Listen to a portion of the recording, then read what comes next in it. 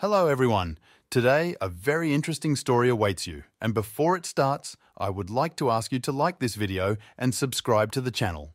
This story begins in a galaxy in which there is a limitless starry sky with an innumerable number of worlds. The powerful deities that originated in these worlds destroyed the stars and captured the sun. They could easily decide the fate of other creatures. The creatures had very powerful strength and energy. All these are heavenly patrons. Unfortunately, their existence did not bring any benefit in the development of various civilizations. Endless wars between gods and worlds led to the fact that the heavens began to wither. A large number of universes were destroyed. They were very fragile, as if they were made of glass, so they could not withstand the onslaught of such force. At some point, in one of the destroyed civilizations, a mission was born to restore the timeline. As soon as she was born, she already knew about her calling and what difficulties lay ahead of her. She needed to find a suitable owner, and she went in search of him.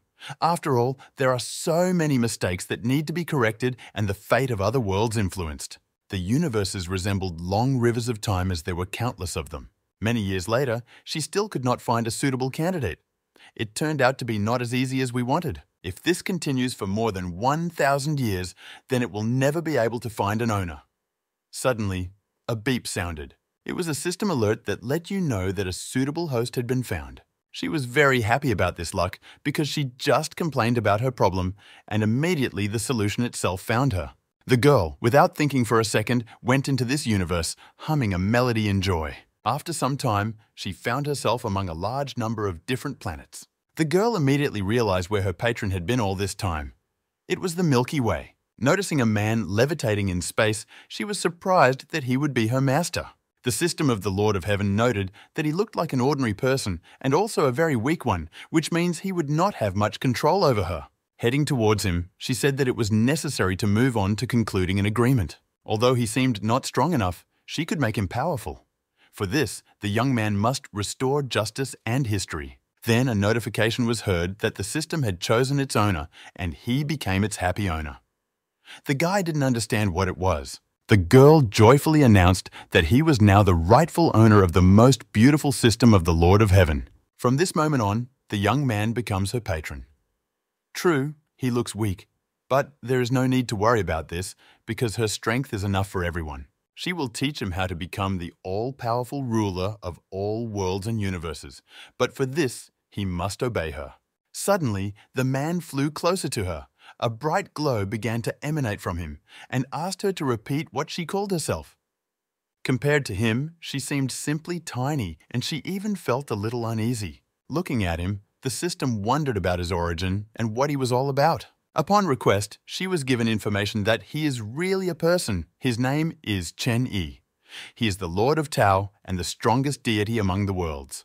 The girl was upset that she got him because she wanted a simple owner. And then there was a Taoist priest who was hiding here and decided that she was being mocked. A voice was heard again, which said that now the owner, under the supervision of the system, must return thousands of years ago in order to become a sage and guide the heavenly gods on the true path. Plus, he still has to help restore the destroyed world timeline. The list of deities could be viewed by double-clicking the button. The Heaven Lord system apologized for disturbing him during his sleep and said that she needed to hurry. Chen-Yi asked where she was going and with one movement of his hand fixed her so that she could not move. By clicking on the list button, images of all the deities with whom he would have to work appeared in front of the young man. While the young man looked at his future charges, who seemed familiar to him, the system sat upset, saying that it couldn't hit him, couldn't escape, and why was everything so difficult? Our hero said that the ruler of people, the heir of demons, and the fallen demon were very powerful beings who in their time glorified the heavens. But in the end, they were all dead. Then he added that tens of thousands of years would turn in the opposite direction in the river of time and how tired he was of everything. The girl turned to him with the words that she might not understand life, but she could help solve the problem with the system. Chen-Yi thought that although this binding was without his permission and would cause quite a bit of inconvenience, this does not mean that he does not need it. The girl, looking at him, did not understand what was happening. He couldn't find the connection between going back in time, training the former heavenly gods, and restoring the world line. But it all sounded quite attractive, so he became interested in the task at hand. The system was disappointed that the legendary deity still needed its help. After that, he ordered his assistant to guide him because he was interested in what would happen next. He once again shouted to her that it was time to go, and the girl had no choice but to obey him. Meanwhile, in the world of the ruler of people, several girls were running away from something as fast as they could, near a snow-capped mountain. One of them was the 9th princess of the Xuanyuan dynasty, Qi Qian Fan. There were numerous abrasions on her body, and she held the crystal tightly in her hands. Suddenly, she slipped and began to fall onto the hard, frozen ground. Subjects Bei Lu and Lu Yao grabbed her by the arms and asked her to hold out a little longer. Once they get over the pass, they will be safe. During the fall, the gem fell out of her hands. With the last of her strength, the princess said that she was fine and could overcome this obstacle. Suddenly, arrows began to fly at them. Lu Yao shouted to her mistress to be careful and parry the blow. The girls did not at all expect that their enemies would catch up with them so quickly, and did not understand what to do next. The 12th guard from Bei Yudzin stated that this girl has several types of poison in her body. Her transformation is impossible, but nevertheless, she has managed to escape from them for several days. She is the most optimistic of the Xuanyuan daughters. Then he added, pointing the sword in her direction, that now she could say goodbye to her life. Meanwhile, the guys were racing through a time tunnel, and the system was screaming that they were flying too fast. A portal has opened right above the mountain range, through which our heroes will enter the world of the ruler of men. Chen calmly landed on the ground. The girl could not resist and fell into the snow, face down. The man offered to merge with his body since she was not able to endure even time travel. The system said that she could not dare to do such a thing, but the owner pressed her head against him. After a few seconds, they merged together and can now act as one organism. Looking around, he noted that he had not been to this place for a very long time. Several thousand years ago, all this was under the control of the ruler of people. A hologram with a photo of a girl appeared in front of him, and he realized who his new student was. It was Chai Qian Fan, who was destined for a place in heaven. He then asked Xiao Shi where he could find the princess, but did not receive a clear answer, except that they might meet her soon. The system added that it does not yet have the latest updates, so some functions do not work and it cannot determine the location. She doesn't know why the girl is on the mountain, but it's probably very close. The owner did not answer anything to this but simply said her name out loud. The system asked in fear what happened. He said that he felt spiritual vibrations and needed to go to that place to see what was happening there. The guard continued to say that although they were unlucky to encounter their group, they held out very well. Then he quipped that the scene of the wards defending their mistress looked very dramatic. Looking at the bleeding, exhausted girls, he added that not only could they not save her, but now they themselves would die. Was it really worth it? The princess told them to leave her and leave. Otherwise, they would also die while here. The enemy did not stop mocking, saying that now 2 faithful maids would die on the Huandi path so that their mistress would not be lonely. Then he shouted a command to the other guards to destroy the princess and send her to the next world. The exhausted girls have almost come to terms with their death, which is about to overtake them. Suddenly, a noise was heard in the sky, which distracted the attention of the guards, and they looked up. The blinding bright light began to hurt their eyes painfully, and the girls tried to shield themselves from it. After the young man appeared, everyone was completely bewildered and asked him who he was. The guards repeated their question, but the man just stood there without saying a word. Then he saw his new student Xuanyuan, Qi Qian Fan, and realized that his abilities had not failed him. The watchman exclaimed that it was really not clear where the Taoist had come from for reinforcements. Then he shouted that it doesn't matter who he is, but if he doesn't want to die, then let him get out of his way. The young man thought to himself that this man was too noisy and self-confident for a mere mortal. The system whispered to its master that it must warn him that this world was not able to bear his power. The man replied that there is no need to worry about this, because he knows how to restrain himself and once took a pebble from the ground. At this time, a loud order was heard to kill him as he chose death, and all the guards rushed towards him. He just stood and watched the patrolmen run and prepared to throw the pebble he was holding at them. In the blink of an eye, a pile of stones flew away from him in different directions at breakneck speed.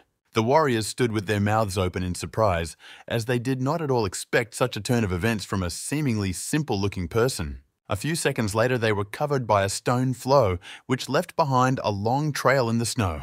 The princess looked at her savior and wanted to say something, but she suddenly felt ill and began to lose consciousness. The assistants managed to grab her by the arms so that she would not fall to the ground and shouted what was happening to their highness. The girls thanked the stranger for his help and said that they were protecting the princess of the Swan Yuan dynasty. Then they asked which clan he belonged to. Coming closer to his new student, he began to examine her and ask Xiao Shi if it was her, because he did not have time to examine her and make sure. This girl is a little dirty, but she seems similar. The Heaven Overlord system confirmed the girl's identity and said that she was the future ruler of the human world. Bei Lu, who watched his actions with surprise, asked who he actually was. Without answering the question, he took the princess in his arms and said that they were leaving. The girl did not resist as much as she could not even move. Lu Yao exclaimed that there are a lot of poisons in the lady's body, and if urgent medical assistance is not provided, then everything could end in death. But she didn't even have time to finish speaking when a powerful energy flow appeared, and the man with Qi, Xian, Fan simply disappeared. The wounded assistants looked after them and thought about who he was. His omnipotence even made them a little scared. They reasoned that they had never seen such a technique. Even those that belong to the afterlife are not capable of inflicting such damage. Then they thought that they should hasten to Her Majesty in order to say that the princess had been kidnapped by a Taoist. Examining the girl, Chen A felt that her meridian channels were destroyed and there was a high concentration of toxic substances in her body. Although she was from the imperial clan, she might not be able to get out. My thoughts were interrupted by the voice of Xiao Shi, who said that the system and its ruler should have a magical, heavenly residence. In the endless historical river of worlds that were supposed to be destroyed, a new chapter began with the appearance of our hero. The narrative takes us to the city of Yanchen, where night has fallen and it is illuminated by sky lanterns. The Swan Yuan dynasty lives here. The girl was sitting in a font filled with warm water and a variety of medicinal and relaxing herbs. Chen Yi wanted to add a 1,000-year-old vine, but then realized that an older one would have a better effect. Unfortunately, he did not have the blood of the ancestors of a lion and other animals, but he has the blood of the pen bird, and that is enough. Observing his actions, the system thought that even in the highest worlds, one often doesn't find the ingredients that its owner had. Then, unable to resist, she asked what the owner was doing, saving a person or making soup. The man explained that her body was poisoned, but it was not that difficult to fix. Also, his student still has weak skills, so he will also wash her bone marrow. The system of the Lord of Heaven said that the girl was still very young, and it was normal to spend so many rare things on her at once. The gentleman called Xiao Shai and told her to play the system lottery for him. She was glad that he finally remembered about her and asked again whether he wanted to do this. Chen Yi replied that she was found, so it's time to pull out what can be used in the future. A huge hologram appeared in front of him, and now he could play the lottery. To activate it, you need to press the one-time scroll button. Having put it into action, our hero began to wait with interest for the result and what prize he would get. The system offered to check his luck and sat repeating the word golden so that he would get this color. But the arrow of the Wheel of Fortune stopped opposite the purple ball with symbols. The entity said that this color is also not a bad option. Then she offered to get it and dived into the hologram. Getting closer to this little thing, the system said that now they would find out what befell the owner.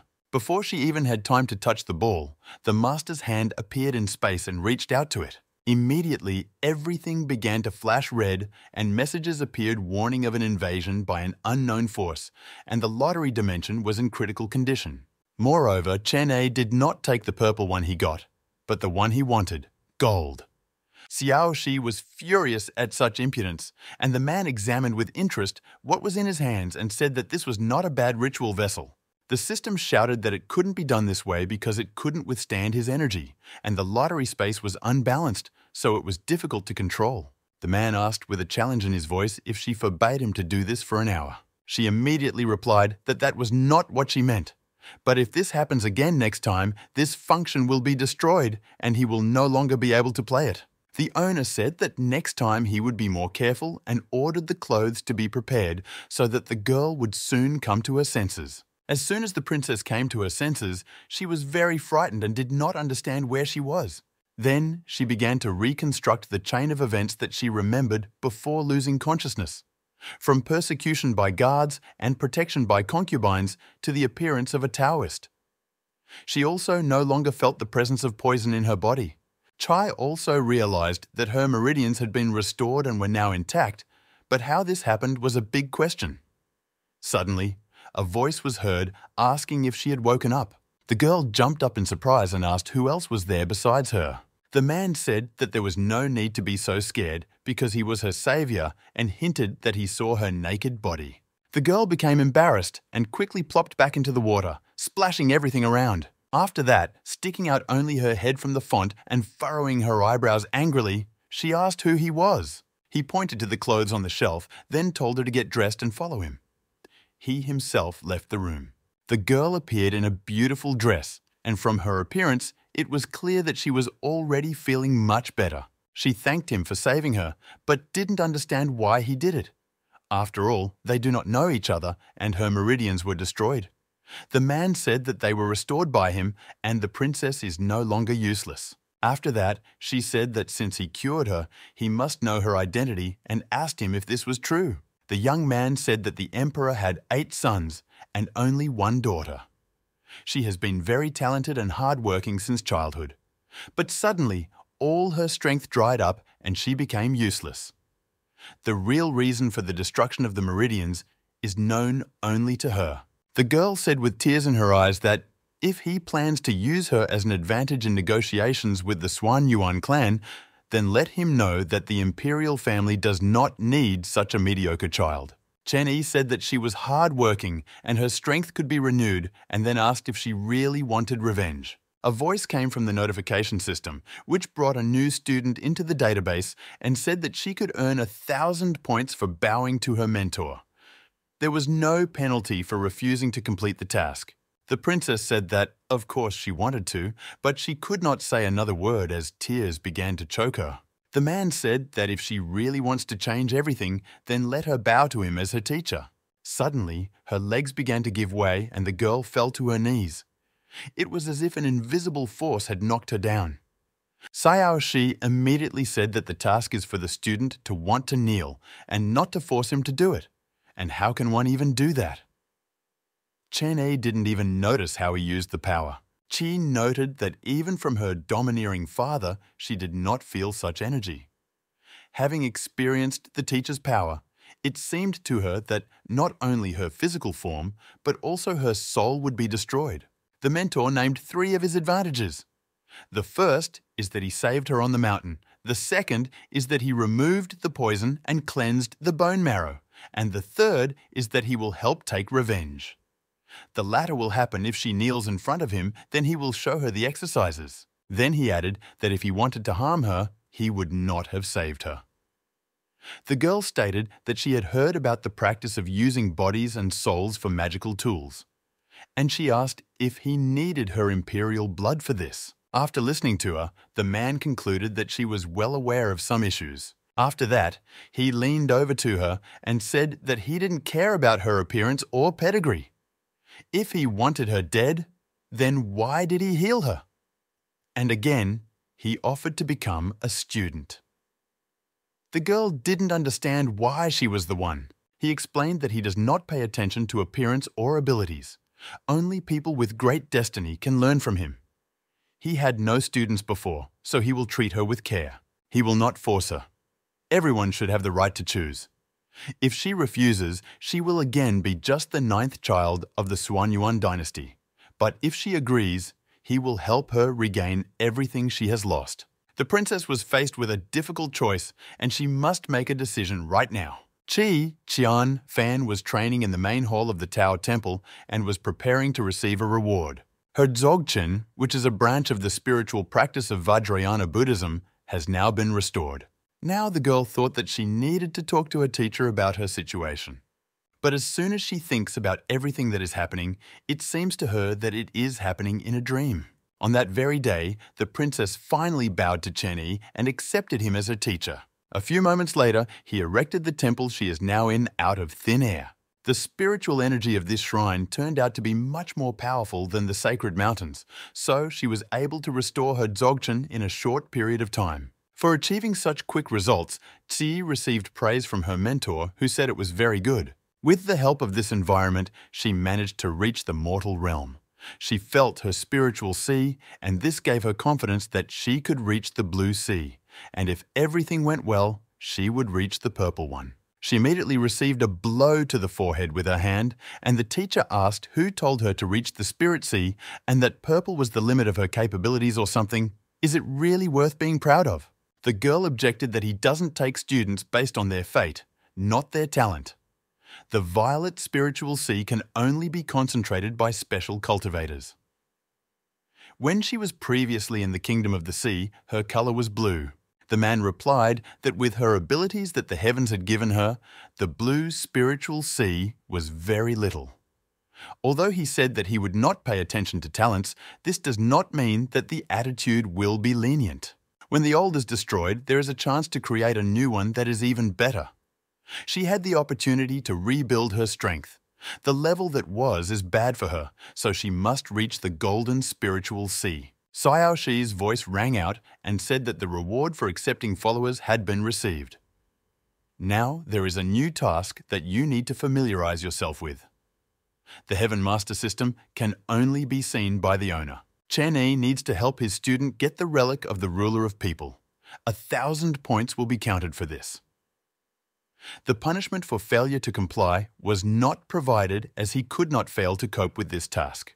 The princess sat crying because the teacher's demand was too harsh, and how in the world should she be able to reach the Golden Sea? The mentor said that there was nothing special or impossible in this, especially since she was his ward, which means everything would definitely work out. Then he called her with him, saying that since she had reached the cultivation level of the human realm, she needed to undergo a practical task, namely, to take the relic of the Lord of Humanity. When they entered a local tavern, there was a commotion around, and there were a lot of people talking to each other. The princess drew his attention to Yu Qinzyuan, who hails from the sacred land of Yulun. At the age of 18, she reached the peak of the spiritual sea, and in this world, everyone considers her a genius. The teacher was absolutely not interested in this. Then she pointed to Li Yanhan from Daluozun City, who also reached the Purple Sea Peak at the age of 18. Everyone called these girls the most talented people in the world, but the mentor was not interested in this either. The princess said that his demands were too high. After all, these two are the best of the best, but for him, they are still not professional enough. Personally, she would be glad to have such a talent. He grabbed her cheek and said that she was really trying to blame him for not giving her the opportunity to break through the spiritual sea realm. The girl immediately shouted that she didn't mean that, and there was no need to be angry. Suddenly, they heard voices at the next table who were discussing that representatives of the Suan Yuan and Bei Yudzin dynasties were now in the tavern, which meant the show was about to begin. The girl recognized her brother. The third prince of the Suan Yuan dynasty was named Qi Bo. He was wearing clothes that clearly made it clear that he belonged to the imperial clan. Opposite him stood a young gentleman, Min Yuz, who was the head of the Bei Yudzin dynasty. On his face was a mask characteristic of his family. The latter asked what kind of instructions the prince wanted to give him. Did he cause harm to his dynasty? The young man indignantly replied that they were chasing his sister, after which she disappeared and it is unknown whether she is alive. What questions might there be? Min Yuz said they were just doing their job. People pay and in return they avert troubles from them. His sister was simply one of the orders. If he wants to take out his anger on someone, then let him find a customer. Qi started to get nervous. The teacher said that you should not let yourself be deceived. Most likely, the brother set up the chase with poisoning. She understood this, but the fact that it was Bei Yudzin who destroyed the meridians shocked her. He then added that depleting one's spiritual power was not a bad thing at all, but it would still be able to continue to develop and would not fall for the same trick a second time. Moreover, this will never happen again. As long as her mentor is by her side, no one can harm her. Chen A will not allow this. Only he can bully his students. The girl smiled and said that she trusted her teacher. But suddenly, the meaning of everything that had been said dawned on her. She asked him to repeat what he had just said about intimidating students. Would he really do that? The teacher calmly replied that yes, there are some problems with this or what. While the girl sat offended, the system of the Lord of Heaven notified the owner that someone in this room had evil intentions towards him. Some girl came into the tavern and felt the presence of a Taoist monk. A blonde in a revealing red dress asked our hero if she could sit at his table. Turning around and seeing who had joined them, the princess was taken aback and could not utter a word. She was the daughter of the head of the Red Lotus demonic creature sect, whose name was Li Hongshu An. Chi jumped up, slamming her fists on the table, calling her a depraved woman and asking what she wanted from her teacher. The girl answered the question with a question, saying what she thought she might need. After that, she began to pester our hero, stroking his hair, hugging him and asking if she was beautiful. Then she said that someone wants to give him pleasure. A bewitching and seductive magical aroma began to spread throughout the tavern. At the next table, people tried not to breathe. It was the scent of a red demonic lotus. It felt as if all the organs inside were moving under the influence of an otherworldly force. Lee began to lower her dress and expose her chest, saying that the man is not like that. The system immediately covered it up and said that its owner should not see such dirt. The fallen woman concluded that her dark magic combined perfectly with the scent of red lotus, and even a monk would not be able to resist her skirt. Chenny said that she has such perfect skin and attractive appearance, and he has not seen such beauty for a long time. The princess began to get angry, but suddenly he again turned to the daughter of the head of the demon sect and said, "Crawl." She was taken aback because she absolutely did not expect such a turn and stutteringly asked what he said. The man repeated that he told her to crawl. Hong Shuan's younger brothers, who were watching this picture, began to get angry at such treatment of their relative and shouted that he wanted to die or what he was trying to achieve. A few moments later, the table was surrounded. They advised learning to distinguish between good and evil. He should be proud that their sister took notice of him. It is impossible not to obey her today. Yu Qinzyuan and Li Yanhan wondered how the monk would get out of this situation. After all, the girl and her brothers from the demonic Lotus clan are quite strong, and they could not determine his capabilities because of the divine limit. Li said that she had already encountered such a limit once, but the abbot's spiritual strength could not be determined as if it was covered with an impenetrable shield. Yu clarified that this girl is trying in vain. The princess went nuts and shouted that the Red Lotus group were terrible, insolent people. The man interrupted her and said that was enough. Then he added that anger can contribute to self-improvement, but in this case, it is not needed to solve the problem. Now he will teach her a lesson, and she needs to remember it. He tapped his little finger on the table, on which glowing symbols appeared. Immediately, thunderclouds began to thicken and lightning appeared in the sky. Chen Yi lived for many years and always adhered to the concept of not causing trouble to anyone and not being afraid of it. But not everything always goes smoothly. There are those who willfully seek their own destruction. If such a person comes across the way, then he needs to be given an object lesson so that next time he thinks about the consequences. This is a teaching about the nature of Chinese Tao philosophy that the world around us should follow. Hearing the roar, Li Hongshuan thought that an earthquake had started. Her brother said that it didn't sound like him, but he didn't understand where these sounds came from. All the visitors to the tavern shouted that it was thunder and they needed to get out of here as quickly as possible. But they didn't even have time to take a step when a powerful lightning bolt struck the building and partially destroyed it. Stones and parts of the building were scattered in different directions. The entire tavern was damaged, except for the part where the mentor and his student continued to sit calmly. People around shouted that the inn no longer existed and that thunder was to blame for everything, but someone said that it was because of the monk. The third brother, holding his head, asked in surprise how he managed to cause such a powerful lightning discharge. Min Yuz asked the man whether the kingdom of people still exists after this. Dodging the falling debris, Yu said that she did not have time to notice how the monk used a spell. How can a mortal man cause such mighty peals? The fallen woman simply stood silently and watched it all.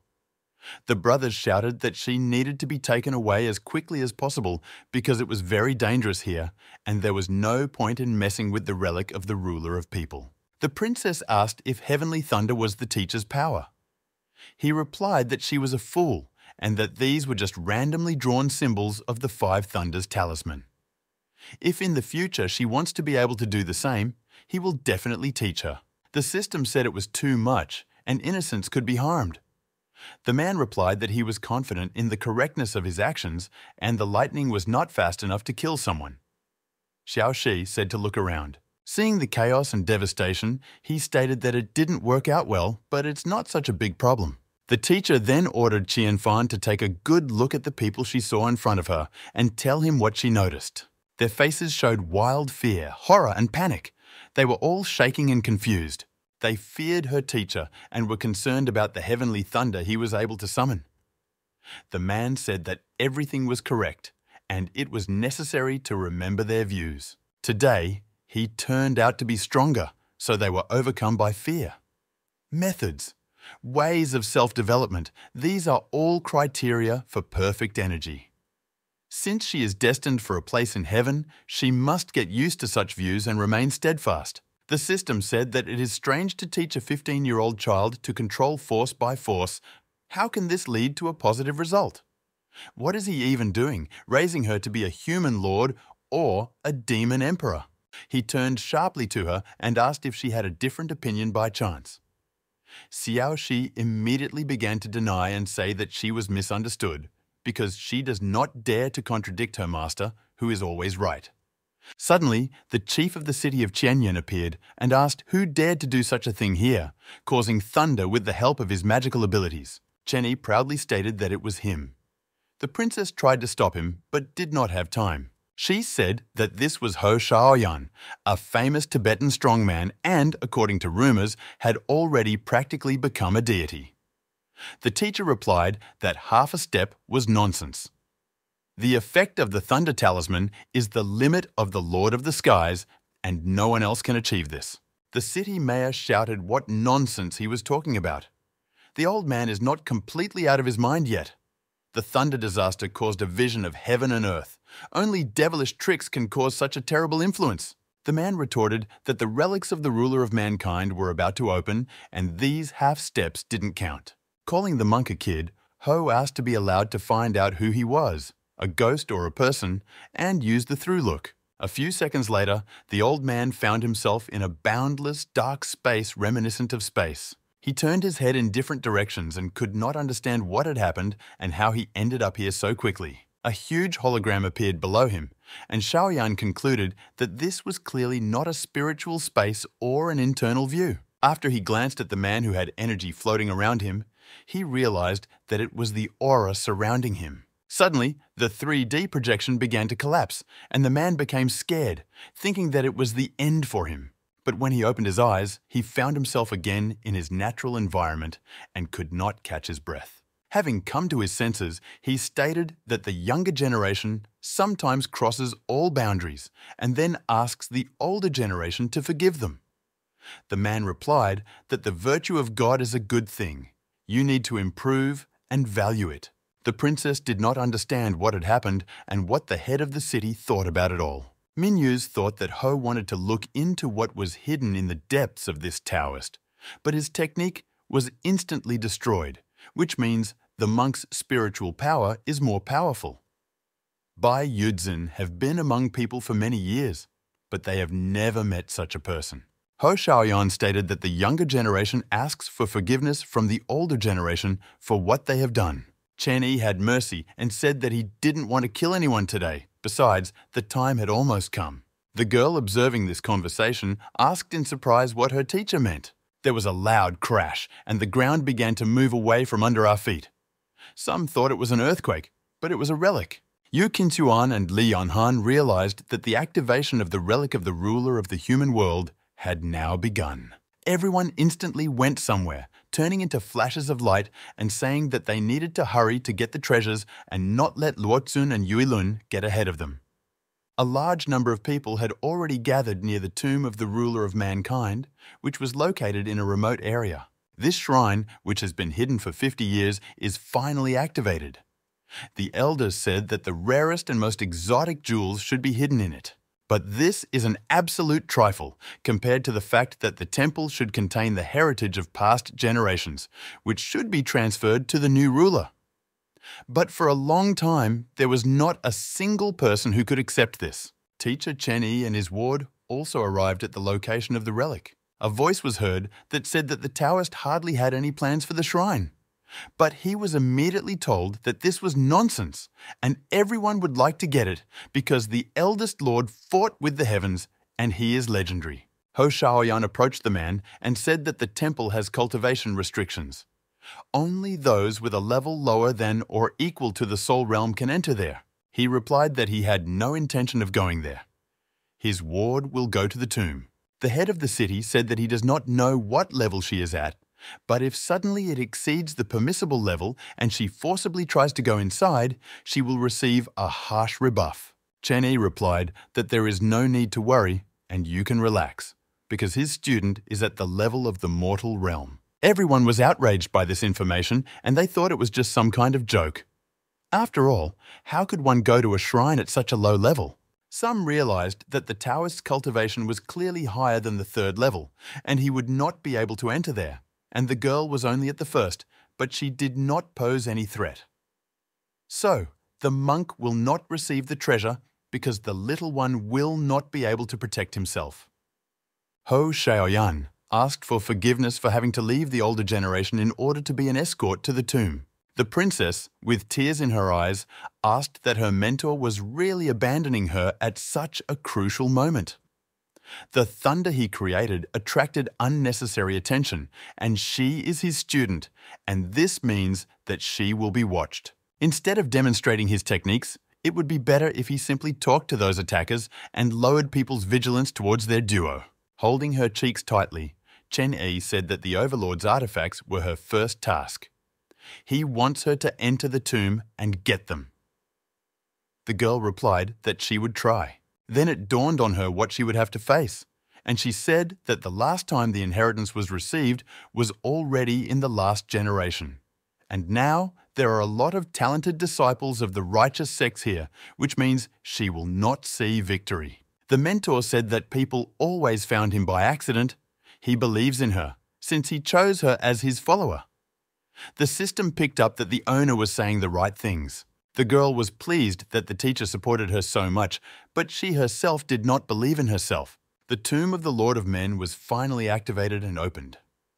Now everyone could go in there and test their abilities. The head of the city announced that the treasures and experience of the Overlord were there. Although there have been few victims during all this time, there is no need to take this so lightly. There was a chorus of voices from willing participants who thanked him for his parting words. The princess, just in case, decided to clarify once again whether she really needed to go there. Chen Yi replied that yes, because this is just the inheritance of the Lord of People, and wished her to return as soon as possible. Suddenly, multicolored lights appeared in the sky. These were the elders who came to support their students, who immediately went to the competition because they did not want to let them down. Having taken on human form, they saw that the passage was open earlier than expected and there was no one around, which means everyone had already run there. The city chief informed the new arrivals that people from Daluzuna and the Holy Land of Yuilun were already heading to the tomb. Fan and Yui thanked him for the information he provided. Lo Chunfan asked if he knew what kind of thunder there was recently. Has one of the Taoists received heavenly punishment, or has evil appeared in this world? Yui Zhan picked up and said that when they arrived at the hotel, they saw only rubble. At first he was confused and didn't know what to say, feeling the man's heavy gaze on him. But then he was able to get out and blame everything on the Red Lotus group, which, according to him, he successfully defeated. After his speech, he laughed nervously. Yui said that they deliberately decided to cause trouble before the opening of the shrine. Lo snorted and stated that the group would still be caught by Dalwozan and would be sent back to the right path. The system asked if it was possible to send the girl there alone. Chen Yi replied that the inheritance only recognizes two people, and if he helps her, it will be too easy. She must cope with this herself, relying on her own strength. According to the data, Chie reached the peak of the spiritual sea at 25 years old, then entered the tomb and took possession of the inheritance, although she was persecuted. Now she is 15 and she has just begun to be reborn. Isn't the gap with the past great? The owner replied that there was no problem. This technique was developed by him personally, and those who follow it can achieve an unlimited number of layers of Taoism. In fact, the girl already has not the first, but the 16th layer. Her skills are greater than she thinks. The system asked if this meant that Qian Fan could already fight outside the normal boundaries. The teacher replied that yes, the girl just hadn't realized it yet. Then he asked Xiao Sha to calculate the rewards for past tasks. She announced that the owner completed 2 tasks in total and earned 500 points and a lottery. Then she asked if he wanted to try his luck, but immediately asked him not to do it like last time. The man said yes. After spinning the reel, our hero got the legendary golden card. He was very lucky with this. The heavenly patron system shouted joyfully that it would help him receive a prize. Chen A was somehow alarmed that the gold fell out on the first move. Xiao Shi said that she didn't know anything, but the fact remains that this is a legendary artifact and immediately went to get it. A couple of moments later, she was heard screaming to the owner that everything was very bad and she began to run and try to get out of there. Suddenly, a huge magical phoenix bird appeared from the hologram behind her. The elders were at a loss as to where it came from and suggested that the students in the tomb accidentally activated the protection at its entrance. Ho said that he had already opened the shrine twice, and this had never happened before. As they fled, they thought that it could be the sacred bird of the ruler of people. At the sight of the blue flame, people began to run even faster because the air temperature around it instantly rose. There was a loud roar from the phoenix, who asked who dared to wake him up after a long sleep. Chen Yi asked the system if this was his prize. She replied that she didn't know, and then tried to extinguish her wing, which was caught in the blue fire. Xiao Shi then said that the system space caught fire as soon as she entered it, but she will check this information now. It turned out that it was only a fragment of a gold-level artifact called the Divine Flame of the 10,000 Realms. According to legend, fire, which burns everything in its path, has the ability to purify the soul and memory. The teacher stated that, although this is a divine level, it is just a fragment. Moreover, Xi will not be able to use it yet. The system said that now the problem is not this, but memory burning. Something needs to be done urgently. The bird cried out to be allowed to see the sun and the sky before the world burned. Lo Chunfan warned everyone around not to touch the flames that were falling around, because it was not ordinary. The fire hit his protective barrier and simply burned through the shell, which means it was impossible to defend against it. Ho Xiaoyan said that he had not seen such a thing for 100 years and called on everyone to help fight the evil. The followers of all the sects are still in the tomb, and the flame of this monster is too strange, so you need to be careful. The phoenix continued to release its flames at the elders, trying to shower them all with it. The elder said that the level of this bird is no less than the realm of heaven and humans, which means that they do not have the strength to fight the monster. The head of the city said that if they cannot defeat him, then they should all try together to at least detain him. We cannot allow this monster to destroy the grave of a man who passed away thousands of years ago. Lo Chunfan used a magical technique, sword formation, and said that Xiaoyan should act together with Elder Yui. The city leader shouted, "Solar Beheader," and rushed towards Phoenix. Zhan, in turn, used a secret technique. An icy falling sword and a dozen sharp daggers also headed towards the bird. They began to use all their abilities one after another in order to inflict maximum damage on the fiery monster. But they only angered Phoenix, who with one flap of his wings threw them in different directions, shouting that they were reckless insects. The system carefully asked if the owner wanted to lend a helping hand to people who were clearly not coping. Chen A agreed and said that although it is just a fragment, it is still a divine weapon, so you need to take it more seriously. A large number of people fought the fire monster at the same time, but even all their forces together could not cope with it. Phoenix's attention was drawn to Yui Jan, and he released a large stream of flames directly at her, shouting for her to turn to ashes. The girl had already said goodbye to her life when Chen Yi appeared, who covered her with himself and told her to leave this matter to him. Holding her in his arms, the teacher asked if she was okay. She, breathing heavily, replied that she was fine and thanked him. At that very second, he let her go and said, in that case, to go look for a place to hide. The man then turned to the artifact fragment and said that he was very disappointed in it. Phoenix replied that he was the only one who could block his flames and if he would like to introduce himself. He replied that it doesn't matter who he is, but the bird must know that its owner is standing in front of it. The monster was angered by such impudence and he immediately released a powerful stream of blue flames at Chen Yi. But the young man was able to repel the attack by simply putting one hand forward and continued to stand still calmly. The bird did not expect such a turn and looked at him in surprise. The Lord said that the fragment of divine power must treat its owner with respect. At that same second, Phoenix was captured by a large number of magical chains and was practically unable to move. Taken aback by this attitude, the artifact asked what he was doing. The man calmly replied that he was returning him to his original state. Noticing the talisman in his hands, the fire monster screamed that it did not want to be sealed again. But it was too late. He began to be drawn there. Already from the amulet, the voice of Phoenix was heard, who once again asked who he was because an ordinary person could not imprison him. Chen Yi replied that he is he and I am me. Now the bird belongs to him and must obey. Then he threw him into the warehouse portal, finally saying that he would release him if necessary. Watching all this, the wounded elders also wondered who he was. The head of the city stated that his strength is incomprehensible. The system said it was very noisy.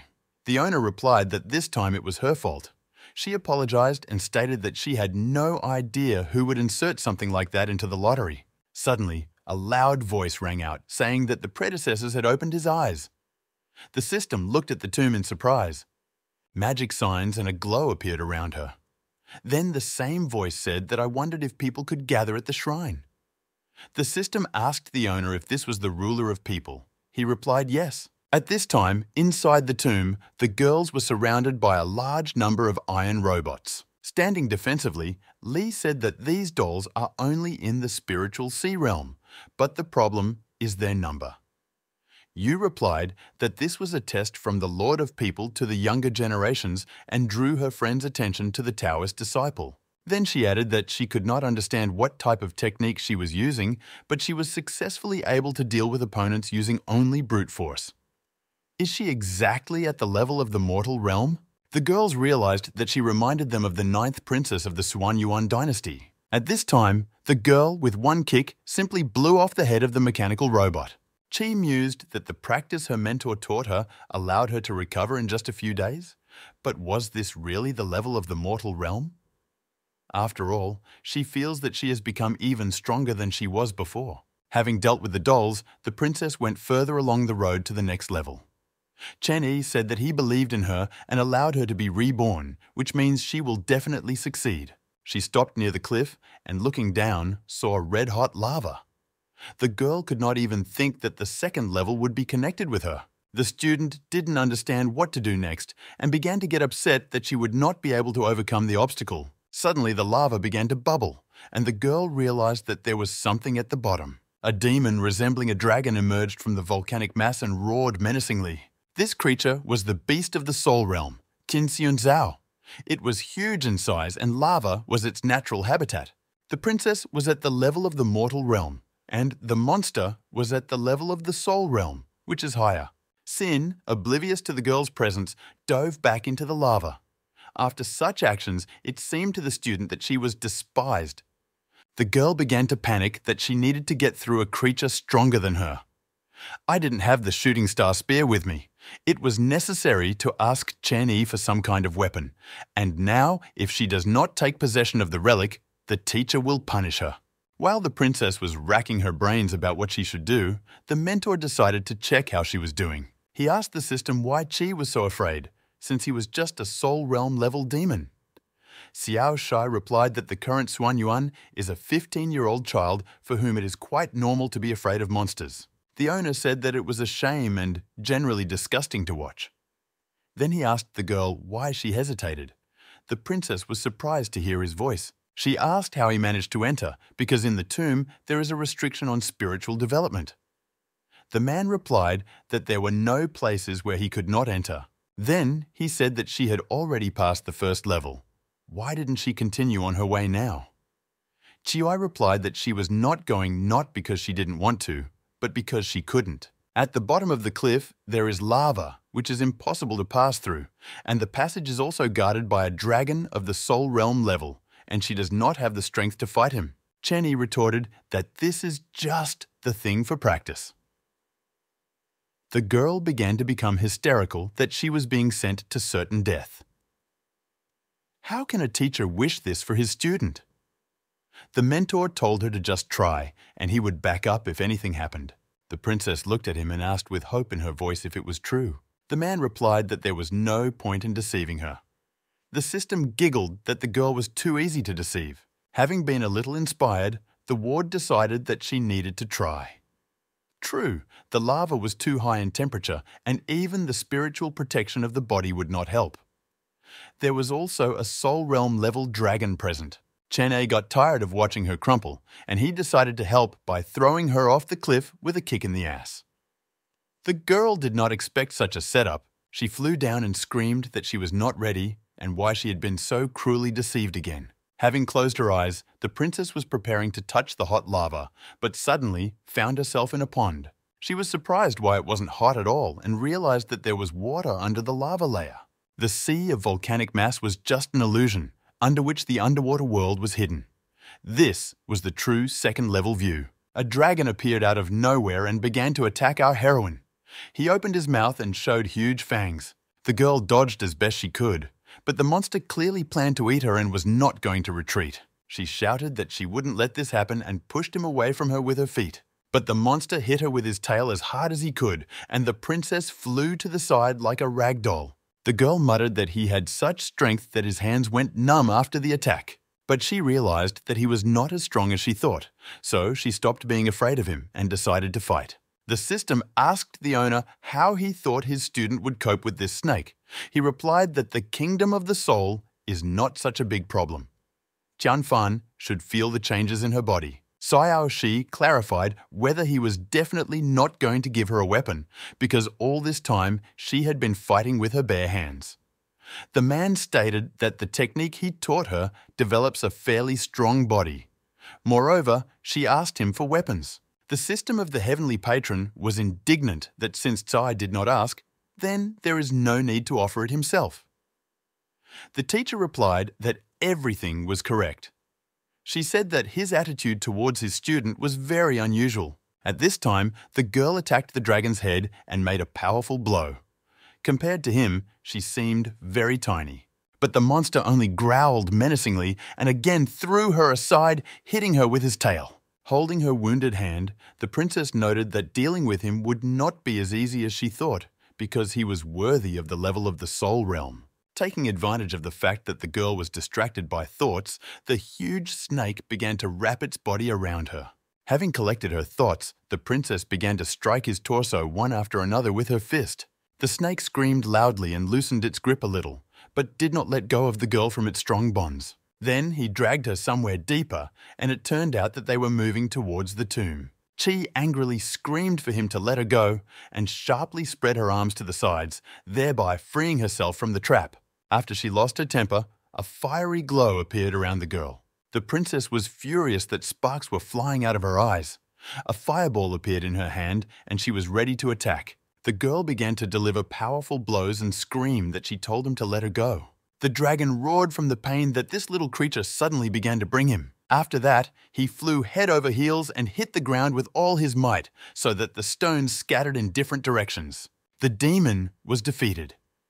The princess lay next to him and could not catch her breath, at the same time rejoicing that it was all finally over. Suddenly, the teacher's voice came and praised her and said that she was able to defeat a soul realm level monster while being at the mortal realm level. He noted that as soon as she wanted and gathered the strength, everything worked out right away. Chen-yi then stated that she had already rested enough and needed to get up as it was now time to start.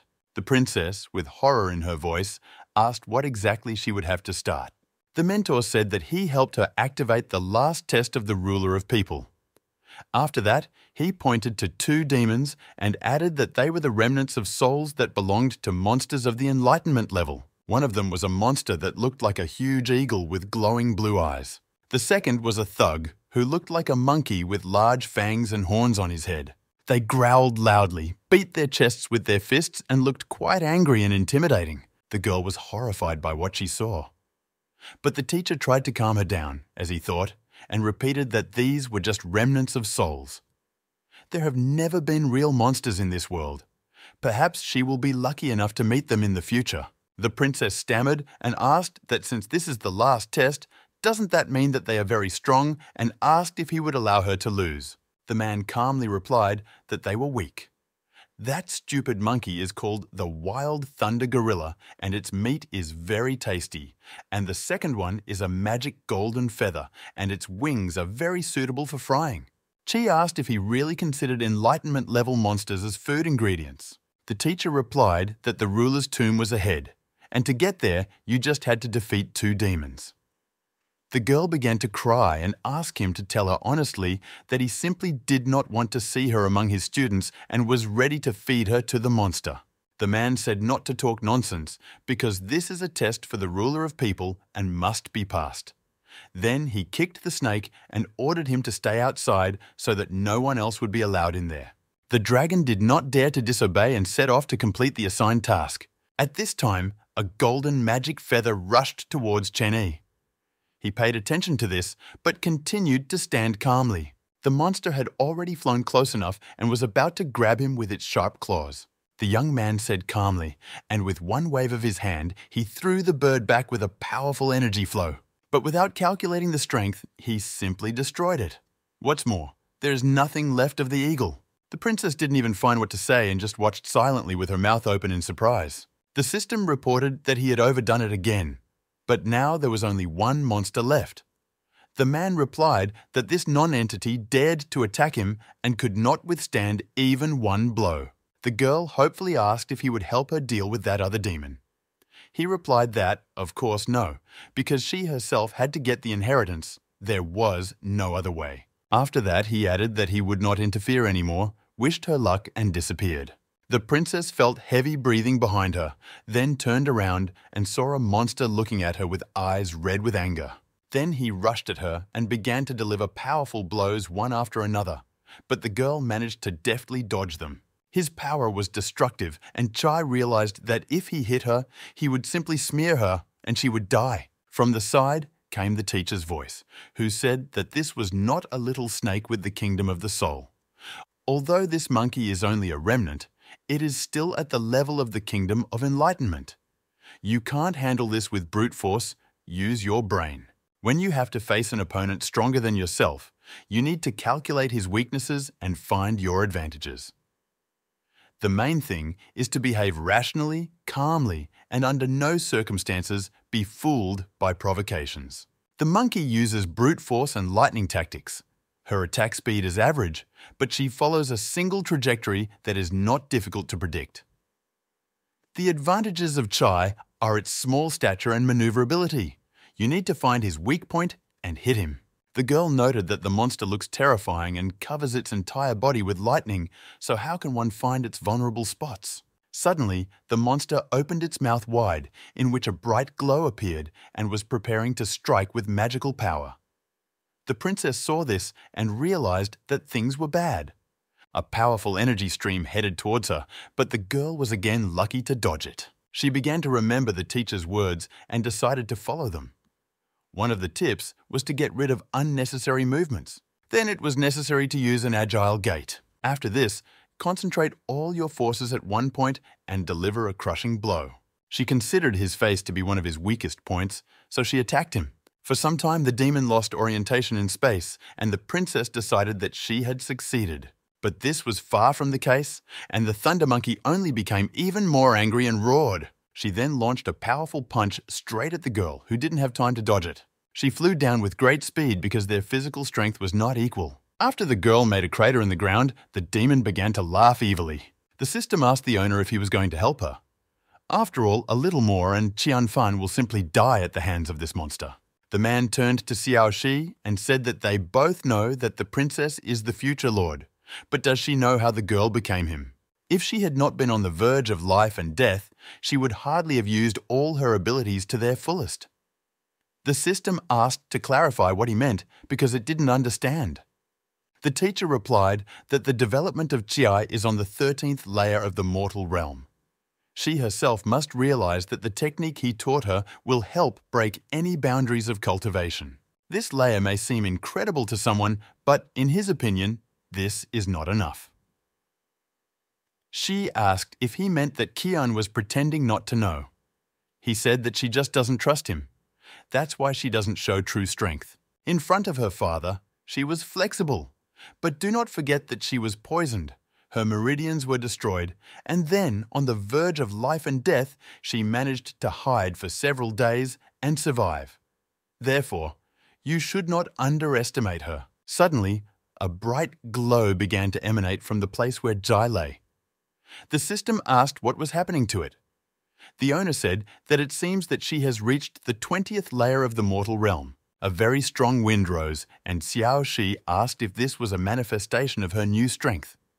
Chen E replied in the affirmative and said to watch what happens next. The princess emerged from the hole, striking everything around with a bright light. The teacher, looking at this, said that in the future she would conquer the heavens and dominate people. The enraged girl began to possess a divine skill, a flaming spirit, which she immediately decided to use. The system asked if the owner of the 20th layer could create such an explosion. He replied that he had previously prevented her from forming a spiritual sea, but in fact, she had already possessed it and was now simply releasing everything outward. The monster was amazed by the energy that began to emanate from the girl. She looked scary. She rushed towards him and began to deliver powerful blows one after another. The monster roared in pain. Suddenly, an energy spear appeared in her hands, which she twirled above her head. This was the first time she used the flaming spirit after regaining her powers. However, she could only last a minute in this state, so it was necessary to act quickly. A stream of magical power again appeared from the Thunder Monkey's mouth, with which he wanted to damage our heroine. But with the help of the divine spear technique, she managed to fight back and remain unharmed. Without wasting a second, the girl struck the heart of the demonic animal. Watching the battle, the system said that it looked like Sai would soon defeat the stupid big guy.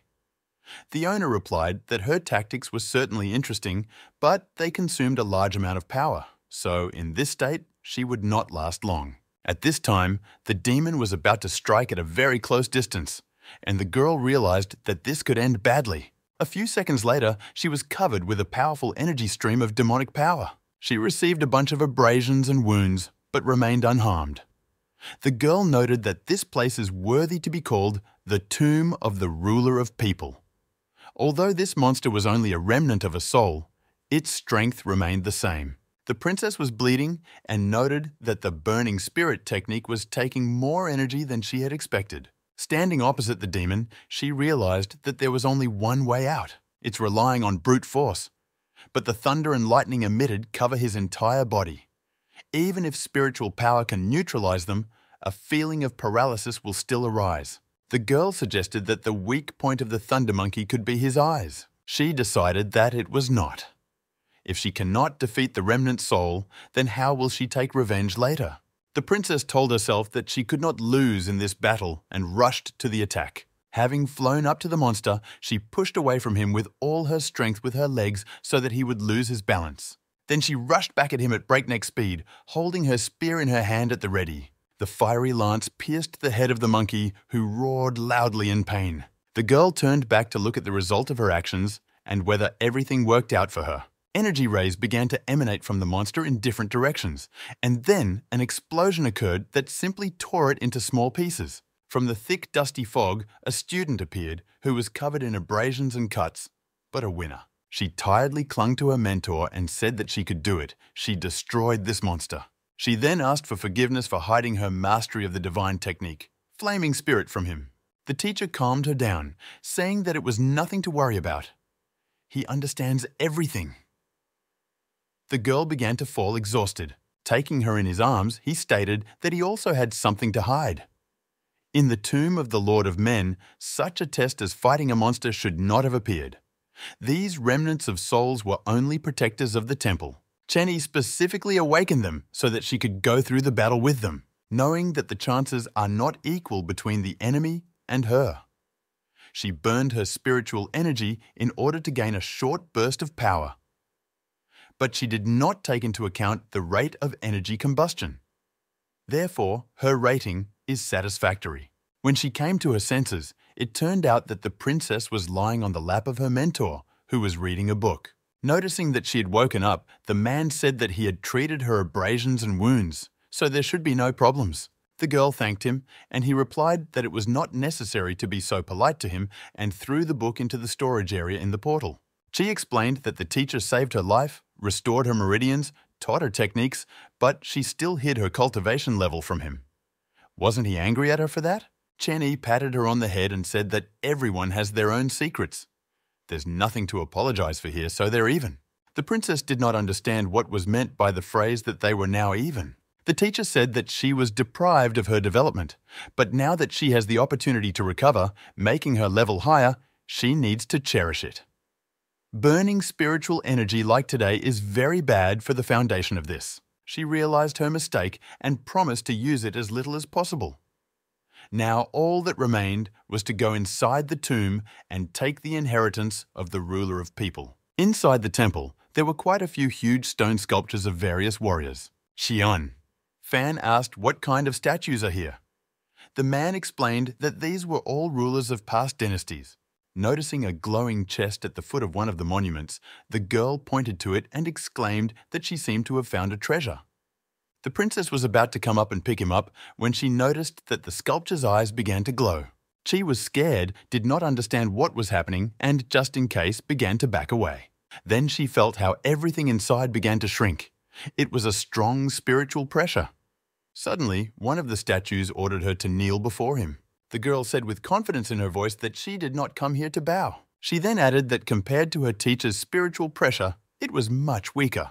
The past ruler got angry and shouted loudly again, on his knees. The girl responded by saying that she would never do this and decided to use the technique again, the flaming spirit.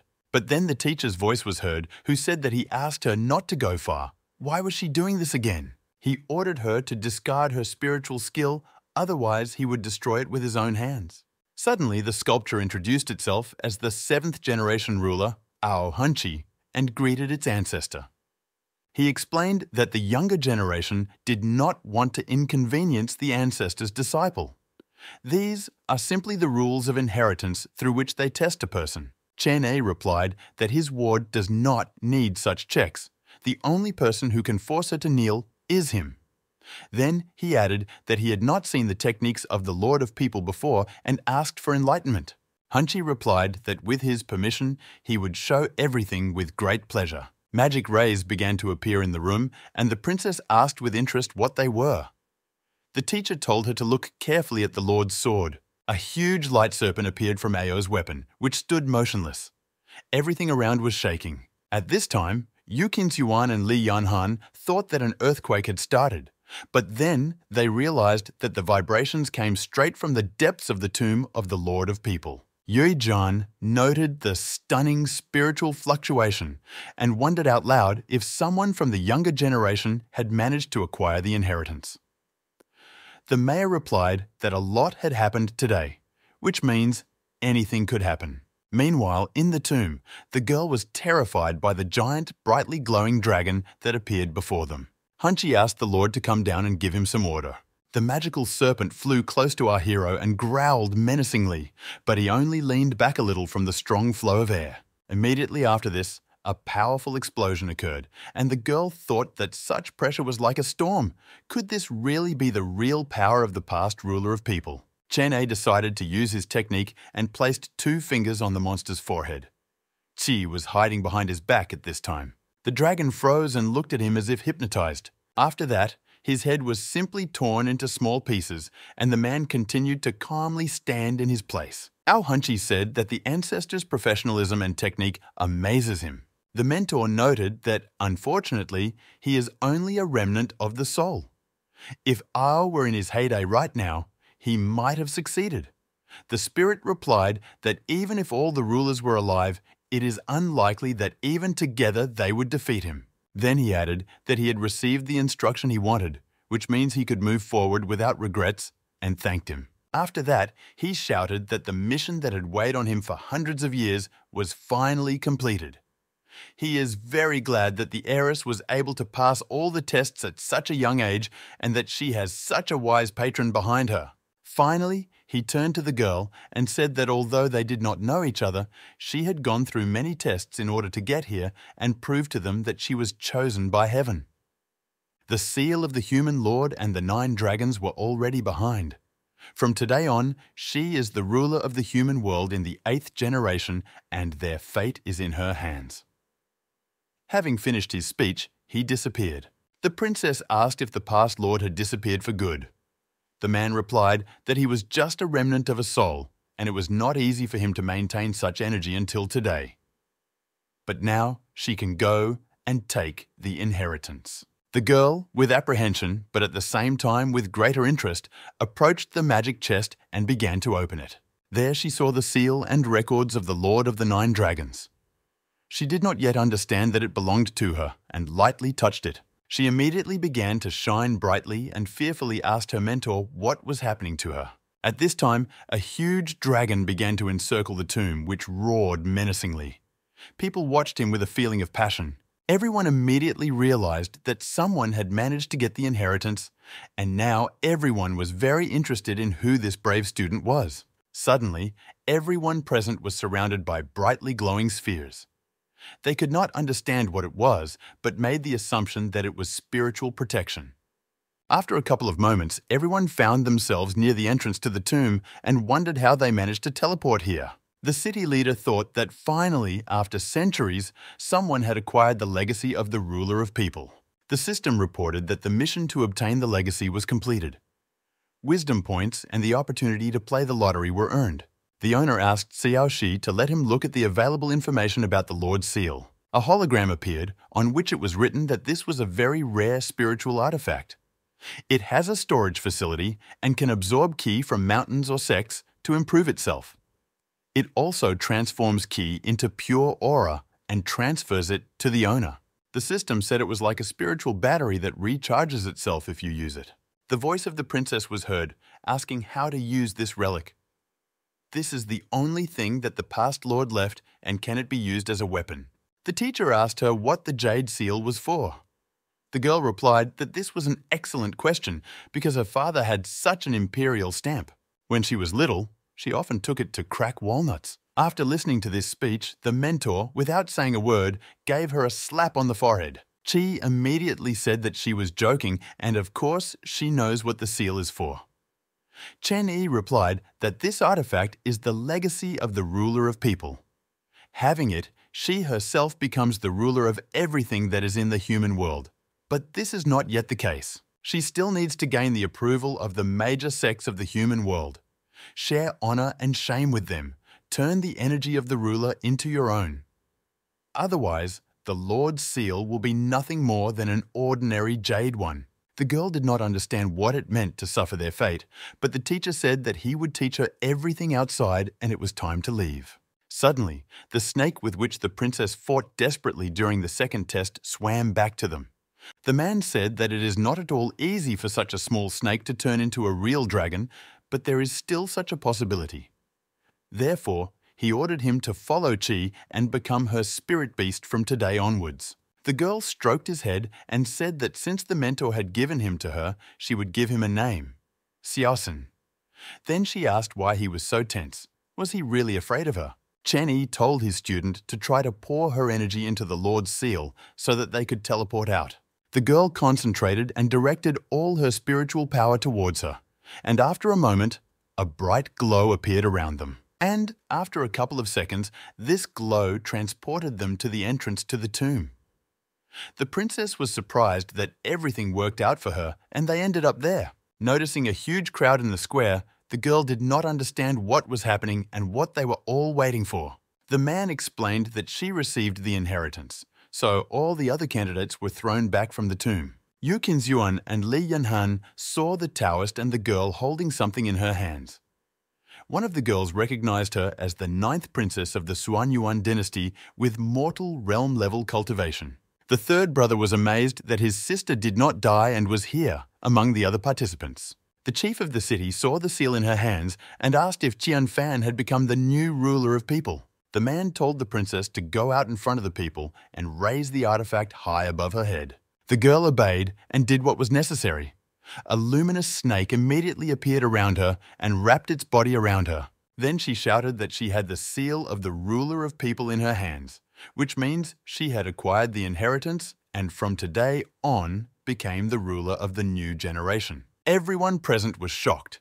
Some recognized her as the princess of the Suanyuan dynasty and wondered how this was possible, since she was losing her cultivation. Others wanted to break the news to their sects as soon as possible. After that, the mentor told her to concentrate her spiritual see right here. She asked what he was talking about and why it needed to be done now. The man replied that she heard everything correctly.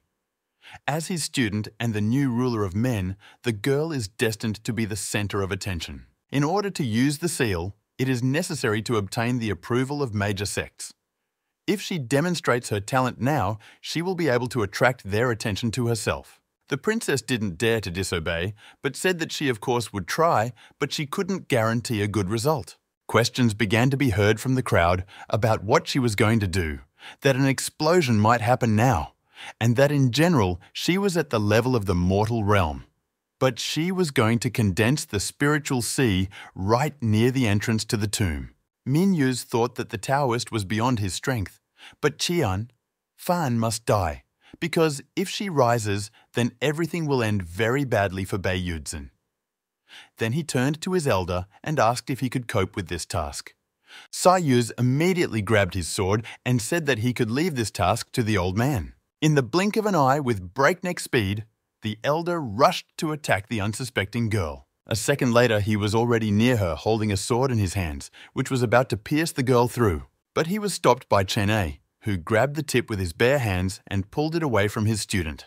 The blade simply crumbled into small pieces, leaving not a single mark on it. Everyone was shocked by what they saw, as they did not expect such a turn of events. After that, with a calm voice and a calm expression on his face, he asked what the old man was doing now. A magical glow began to appear in the man's hand, and Sai Yuz realized that his affairs were bad. Immediately, he received a powerful energy blow which threw him back a greater distance.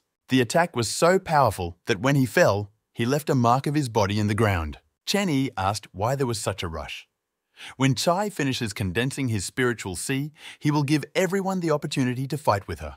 Then he added threateningly that if right now anyone dares to take even a step in her direction, he will die. Everyone present looked at him in fear and did not dare to utter a word. At this time, the princess continued to calmly and focused on the task assigned to her. A ball filled with spiritual power had already appeared in her hands. Yu Qingzuan asked if the girl was even capable of condensing the sea. Li Yanhan replied that she had already succeeded in doing this once, if she was not mistaken. Seeing that she managed to reach the purple sea, everyone immediately began to discuss that this was due to the fact that she had received the inheritance of the Lord. The power of the Suanyuan dynasty should now increase due to her achievements. But then, people noticed that from the purple glow in the girl's hands, a golden color began to break through. A strong wind rose, and golden energy rays began to hover around Princess Qianfan. Everyone was shocked at how she managed to reach the legendary golden spiritual sea. The teacher was proud of it, and the system exclaimed with satisfaction that it now knew what it looked like. Finally, the girl came to her senses and reported that she had succeeded. The man patted her on the head and said that she had done well. The girl thought she was amazing. The third brother did not understand how this happened because Bei Yuzhen destroyed her meridians, and even if they were restored, cultivation would be impossible. Then he wondered if that Taoist was God by chance. After all, he helped Qianfan recover in such a short period of time, and in addition, she was still able to reach the golden spiritual sea. The teacher pulled Qi's cheek and said that he shouldn't be so proud of himself. The girl exclaimed that he was too strict because there were very few people all over the world who were able to concentrate the golden sea. The mentor said that since she had already dealt with it, Now she should prepare. The princess did not understand why exactly. After that, he addressed the crowd and said that, as he promised, now anyone can challenge it. Those below the Soul Realm can form teams or attack alone. He didn't care. But he warned that if someone decides to sneakily attack from behind, he will not leave here alive. Minus concluded that there was definitely something wrong with this Taoist because he killed Elder CI with one blow and it was impossible to stay here anymore. We need to hurry to our father and report the current situation. The princess, with tears in her eyes, said that the teacher had deceived her again and allowed these people to attack her in whole groups. He replied that it was only the kingdom of the soul. In the world of the ruler of humanity, everything will belong to her alone. You need to convince more people of this, and this will require demonstrating your power. The system said that in short, the owner wants her to beat them all. At this time, the guys did not dare to challenge her because she had condensed the golden spiritual sea. Plus, her teacher killed the elder with one blow, and being at the level of the mortal realm, she managed to get the Lord's artifacts. Footsteps were heard behind them, and the girl's voice said that if no one wants to go, then they are ready. It was Li Yanhan, the chief disciple of Daluazuna, and Yu Qingxian from the Holy Land of Yuilun, who shouted to the new Lord to condescend to them. Those around them immediately began to shout that an interesting show was about to begin and that they needed to take seats in the front row because these two girls were not only beauties, but also geniuses. Chai asked if he really wanted her to fight. The mentor said that she went through the tests of the tomb and is still afraid of something. She replied that it was a different situation and with him, she was not afraid to use the flaming spirit. The man pushed her in the back and told her to be more confident in herself and not forget about her new status. The princess was upset and thought that the teacher could not deceive his student and that in general those two girls were her idols. Li said that in the tomb she noticed the unusual fighting technique of the new Lord of People. And now that she had a chance to fight with her, she asked for advice. Qian. Fan collected her thoughts and thought that the teacher was right. She is, after all, the new ruler of people. Then she shouted out loud for her rivals to start attacking her. They noted that the 9th princess was not going to use her weapon along the way, which means she underestimated them. Instead, she condensed her spiritual power, which was not a bad method. Without wasting time, the girls began to attack our heroine from both sides using their swords. Before the guns clashed in the very place where the new ruler stood, she managed to jump up and was not hit by them. She then flew down at high speed, holding her fist out in front of her. Li and Yu were lucky to jump in different directions in time, and it turned out that Qi hit the ground with all her might. Yu was horrified by such powerful brute force and thought that if she encountered it, she might lose her arm. She then decided to use the secret technique of the Yuilun Holy Land and pointed a dozen swords towards the princess. But the girl managed to successfully fight them off and remain unharmed. The main student of Daluazuna was not going to calm down and again rushed to attack our heroine. She had no choice but to use the divine fire spear technique. The rival asked if she was using weapons because she was using spiritual power. The girl replied no. This is because she simply does not have a weapon. After that, she apologized and hit Li Yanhan with her fire spear as hard as she could. Meanwhile, Yu Qingxian again decided to use the secret technique of the Yuilun Holy Land and pointed the swords towards our heroine. But the girl repelled them all with one swing of the divine spear, and in such a way that they began to fly apart in different directions. Then, in the blink of an eye, the princess was near Yu and pointed a spear at her. After that, she asked the exhausted girls whether they wanted to continue the fight. The girls answered in unison that no. The crowd looked at it all with their mouths open in surprise. Everyone began to discuss that they had now seen what the divine power of the 9th princess of Xianyuan was capable of. The Golden Sea was impressive, and some of the best fighters were defeated. Qianfan thanked her sister mentors for such an interesting fight and her victory. The girls admitted that they did everything in their power, but still lost. Only by using the spiritual sea was she able to defeat them, and it is not surprising that she became a ruler. They didn't expect Qi to be worthy. The princess ran to the teacher and said that she had won, expecting to hear praise in return. He said it was a great job. But then he added that she seemed a little arrogant. Qian. Fan replied that before she could not even dream of defeating even one of them. But today, she managed to defeat too. The city leader said that since the princess received the inheritance, it is an important event for the human world, so it is necessary to send out this news to everyone. Then he thanked him for his help in fighting the monster that appeared in front of the tomb. After that, he said goodbye, and everyone present flew away, turning into small lights. She asked if she would be famous now. The master replied that these lands were called the world of the Lord of Men, because the past lords were strong enough to allow this world to take a place in heaven. Now she is not the 9th princess of the Xianyuan dynasty, but the ruler of the human world who will dominate in the future. The girl said that she felt some kind of pressure. Suddenly, a voice was heard asking if it was really her. Kanvu said that her meridians were destroyed. This was the supreme elder of the Xianyuan dynasty, Fenho. He was at the peak of his martial arts skills. The girl called him Grandfather Fen and asked what he was doing here. He seemed to be going into seclusion.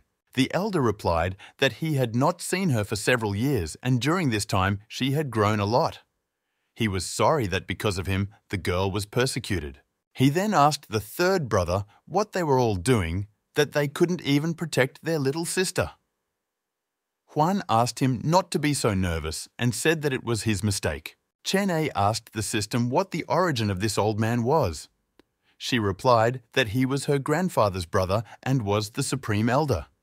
He will die in a couple of years after attempting a breakthrough. During his lifetime, he dearly loved Qianfan. Fenhao invited her to return home with him because now no one would dare touch her, and if that happened, he would deal with everyone. The girl glanced at the teacher.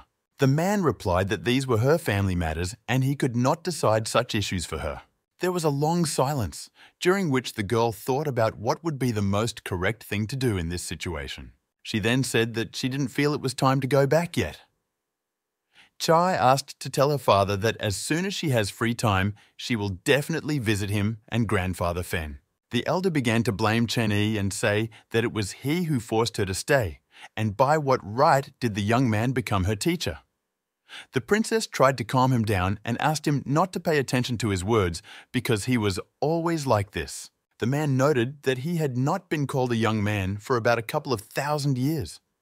A ball of energy began to form on his finger. After that, the luminous sphere quickly flew towards the old man and hit him right in the forehead. Brother and sister began to get nervous and ask what he did to their grandfather, and most importantly, why. Suddenly, the elder jumped up and threw the children away from him, telling the children to move aside. Then he silently moved towards Chen Yi, and the relatives became even more nervous so that he would not do something stupid now. As he came closer, he fell to his knees and said that he dared to offend the ancestor.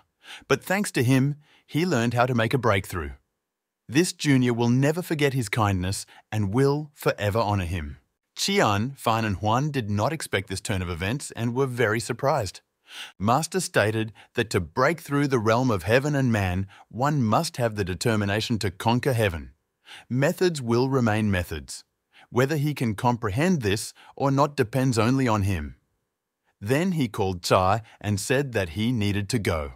Huan noted that this man was able to easily convince Elder Fen and even taught him how to make a breakthrough. He himself must be of higher status than the realm of heaven and man. The new lord told her snake Xiaoqin to duck down because she could not climb on him. Relatives watched her actions in stupor. Having climbed onto it, the girl said that it would be her first time flying astride him, so she was a little nervous. The system informed the owner that one hidden task had been discovered for him. It said that someone was behind the attack on Qi. The third brother clearly knows something.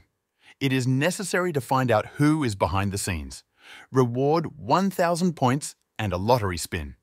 If you fail, there will be no more side quests. Xiao Shai said that it seemed like some kind of coercion and thought that if he failed, he would get the prize anyway. The note stated that the reward for the Spiritual Sea Realm quest was only received now due to special circumstances. There are 5,000 points in total. A lottery game and a new task for the Kingdom of the Soul has been opened. The system said that there were too many words, but the owner did a good job and the mentor would introduce a new friend. Chen Yi replied that in this case, he would immediately move on to solving the task at hand and grabbed the third prince with magical shackles. Having taken off on the snake and dragging him along, the guy did not understand what was happening and asked Grandfather Fen to explain everything and help him. The elder shouted that the ancestor had his own plans, which he was not aware of. Juan said that he had never met the ancestor and asked what the younger man had done wrong. Then he asked his sister why her teacher tied him up and took him with him. She replied that she did not know what exactly the teacher was going to do, but apparently there were reasons for this. Then the girl quietly asked Chene why he tied up her brother. Did he really want to accept him as his disciple? But the man didn't answer. After that, he turned to the prince and ordered him to tell about the persecution of Xian, Fan, because he should know the information more than anyone else. Juan was speechless in surprise. He never expected that he would be asked exactly such a question. Seeing his reaction, the princess realized that he was somehow involved in this. He said that he was aware of the attacks on his sister, just like all the other brothers were aware of it. Chai got angry and asked why, because she and her mother never got into arguments and she never had conflicts. She is a woman, so she could not claim the throne. Why did they do this to her? The brother replied that this is the whole essence of the imperial family, and she knows about it. She just doesn't want to believe it. Although he knew about the upcoming attack, he would never harm her. The reason he can't tell her everything is because all the brothers who are aware of this story are cursed, except for the seventh. If he calls the name of this person, he will die. Chen Yi asked to know his name and promised to protect him from death. Juan replied that in fact, a person who used such a method must understand that sooner or later the whole truth will come out.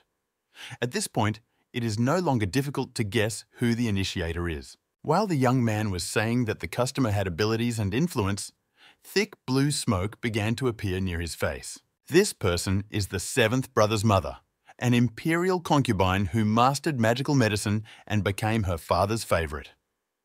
Black streaks began to cover part of Juan's face. Suddenly, a huge hole appeared on his stomach with a bright glow coming out of it. The brother screamed desperately. Next, a huge demoness with red eyes crawled out and said that he was apparently tired of living. Then she added threateningly that if he wanted it that way, then let him die. The third prince made his choice. The princess was horrified by what she saw and screamed what she dared to do to her brother. The demoness noted that it turns out that Qianfan is not dead, and Bei Yudzin are simply scum who are incapable of anything. Then she stated that all this was no longer important, because now she could personally deal with the girl and the fate of this world would be only in her hands. But suddenly, she was tightly captured by magical shackles and she could not understand how this happened. It was Chene who said that seeing her good luck key, it could be concluded that they were not from here. The witch asked who he was. The man replied that it was not important and now she must explain how she could dare to try to harm his student right in front of the most respectable man. Then he asked who gave her such courage and extended a finger to her forehead. The demoness guessed that he wanted to get into her memories. She screamed, the ninth heavenly incarnation, and was immediately torn into pieces. The mentor noted that, knowing about her loss, the witch decided to blow herself up. Meanwhile, in the Xian Yuan Imperial House, a boyish voice was heard saying that, thanks to the instructions of the concubine's mother, he could now experience the intermediate level of the spirit sea realm. This was the seventh prince, Chi Haotan.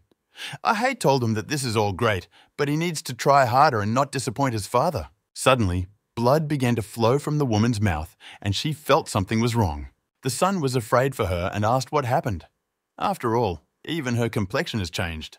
Covering her mouth with her hand, she said that she was fine, and the imperial child needed to leave as she wanted to be in silence.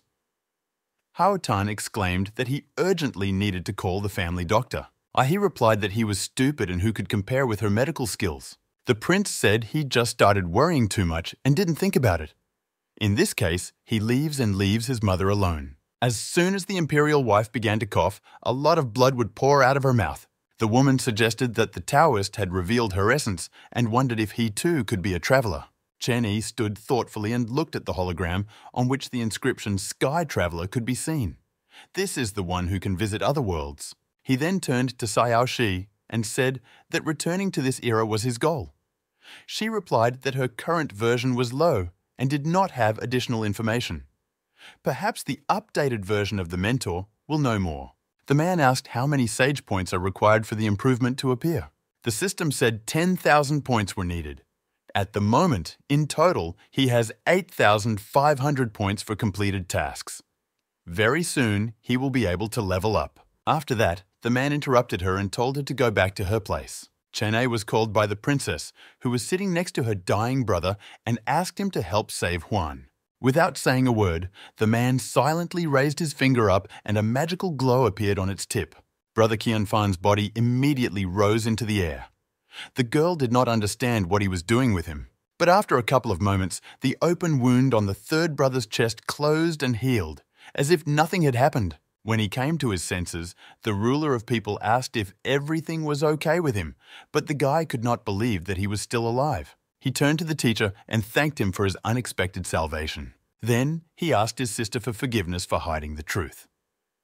Choi could not believe that this woman, with excellent medical skills and a kind heart, was capable of doing such a thing, even with cruel methods. After that, she added that she did not hold any grudge against her brother because it was not his fault. The man asked the third prince if he could fly. He replied that he was new to the kingdom of the soul, so he had not yet learned the technique of flight. Chen said that this is even better. At that same second, the brother was tightly grabbed by magical shackles, and the mentor pushed him with 2 fingers so that he flew down from the kite. The teacher added that he was no longer needed, which means he could go. The brother shouted that they forgot to untie him, but the mentor said that he who was born to fly will not die from heights. The girl was generally in shock and worried that he would break. The princess asked the man if he was angry. He replied that no, he simply considered her relative too stupid. The ban imposed on him could be destroyed by at least 3 people from the ruler's world. Chai, the elder of the Seanyuan dynasty and the lord of the people from the tomb, would have easily defeated this woman, but her brother chose to simply remain silent and then ask for forgiveness for his action. The girl realized that the teacher was very angry because he even began to talk more than usual. Suddenly they saw a bright glow in front of them. "Qian," Fan asked what it was. But before they had time to hear the answer, a powerful explosion occurred right in front of them. It was the fiery Lu Xian from the Flaming Lotus clan who held a fire cannon in his hands and declared that they would be finished off in one shot. Next came people from the Red Lotus demon sect, Yan Gugu Min and Yan Chichi Siusiu, who declared that everyone who came out of the tomb should be destroyed. They thought they would meet someone strong, but here there are only 2. Attacks began to fall on our heroes one after another, but they were in a protective sphere that prevented harm. The princess exclaimed that these people were from the Red Lotus demon sect. The man replied that the breath of the members of this sect was truly disgusting. The system cautiously stated that it was detecting the owner's growing desire to kill, but asked not to do this as it was just a small clan. The man replied that he had his own opinion on this matter. Lu Xian was surprised that they still managed to block his attack. Perhaps there was once a protective artifact on the man's body and thought that they definitely could not withstand another shot. Having fired, he shouted for the scarlet smoke cannon to destroy them. A huge ball of fire was quickly approaching our heroes. Chai tried to at least cover herself with her hands, and Chen remained motionless in his place. Then the man began to draw some magical symbols in the air. Upon collision with them, the fiery sphere simply dissipated and disappeared. Gugu Min and Chi-Chi were surprised that the fire cannon did not work and could not understand how this was possible and what kind of spell it was. Meanwhile, many fire snakes appeared around Chen Yi and hovered near him. Then he calmly said that now it was his turn and sent the dragons to attack the insolent youth, who was immediately destroyed. The young man noted that this was radically different from what the head of the sect said. He has a heavenly kingdom, like their head, or a heavenly kingdom in general. After that, he came to the conclusion that he would have to give it his all and put the vessel in front of him. The man again began to calmly draw magical symbols in the air. At this time, a huge black snake appeared from the vessel and the sect member shouted for it to prove itself. Gugu Min agreed that the man was incredibly strong, but the poison of this creature is capable of corroding the soul. As soon as even a drop falls on him, there will be a chance to escape from here. Chen said the word, "Disappear," and after that, blue magical rays fell on the snake. They simply cut his torso into many pieces as if with an incredibly sharp knife blade. The young man also died. The man noted to himself that he had not drawn such a low-level spell for a long time, and his speed was slow. Having lost 2 of her friends in a few minutes, Yan Chichi Siu was left completely alone and had nowhere to run. Instantly finding himself near the frightened girl, Chenny noted that her breathing was different from the others. The sectarian immediately began to ask for forgiveness and say that she was just an external disciple, so she followed the orders of the head.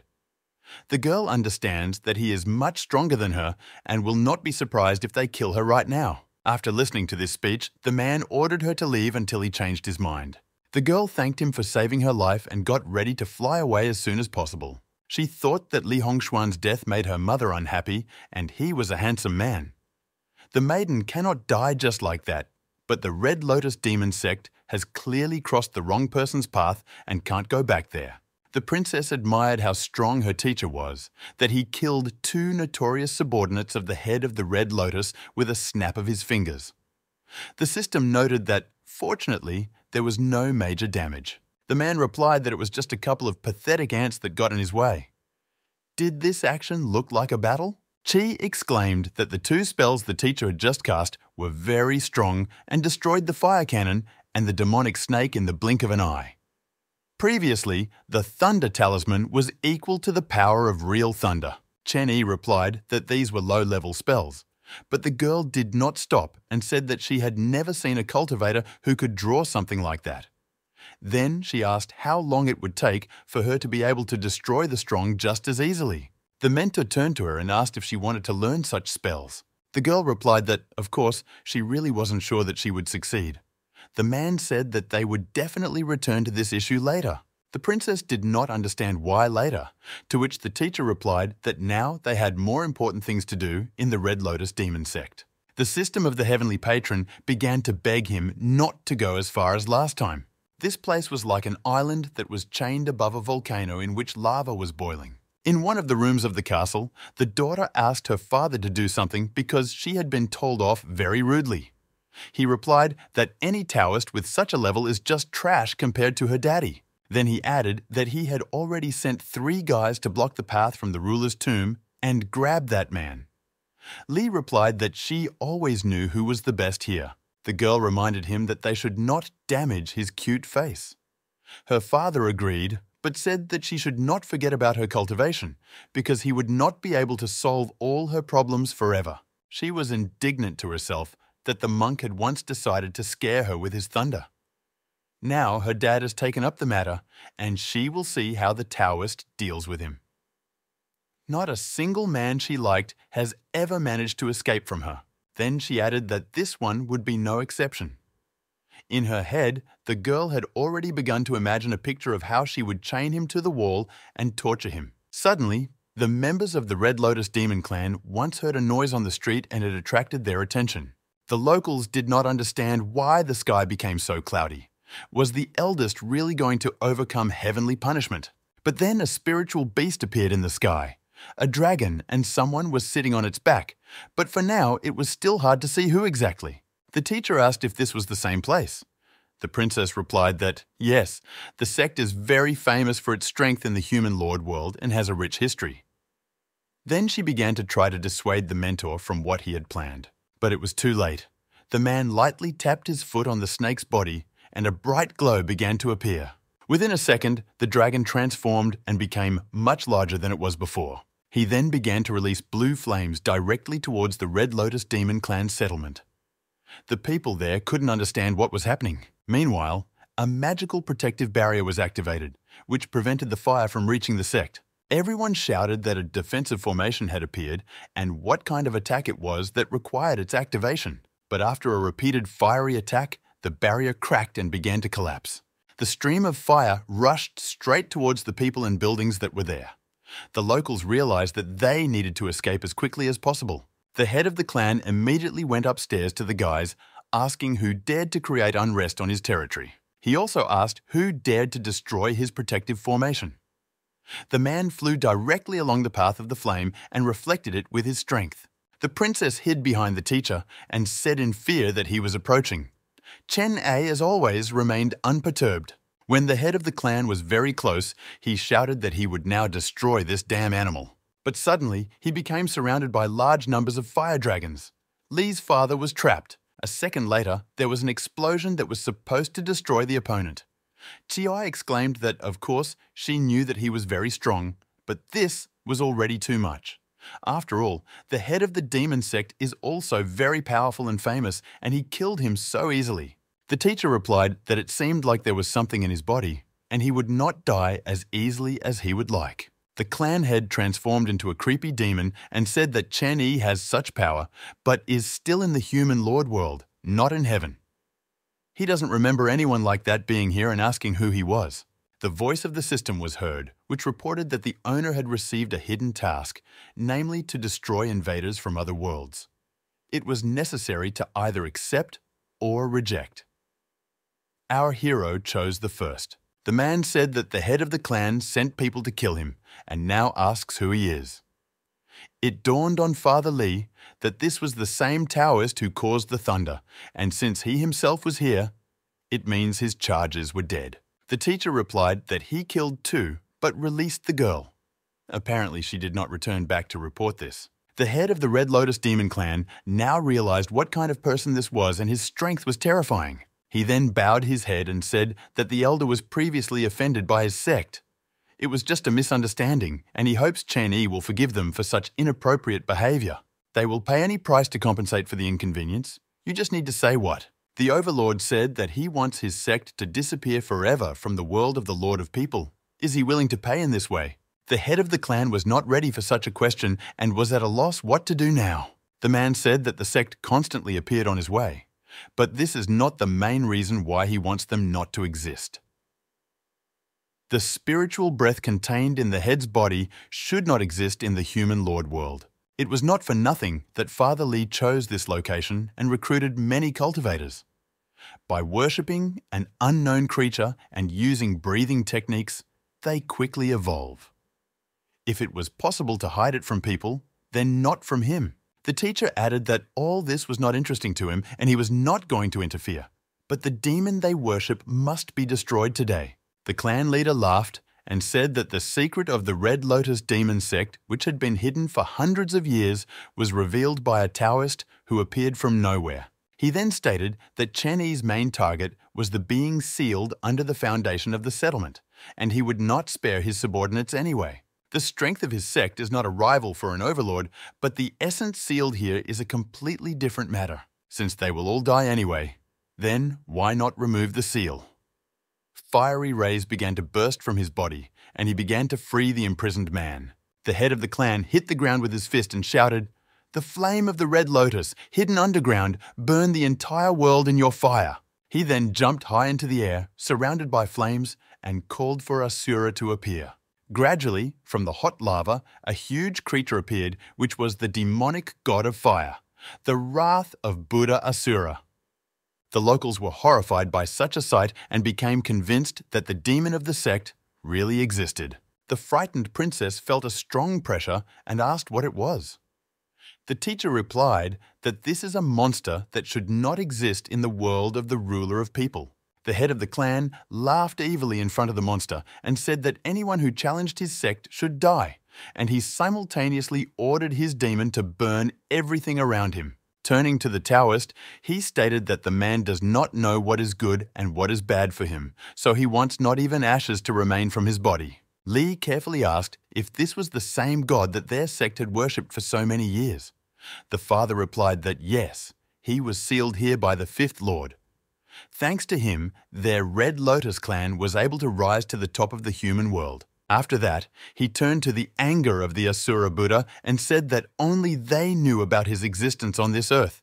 And now he removed the seal that prevented him from breaking free. Now the head of the clan orders him to destroy that Taoist and turn his remains into ashes. Asura roared that 800 years ago, the ruler of the human world sealed him in a place where there was not even a ray of heavenly light. And now he dares to point out what was once petty garbage of the level of the heavenly kingdom. Stuttering, the head of the sect replied that he had removed the seal from him, which means the demon must now obey his will. The demon god screamed. The ant died and swung his gigantic sword. Having made a blow, he pierced the island on which the sect was located and destroyed everything that was there. He then turned to the ruler of the people, Mo Tanya, to let his world pay for his hatred of all living things. He will burn everything around in endless flames. The princess was confused and said that this demon is crazy. How can they deal with him now? Keeping complete calm, the man said that she wanted to learn spells and called her to come to him. He will demonstrate this only once, and she must remember everything clearly. The girl wanted to say that she was not ready at the moment, but her mentor interrupted her and ordered her to focus all her spiritual energy at one point. This was the first time she was so close to the teacher. Previously, the girl had not noticed that a subtle aroma emanated from him. His face was too close, she was embarrassed, and could not concentrate in such a situation.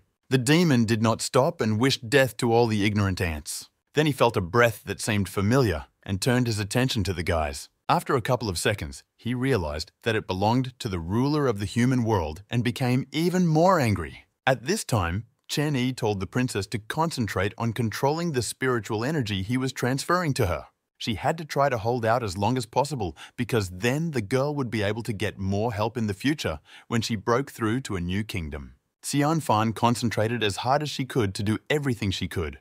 The demonic god approached them closely and wondered why the ruler of the human world was here.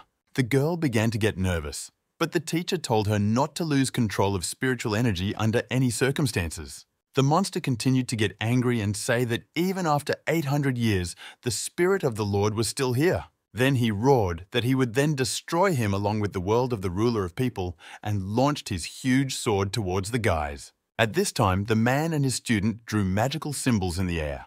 A protective barrier immediately appeared around them, which resembled an open flower. As soon as the sword touched the sphere that protected our heroes, it began to disappear as it penetrated. The demon god had not counted on such a turn of events and was surprised. The princess shouted that she was already at the limit and was thrown into the air. The man continued to calmly watch everything. When the girl completed the last symbol, a powerful energy flow went straight from her to heaven. The clouds began to thicken, as if in a whirlpool, and powerful peals of thunder were heard, accompanied by lightning bolts. The wrath of Buddha Asura stated that he was not afraid of any lightning. What can they do to him? Now he will smash them all with one blow. But suddenly, an impressive stream of energy fell upon him, destroying everything around him. The monster was surprised that for the first time in his entire life, he saw a lightning bolt of such power. The princess spent a large amount of spiritual energy, so she began to lose consciousness. The teacher picked her up. The system stood with its mouth open, then said that Kion, Fan is amazing. She turned this thug into a small puddle. The man replied that unfortunately this is not so. Xiao Shi grinned and said that it was impossible. When the smoke cleared, a demon appeared and asked where the 9 heavenly lightning tribulation lightning storm had come from in this low-level world. The system exclaimed that he had survived after all. The monster stated that he was too careless, and when he regained his spiritual strength, he would show them all. The Lord asked that he really thought that he still had a chance to escape from here alive. After all, he dared to call himself God in his presence, which means his fate is predetermined. The demon began to stutter and say that the man was not from this world and who he even was. Chen Yi said disdainfully that he did not deserve to know this and pointed his finger, on which an electric discharge was generated, towards the monster. A powerful electric current pierced the head of the demonic god through and through. He roared loudly, and a large number of lightning bolts began to spread throughout his body. A few moments later, there was a powerful explosion that tore him into small pieces. A smoldering piece of the mask of the formidable, demonic god Asura fell to the ground. This is all that is left of him after the fight with our heroes. The system said that by killing this monster, the teacher created such a huge tunnel in the ground. But why do they go down there? The man replied that this is where the key of this island is located. Xiao Shi then flew up to Qi, who was unconscious, and asked if she would be okay. Chen Yi replied that she was not physically tired, but simply mentally exhausted. The heavenly patron system stated that it did not understand why its master poured so much spiritual energy into the girl. He replied that whether it is a person or any other race, they all have fear of something unknown. Breaking into a new kingdom entails an increase in strength, and this frightens some. For many centuries, due to the fear of death, people stopped their development. Feeling the energy of the realm above will help Chai increase his progress in the future. She exclaimed that the master used a lightning spell so that the princess could feel this power in advance, and this would allow her not to be afraid when she goes through heavenly punishment in the future. Sayao explained that at first she thought that her master was adhering to some kind of ritual, so she allowed Qianfan to shoot that big guy. Meanwhile, the princess began to come to her senses and muttered that her meridians were full. Suddenly, the dragon swung its tail and the girl fell to the ground with all her might. The teacher's voice was heard, who said that since she had come to her senses, let her come to him. The girl asked where they were and what happened to that monster. Chenny replied that he had resolved the issue with the demon and now they are under the foundation of the Red Lotus demon sect. She exclaimed that there was nothing at all here except a pillar. The man said that part of the key of the world of the Lord of People still lies in this place. He then began to draw magical symbols in the air again. After this, everything around shook and a huge crater appeared, from which stones began to rise upward. After a moment, a golden symbol floated out from there. The girl noted that the spiritual energy was very strong. The teacher explained that with the help of Kishu, the fifth lord sealed the demon god hundreds of years ago. But unfortunately, the anger of the Asura Buddha was too weak, which is why the Kishu hidden here is so small. The girl said in disappointment that she thought that monster was incredibly strong. The man then told her to channel spiritual energy into the Lord's seal. After activation, energy rays appeared from the artifact, which dug into the Kisha, drawing strength from it. A few moments later, the seal directed it all at the princess, who got scared and screamed. The mentor told her to calm down because the artifact had transformed the spiritual energy of Kishu into spiritual power and was now transferring it to its owner. It's the same as how he poured some of his energy into her during the fight. There was a lot of energy and the princess's meridians were overflowing, but it was a little weaker than when the teacher did this, so she would be able to withstand it. The girl began to sense the seventh layer of the spiritual sea realm and exclaimed that this Kishu was incredible. Chenny said that there is nothing to be surprised about. Kishu is a crystal that accumulates spiritual energy over the years. Her seal of the Lord was reunited with this thing and will now constantly supply the girl with spiritual power. The girl exclaimed that the endless supply of spiritual energy was very cool. This seal is worthy of the title of an artifact of the ruler of people. The teacher said that they defeated the demonic god, took the crystal, which means now it's time to move on. Qian, Fan cautiously asked where they would go, perhaps to other islands in order to pick up Kisha there. He replied that the disciple had not yet reached the peak of the spiritual sea and there was no need to collect crystals now.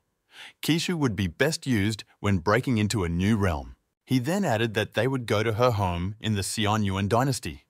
The girl couldn't even find what to say. Already on the road, the princess asked if she was returning home with ends. She thought that looking back on the time spent with the teacher, it all seemed like some kind of dream. Chenny saved her when she was being pursued by the Bei Yudzin group in the snowy mountains. He restored her destroyed meridians and taught her Taoist scriptures, helped her obtain the legacy of the ruler of mankind from the tomb, and she became the new ruler of this generation of the world of the ruler of mankind. But the only thing she didn't understand was why the mentor was so kind to her and what he really needed from her. The thought flashed through her mind that perhaps he had some feelings for her, but she immediately began to push these thoughts away. Noticing that the girl was blushing, the system and the man began to ask what was wrong with her. The princess again asked why they were returning to Xianyuan. Was it to deal with Aihe? Chenai replied that the woman really needs to be dealt with, but that is not the main reason. He needs to confirm one thing as a teacher and at the same time give her a special training. The girl did not understand what other special training might be in her native land. After some time, they arrived in the Xianyuan dynasty, namely in the city of Lingguan. Sitting at the table, the bored princess asked if this was his special practice. It turned out that they were once at a lecture, and the old man from the stage was broadcasting that today they would talk about the Xianyuan dynasty. We must remember the times when the winds raged. The world was divided into 3 parts and needed heroes. The mentor noted that this was the first time he had heard something like this. The girl thought that apparently he liked such stories and added that this particular one sucked. Listening to the story, the teacher smiled. Fan was surprised by this reaction and seemed to see him smile for the first time. The voice of an old man was heard, who said that that was all for today, and if anyone is interested, then come next time for the continuation. Then he added that he hoped people with pockets full of money would give him a little for his efforts. Chen-yi called him to come over. Grandfather stated that private storytelling requires an additional fee. The teacher said that he knew a lot and let him answer the question whether in recent years there were famous individuals in the world who were rulers of people. The old man replied that if they wanted to hear about special people, then there were more than enough of them in the Xianyuan dynasty, and he could tell about them. He has a big story to tell about one of these. It's about concubine Ye. The woman was born with the ability to speak and knew how to read and write at the age of 1. At the age of 10, she came down from the mountains to help people. Later, thanks to her medical skills and upbringing, she became an imperial concubine. The princess had such an angry expression on her face that grandfather asked if she liked something. The teacher asked her to calm down and behave with restraint. Chi obeyed. Placing the coins on the table, Chen-yi said that, in addition, he was interested in cultivators with special backgrounds. For example, they overcame themselves to kill the enemy or had a miserable life, but were able to rise to the top and everything in that regard. The old man exclaimed that he was probably joking. Cultivators become stronger gradually. The stories he mentioned could only be in manhua. Over the past 100 years, Ehi has been the most discussed figure. The mentor thanked him for his stories and wished him a good day. The girl said upsetly that because of him she was now at 0 and the mentor should compensate her for everything. On the way, the princess asked what the training he mentioned earlier was, and before she could continue, he interrupted her and said, "That's right." She continued to say that it was like listening to stories about special people or something. She thought that he would teach her special techniques to improve her cultivation. The man replied that the experience of immortals is part of development, and it already develops strength quite quickly. The system intervened in the conversation and suggested that we just drink, eat, and have fun. The mentor said that rest is an important component. Without it, some people went crazy from overdoing it. The girl asked if this meant they had a day off. Chen-yi said to take it as a reward for hard work. Chi exclaimed that although she is inferior to the teacher in knowledge and practice, she will definitely give anyone a head start in entertainment. She is obliged to show him the best places in the city, where there is delicious food and fun. After that, she added that she already knew where to go, and the mentor would definitely like it there. He replied that then let him lead him. The girl was blown away by the wind. She just shouted for him to follow her. The system noted that she looked very happy. Chen-yi said that it was because she returned to her native place. She said that even if she became the ruler of people, she still remained a 15-year-old teenager. In general, the system thought that he would give her some kind of hellish training so that she would absorb all the Kishu energy, but not rest. He replied that Qianfan was developing quickly, so a break would not hurt her. Plus, he needs time to plan further training. Xiao said, maybe he will train Qi like he did someday. The man replied that he had never had a teacher and he had never taught anyone, so he didn't have any special plan. The system was surprised how he could become so strong without his own teacher. I thought to myself that this meant that even an omnipotent deity has his own problems. Approaching a building, Chen-yi asked if this was the very place that Qianfan wanted to show him. She replied yes. After all, when she lived in the palace, she used her special eavesdropping technique and learned that the soldiers protecting us loved to come here after heavy battles. The teacher asked if she even knew what this place was. The girl shrugged and replied that no, but everyone called it a paradise for men. This building was a brothel. The fallen women immediately surrounded the man and began offering to play with them. The unsuspecting princess exclaimed that these girls were so energetic and he simply had to go with them. Chuckling, the system began to record in its diary that today is the 5th of June 23rd year according to the Judean calendar, the Lord of Heaven was brought to the red light district. At this time, the man threw the impudent girls away from him with the power of thought. Then, with all his might, he slapped the girl on the forehead. She screamed that she was in pain. After that, he said that when they returned, Chi would write words of apology 1,000 times. The princess did not understand why or why. The girl sat sobbing and wrote everything she needed, but not understanding what she had done wrong because today was a day off. Chen Yi said that it is now safe to say that only imperial concubine Yi is a traveler in the human lord world. The system responded that it turns out they weren't just having fun today. He added that he thought what was the point in traveling back in time 100,000 years in order to accept former deities as disciples. Without him, Qi would not have become an overlord. But with the advent of other arrivals, the possibility of the opposite appears. Could a traveler who was not originally in this storyline be the reason the system moved him here? Therefore, he needed to make sure that Ahi was the only one. Shai responded that the version of this system was too small to provide extensive information on this matter. The owner said that there was no need to worry, and when he dealt with the concubine, the system could be improved.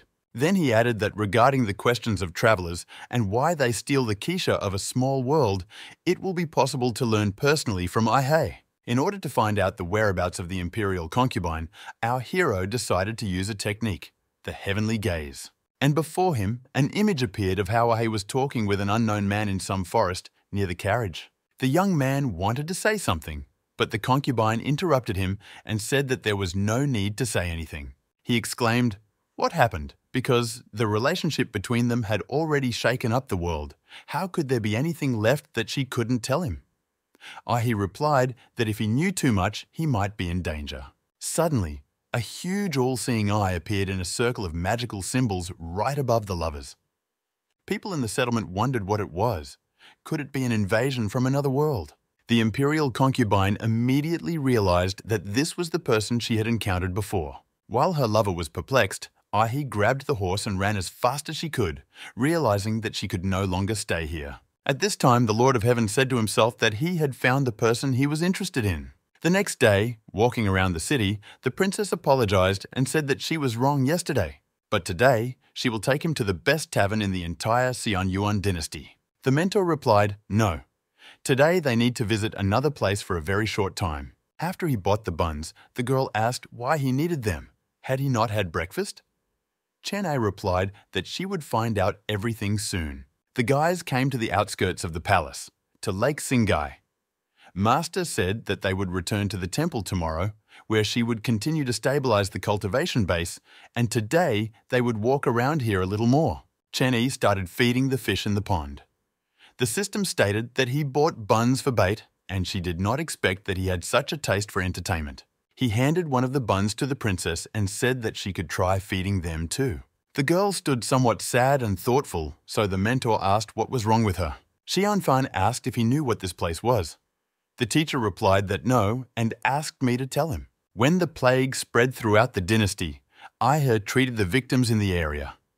Later, when she became her father's concubine, she ordered the Chesan Pagoda to be built here. They placed a statue of Iha inside, and within a 100-mile radius, everyone worshipped it. The concubine is not only the favorite of the father, but also of the people. There is not a single person in the world of the human lord who doesn't know who she is. Qi also wants to become a woman who will be admired by many in the same way. Then she shouted that she didn't do anything to her, but she wanted to kill her. If the teacher had not saved her then, she would have already been buried, somewhere in the snow-capped mountains. As soon as she thinks about it, she immediately begins to glow. Unexpectedly, a bird flying above their head pooped on them, but the teacher quickly put up a barrier from which the droppings bounced off and fell right at the princess's feet. This completely drove her crazy. The girl screamed that even the damn bird was mocking her. If she had hit the teacher, she would have made a roast out of her and swung her divine spear at the chick. The mentor stopped her with his hand and asked if she remembered what he had told her recently. You need to let go of hatred and keep your mind clear. She must not give in to emotions, and then she will be able to move on along the path of the immortals. The system emphasized that you cannot be angry yourself and anger others. The girl asked that the teacher really wanted to just let Ihi go. Just let her say it and she would do everything herself. He replied that she had misunderstood everything. Now the princess is the ruler of the people of this whole world and must live up to her status. Whether it is a bird, Ihi, or Bai Yujin, she will have to face more of this in the future. Simultaneously with his speech, he took a pebble and dipped it into the droppings. But she must not lose her real self. Then she can keep her mind pure and receive enlightenment. After this, he will be able to easily deal with any problems. And to those who ignore or provoke her, she must repay in the same coin.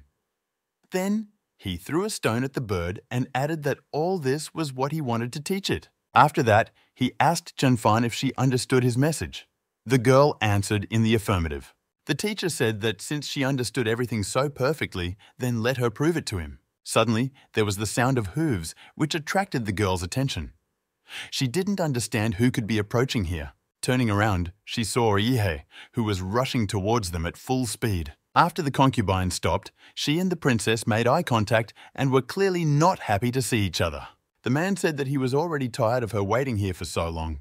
Chen A began to list appeals to women ranging from the imperial concubine to the healer Ai He. Then he added that either he should call her the traveler Yan Ihe. The woman realized that he was a wandering traveler just like her. The teacher replied that it doesn't matter who he is, but the kishu that she stole must be returned to the owner. At this time, the princess began to get a little excited. The concubine laughed at the word stole and pointed her finger at Chen Yi and said that they were the same.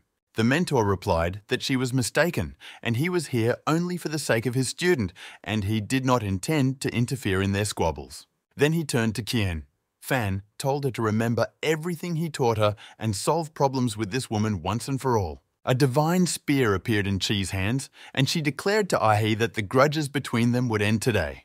The concubine replied that perhaps she was not a rival for this Taoist, but the girl was a completely different matter because she was still too weak. Suddenly, the Chesan pagoda exploded and the stones scattered in different directions. In its ruins, one could see an artifact stolen by the healer, the mountains and rivers of the 9 heavens. Ai shouted that she would take her life and the Lord's Kishu and then threw a powerful punch at Qi with her hand. The princess flew back a decent distance and fell into the water. The concubine then declared that the Kishu of the human Lord world was just a step on her ladder on the way to heaven and new worlds. The system said that this woman was at the peak of Gaikan. Plus, there was also an artifact. Xian, Fan flew off so much. Is everything okay with her? The owner ordered her not to panic. He turned to the man and stated that his ward had just been killed, and he would continue to stand silently with a stony expression on his face. He responded by asking if she really believed that with her level of cultivation and such a weak artifact, a woman could behave so arrogantly. The concubine replied that she knew that the Taoist was much stronger than her, but with the help of the artifact, she could escape at any moment.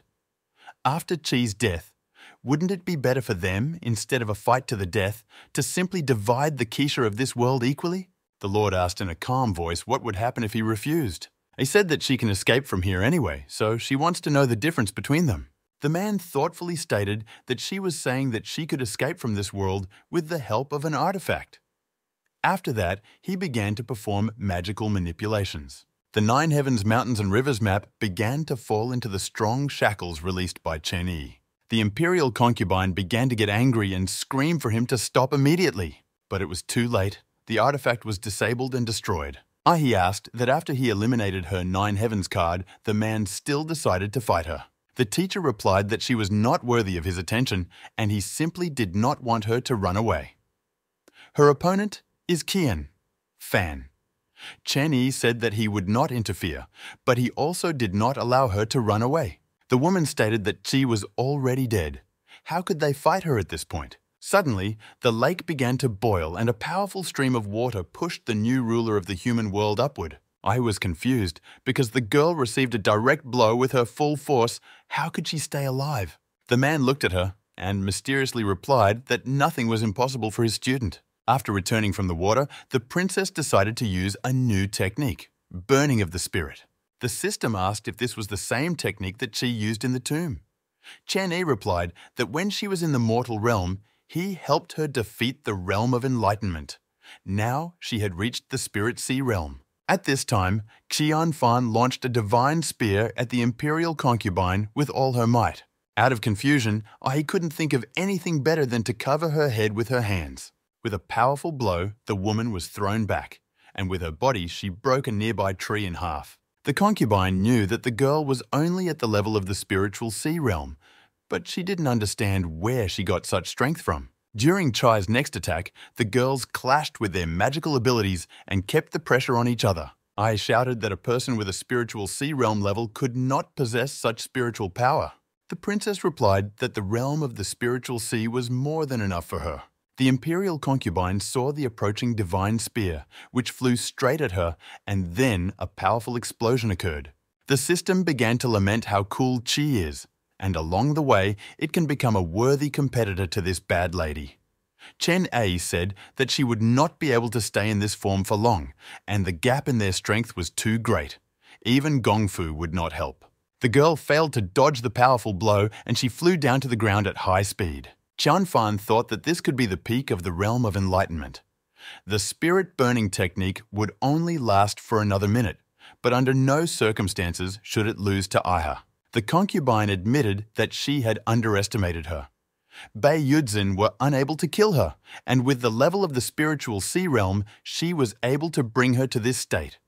So the decision to get rid of her was the right one. She then stated that she would first kill her, and then destroy everything she held dear, including her father and concubine. The entire Kishu of the human lord world will be in her hands, and then even Chen A will not be able to resist her. The princess got angry and shouted that she would never allow her to do what she planned. I sarcastically asked that it really depends on her. If her mentor does not intervene, then no matter how talented she is, and no matter how quickly she increases her strength, she will not be able to defeat the woman who holds the Nine Heavens map. Then she screamed, "Die," and directed all her spiritual power, transforming it into an energy ball at our heroine. Looking at how a huge clot of energy was approaching her, the girl began to remember what the teacher told her. He said that others should be treated the same way they treated her. The concubine had the map of the Nine Heavens, and Zui had the seal of the Lord of Men. Without thinking twice, she put the artifact in front of her, which immediately began to absorb Ihei's energy and transform it for Qianfan. The imperial concubine did not expect that the girl would think of doing this and was at a loss. Chai, at this time, absorbed everything that the press gave her. The woman shouted that even if she had this artifact, she was still at the spiritual sea realm level. Her realm is higher than Qianfan's. Plus, the card has accumulated a lot of Kishu over the years. What makes her think she can win? The princess replied that she took it from the fact that all the Kishu now belonged to her. Then she loudly declared that she was the ruler of this world and ordered the seal to take away absolutely everything. The artifact immediately began to absorb everything that I had been collecting for many years. A powerful energy flow threw the imperial concubine somewhere to the side, like a rag doll. Opening her eyes after the fall, the traveler saw a spear near her face and the princess, who said that the woman had lost. I laughed loudly and said, "Does she really think that she won and that everything will end after she is killed?" The concubine said that the girl was just a pawn in the hands of that Taoist and she really lost, but not to her. Taking the ruler of the human world as his disciple and using her to take all the Kishu of this world for himself was Chen Yi's evil plan. I continued to escalate the situation by saying that the princess, like a fool, was kept in the dark from the very beginning. Did she really think that he really chose her to be his student? Before disappearing, she added that after the girl collected all the Kishu of the world of the Lord of People, her mentor would kill his golden hen and take all the eggs for himself, and she would wait for Qi in hell. Noticing that the owner had been digging around for a long time in search of information, the system said that he could simply ask her what interests him. Then she added that, in her opinion, everything that the time traveler said before her death had a slight impact on Qianfan, because after all, she is still a 16-year-old child. He replied that he would take care of this later, but at the moment there were enough points to update. Shah didn't expect this to happen right now, so she was confused. The man said that the task of the Lord of People would be completed when all the Kishu energy was collected. But the appearance of the time traveler caused changes in some things. Why did those who steal Keisha appear here in this era, and how will this affect the future? Will anything change in other worlds? It's a pity that the artifact disappeared along with Aihe, and there was no way to get a clue. The system said that it is not sure that after the update there will be any clues about this, but additional functions will definitely appear. The reconfiguration will take a couple of days, and during this time, Shu will not be able to be near the owner. The man said that he understood everything and that in any case it was necessary to start. Then he pressed the button. Update. An energy sphere immediately appeared around Sayao, and the system exclaimed that they would see each other again in a few days. Opening the door, the teacher saw Xian Fan and asked if she was going to stand there until dawn if he had not come out to her. The girl was upset and was about to say something, but the teacher interrupted her and asked her to follow him. He invited her to an evening tea party with a beautiful view of the mountains and the night sky. The princess began to ask for forgiveness and say that she should not doubt her mentor, but it all torments her. The man said that she should not attach importance to the words of the imperial concubine. He then added that she had the opportunity to ask him 3 questions, which he would answer honestly, on absolutely any topic. The ruler of the human world said that she would like to know the name of her teacher because she had never heard it. While pouring himself some tea, the mentor replied that his name was Chen Yi, and now she could move on to the next question. Chi dreamily said to herself, "So that's his name, what a beautiful name," but then quickly drove away unnecessary thoughts because that's not what she wanted to know. Her second question was whether he needed the Kishu of the entire world of the ruler of people. Chen Yi replied that suppose he wanted to destroy her world, what would she do then? The princess replied that if such a day really ever came, then she would give all her cultivation to the teacher and then try to stop the master. The man patted her on the head and said that there was no need to worry because this would never happen. Even the girl could not understand why she had to become the ruler of the human world, because with such support from the teacher, anyone could be the ruler. Chen Yi replied that he had already said that he chooses students based on fate and understands her concerns. Even if the royal family and Baiyu Jin treat her poorly, she is still the ruler of the human world, and this is her home. Carrying the Kishu of this world, the girl must fulfill the duties of protecting it. He personally has absolutely no need for this kingdom and the local energy. Whether she is the 9th princess of the Xianyuan dynasty or the ruler of the human world, no matter what achievements the girl achieves in heaven or in future worlds, she will still remain his disciple. After her answer, the teacher said that she still had one more question that she could ask. To be decisive, the girl decided to drink. She grabbed the cup and began to greedily swallow the cherry alcoholic drink. The mentor said that, although it helps the work of spiritual power, one should not drink too much of it. Plucking up determination, Xian Fan asked if he was in a relationship or maybe even had a wife. He replied no.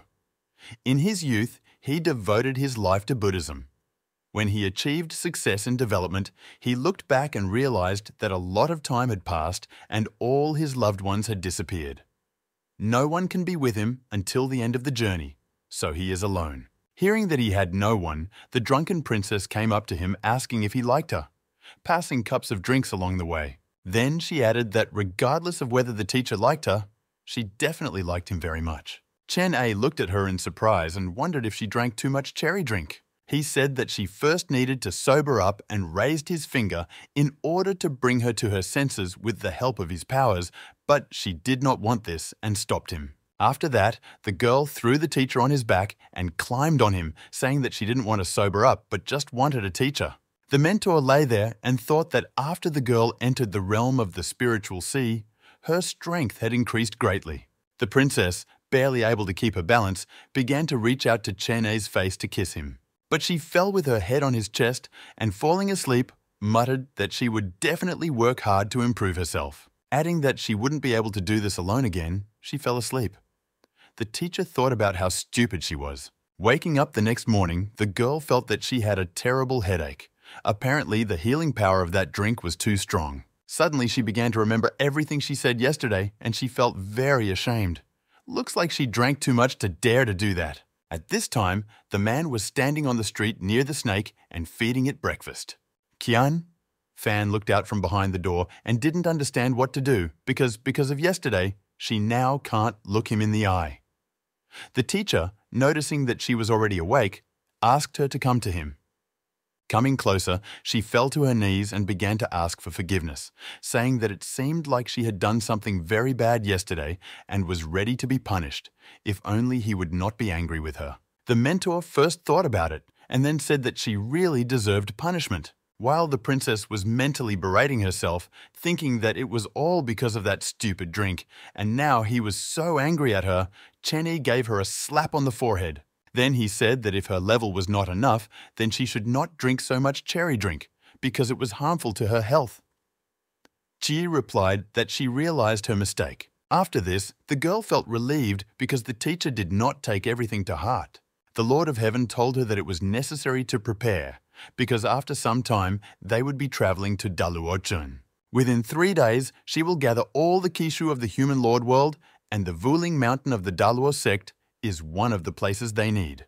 This place was located among a mountain range and included many islands floating in the air. After descending from the kite and stepping onto the ground, Chen A noted that the aura here was more abundant than he expected.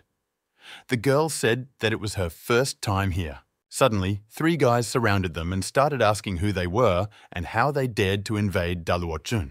Qian Fan said that it might be worth telling them the purpose of the visit because it's not nice to show up like that out of the blue, but the man replied that it would be too troublesome.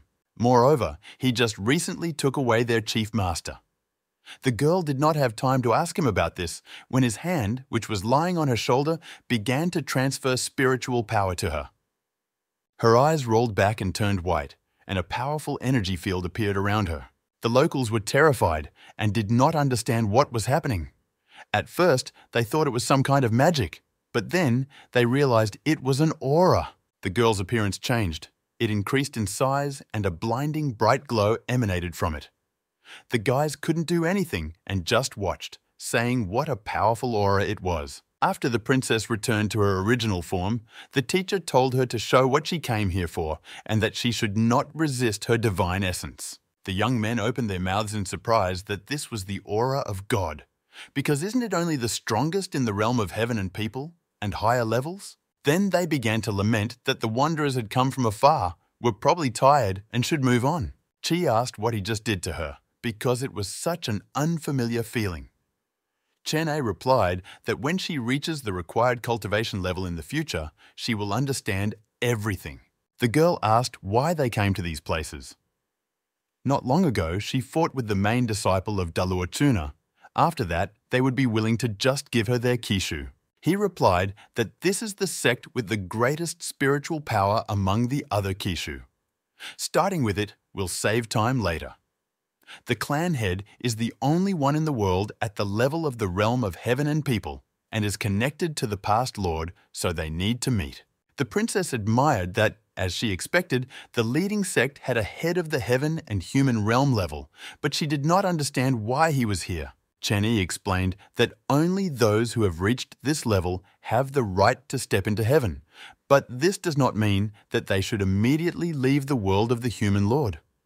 There is a price to pay and some responsibilities. A crowd of people were already waiting for them in the square, who immediately began to say among themselves that this was the 9th princess of Xianyuan, the future ruler, and that it was she who defeated their main student near the tomb. After looking at all this, Tzi said in confusion that she would not be able to defeat all these people if she had to fight.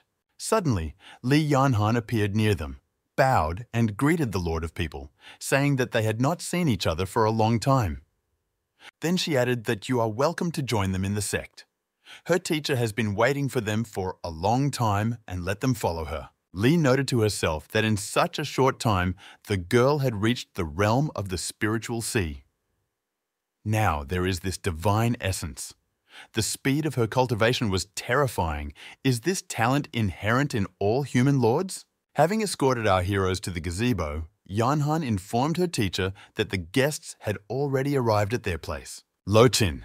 Yun invited the guys to sit down at the table and taste the freshly brewed oolong. The old man said that he had already sorted out their affairs.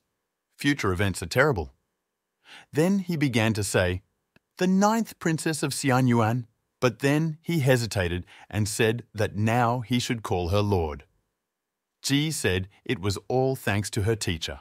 Lo replied that it couldn't just be luck, because in a short time she had reached the peak level of the spiritual sea realm, and he wouldn't be wrong if he called it a miracle. Chen Yi did not react to this and simply said that the tea did not taste bad.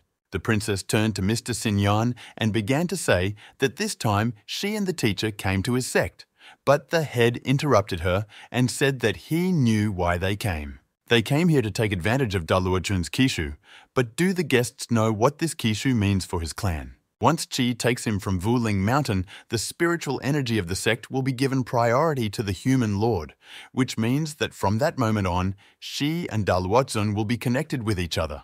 Then he asked whether Chen Fan had enough awareness to be responsible for so many lives and the future of his people. The artifacts of the ruler of people are just tests left by the past ruler, and only after acquiring all the treasures of this world can one consider oneself a full-fledged ruler. A blue glow appeared around him, and objects began to rise into the air. After that, he asked the question whether she was ready to bring prosperity to the world of the ruler of people. Seeing the flash of light, the locals guessed that it was their elder. But were they really fighting among themselves there? The girl thought to herself how strong his spiritual aura was. It felt like her internal organs were about to be crushed, but she couldn't give up. She is the future ruler of people, and you cannot always count on your teacher. You need to solve your problems yourself. After that, a divine spear appeared in her hand. Qi replied that she decided to bear this teacher and, of course, take full responsibility because she is the future ruler, and it will be natural for her to bear the burden of the common people of her world. After her words, their spiritual auras clashed in a fierce confrontation and a powerful explosion occurred. The assistant to the sect leader was perplexed as to why the master decided to take action. Li didn't expect the girl to be able to withstand the elder's pressure. The past lord appeared to the old man, who said that the golden spiritual sea is rare even in 1,000 years, and this spirit is stronger than that of the demonic beast. Lo added that there is still that stubbornness that does not allow one to give up. When their little competition was over, the elder noted that the girl was good. Even the previous generations of mature sovereigns had not been able to reach her level when they were in the spiritual sea realm. He saw her heart full of determination, which means she was able to pass his test. While drinking freshly brewed oolong, Chenny said that he had a question for the sect leader. If he continues to remain in the human lord world after reaching the realm of heaven and humans, then his development will stop and his body will gradually begin to age. Why did he decide to stay here anyway? Lo explained that he owed his kingdom to the instructions he received from the past ruler of people. There were many demonic cultivators here that only his level could handle, so he decided to stay. The man said that he had recently destroyed the main threat, the demonic god Asura, so for now, other demons would not do anything. In the future, Xian Fan will be able to deal with them herself. The elder was very happy to hear such news and thanked the most revered Taoist from the bottom of his heart. Lo Qinyun has been guarding this world for so long, and now he can finally be free and go out. Then he turned to those present and said that he was counting on them, because now the future of this world of the rulers of people is in the hands of the younger ones. The princess asked what was happening. Chen Yi replied that since he no longer needs to worry about the affairs of this world, it is only natural that he wants to go to higher realms. After some time, they reached the Forbidden Zone on Mount Wuling, where the artifact they needed was located. The princess was busy absorbing the spiritual power of Kishu with the help of the seal of the Lord of People. After this process, she said that the warm and powerful Kishu energy from the Daluochun sect felt completely different from that from the Red Lotus demon sect. The teacher told her that she would enjoy it later because they still had many places left to go today. After that, they flew further on their kite, and the members of the sect saw them off with exclamations and congratulations on their new status as rulers. The girl liked that they were so hospitable. Chen Yi said that a similar situation might arise in the next sect, and only by winning their recognition would she become a true lord. In the future path of development, she will encounter problems, and he will not be able to always be there. The princess replied that she understood everything and would try not to strain her teacher. He added that at first the girl was very shy, but now she is already performing well. The new destination was the Holy Land of Yulun, where our heroes were already waiting and went out to meet them to hand over the Kishu. After Luojin paved the way, the major righteous sects, one by one, also recognized the new human overlord. Chai received the spiritual energy of the Yan Yanzun clan. After this, the Kishu of the Tianzi sect. In total, over the entire day, the guys managed to collect the spiritual power of 4 clans. The mentor sat at the place where she spent the night and thought that with the power she received today and the Taoist scriptures that he taught her, it would not be difficult for the girl to make a breakthrough. He decided it was time to give her what she asked of him near the tomb. Then all that remains is to wait for it to break through into the kingdom of the soul. Then he began to take something out of the warehouse portal. The princess sat meditating and cultivating her spiritual power. Suddenly she was thrown into the air and many energy beams began to emanate from her. She was surprised that it was so easy to break into the soul realm. The unique techniques of her mentor and Kishu helped her a lot in this. Chen Yi asked her how it went. The girl happily reported that she had made a breakthrough. The man stated that the divine soul is formed and shines beautifully. This is a perfect soul, and besides, the process did not take much time. Qian. Fan did not understand what glitter meant and asked the teacher again. He replied that since now there would be no problems with spiritual energy and she could use spiritual weapons, then it was time to transfer these things to her. The girl was glad that the teacher had finally decided to entrust her with a weapon and immediately began asking if there were any special techniques for it. The man handed her the spear of the past Lord of Men and the weapons codex. She asked why he didn't immediately give her the things of the previous ruler. He replied that her first task was to get the inheritance. Everything else was not important. He just saved a couple of things suitable for her until she got stronger. Chen Yi gave her 3 days to combine the Taoist scriptures, the seal and records of the 9 Dragon Lord, the spear, the codex to consolidate her cultivation at the soul realm level. And in a couple of days, a fight would await her. The princess did not understand who she would fight with. The mentor said that he taught her to do with others the same way they did with her. She has already resolved the issue with Aihe, but there is another place where she must figure things out on her own. Qian, Fan asked if this is really about Bei Yudzin. He replied that it was true and advised me to prepare well. A few days later, they arrived at the Bei Yudzin group's location on Mount Yuya. The man said that this battle would be different from Daluotuna's test and could be very dangerous, but he still won't take part in it. Qi must deal with this problem herself. Qian Fan replied that she understood everything, and this battle would only belong to the 9th princess of the Xian Yuan dynasty as well as the Lord of People. Declaring that this was only her personal battle, the girl jumped down and found herself in front of the crowd of the group that had previously wanted to kill her. The head of the Bei Yudzin sect, Shenhan, came forward holding a Kishu in his hands and said to the girl, "Welcome." Qi was taken aback by how she was received and questioned what they were doing.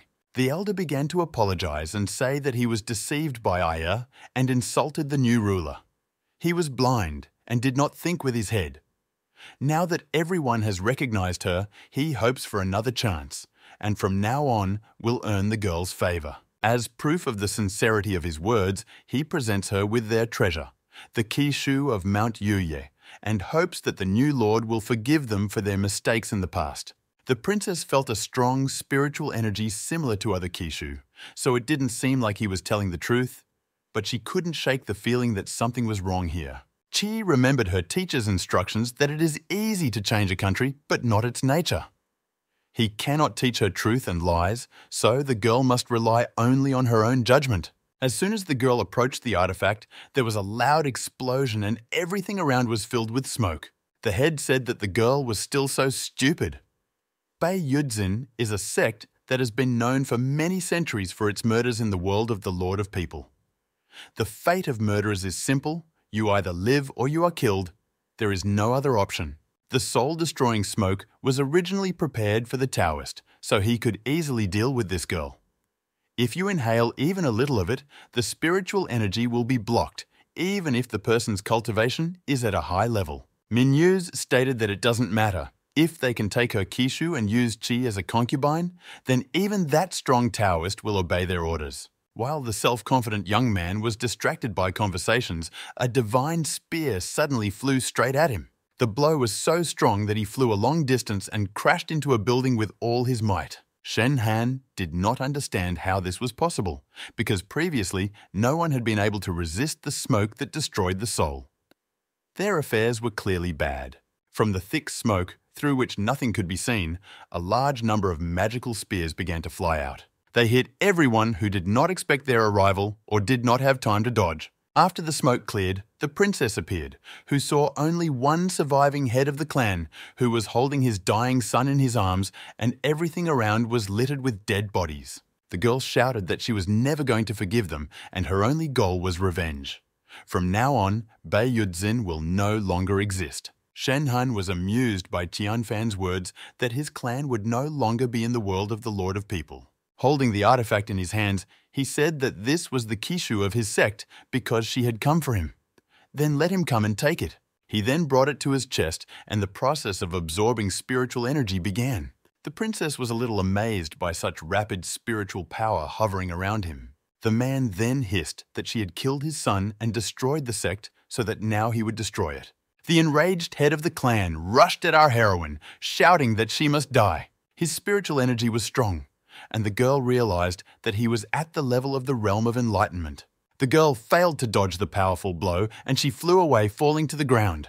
He immediately rushed towards her and swung his sword, but at the last moment, she managed to put a spear in front of her and hold back the attack. The princess realized that she could not fight head-on and needed to keep her distance, because he had enormous pressing force. Gathering her thoughts, with the last of her strength, she managed to throw him some distance away from her.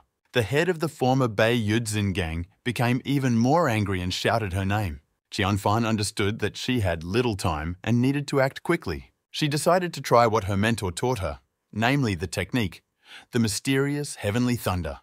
The clouds suddenly began to thicken, as if in a whirlpool, and brought down a powerful energy stream directly on the man. The girl noted that the thunder talisman was so powerful that it had consumed almost half of her spiritual energy. Chai told herself that she had to end everything right now before it was too late and ran towards the head of the clan. Suddenly, the thick smoke cleared, and the silhouette of a young guy appeared, who asked if she was the new ruler of the human world. The princess sensed a completely different spiritual aura from him and said that he was not Shen Han. He replied that thanks to the lightning strike that killed him, the young man managed to take possession of this body faster. The girl warily asked who he was and how he came here. The young man revealed that he was the result of Kishu cultivation on Mount Yuye, which had been going on for thousands of years. The girl, confused, clarified whether he really is a Kishu. He replied that everything was correct. The young man is the spirit of Mount Yuye, and his name is Kanchan Yuye. The young man noted to himself that it seemed that she did not have that artifact on her body. The princess carefully said that she was here to pick up Bei Yudzin Kishu. Without saying a word, Kanchan Yuye launched a large number of swords that flew at breakneck speed straight towards Qi. They all stuck into the ground around Qianfan, but none of them hit it. The girl was shocked by this turn. Then he shouted that he also directed 2 powerful energy streams at her. Luckily, she managed to dodge. The Lord did not understand what realm this Kishu spirit was in, but she felt that she could not defeat him. However, if he is the spiritual energy of Yuya Mountain itself, then it means that it can absorb him through the seal. The young man said that she doesn't even have that artifact. How is Chai going to do it? If he kills her and consumes all the Kisha, then the world of the ruler of people will be in his hands. The girl was outraged by such impudence and shouting, "Catch it!" She launched a divine spear at him, but a protective sphere appeared around him, which prevented him from achieving his goal. He laughed and asked if this was all the ruler of this generation could do. Declaring that he also likes to kill people from a distance, he launched dozens of magical, destructive rays at our heroine. The princess tried to deviate from them, but they changed their flight path and eventually overtook her and grabbed her. After that, a stone pillar quickly grew out of the ground, as if out of nowhere, and knocked Qianfan off his feet with a powerful blow. The girl understood that there was no way she could get closer to him and carry out an effective counterattack, so it was necessary to urgently change the plan of action. The young man sarcastically said that she was a pretty good runner and put his hand on the ground. At the same moment, thorny magical stems began to appear around the princess. They tightly tied the almost exhausted girl hand and foot and then began to choke her. The guy advised her to stop resisting, since his aura can corrode the spiritual power of others, and the more she fights, the faster she will die. He cultivated here for thousands of years before he became the most noble being created from the energies of heaven and earth. What did this helpless girl even want to take from him? Then he added that let her die obediently and he would take all her meat. But the princess exclaimed that he had finally closed the distance. Next, the seal of the Lord of People appeared, which was supposed to draw in the Keisha of the Bei Yudzin group. The young man admitted that it was not a bad move, but does she really think that she can defeat him with the help of some kind of artifact? Having torn apart the tenacious magical stems, the princess declared that in this case she would still use a spear. The young man did not expect that she would be able to get out of his trap and was immediately struck by a fiery lance which pierced him through. He muttered that after thousands of years of cultivation, he had finally gained spiritual power and obtained a human body. And now he will die at the hands of a once petty girl. The guy cannot come to terms with this, but it was already too late. The seal of the new ruler of the human world swallowed him whole. The girl noted that after everything that happened, she still managed and did not let her teacher down. The man could not help but rejoice at her success and thought that she was growing very quickly. At the place where she spent the night, the girl meditated and cultivated her spiritual powers. All the previously collected Kishu hovered around her. Hearing Xiaoxi exclaim that the updated version is already here, the owner glanced at it and asked how it became like this. She replied that in order to double the lifespan, she selected the power-saving mode. In this form, the system will be able to spend much more time with the Overlord. This time, not only energy saving is unlocked, but also the shopping center function is unlocked. The owner can use the Sage points received for completing tasks to exchange them for various items in the store. After receiving a slap from Chenyi, Xu began to fly around the room and bounce off the walls like a tennis ball. He then ordered her to return to her former appearance. Landing face first on the floor, the system said in frustration that it had simply made a mistake. The man asked if any information about travelers appeared after the update. She apologized and said that she hadn't seen any new clues in this version yet. It seems they can only wait until they find them themselves. Although he didn't find something that interests him, a task appeared with a new student. His next ward is the legendary demon ancestor Su Chan-sin, who is also known as the Lord. The hologram showed an image of a grey-haired girl sitting in a cage and chained. The man asked why she looked different than in the previous photo. Shu replied that she seemed so small, but in fact, according to the records, she was 2 years older than Chai. Although she looks a little different, she is truly Su Chanson. This is probably because they moved through time. It turns out that the demon ancestor is still underage. Chenyi stated that it was definitely her, and they would start the task with her after settling all the remaining matters with Huan Fan. The princess sat confused and wondered where she was. The teacher came into the room and asked what she was doing there. Chi replied that according to the teacher, there are 7 Kishu: Holy Land Yulin sect, Daluochun sect, Red Lotus Demon sect, Bei Yudzin sect, Tianzi Pavilion and Yanzan sect. But these are only 6, where is the 7th? The mentor replied that today they would go to pick up the last Kishu, and she knew this place very well and added that it was time for her to return after a long separation. The girl asked that he really meant the palace of the Xianyuan dynasty. He replied that it was true and she needed to prepare well. After some time, they arrived at their destination on their kite. Representatives of the imperial dynasty were already ready to meet them. The princess rushed as fast as she could to first concubine Lin Pin and ruler Qi Canhao, shouting that she had returned and how they were doing. But instead of the long-awaited hugs, the parents began to bow to their daughter and say welcome. The girl was confused and asked what they were doing. Then she added that they should not do this and let them rise. To which the emperor said that he only rules a small dynasty and she is now the ruler of the human world, so bowing is obligatory. She exclaimed that she was still their daughter. The father said guiltily that if he had not brought Hihi to the harem, then these terrible things would not have happened and she would not have had to suffer so much. Mom said that after she went missing, many people went looking for her.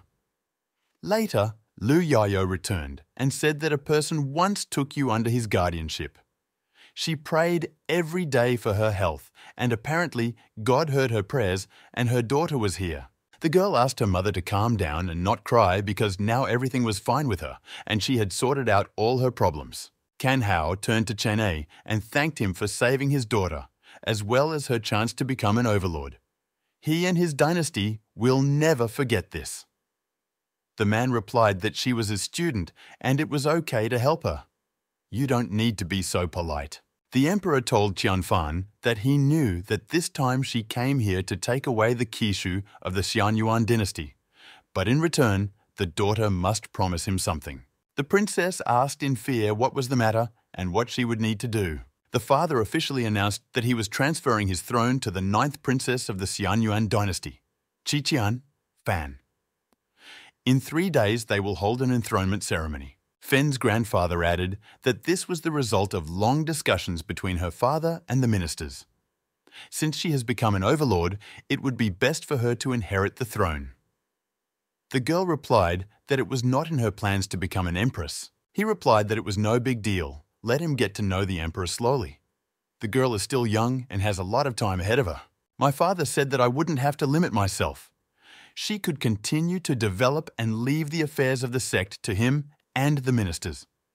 Having become a ruler, the daughter will lead the whole world and will be able to make the clan her first step towards this. The girl looked questioningly at Chen A, but he said that she had to make this decision on her own. After thinking a little, Qi said that she could not let her father and others down, which means she promises to become an empress. Everyone immediately began to bow and congratulate her, because having returned to her family, she had already become the pride of the entire dynasty, thanks to her efforts. After all the tests she had gone through, the princess was finally happy. The human lord system declared that thus the test with the lord of the human world was over. No matter how much I wanted to, the time had come for him and his owner to go to the next world. She then asked Chen Yi if he was ready to say goodbye to Qianfan. He replied that he would find a suitable opportunity to inform the princess about this. In the evening, a man lay on the roof and sipped a cherry drink, looking at the starry sky. Xiao Shi asked carefully. Shouldn't he have found Qi and talked? If he doesn't know how to tell her about it, then she can't help there. In the end, only the owner sees her and can communicate with her. For everyone else, she does not exist. The man said that from the first day he accepted her as a student, he understood that sooner or later this day would come. He just doesn't like things like saying goodbye. The system asked why he didn't find a companion then, because he lives so long. The owner grabbed her cheeks and said that she started talking too much after the update. Shi immediately began to apologize and say that she had expressed herself incorrectly and did not want to call him an old man. Then she exclaimed that the girl would be very upset when she found out that it was time to say goodbye. From her rescue to becoming the ruler of the human world, a huge path has been traveled together. An attachment between them could not help but arise. Chen Yi said that she would have become the ruler anyway. He just sped up the process. In this era, a lot of things appeared that were not there before, which is probably why it was moved here. But things like travelers remain unclear. After that, he thoughtfully asked what changes had happened in the world of the demon ancestor Su Chanxin. He is already very interested to know about it. Feeling Qianfan's gaze on him, the man asked how long she was going to keep spying on him. The girl did not expect that she would be identified so quickly and timidly came forward in a beautiful new dress. The teacher said that he had already forgotten that she was a princess. This elegant outfit suits her very well. She replied that this was her daily dress in the palace. Chen Yi asked if she didn't need to rest. Jie replied that she had a lot to do in the palace, but while there was time, she wanted to spend it with him. The mentor said that this would continue in the future and she should cope with everything.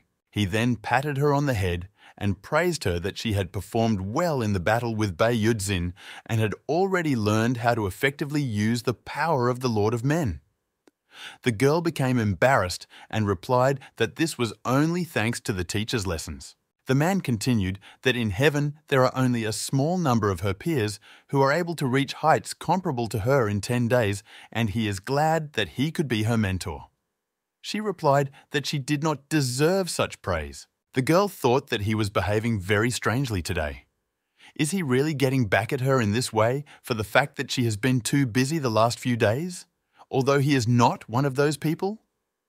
But the fact that his behavior was too soft was alarming. Finally, he was able to inform the princess that after all the journey he had traveled, it was time to leave her. Qian Fan knew that he originally came from another world, but still didn't expect that his departure could happen so soon. Then she added that the ruler of the human world would definitely see him off when he was ready to go further. The man looked at her and said that he would leave in these 2 days. The girl did not expect this to happen so soon and asked why he couldn't stay a few more days, because she still had so many questions. Chenny replied that he had not been here for long, but nevertheless she managed to become the ruler of people and absorb all the Kishu. In the future, Chi will occupy an important place in heaven. There are things he can teach her, but she must walk her own path. Then he patted her cheek and told her to stop filling her head with unnecessary worries and let her go and rest. When she wakes up tomorrow, she will feel better. The girl cried that when she woke up, the teacher would already be gone. The man said that she was stupid. How could he miss her ceremony? He will leave after her. Besides, this is not a matter of life and death. In the future, when her cultivation is high enough, they will definitely meet again. After all that had been said, the princess asked if the mentor could hug her and extended her arms to him. The man answered well, but only once, and the girl rushed into his arms. The next day it was time for the ceremony, and the entire settlement was decorated in honor of the event. All the ministers of the Xianyuan dynasty asked God to bless their new empress. Meanwhile, the court advisor read out a decree which stated that all lower ministers remained in their places and the emperor was replaced. Then he shouted to greet the 9th princess of the Xianyuan dynasty, the ruler of the human world, Qian Fan. The girl appeared before her father, who loudly declared that today he was Qi Kanhao, the 23rd emperor of the Xianyuan dynasty, officially transfers the throne to his daughter. From this day on, she becomes empress. He hopes that in the future, the girl will be able to protect the dynasty and the entire world of the ruler of people. The child must meet all the expectations of the parent. Qi stated that she is the 24th empress of the Xianyuan dynasty, solemnly swearing that she will honorably defend her clan and glorify the world of the Lord of People in heaven in the future. After her speech, she raised the seal up and all the people began to applaud and shout out honors to her. The system noted that the girl did a great job, and Chen Yi said that this is exactly what a ruler should be. Xiao Shi reported that the task was now completely completed and she and her owner could go to the next world. The man was silent. Then the system asked that if he didn't want to leave so much, then why didn't he take her with him? Chen Yi replied that there are still problems in the Lord's world and she must deal with them. He can't interfere. After that, he told the system of the Lord of Heaven that it was time for them to hit the road. At this time, the voice of a minister was heard in the Xianyuan palace, who said that since Qi had ascended the throne, it was time to deal with the government affairs that had accumulated over these days. So, let her take care of it. Everyone began to report problems, that the treasury was completely empty. After her appointment, people would soon begin to arrive with congratulations from other sects. Plus, there was news about demons on the border, and it was necessary to increase the number of troops. The princess was confused by such pressure and the number of accumulated tasks, so she did not know what to answer. She asked her father how he dealt with it all every day. Kanhao replied that being an emperor is not an easy task, but there is no need to worry. She is still young, so the former head and ministers will not rush to teach her everything. The girl said that in this case she had urgent matters and should contact her father with any questions, after which she quickly ran away. He was immediately bombarded with a huge number of questions from everyone present. Finding herself alone, the princess decided to take a breath and told herself that she did not expect that after ascending to the throne, so many problems would immediately appear. Then she ran into the teacher's room, throwing the doors wide open, and joyfully announced that she was already here. But there was no one in the room. Tian! Fan realized that he had already left and was upset. But then she saw some things on the table and an envelope with a letter. It said that he had not given her anything, so he was giving her 2 artifacts. Huanyu Nadze is a magical weapon storage facility that he created many years ago. Inside are items she will need after reaching the realm of heaven and man. The thunderclap robe is crafted from the skin of a thunder leopard, has protective properties, and can increase her speed. Chen Yi left his formation on it, and if it was damaged, no matter what world, he would feel it. Saizochin has already grown up, and when the time comes, Qi will be able to choose him as a spirit beast. There are still many sealed monsters left in the human sovereign world. Her duty is to clear the land of them, so she needs to work hard. Having read the letter to the end, tears began to fall from the girl's eyes directly onto him. Then she broke away and started running. The maid shouted after her, where was she running all the time, because the ceremonial banquet in honor of her appointment to the position would soon begin. Standing on a snow-covered mountain, the system asked if this was not where it all began. Doesn't the owner want to enter the long river of time and space from here? The man replied that he could leave this place whenever he wanted. He just wonders, if he were an ordinary person, what method would she use to transport him from here to another world? Xiao Shi exclaimed that of course she had such an option and wanted to continue explaining, but the owner interrupted her and then told her to act. The system responded that it understood everything and was starting preparations. Then she began to mutter that where were her instructions when she needed them so much, and it seemed that this process should begin with drawing magic circles. Chen Yi stood at this time and remembered Qian Fan's hug and realized that this was the end. The voice of Shi was heard, who finished dealing with the circles and said that everything was ready to start moving. The man asked if she'd set up the coordinates. The system replied yes, but it was already exhausted. As soon as the owner touches the crystal, which is located in the center, with his hand, the program of interworld jumps will be launched. Suddenly, the voice of Qian Fan rang as fast as she could to the teacher. She breathed heavily and stopped in front of her mentor and asked if they could ever see each other again. He called her stupid and said that he wasn't dying, so why not? Meanwhile, his image began to gradually disappear. When she reaches the level of the realm of heavens and people, let her go beyond the world of the Lord of people and begin to travel through the heavens. Only then will they definitely meet again. After his words, the man disappeared. This story begins in the demon realm, namely the Qian Yue demon sect. The grey-haired girl was sitting on the bed and was chained to it. Glowing magical symbols were visible on the shackles. A woman named Tianin Yue entered the room and said that she had come to see her baby again. She came close to her and began stroking her cheek, asking if the girl missed her. Tianin said that just look at this figure and the cute little face, no matter how much she looks, she can't stop looking at it. It's not in vain that she spent so much panacea on her. Tomorrow, the girl comes of age and the body of pure yin will finally be formed. Then she whispered menacingly right in her face that it was better for her to remain obedient and not do anything stupid. After that, she sharply pulled the chain that covered her neck and added that otherwise, she promises that the girl's fate will be 100 times worse than that of her clan. The woman condescendingly said that she would not tease her anymore. Otherwise, she would not be able to restrain herself from breaking her, and said goodbye and left. Meanwhile, in the forest, the monsters noticed a bright glow in the sky and could not understand what it was. A huge sphere fell to the ground in which Xiao Shi and Chen A were located. Seeing this, the monsters fled in horror. The Heaven Overlord system solemnly declared that they had arrived in the demon realm. The owner asked where Su Changqin was now.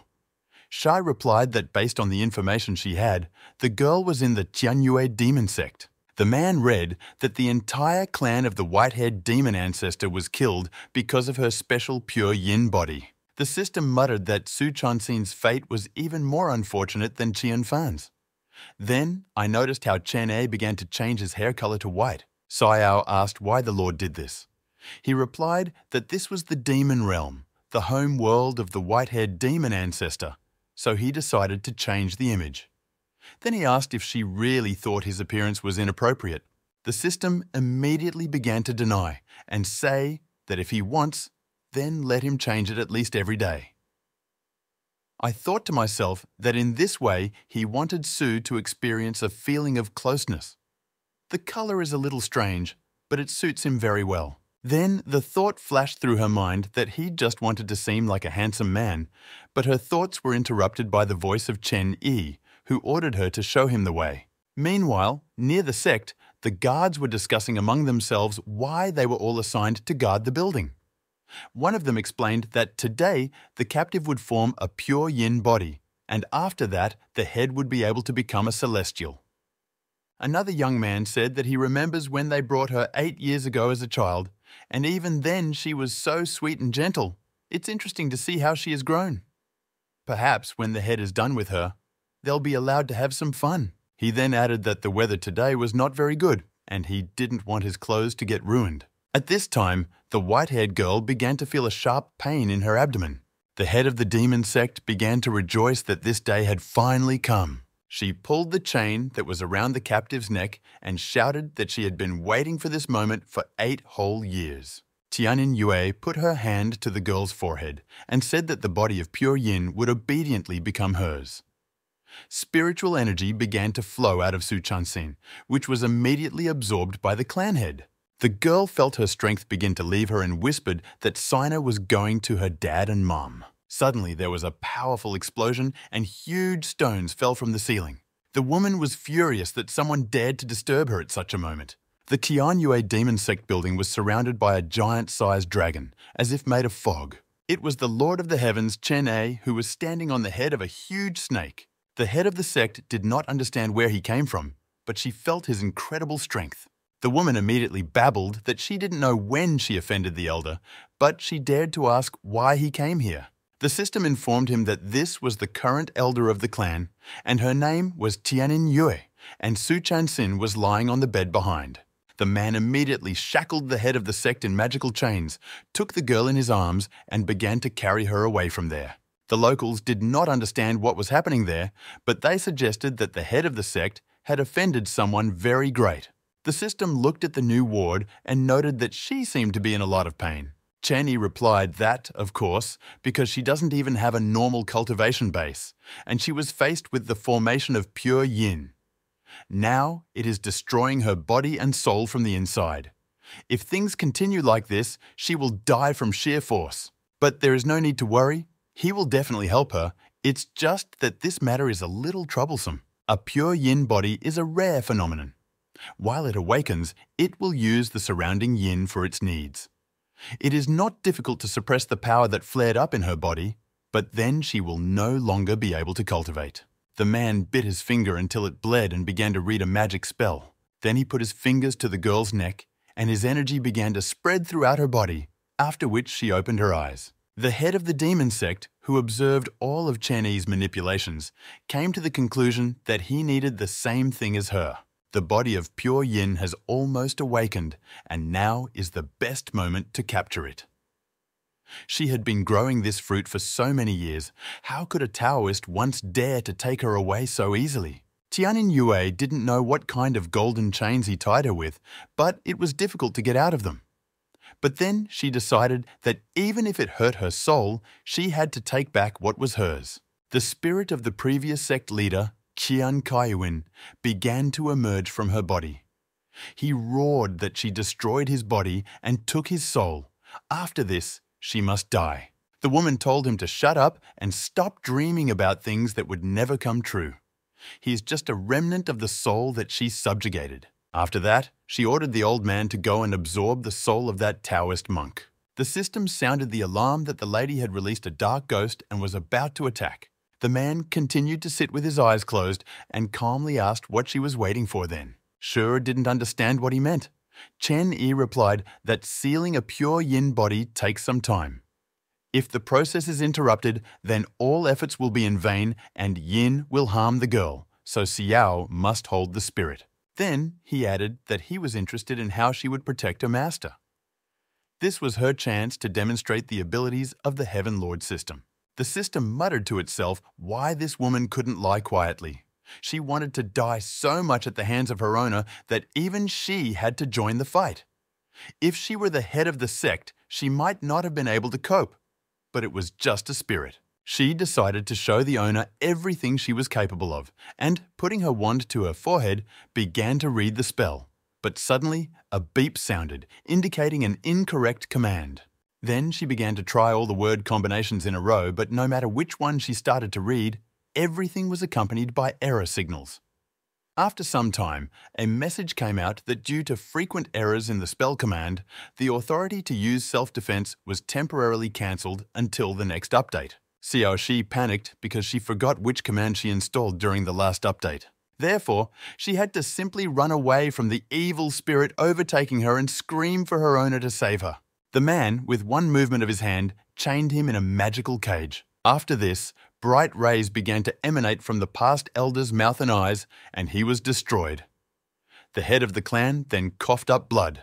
The celestial patron system exclaimed that its owner was really cool, because he defeated him without straining at all. Chen Yi turned to the girl and told her to calm her mind, and then try to concentrate in her stomach the power that she feels in her body. There is a seal there. Sha asked cautiously, "That isn't the body of pure yin sealed?" He replied that the energy of her pure body was too strong and the remaining part should be purified as soon as possible. Seeing that the girl gradually began to come to her senses, the man asked if she wanted to kill the enemy with her own hands. He will give her this opportunity now. Let him think about the pure yin energy in his body and about the many years of hatred. Su Chanson appeared before her worst enemy, who had tormented her for many years. The woman began nervously asking what she was doing. The girl silently put her hand to her head, and the head of the clan screamed for her to spare her, because she didn't want to die. Within seconds, Tianan Yue was frozen under a thick layer of ice. The system noted that the white-haired girl is very strong. She felt cold even just from the sight. Che Ai said that this is only the remaining power of the sealed yin. If you give her the opportunity to improve, she will be able to freeze everything with just one glance. According to legend, those who have undergone cultivation of the yin body can even freeze time. Meanwhile, the former captive hit the frozen tormentor with an ice stalactite. After this, the head of the Tianan demon sect was torn into hundreds of pieces of ice and was destroyed. When the girl returned to Chen Yi's arms, he noted that the pure yin power in her body had almost been released. The Heaven Master System exclaimed that a new secret mission had appeared. Quite quickly this time, we need to help Chanson free himself from the negative emotions accumulated over the past years. The reward for this is 5,000 points and one item. If she fails, her negative emotions will turn into demons, and she will take the path of a demon. The man noted that it would not be bad if the mission appeared a little earlier, and asked Shai to find a deserted place because he wants to heal the girl's wounds. Xiao reported that she was beginning to determine coordinates for her master. Looking at the girl, the teacher said that the inner demon, the body of pure yin, was all the white-haired demonic ancestor who once destroyed countless worlds in a war. The situation became more and more interesting. The new location for the children to live was the Dao Palace within the boundaries of the celestial networks. The new student had not yet come to her senses and was lying in bed. The system noticed that she was moaning and crying in her sleep, which meant she was having nightmares. In her visions, there was a day when evil barbarians destroyed her clan. Everything around was on fire. The bloody corpses of loved ones were everywhere, and the attackers were given orders not to leave anyone alive. The head of the demon sect was holding her father and draining spiritual energy from him, shouting for him to quickly tell him where the girl with the body of pure yin was. In front of the girl's eyes, her mother was killed, who, with the last of her strength, said that her daughter should run away as soon as possible. After that, Su Chongqing suddenly opened her eyes and began to breathe heavily. Looking around, the student could not understand how she ended up here and where she was. Chen Yi's voice came and said that there were clothes on the table. Let her put them on and come up. When the girl left the room, she saw the teacher sitting at the tea table and invited her to come along. Chen Yi began asking her questions about whether she felt discomfort, whether she remembered anything from her life before she was taken into the demon sect. But Su was at a loss and could not answer anything. The man asked the system why it was in this state. After checking the data, she replied that the girl was in good physical health. After that, he turned to the girl again and asked if she understood why she was saved. Chanson silently began to undress. The mentor and the heavenly patron system were at a loss as to what she was doing. Taking off her clothes and covering her chest with her hands, Sue said an incomprehensible set of words consisting of revenge, body, you. After that, the girl climbed up to the teacher and began trying to take off his clothes. The man stopped the girl, who had tears streaming down her cheeks, told her to get dressed, and that she apparently understood everything wrong. Then he added that he did not save her for the sake of a pure yin body. She is a girl, and in the future she shouldn't undress so easily in front of everyone. If Sue really wants to repay his kindness, then he should just bow to him as his teacher. The girl submissively bowed her head in front of him. Tears did not stop flowing from her eyes. After that, she completely burst into tears and threw herself into his arms. Chen-ei said that from now on, the girl is his disciple, and no one in the 10,000 heavenly worlds will be able to mock her anymore. The task was completed. The system reported that this time everything went much more smoothly than last time. After some time, Chanson was cultivating her spiritual energy while the mentor and Sha watched her. Xiao said that it's quite cold near Sue. Maybe we should sit further away. He replied that the girl had never cultivated, and this was the first time she controlled her ki, so she needed to wait a little longer. In Tianluo, the aura is heterogeneous. There is a lot of negative yin force, and these are favorable conditions for the emergence of the demonic path. According to the story, Sue barely escaped a disaster, namely that she could go mad from the demonic Tao. The demon inside her played a crucial role in making the breakthrough, and now that she became his student, the trajectory of fate has changed. If she does not become the progenitor of demons in the future, then what impact will it have on thousands of worlds? The girl approached the teacher, holding 2 books in her hands, and said that she had studied them. The man replied that after she finished manipulating the ki, it was necessary to combine the 2 techniques together for cultivation. Patting her on the head, he added that the generation of Tao will help forge the body and refine the spiritual energy. And the reverse law of latent yin power is a technique for cultivating her body of pure yin power. Only by connecting them will she be able to gradually remove the seal that her mentor has placed on her. By this moment, the girl should probably feel a flow of yin energy in her lower abdomen. Lifting up her skirt, Chanson showed the pattern that appeared on her stomach and said, "Print, here." The man immediately slapped her on the head with a bundle and told her to immediately lower her clothes. Then he added that now she needs to develop, and after she reaches the level of the mortal realm, he will undertake her training. If she doesn't want to go back to those days when she was a victim, then she has to become strong.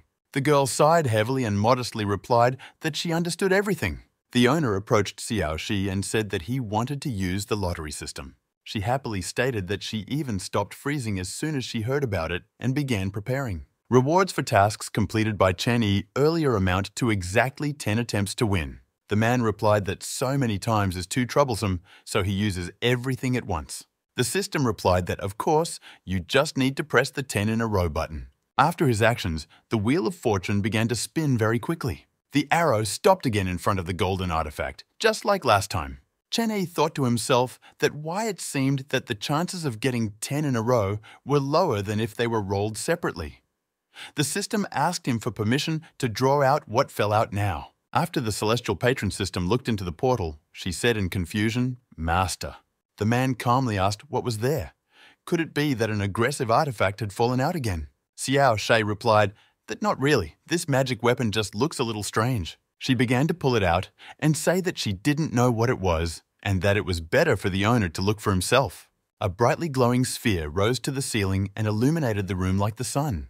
Gradually it began to crack and the image of a girl could be seen from it. It was a heavenly anthropomorphic doll, Fulin, which responds to the call of the owner and condescends. The system exclaimed that the owner was incredibly lucky because this was a puppet with intelligence, which was also of heavenly rank. The student looked at it in confusion and asked what it was.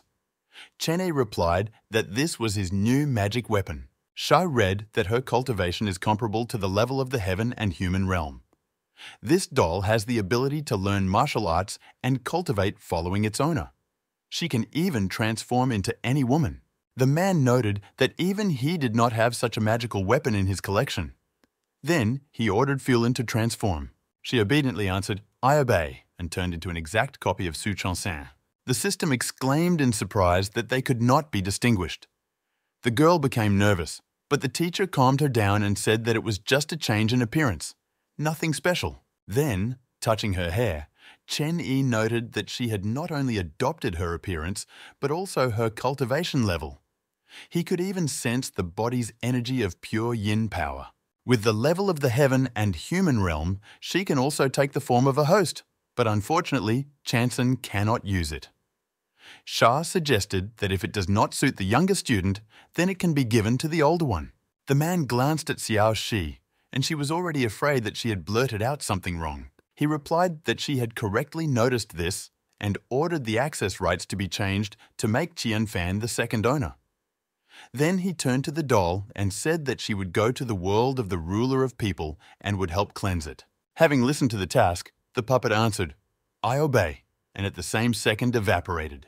Meanwhile, in the world of the human lord, the princess of the Xianyuan dynasty dealt with another demon. She sat and wrote down her achievements in a book, namely, a turtle in the East China Sea that caused a tsunami, a huge snake that did evil in Shanane, and this cunning, intoxicating voice. She then continued to list the dragon who caused the splitting of the earth and the evil cultivator who used the souls of infants to create soul weapons. After that, she grabbed her head and desperately screamed why there were so many of them and how long it would take. Suddenly, a brightly luminous sphere, reminiscent of a meteorite, began to rapidly fall from the sky and hit the ground with all its might.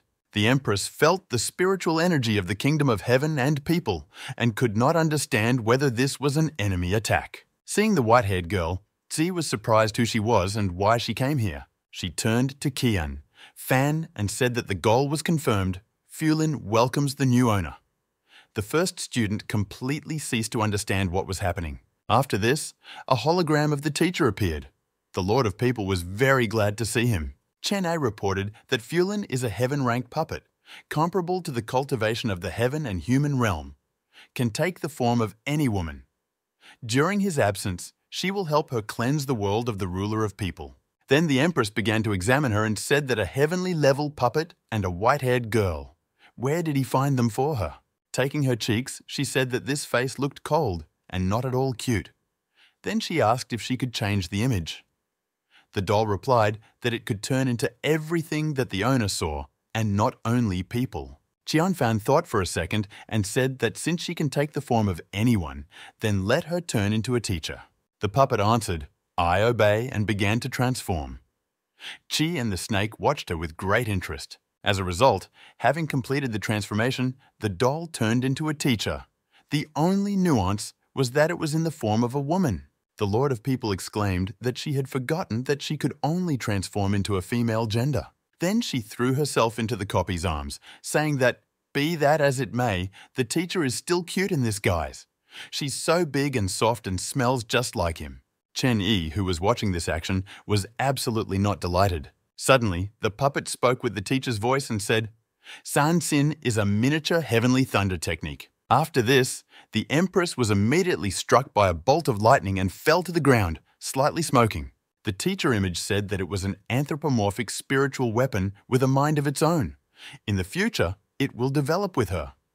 Since he is now in the Tianlua world, the doll will mentor Qi in his place. Then he added that he took on a new student, and from that moment on, the Lord becomes the elder sister. She needs to pay more attention to cultivation, otherwise the younger one may soon overtake her. Having finished his speech, Chen Yi disappeared, and the puppet said that this is all he wanted to tell her. Qianfan sat angry and muttered that he slipped her some kind of fulin and also used a thunder spell against her.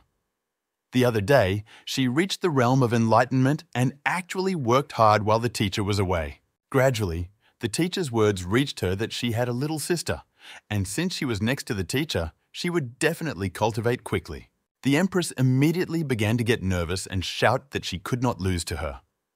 No matter how many more brothers and sisters there will be in the future, only Qi can remain his most beloved student. After her stormy speech, a beep sounded, and the doll announced that the voice transmission function was turned on. The Taoist master was online and began to voice everything that Qian, Fan said.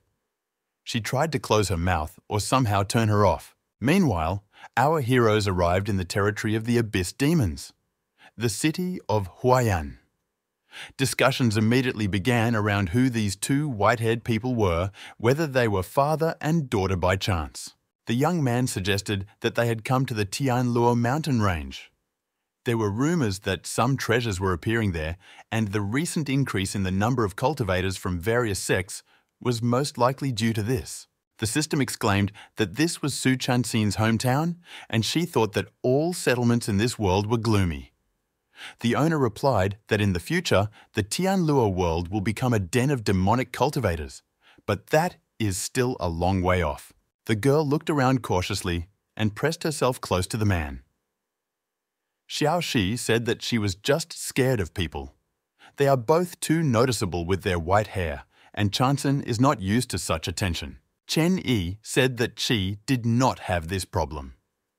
The system explained that the girl had been imprisoned in a dark room for a long time. Her parents have been dead for a long time, and it is clear that she lacks a sense of security. The Lord thought about her words and carefully took the girl by the hand. Then he added that if she was scared, she could calmly hold on to him. Su took his arm and did not take her eyes off him. Voices immediately began to be heard around that they looked like a couple, and the system said that they attracted even more attention. Chen Yi stated that he allowed her to hold on to him instead of staring like that. She noted that the owner seemed to really love the new student. Qian Fan had never had such an attitude before. Suddenly, an alarm sounded. The Heavenly Patron system immediately reported that a hidden task had appeared. Growing up, Su took on many students with the same bitter destinies. Subsequently, they became one of the most ferocious demons from which the name of the ancestor came. Every student she accepts will bring a reward to the owner. The reward for the task will be 10,000 master points. Shai crossed out the penalty for non-compliance, because this cannot happen. It was also stated that the task is limited to the Tianluo world and points will be counted after leaving it. Chen A had no idea how she would recruit students. Xiao said that this is why he needs to guide her, because there is a chance that it will be difficult for her to talk to ordinary people. Suddenly, all the locals started running somewhere and shouting joyfully that they had finally arrived. These were the holy maiden from the palace of the Jade Maiden, Gu Yuehan, and the son of the Taoist of the first Tao sect, Li Chanshen. Everyone around admired how beautiful they were. Chen Yi noted that these are middle and initial stage divine souls. Are they really the only talents in Tianluo?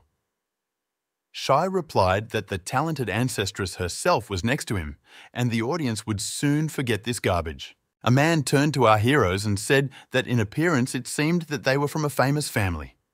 Would they be interested in taking part in the auction held by his personal company, Cloud Dragon? Weapons, equipment and pills will be displayed there. Also some rare treasures that have not yet been identified. Also present will be the Holy Maiden, the son of a Taoist and the king of the Golden Spear. After thinking a little, the man said to show them the way to the auction site. The room looked like a circus arena, in the center of which there was a small stage with a presenter and people were located in a circle. The guy took them to a separate room and said that this was a special place for them. Chen Yi asked what his name was and why he thought they had the right to do so. The young man introduced himself as Lin A and said that he had been working for more than 10 years. He is known for his golden eyes and jade face. As soon as he saw them, he felt that they were unusual and would be good clients of the Chamber of Commerce. Su Changqing asked if they weren't supposed to go to the Tianluo mountain range. The teacher explained that his subjects had not yet fully awakened, so there was no point in going there yet. The lottery prizes are of no use here, so she might be able to choose something suitable for herself. The girl was just about to ask about the lottery when the voice of the host was heard, thanking everyone for their decision to participate in the Cloud Dragon Chamber of Commerce auction. He declared it officially open and presented the first lot, Snowy Spiritual Yin Ginseng, which is a spiritual medicine obtained from the Tianluo mountain range itself. If anyone present is a practitioner of yin techniques, it is exceptionally suitable for them. But even if not, it can still be adopted to improve one's cultivation. Some began to place their bets, starting from 1,500 spirit stones. Li Chunshen believed that being interested in selling worldly things was not in the spirit of a holy maiden. Gu Yuehan replied that even though they are of no use to them, there are many disciples in the sect, so it would not hurt to look at them. One of those present was Xiao Nan. A voice was heard from her ring that said that this spiritual ginseng was good for him, and he wanted it. Immediately after this, she bet much more than everyone else present. The lot was actually sold to her, but at the last moment, someone decided to offer more. It was the Holy Virgin. The Taoist's son clearly did not understand why she needed this root. People immediately began to say that if she named her price, then that was it. He was sold. You cannot offend the palace of the Jade Maiden because of once grass. Xiao Nan became angry. The voice from the ring said that they could not grab her now, so they would retreat. The girl replied that when she reaches the kingdom of heaven and people, she will definitely fight Gu and bring her to her knees. Chen A noted her familiar aura and said, "It's interesting that there are still two of them." Su looked at him questioningly. Chanson felt the yin energy emanating from the spiritual ginseng, but did not know how many spiritual stones it was worth. The teacher said that she could place the bet at her own discretion. Li noted that the maiden wants to get the root at any cost. She replied that the auction involves offering the highest bid, and if he wants, he can also participate. The young man sarcastically replied that he wouldn't dare. Suddenly, a voice came from somewhere above, offering 100,000 stones. The maiden and the son of the Taoist were at a loss as to who dared to outbid her bid. It was Su Chan-san who timidly held the sign and attracted a lot of attention. There was immediately a buzz in the hall and a lot of questions about who this rich girl was, because 100,000 stones was almost equal to the annual expenses of an average sect. It wasn't even that, but the fact that the white-haired girl dared to challenge the Holy Maiden. This was an interesting performance for them because this bet could be compared to slapping Gu Yuehan.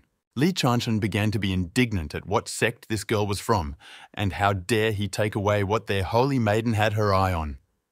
Gu replied that there was no need to worry.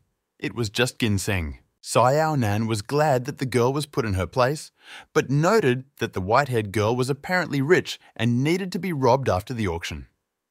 The ring said not to play with death because, apparently, there is no simple sect behind it. No one else offered a higher bid, and the presenter solemnly announced that this lot was going to the girl from the 7th box. For some reason, Su Chanson was scared and upset at the same time, and then asked the teacher if she had done something wrong. Chen Yi reassured her by saying that she can bet on anything she likes. The system reported that any copy from the owner's collection could be purchased by the entire world. At this time, she was giving him a massage, and the owner asked for a little stronger. Hearing the phrase "a little stronger," Su felt that the teacher believed that her price was not high enough and she could not disgrace her teacher. The ruler thought to himself that it would be interesting to meet an astral body and a traveler here at the same time. So this auction can be considered worthwhile. Noticing that the owner was smiling slightly, the system asked if something good had happened. After these words, his hands reached out to her. He began to pull her cheeks and say that travelers had appeared. One was an astral body that had penetrated this world. The second was the remnant of a soul. Ring exclaimed that someone had spotted them. Nan immediately asked what this person's cultivation level was. Someone in the ring said they would check it out. Inside his stone, there was an illusory space in which a girl hovered, Qin Shuang. She reported that the enemy's aura had disappeared. Xiao then asked for help to hide her own aura so that she could escape. Qin Shuang replied that it was impossible to run away.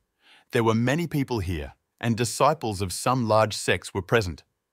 The enemy does not dare to do anything here, but what will happen outside is unknown. The next item up for auction was the skeleton of a soul realm demonic beast found in an icy mountain range. The presenter did not even have time to provide all the necessary information when the voice of Su was heard from the 7th box, which offered 1 million spiritual stones for him. Everyone looked in her direction in shock. The Taoist's son was indignant that this white-haired girl had gone crazy, because such a sum costs the maintenance of their clan for a whole year, and she was going to spend it on a once skeleton. Nan thought that this man was a complete idiot. Once the auction price is set, It cannot be waived. If he fails to pay, then everyone present has the right to try to collect the spiritual stones from him. Su Chanson was perplexed by this reaction from the audience and asked whether it was possible to offer 1 million. The presenter immediately shouted that, of course, it was possible and began the countdown, but it was already clear that no one would offer a large amount. He then solemnly declared that the skeleton of the demonic beast would go into the hands of the buyer from the 7th lodge. The girl was happy about this. The heavenly patron system asked how many zeros there are in 1 million and whether it could make such bets. The owner replied that it didn't matter. Let the girl have fun.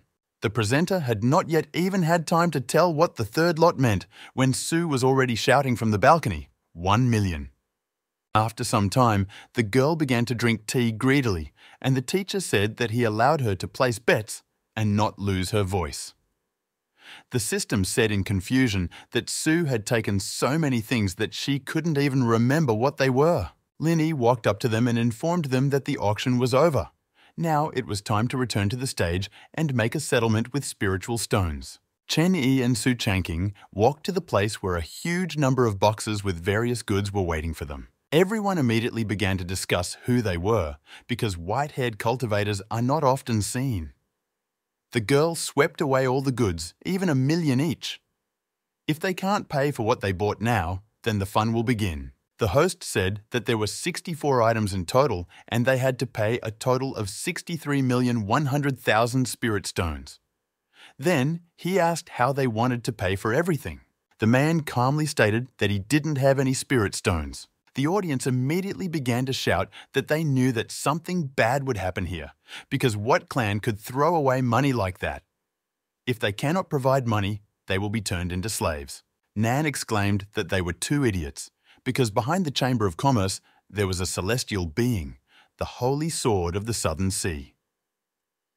It appears that the attention she received earlier was a misunderstanding due to the usual lies of Chamber of Commerce analysis. But then she noticed that the man from the stage was looking at her and grinning. She began to guess who was looking at them before. The host stated that one of the owners of the Chamber of Commerce is one of the 5 great celestial beings. If he couldn't provide the spiritual stones and pay off the auction, then they would have to act according to the rules. The previously silent Su Chanson exclaimed that they had no right to insult the teacher, and a sword appeared in her hands. Chenny stopped her and said that he really didn't have such a mundane thing as spiritual stones, but he heard that they can be replaced with jewelry. Then he stated that in that case, let's see how much spiritual stones this item will cost. The man took out a brightly glowing ball that blinded everyone around with a bright light. Those present began to feel a strong pressure from the heaven and human realm level. After this, a powerful energy flow went straight to heaven from the Chamber of Commerce. The celestial of the Abyss Demon region, the Queen of the Night, sensed that another celestial had appeared. The celestial inhabitant of the region, the Tao Vault, the Holy Sword of the Southern Sea, also paid attention to the replenishment. Buddha Bodhisattva noted that the layman has mastered a new kingdom, and this is wonderful. The locals did not understand what was happening, but they felt a strong spiritual pressure, which made it difficult to breathe. Carelessly throwing the ball back, the man said that they would let them decide how much. It was worth it, and he didn't need change. The teacher threw Su Chanson a storage ring and told him to pack all his things because they were leaving. Those present were shocked by what happened because, at that moment, it seemed that their soul was about to be crushed.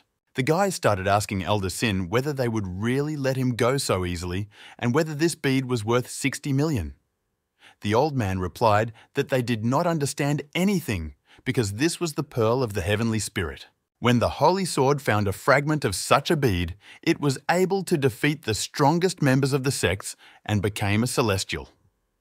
The pearl can not only release the realm of heaven and people, but if you unravel the remnants of the aura, you can ascend to this realm. He then added that this white-haired Taoist was a powerful celestial being. After his words, Sin ordered to hurry up and prepare people because he wants to return to the main office as soon as possible. Nan asked if the one who listened to them with divine consciousness was the same person by chance. Qin Shuang replied that she couldn't be sure, but if so, then things were bad. They had already died with her, and the man's level was clearly higher than the realm of heaven and people. They urgently need to leave and enter the Tianluo Mountains as soon as possible. Soon, a rumor will spread that a new celestial has appeared here, and it will be bad for them if there is a commotion in the world. Xiao said that she wanted to leave, but her legs gave way. The girl said that Nan, in a past life, was a demon who plunged the world into chaos, and now she has weak legs due to the pressure of a person with the kingdom of heaven and people. What a shame. She replied that if she had known, she would not have sat so close. A few days later, Su Chanson was cultivating spiritual energy, and the system was sitting nearby, wrapped in a blanket and freezing because of it. She was indignant with herself why the owner left the girl in her room for some time. Then she realized that he had left her alone. Did he really have some business that he didn't want to tell her about? Then she noted that it was normal for the system to worry about the mental and physical state of its ruler. Standing in front of the doors to Chen A's room, the system greeted the ladies and gentlemen and stated that she was Xiao Shi's special correspondent today. Today she arrived to reveal to everyone the secret of why her master, the Tao Master, is so strong. Then she looked into his room, but the man was simply sleeping, and she believed that a creature of his level had no need to sleep. Noticing the books on the nightstand, the system noted that he reads them even in bed. Could they really be the secrets of his powerful techniques? But these turned out to be reference books from the parents' collection, by type. A Child's Heart, Education with Love, A Teacher's Guide. Shaw remembered his words that he never took on students, which means he himself studied this secretly and did not want her to know. The system turned to the sleeping man and said, although he often mocks her, she will make him the most powerful master in heaven. Chen Yi can trust her more than now. She might not be very helpful, but she will try. Suddenly, the alarm clock rang. The system was frightened by surprise and complained why the time was set to now. The sleepy man slapped her hand across the face to stop the ringing. Then he said that he needed to be more conscious about his work as an alarm clock and asked why she came in and didn't stay outside. Holding her head, she promised that she would not tell anyone that he was secretly reading books on education. Chen Yi said that she misunderstood everything. He wrote these books himself. The task requires Su to recruit students, but at the moment, given her temperament, this is not very realistic. So he wrote down his tips that might be useful to her. Shai thought that something was wrong here. Why these records? After some time, our heroes went to the Tianluo mountain range. The teacher turned to Su and said that this time he would supervise her learning here. She just needs to train well and improve her strength. But also, this time, there is an additional condition. She needs to find someone who can join her during practice. The system added that the owner wants her to find someone with whom she can team up in order to overcome her social phobia. Chen Yi said that she still cannot control the body of pure yin, and the unconscious release of this energy during battle may affect others. She needs to strive to find a way to control her physique. The girl replied that she would work on it, and then jumped down from the kite to the mountain ridge. The system asked in surprise that at the level of the mortal realm they could fly. The Lord replied that no, and he did not teach her the art of flight. Shah concluded that she died without completing her mission. Who would have thought that the great ancestor of demons would fall to her death? Now the task has been failed, and you can go to another world. The man asked what she was talking about. The system immediately said that it was just joking. Meanwhile, Chanson hit the ground with all her might. Raising her head, the girl confidently said that she would not let her teacher down. Qin Shuang said that this whole world is now talking about the white-haired man. A mysterious, celestial being of unknown origin has caused too much commotion. All the monks from the nearby sects, as well as the body of Tao, are heading here. Demons will probably be active too, so trying to get that thing at this point is dangerous.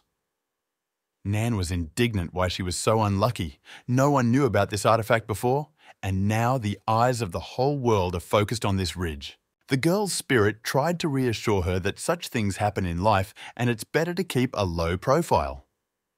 Xiao rudely pushed her away and said that if the celestial being had not made a noise, she would have gotten there long ago and taken possession of the treasure. Suddenly, they heard some footsteps and a quiet growl.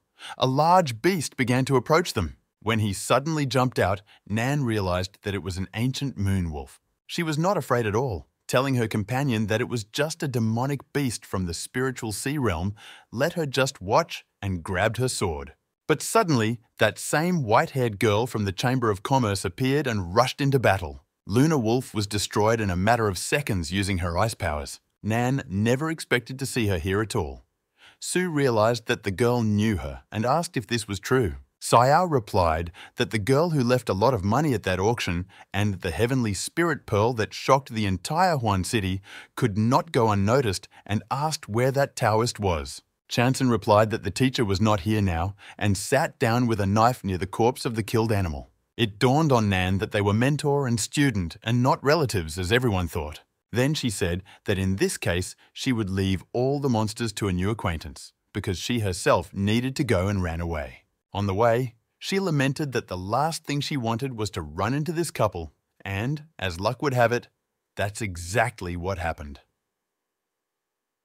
Spirit picked up that she felt they could get into big trouble if they contacted them. Holding the carved core of a demonic beast in her hands, Chanson looked after her in confusion.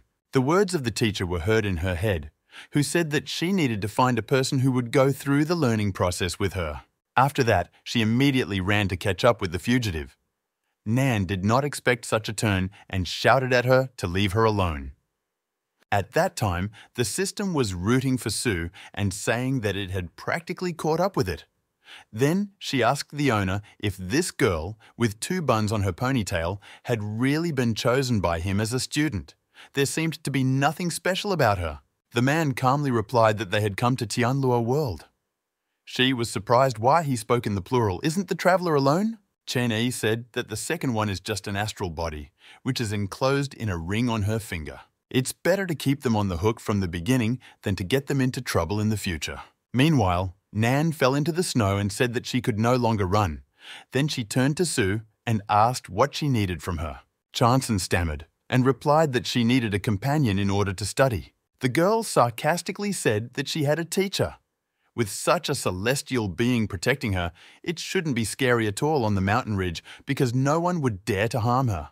The white-haired girl replied that this time in the mountains, she would study on her own, and the teacher would intervene only if any unforeseen situations arose. Sayao realized that they were being followed from the very beginning. Most likely, the Taoist is currently looking at them from somewhere. The girl grabbed her head and wondered where she could have sinned like that. The astral body said, "There is a saying that if something is destined to happen, then it cannot be avoided, no matter how hard she tries. It was better to do this, otherwise they would both be finished if they angered the patron of heaven." Nan was indignant that when there is no body, chatting will not hurt your back. If this monk turns out to be a pervert, she will turn her in first. Then she told Sue that she understood everything and then they would temporarily travel with her. Chanson extended her hand and said that she should shake it. That's how the teacher taught it.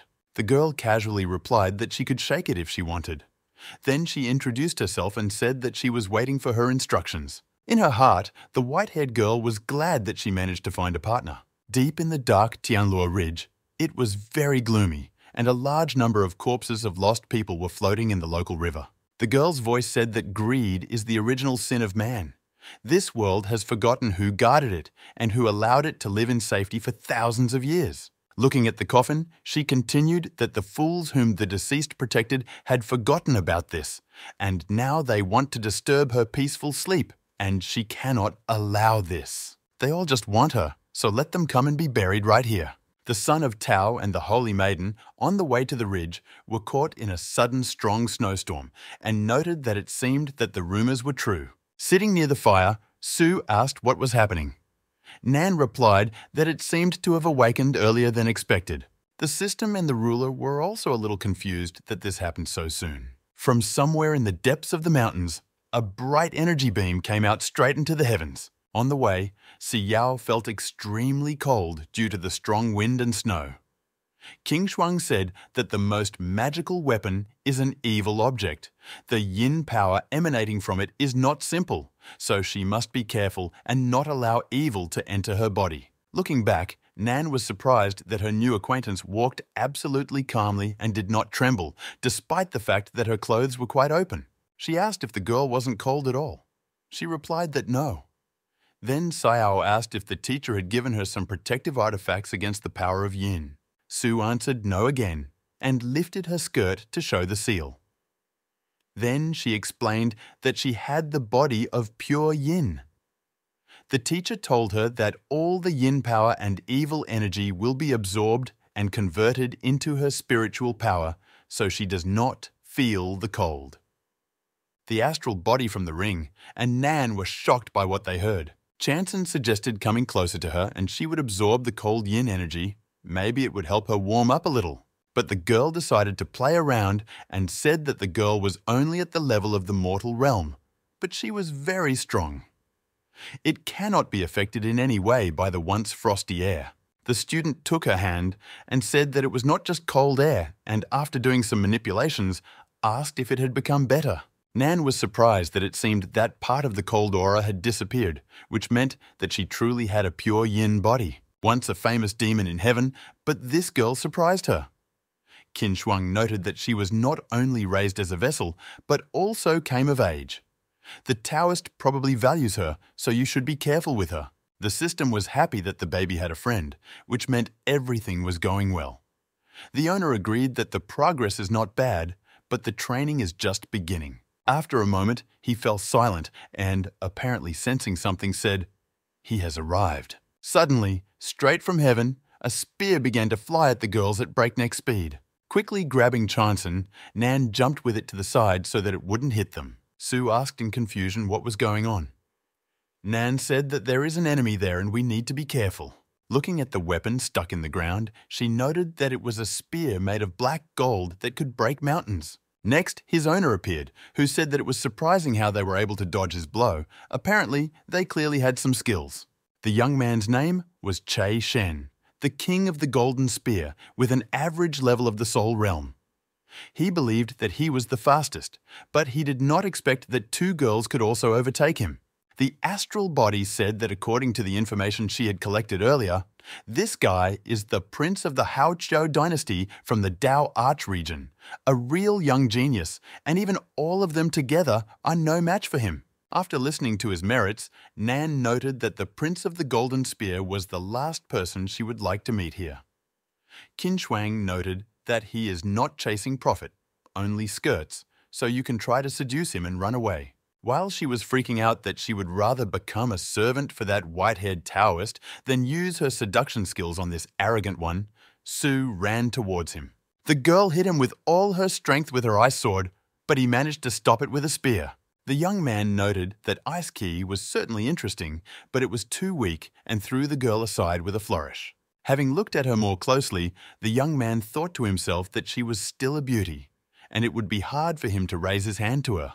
He decided to simply knock out Sue and take him to the palace. After that, he began to spin the golden spear in his hands. Dozens of sharp spears immediately flew towards our heroine at great speed. Chanson managed to put ice protection on herself, but the weapon pierced through it and destroyed it. The pikes wounded the white-haired girl to the point of bleeding. Nan thought that things were bad. The Golden Spear King said that she has low cultivation, but she is quite hot-tempered. He does not feel disgust towards such people, therefore, if she agrees to become his 375th concubine in the harem, he will spare her life. Seeing that the girl could barely stand up, leaning on her sword, the young man repeated his proposal. Chanson did not answer anything and silently, with the last of her strength, raised her weapon upward.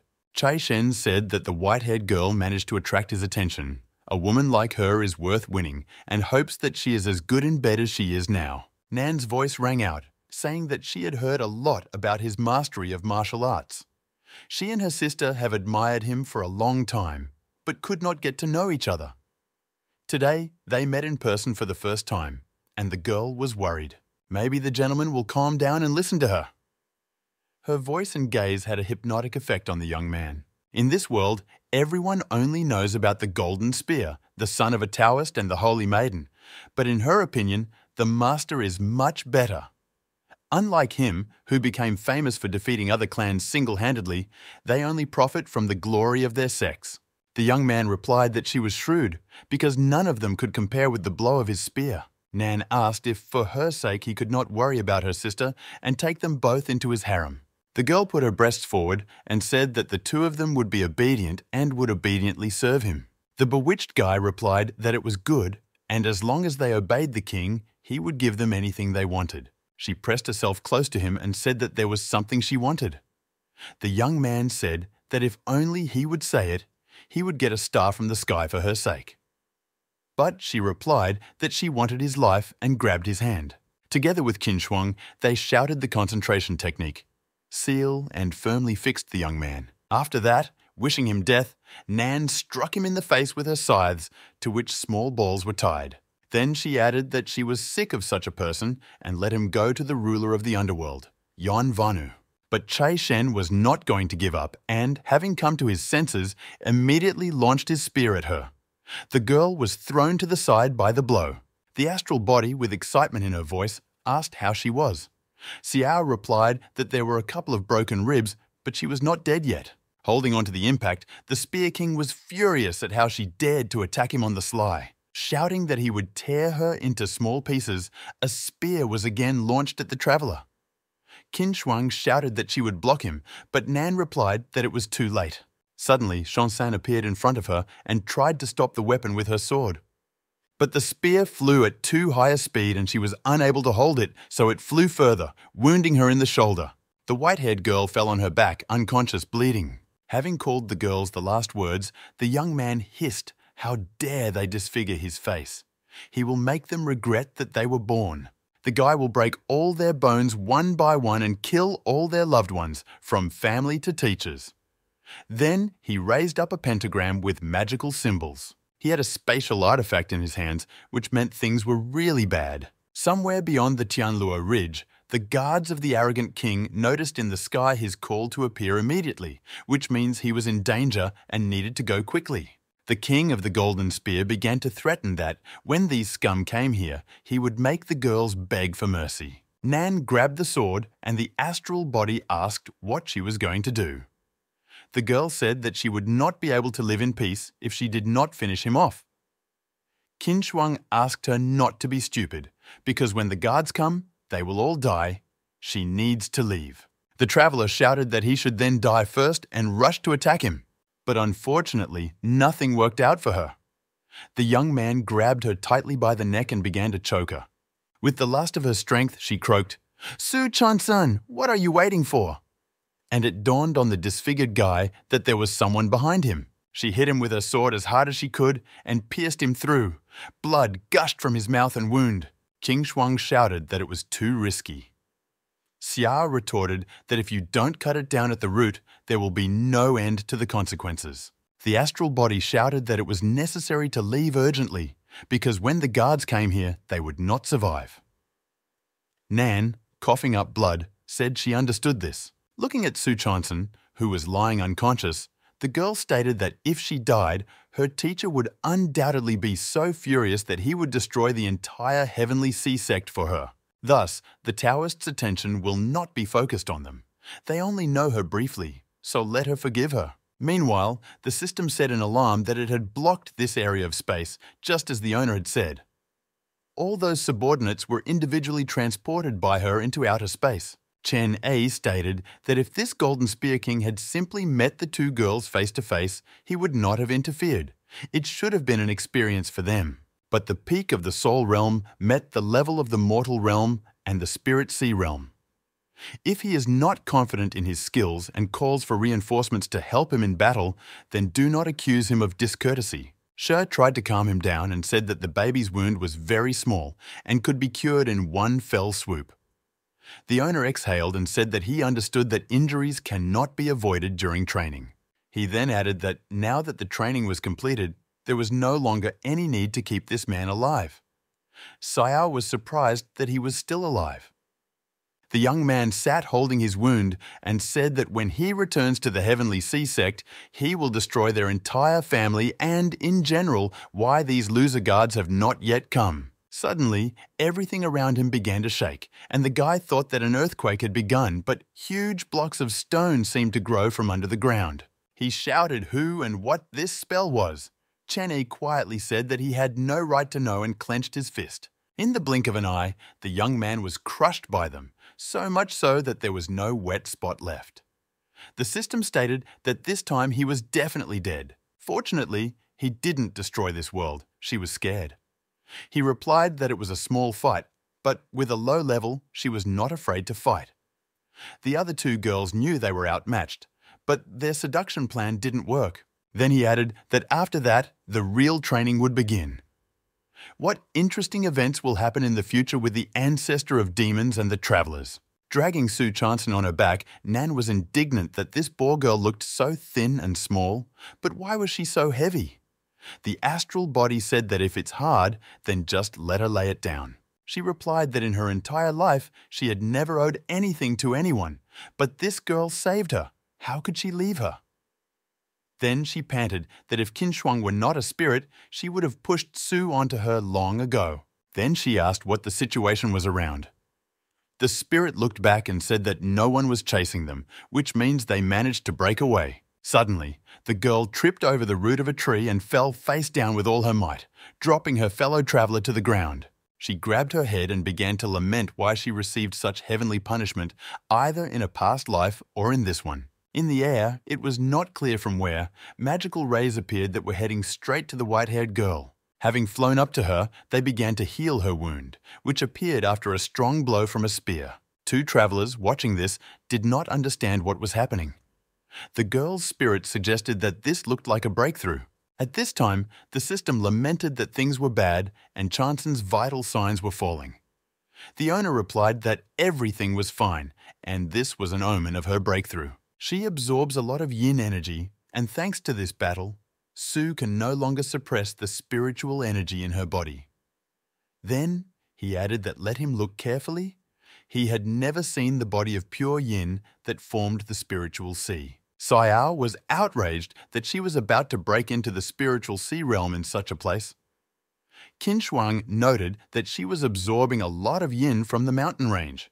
If she continued, she might attract the attention of the righteous sex. If she was interrupted, she would no longer be able to cultivate in this life. But in a cursed place like this, even demonic beasts would be alarmed by the noise, not like sects. A growl began to be heard around, and the astral body said that they were surrounded. There were so many animals that it was impossible to count. They growled frighteningly and slowly approached our heroines from the forest. Nan, barely able to stand on her feet, was about to go fight them. But her broken ribs did not allow her to do this, and the girl tried to stop her.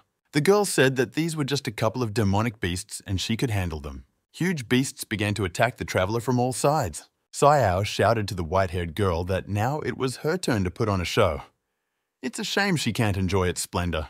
She began to wave the sword around her and call on the most arrogant of them to come closer to her so that she would kill him first.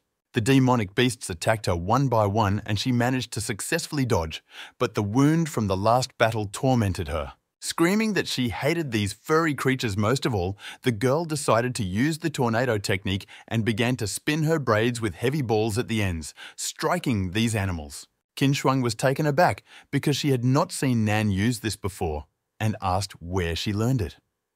She replied that she was so talented that she came up with it on the fly.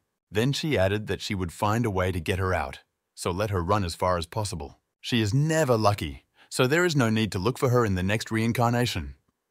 The spirit replied that there was no need to talk nonsense. You can only be reborn once, so let her concentrate. The system noted that this pink-haired girl has good skills. It is not surprising that the owner saw her as a student for Sue.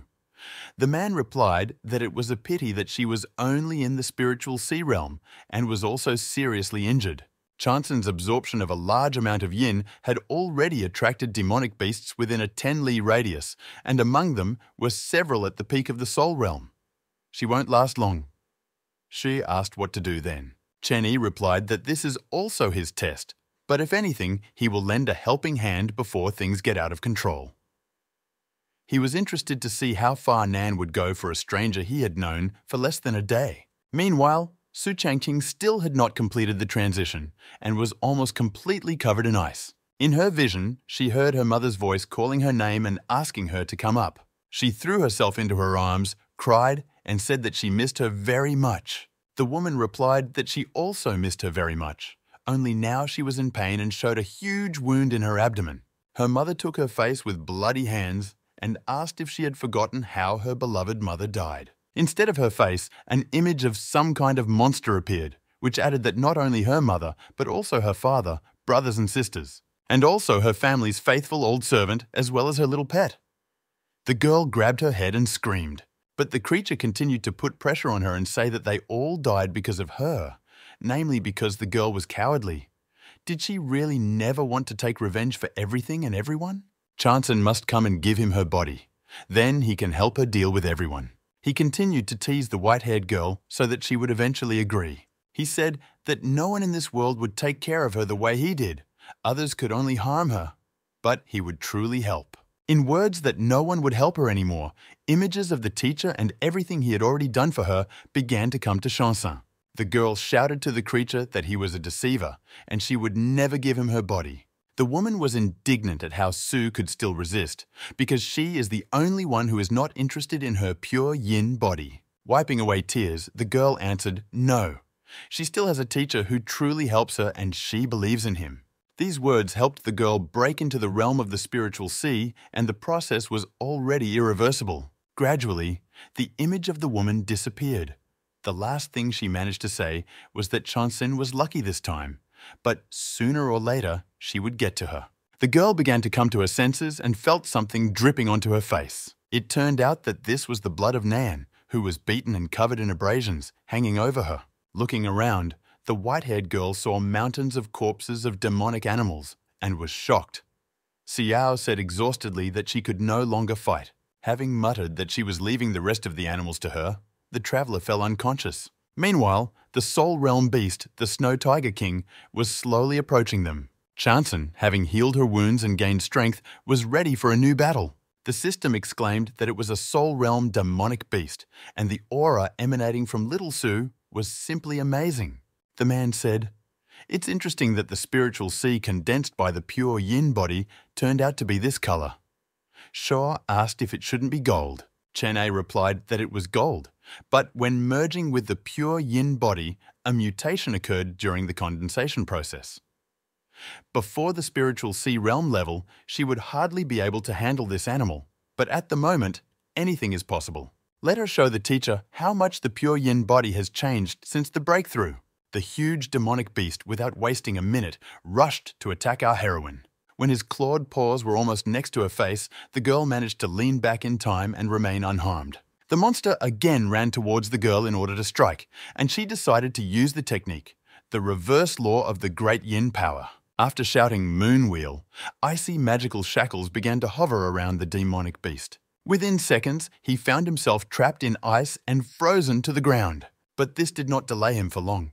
He smashed the ice to smithereens with his powerful body and became even more angry. Suddenly, the girl overtook him from above and attacked, holding her sword in her hands and again using the law of retroactive yin force. The demonic beast was frozen and then torn into pieces.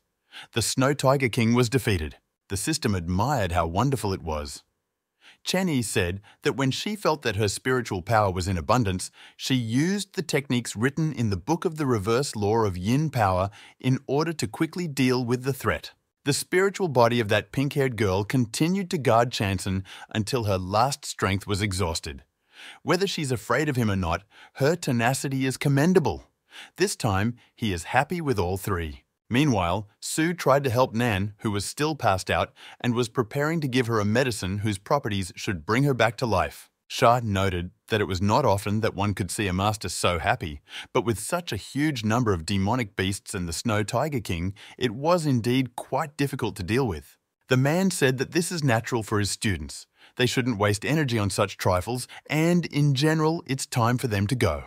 The celestial patron system asked where they were going this time. He replied that he was going to look at the palace, which had caused strange phenomena on the mountain range. Probably he had awakened the spirit of the artifact. Then he added that it was at that place that their last test would take place. Meanwhile, Su Changqing was sorting through the medicines she had, but couldn't find the right one. Therefore, I decided that it would be better if she drank everything. It wouldn't make things worse anyway. Nan immediately jumped up, holding her throat, and said that she couldn't do this anymore. the owner of a pure yin body, was glad that the girl had come to her senses. But the traveler coughed and said that her whole body was burning.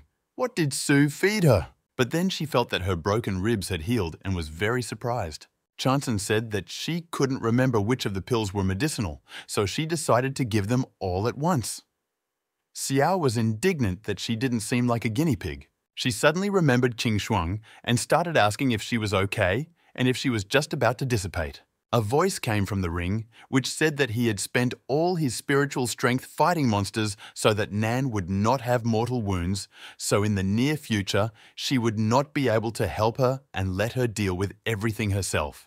The girl sighed with relief that everything was fine with her companion and she was simply exhausted and would now sleep. Suddenly, Su began to bow and thank the girl. She was surprised and asked why this should be done. She explained that the teacher said that it's necessary to express gratitude well to those who helped her. Xiao replied that she doesn't like being in debt to anyone, plus she just healed her and helped her with the king of the spear, so they are even. But the white-haired girl did not stop and said that as a sign of her gratitude, she needed to give a gift and began to take out something. Having pulled out a pile of boxes from the auction, she added that she didn't know what item her new friend needed, so let her choose what she wanted. Nan began to sarcastically say that she was deliberately showing off her wealth and showing off. But Chanson didn't understand what it meant to boast about something and asked if she meant that she didn't want any of this or what. Nan kept freaking out and telling her to hide it all. At this time, someone was watching them and telling himself that these girls would certainly become her new victims. It was already getting dark in the forest, so Su illuminated the road. Xiao was indignant that the spiritual energy of a pure yin body could only be used in this way. The white-haired girl replied that she did not know the flight spells, so nothing could be done about it. Stopping in front of the huge gate, the companions exhaled that they had finally reached this place. Nan admired that the palace was even bigger than she thought, and Chanson looked at it in confusion and asked what kind of place it was. Xiao was taken aback that she didn't know, but Su calmly replied that the teacher just didn't tell her about it. The traveler grabbed her head and said how it was possible to come here to the mountains without even knowing what was here. This place is very special. Of course, she didn't really want to tell, but she will explain anyway. Several thousand years ago, there was a small world that, for unknown reasons, was attacked by 3 other united worlds. A terrible, bloody battle broke out between the cultivators of this world and the external invaders. A war of this magnitude affected everyone, and almost half of the living beings were destroyed. The world was on the verge of complete collapse. Just when the small world was practically doomed, the immortal of the transformation realm intervened in this treacherous attack. This immortal sacrificed his entire cultivation to release a very powerful spell that destroyed all the evil practitioners who had invaded the Tianluo world. He saved this world from the attack of 3 hostile worlds. After this celestial being became a legendary saint in Tianluo. At that time, this world was not yet called that. He received his new name in honor of the immortal who sacrificed himself and saved them, Tianluo. Unfortunately, few people now remember this part of history, and this palace is called the Palace of the Luo Emperor. A legendary immortal lived here. It also contains an Earth-rank artifact that was previously buried underground. It can be assumed that without the spiritual energy of its owner, it should have decayed over time, but it is unknown why this palace floated out of the ground, but it can be assumed that this is precisely the spirit of the artifact. The white-haired girl asked how she knew all this. Nan realized that she had blurted out too much. Then she joked that it was nothing special. Everyone in the Tianluo world knows about it. I thought to myself that few people remember the history of the kingdom, and I would have said that the time traveler was a dumbass. Then she said that she needed to consult with Su and added that the girl was a good fighter, and in this castle there should be a lot of treasures left by the immortal. All of them will be hers, except for the palace itself and the spirit of the artifact. Chanson replied that she was absolutely not interested in all these things in the building. The girl was taken aback by this news and said that she was clearly mocking her. If she is not interested in either relics or the imperial palace, then what did she forget here? The girl said that she had heard about the imperial exam, where it was not necessary to answer the questions that were at the top of the sheet. If you pass it, you will become a high-ranking official. Xiao didn't understand why she said this. Su continued that no one picks up the papers after the exam, so what does the Luo Imperial Palace have to do with it? The teacher's intention is for her to grow through the experiences she has at Tianluo Mountain Range. She doesn't know whether he will like the treasures of the palace, but in any case, he can take them himself if that happens. Nan replied that if it was all hers, then so be it. They need to quickly enter the territory before others get ahead of them. Looking around, Xiao said that she thought that such a magical weapon left by the immortal of the transformation realm would be better guarded. But apparently, this is not an ordinary relic. Suddenly, the doors of the Imperial Palace suddenly closed. The girls did not expect such a turn of events. Meanwhile, at the other end of the castle, the uninvited guests were attacked by an unknown force. They tried to stay together and not touch her. As soon as she touched those present, they became possessed by a demon. The young man's appearance immediately changed, and he began to say that he would kill everyone around him, and then these kids would become only his. Our heroines immediately took a defensive stance, and Nan said that the spirit of the palace definitely gave birth to the spirit of the artifact. The white-haired girl reported that something was rapidly approaching them. It turned out to be a large gathering of evil spirits that were growling and about to attack them. Xiao could not say anything except swear words, and Su whispered that these were the souls of the dead. This guy is far superior to the ones they dealt with before. Nan grabbed her companion's leg and said that she was terribly afraid of ghosts. Qin Shuang exclaimed that they spent so much time together.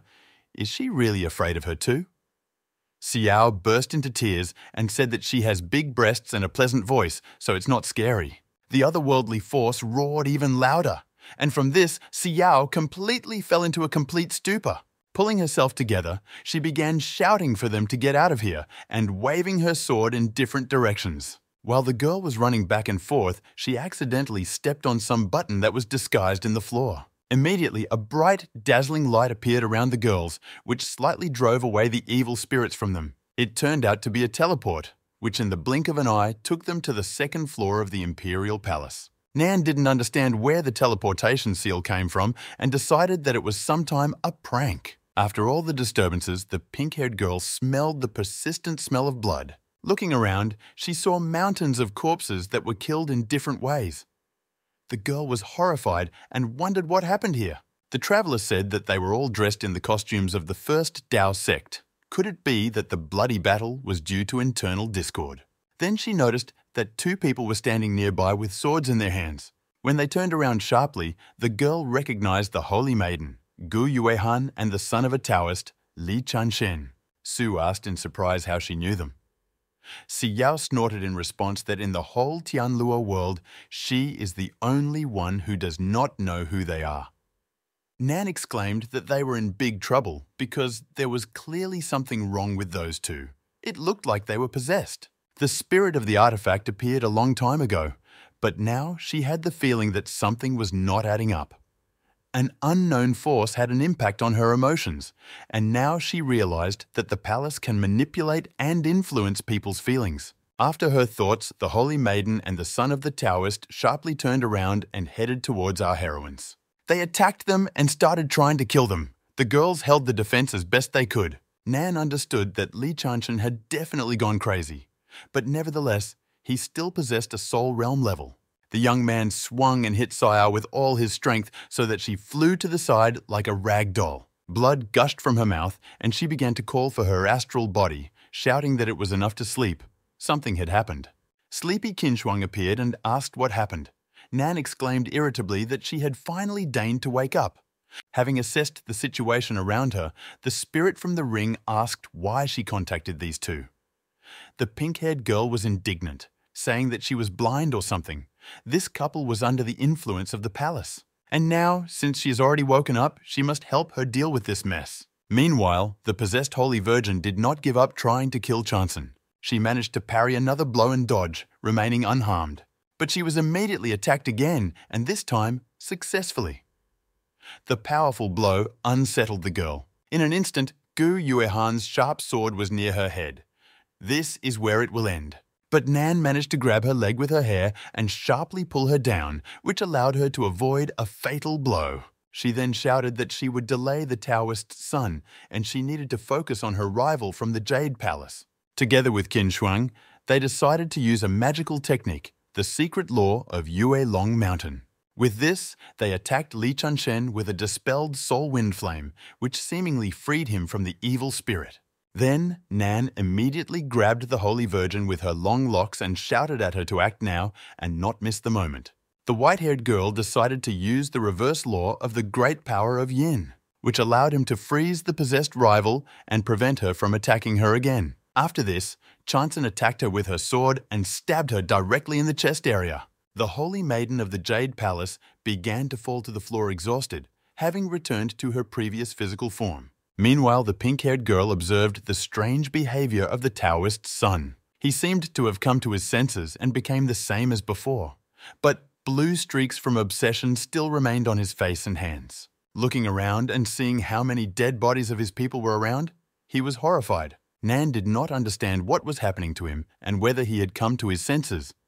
The astral body said that his spiritual energy is unstable now, so he shouldn't let his guard down. Suddenly, he screamed loudly in shock and began to glow with a bright blue flame. He was already under the influence of the palace, but everything that happened impressed him so much that he completely succumbed to the evil spirit. Meanwhile, the otherworldly force, which was watching everything that was happening from the side, voiced its thoughts out loud that they were probably reasoning that everything was so in reality. Let everyone continue to obey their own evil thoughts and kill each other because they are just stupid human beings. While they are on her land, their emotions will be heightened to the limit. She will not spare anyone who dares to disturb her sleep. People themselves are to blame for their greed. The dark substance suddenly heard the voice of a teacher nearby who stated that the palace was just a cover and the real citadel was deep underground. Then he turned to the evil spirit and said that he must be the spiritual vessel of the imperial palace. The dark clot of energy was taken aback and asked how he got here. Chen A said that there is no place in all of heaven that he cannot enter. The mentor continued to say that he, having only been an artifact for 1,000 years, had such a mature intellect and used the method of forging an artifact with a divine soul. There are many sects all over the world that are engaged in forging artifacts using the souls of animals and mythical beasts, and sometimes even go downhill and take the souls of living people to speed up the manifestation of the soul of the relic. The owner can also use his own soul, but this method affects cultivation so much that few people use it. The evil spirit asked in surprise who he was. The man replied that it doesn't matter, but he is the soul of the artifact, and in this place can release cultivation of the same level as its owner. But in the outside world, it may not even have a spiritual sea due to poor forging. He then touched the coffin and said that there was a transformation realm-level person there. It's a shame that he died because he used a spell that was superior to his realm. Only his mirage remains here. After listening to all this, the dark substance hissed for him to shut up immediately. Then he said that this was all complete nonsense and that his sister was real and she was just sleeping. If she is truly dead and her soul has disappeared, then who is he? Taking the form of a girl, the creature declared that his sister would definitely wake up and she was the best proof that she was still alive. All ungrateful invaders must die. The Lord is tired of listening to this nonsense. He put his hand forward, saying that enough was enough, and ordered the system to block this area. Shi asked in surprise how he knew about the possibility of blocking. Chen A replied that he had read the operating instructions for the system and it should have this ability. Xiao replied that everything is true, but what is he going to do? The man explained that the soul of an artifact with too deep an obsession cannot be used by a person.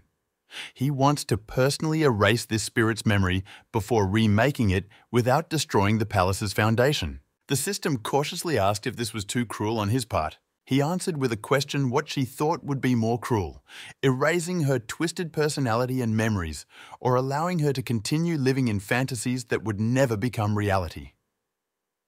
Shaw couldn't find an answer. Then the celestial patron system said that it understood everything and got down to business by reading the spell. Then she shouted, the complete blockage of the area of the sacred system of the Celestial Master open up. After the manipulations were completed, the Imperial Palace found itself in a brightly glowing magical sphere. Meanwhile, the enraged son of the Taoist came to the conclusion that it was our heroines who killed all his loved ones and the Holy Maiden. He shouted that he would now bury the girls next to them and was about to rush into the attack. Chanson, covering Nan with herself, was able to stop the blow in time and tried to resist as best she could. But he pushed the girls with force so that they flew several meters back. The possessed son of the Taoist was not going to stop and again rushed to attack our heroines. Nan immediately pushed Sue aside, and Qin Shuang ordered her vital organs to be protected. At that same second, the enraged young man struck a magical blow, and the owner of a pure yin body flew to the side like a rag doll. The pink-haired girl was able to withstand the attack and remained unharmed. The astral body reported that her vital centers were out of danger, but she herself was running out of spiritual energy. Xiao whispered that she was not cold yet, but it was already getting cold, and it seemed that her meridians had come to an end. Then Li Chanshan came close to her, hovered over the traveler with a sword and said, "Die!" Then he struck with all his might, and the weapon pierced the pink-haired girl right through. Then he grabbed her by the hair, lifted her up, and held her in the air.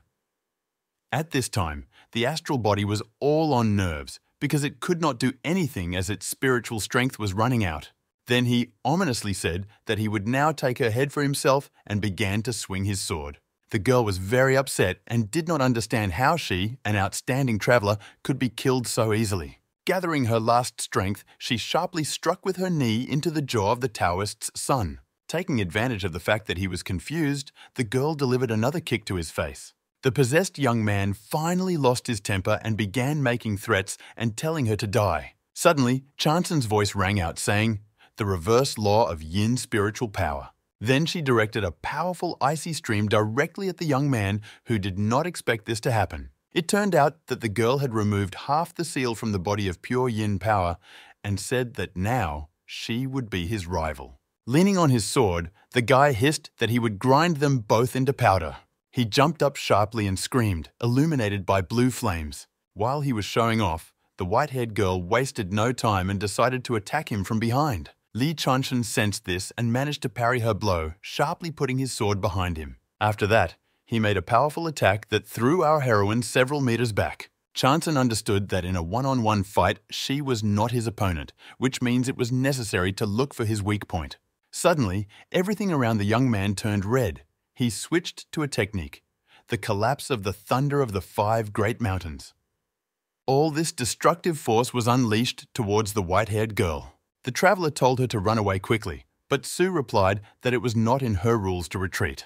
Chanson immediately built an ice wall in front of her, which was able to stop the powerful energy flow. After the attack, the possessed young man turned to all the dead and said that it was for the sake of revenge for them. But then he noticed the protective ice dome, behind which was Sue, safe and sound. Sharply from her foot, an ice path began to appear, which in a couple of seconds reached the Taoist's son and gradually covered him with ice.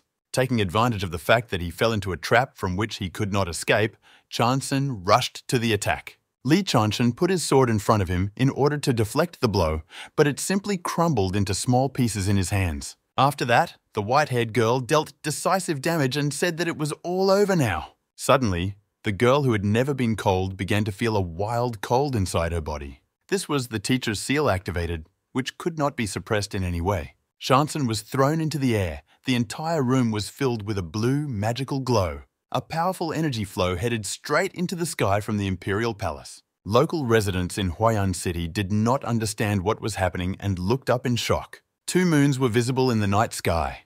There was a full moon and a new moon at the same time. Meanwhile, deep in the Luo Palace, the teacher was dealing with an otherworldly force. There was a dark aura of discontent, hostility, and death floating around. Chen Ei thoughtfully asked if her main strength was managing her emotions. The evil spirit hissed that a few more treacherous fools should die, and then she would have enough spiritual strength. She will never allow anyone to disrupt her plans. After that, she began to call upon the catastrophe of forgotten dead souls. At the same moment, from all the people who had died earlier and wanted to take possession of the treasure, the remnants of souls began to fly out. The teacher calmly reacted to this and stated that she was actively absorbing all the lost souls so that they became part of her. Calling her stupid, he added that in this case there is no turning back even if her memory is erased. Having turned into a huge monster, the otherworldly force continued to say that all little people are treacherous and ungrateful and the mentor must die. The system began to panic, and the owner said that it had only increased in size. There was no need to be so afraid. Noticing that the ruler was thinking about something, she asked if something was wrong, because he said that the evil spirit had only increased in size and nothing more. The man replied that the first Chansen seal, which seals the body with pure yin power, was opened ahead of time. Sayao exclaimed in fear how this could affect everything now. He replied that she couldn't control a power of this magnitude right now, so the extremely cold spiritual energy was affecting her. At the same time, the man began to take out a sword from the warehouse portal. Then he added that according to the records, the only cultivator in the many celestial worlds who had enhanced the power of pure yin during the breakthrough caused a transformation of heaven and earth that the Tianluo Celestials would feel very soon.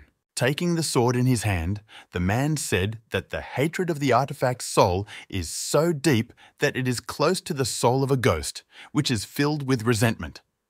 It will be difficult to overcome this in a short time. The Chansen side is the most important now. There is no other choice. We must hurry.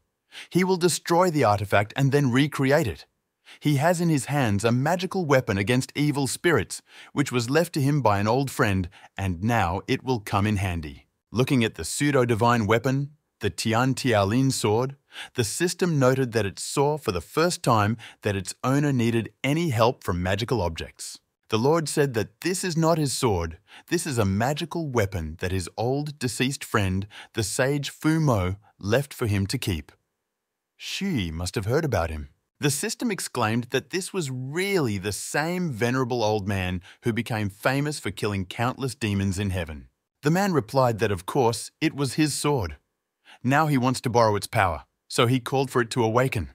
A bright glow appeared that illuminated the entire room, and the otherworldly force could not understand what it was. A small creature similar to a girl was released from the sword. This was his spirit, Tao Lin. Shu exclaimed that she looked so tiny. Chene replied that a sword's spiritual strength has nothing to do with its size and shape. Tao greeted the Tao Lord. He said that there was no time for talking. In front of him was the soul of the artifact of this palace. She voluntarily merged with the souls of the dead and evil spirits. He needs her to remove the evil force from her without harming the source of the artifact. Then he clarifies whether this is even possible. Lin replied that she couldn't do anything with a living being, but with a tiny soul no problem, even 10,000 wouldn't be a problem. The owner asked she what the maximum cultivation limit her area blocking could withstand. She replied that she must endure any attack below the level of the realm of all things. The man muttered that then, let this be the kingdom of all things. Shah got nervous and wanted to stop him, but it was too late. He turned to Tao and said that, unfortunately, he did not have time to study the instructions left to him from the sage, but he could provide spiritual power for free use. The girl said not to worry, she could handle it. An otherworldly force called everyone pretenders and began to threaten that they would remain buried here with her as a sign of repentance. The little sword spirit raised the weapon up and began to recite the words of the spell. All evil spirits and traitors will be destroyed, and those who dare to plot something bad against her will receive their punishment. She is happiness and he is evil. Then, shouting the words, expelling hundreds of evil spirits, she pointed the sword at the otherworldly force. The Sky Lord system successfully contained the stones flying in different directions by blocking the area. But she was already at the limit of her capabilities and warned her owner that she might soon not be able to stand it. The evil soul of the artifact roared that it was foolish to attack him, relying on the help of a tiny sword spirit. Tao retorted that fallen beings like him were not suitable for a Tao Lord to personally take action on. Her strength will be quite enough to deal with him. After this, a powerful explosion occurred, which illuminated the entire room with bright light. The system fell exhausted on its back and muttered that a little more and it would not have been able to contain everything. Lin reported that the soul and consciousness of the artifact spirit were separated.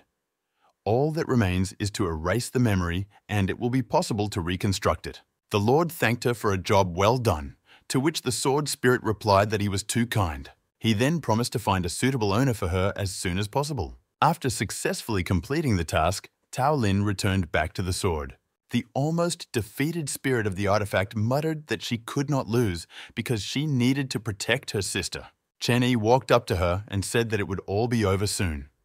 Now he will erase all the bad memories and bad thoughts that have darkened her. When she wakes up, everything will be fine. An otherworldly force screamed that it would not allow her memories to be erased, but a start had already been made. She lamented that she was the only mistress for her.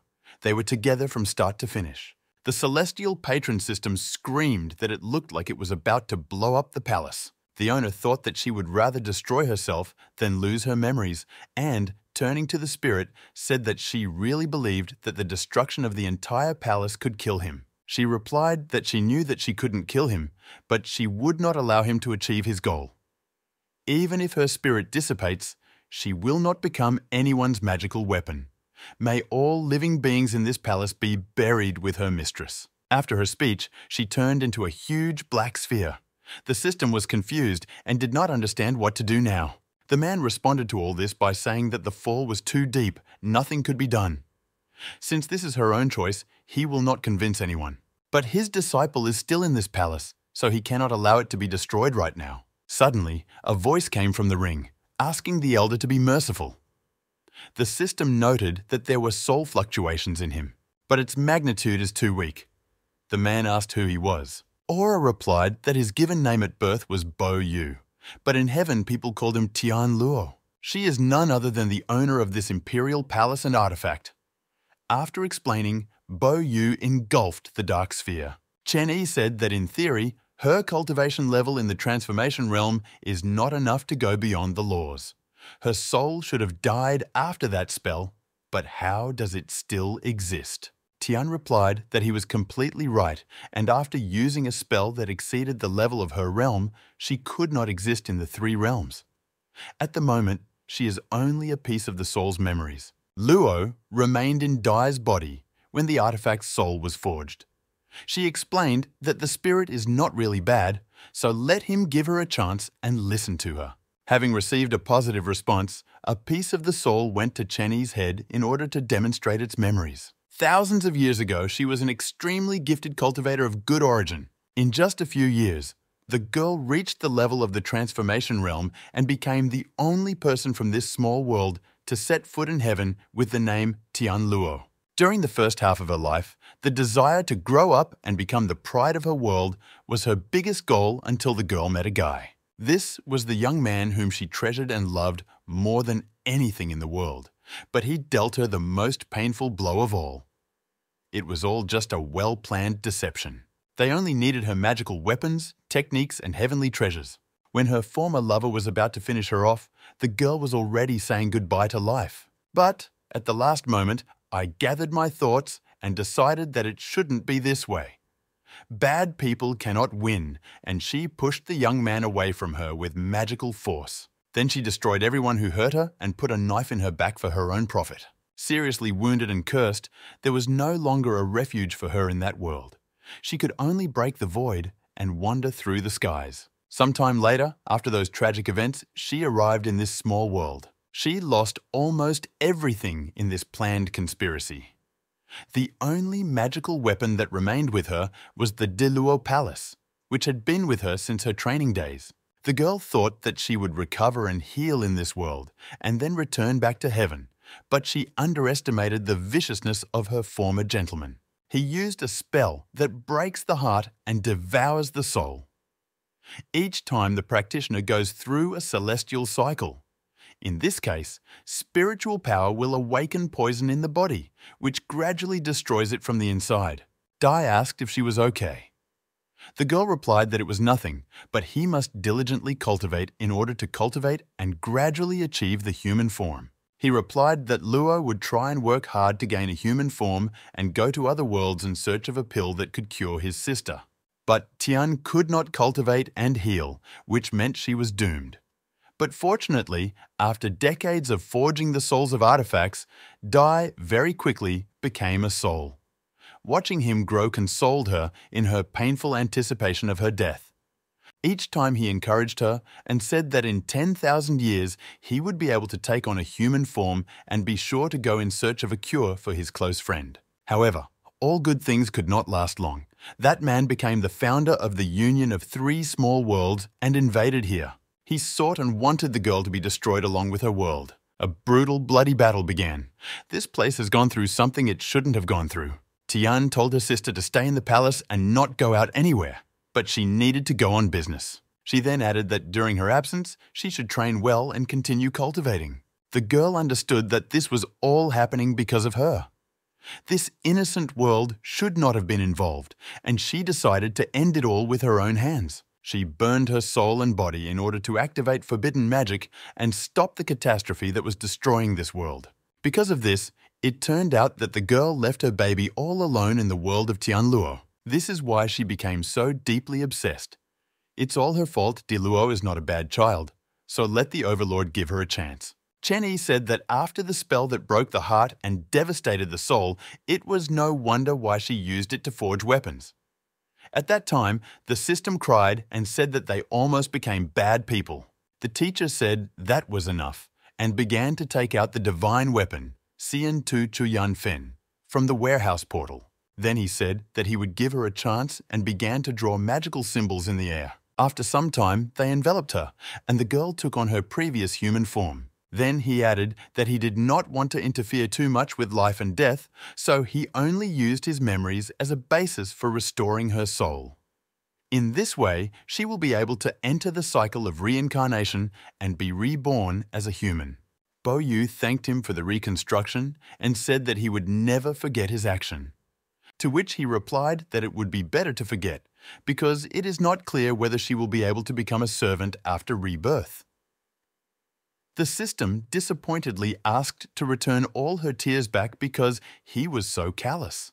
But the girl again said that she would not dare to forget his grace and asked him to leave the problems with Diluo to her. Then she approached the black clot of energy and said that it was time to wake up. Suddenly, the sphere burst and a girl appeared from there, looking at Bo Yu blankly. The girl smiled and asked if she really didn't recognize her. Bursting into tears, the little girl threw herself into the arms of her sister, who said that now everything would be okay. Trying to calm her down, she said that Diluo was really amazing because she was already able to take on a human form. Wiping her tears, Dai insisted that she knew her sister was still alive. That man really didn't deceive her. It was only necessary to collect enough souls so that she could return. After these words, the girl immediately received a slap in the face from her older sister. Meanwhile, the system of the Lord of Heaven could not calm down and was about to faint from sobbing. Holding her head, Luo did not understand why she received such a strong slap. Bo Yu was very angry and screamed when she taught her dark magic that uses the souls of the living. She at least understands how many lives she ruined with her stupid act. Since birth, she taught her to improve in cultivation step by step, and the girl decided to voluntarily absorb other people's souls. What was she even thinking about? Diluo muttered that she just wanted her sister to come to her senses. Chen Yi joined the conversation and asked who taught her the spell to resurrect the soul from the dead. She began to say that about 500 years ago, when the girl had not yet formed her spiritual body, a mysterious man came here, ignoring all the traps and illusions that she had set. He told her that her sister's soul was not completely destroyed, and that if she collected enough souls, she would be able to recreate the full body of the spirit and use the connection between the owner and the artifact to resurrect her sister. Originally, Dai had no intention of practicing the spell left by that person. However, ever since he left, more and more people have been invading this place, and many of them have been killing each other due to disputes and disagreements. It was then that she decided to try to absorb human souls. Thanks to the power of merging these very souls, Luo was able to assemble a complete spiritual body in just 100 years. As her power grew, she began to feel that she was gradually losing control of her emotions, and the desire to kill pursued her. By the time the girl realized the seriousness of the problem, there was no turning back. She didn't want to kill so many people. Her goal was to protect her sister and bring her back as soon as possible. As long as there was a chance to resurrect her, she didn't want to lose even the slightest hope. Shura whispered that as far as she knew, it was impossible to bring a soul back to life, even through sacrifice. Chen Yi replied that it is correct. Once the soul was destroyed, even if they were collected all over the world, it was impossible to bring it back to life. A person's soul contains complex emotions from his life. Collecting a huge number of them, on the contrary, most affects the spirit of the artifact itself. It seems that whoever incited Luo to do this wanted to turn her into a weapon tainted by sin. Suddenly, the sisters knelt before the ruler. He didn't understand what was happening and why it was happening. Bo Yu said that the reason why Di took the devil's path is because she, as a mistress, taught her poorly, and the blame for this lies with her. She then asked to give Luo another chance. He replied that it was because of her deep obsession with her that she was seduced and went astray. But Tao Lin had already purified her spiritual body in order to eliminate the evil. He then added that he was here to guide his student in her training and to eliminate potential threats that she could not handle on her own. The lives and deaths of other people do not concern him. Bo said thank you. After that, the girl asked him for one more request before they said goodbye. She explained that Di Luo managed to collect the soul of the artifact, but in mind, she is still a child. It will be difficult for her to stay on track in the future. You will go into reincarnation very soon, so she wants to ask to accept her sister as her student. Hearing this, the girl burst into tears and said that she did not want to say goodbye to her again. Bo explained that reincarnation is a law of nature and it is inevitable. She, as a human, died many years ago, and her life as an artifact soul has just begun. If it weren't for the elders' help, they wouldn't even have had a chance to see each other. Gradually, the girl began to disappear and said that she no longer had contact with the earthly world, which means it was time to leave. The teacher condescendingly said that he would accept the soul of the artifact as a student. Then he asked about that man whether the girl wanted him to help her take revenge on him. Bo Yu replied that there was no need to worry. If in her next life she is reborn as a human, she will learn to be wiser. She then said goodbye to Di Luo and said that in the future she should become a super powerful magic weapon and then disappeared. The system began to cry again from such a heartbreaking scene. Meanwhile, Nan lay unconscious, covered in ice from head to toe. Qin Shuang noted that the icy yin power released by the white-haired girl froze even the soul. If she was allowed to continue like this, she and Xiao would both die. But one death is better than two. Besides, she had already died once. She regrets that she was not honest with Nan because, in fact, during her life, she was much stronger than her. This may be the last time the astral body will help her. The girl decided to use a spell, the execution of the 8 cardinal directions, destroying the flames. After this, the ice melted, and the rest of the soul began to move into the traveler's body. A powerful energy field immediately threw her body into the air. Then, a light butterfly-shaped flame appeared in her hand, which was called the Beiji meteorite flame. And behind the back, there is a dark flame, the flame of the animal spirit Qian Hun, in the form of a black demon. After transforming into Nan's physical form, Qin Shuang said that she wanted to test how strong the pure yin body was. Meanwhile, the artifact's soul continued to grieve over the next loss of its sister. The teacher told her not to cry because life and death have their own destiny. Reincarnation is her owner's choice, and since she entrusted her fate to him, he will treat her well. Swallowing back tears, Di Luo asked if the man was her new owner. Chen Yi replied that her master is not him, but she will meet him very soon. They spent a lot of time, so they need to teleport him to those people who were ambushed and killing each other. At this time, Xin Shuang, looking at Su, reasoned that since it was the loss of her control over her body that caused the rapid release of icy yin energy, she only needed to melt the cocoon of ice around her. But suddenly a monster once appeared. The girl suggested that this is the white-haired girl's protection, which works even when she is unconscious. Then she ordered the animal spirit, Qian Hun, to smash it to smithereens. But the plan did not work, and the black demon was defeated in a matter of seconds. The astral body flashed the thought that this was more difficult to do than she thought. But she cannot be allowed to get out of control before her powers are fully awakened. The girl decided to use a magical technique, Beiji fireworks and launched a powerful energy flow. But the defense, instead of being destroyed, grew even larger, and now things were clearly bad because of this. The monster struck back at the girl and she simply flew to the side. Qing Shuang was shocked that this was just unconscious self-defense. But she was so strong, this girl was just a monster. She understood that she couldn't be reached so easily, especially since her soul had very little left. The girl muttered that she would have to use the only trump card she had and that Nan should live well on her share in the future. Then the astral body used the technique, fusion of heavenly fire, 10,000 shining flowers. The ice protection was again attacked by energy streams. The girl admitted that this might harm the white-haired girl a little, but nothing could be done. But this didn't work either. The monsters only became even more angry than before the second attack. Qing Shuang was freaking out that she was still too weak in this state and couldn't even break through the ice cocoon with 10,000 shining flowers. A couple of moments later, she received a powerful blow from Chanson's attacking defense. The astral body apologized to Nan and said that if she had more spiritual strength, then perhaps everything would work out.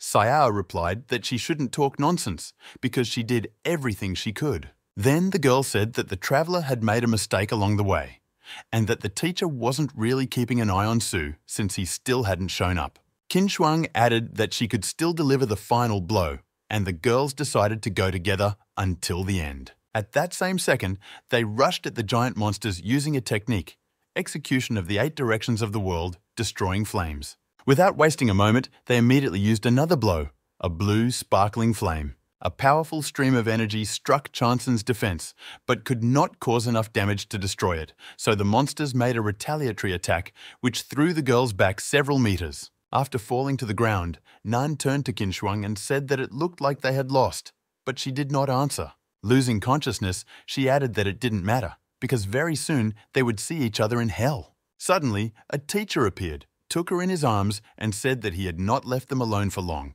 but they were already in this state. They have an exceptional ability to create trouble. The system noted that at least they managed to arrive on time, but the new assigned student was frozen to the core. Throwing Nan into the hands of the artifact's soul, the owner said that there was no need to worry. With his help, they will definitely not die and began to draw magical symbols in the air. Then he explained that the treatment would take some time. He uses a talisman that will seal their bodies, but he must prevent their souls from scattering. First of all, it is necessary to resolve the issue with Chanson, Shu exclaimed as the little one was able to hit the ice ball. Chen A said that she used more yin energy in battle to break through the seal, which is a type of loss of control caused by the evolution of a pure yin body. Suddenly, ice dragons began to quickly fly straight towards our heroes. The system of the heavenly patron began to panic. But at the very last moment, they abruptly stopped a short distance from them. Xiao exhaled and said that she thought those snakes wanted to attack them. The master explained that Su had just lost control of her powers again, but subconsciously, she still remembered that he was her teacher. The body of pure yin power is reflected mainly in the use of yin energy, and the fact that it can now give it form proves that the evolution is complete. Now, all that remains is to awaken her. But first, everyone else except himself must leave this room. The system was at a loss. Suddenly, footsteps were heard, and a voice asked if he was the same person who grossly violated the laws of life and death. These were the managers of the afterlife, Bei Sitzi and Fan Bashi. She asked if these two could be from the mythical hell. The owner replied that half of the rumors were false, but they really dressed like representatives of the other world. Bei Sitzi stated that the law of karma and the continuous wheel of rebirth are the immutable rules of many heavenly worlds from time immemorial. So according to them, they will take the souls of the dying who are here. The man calmly replied that these were his family matters, and they could get out of here. People from the afterlife were taken aback by such arrogance and impudence. Fan Bashi hissed that once a Taoist dares to break the laws of reincarnation, he also behaves so arrogantly. He then shouted that Chennai would return with him to the palace of Yama. Raji, who is the lord of hell in Buddhism, and rushed to attack the teacher. Maintaining complete equanimity, the man said that he was tired of them and simply waved his hand and threw them away from him in different directions. After landing, Bei saw that only half of her companion was left and screamed. The Lord said that it was up to him to decide whether these 3 girls would live or not. Since they refused to voluntarily get out of here, then they must die. But before he even had time to do anything, the managers of the underworld quickly grabbed each other and escaped through the portal. The system cautiously asked if it was not bad that they insulted the inhabitants of another world because they are the gods of life and death. The owner replied that everything was fine. These people claim to be guides of the dead, but in reality they are simply cultivators who use the energy of the dead during their reincarnation for their development. Many years ago, he already entered the afterlife for one person, so he already has a bad relationship with them. Sayao was surprised that he was capable of such a thing, then asked what happened in the end. He replied that out of 10 Yamaraj temples, only 3 remained, and 6 of his 10 kings were dead. But according to the original timeline, this will only happen in the future, and all these temples exist now. As long as they don't try to use the power of reincarnation to interfere with other worlds, he won't do anything to them. But if they dare to touch his students again, then he is not against history repeating itself. After his words, the ruler broke the ice protection around Chonson. Meanwhile, near the palace, there was a battle between 2 celestials. The Queen of the Night, who is the celestial of the Abyss Demon region, shouted to her rival that he was really going to fight with her for everything. The Beastmaster, who is also the celestial of the Abyss Demon region, said that he doesn't care, because the most amazing treasures always go to those who know how to get them. Suddenly, the voice of Buddha Bodhisattva was heard, who said that the 2 of them had not even seen those valuables yet. There was no point in starting a battle to the death before entering the imperial palace. Then he added that since the 4 celestial beings of the Tianlua world had gathered together, why don't they join forces and enter the palace together to find that rare treasure that caused the vision of heaven and earth? After his speech, the Buddha turned to another person and asked how he felt about such a proposal. The celestial of the Tao Arch region, the holy sword of the southern sea, said that he agreed to enter together. As for a rare treasure, whoever grabs it will get it. Everyone will receive according to their abilities. Having come to her senses, Nan felt that she had a terrible headache. But this was a plus, since she felt pain. It meant she was still alive. Then, the girl noticed that there was no ring on her finger and thought that Qin Shuang had died. Suddenly, a woman's voice was heard, saying that she had recovered quite quickly and had a good physique. Sayao decided that it was her friend's astral body and rushed to hug her, saying that she was terribly scared. But after touching it, she began to think, because Qin Shuang is a spirit. But at the same time, these touches are not felt, as if they were on the body of a living being. It turned out that it was a divine weapon, the soul of the artifact Santu Chuyan Fen, who asked how she dared to touch her body. Did she really want to die again? The traveler immediately began to ask for forgiveness and say that she simply confused her with another person. Then she bowed and began to thank the eldest for saving her life. The woman replied that she was the magic weapon of the Tao Lord, so there was no need for thanks. If not for his order, she would not have spent her spiritual energy to save the 2 girls. After that, she threw the ring to Nan, and she added that the ring and the spirit inside it had been restored. In a few days, she would wake up and return to her. Sayao thought to herself that since the spirit of the divine weapon artifact was in front of her, it meant that the Tao Lord she mentioned was the teacher of the white-haired girl, and he saved them. She then decided to clarify this issue with Santu. The woman calmly replied that yes, it was he, and at the moment the man was healing the wounds of his precious student. After completing some manipulations, Chen A revealed that her body had become a source of yin power, and as her cultivation level increased, it could re-evolve in the future. With the 2 seals she received from her teacher, the girl should not lose control the next time she moves to the next level. At this time, the system lamented that the baby almost died from her own strength. With such a dangerous innate physique, it is no wonder that many celestial worlds have never heard of strong people with a body of pure yin power. The white-haired girl gently pulled the teacher's sleeve, and he asked what happened. Chanson said her inability to control her body almost led to tragedy, so she deserves to be punished. The teacher gently patted her hair and replied that the path of cultivation goes against the will of heaven. There are not many so-called shortcuts in this world, so it is natural to encounter failures. The body of the source of yin power is a dangerous thing because it allows you to go further than others, but at the same time, the slightest carelessness can lead to death. This time, they will do without punishment, but she must train well. The girl firmly stated that she would definitely cultivate diligently in the future and would not let the teacher down. Looking at the statistics of completing the task, internal evil, the system noted that, judging by the baby's condition, there is no 99% evil inside her, but it is not clear what happened to the last percent. Meanwhile, the doors opened and Santu entered the room, stating that she was just in time. Then, smoking a cigarette, she announced that she had finished treating those two mischief makers. Sue immediately rushed to Nan and began to say that it was good that her wounds had healed. In turn, Xiao was surprised that everything was fine with the white-haired girl. At this time, the divine weapon clung to the Lord and said that she had done her job. Now, he owes her a reward.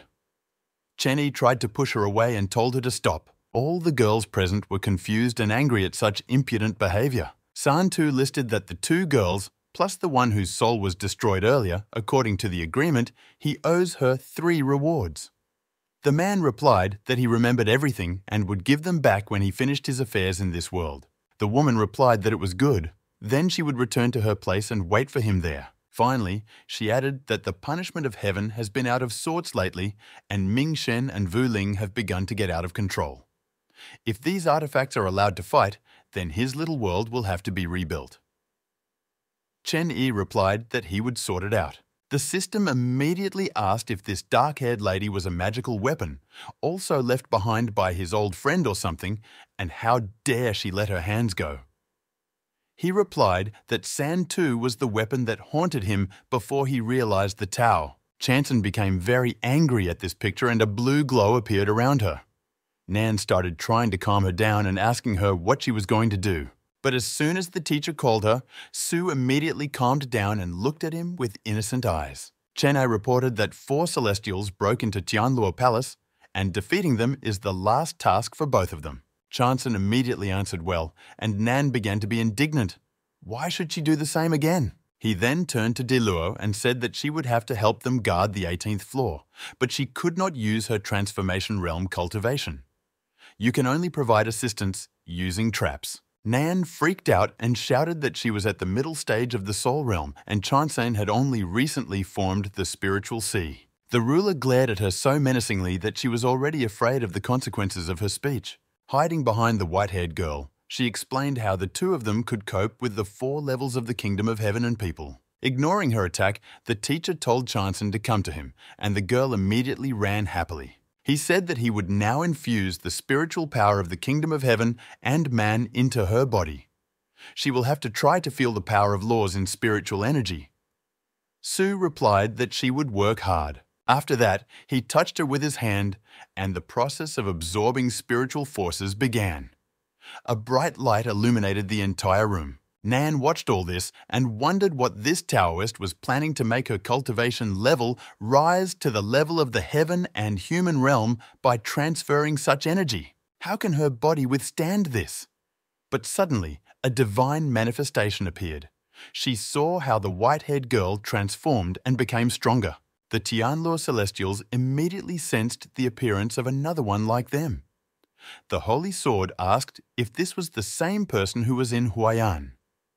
The Queen of the Night replied that the aura is very cold, he is clearly not simple, you need to be careful. Sayao reflected that out of many cultivators, only one reaches this realm, and 1 in 10,000 is able to create his manifestation in him.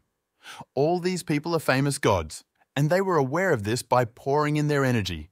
But how did Sue manage to do it? She said that Chansen's divine manifestation looks much fiercer than Tianfan's.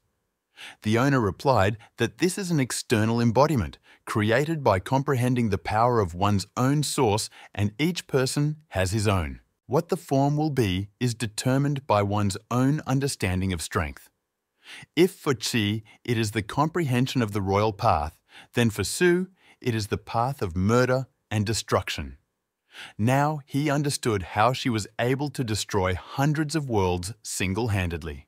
The Heaven Master System said that it was now very curious about what its master's divine manifestation looked like. Chen Yi asked if she really wanted to watch.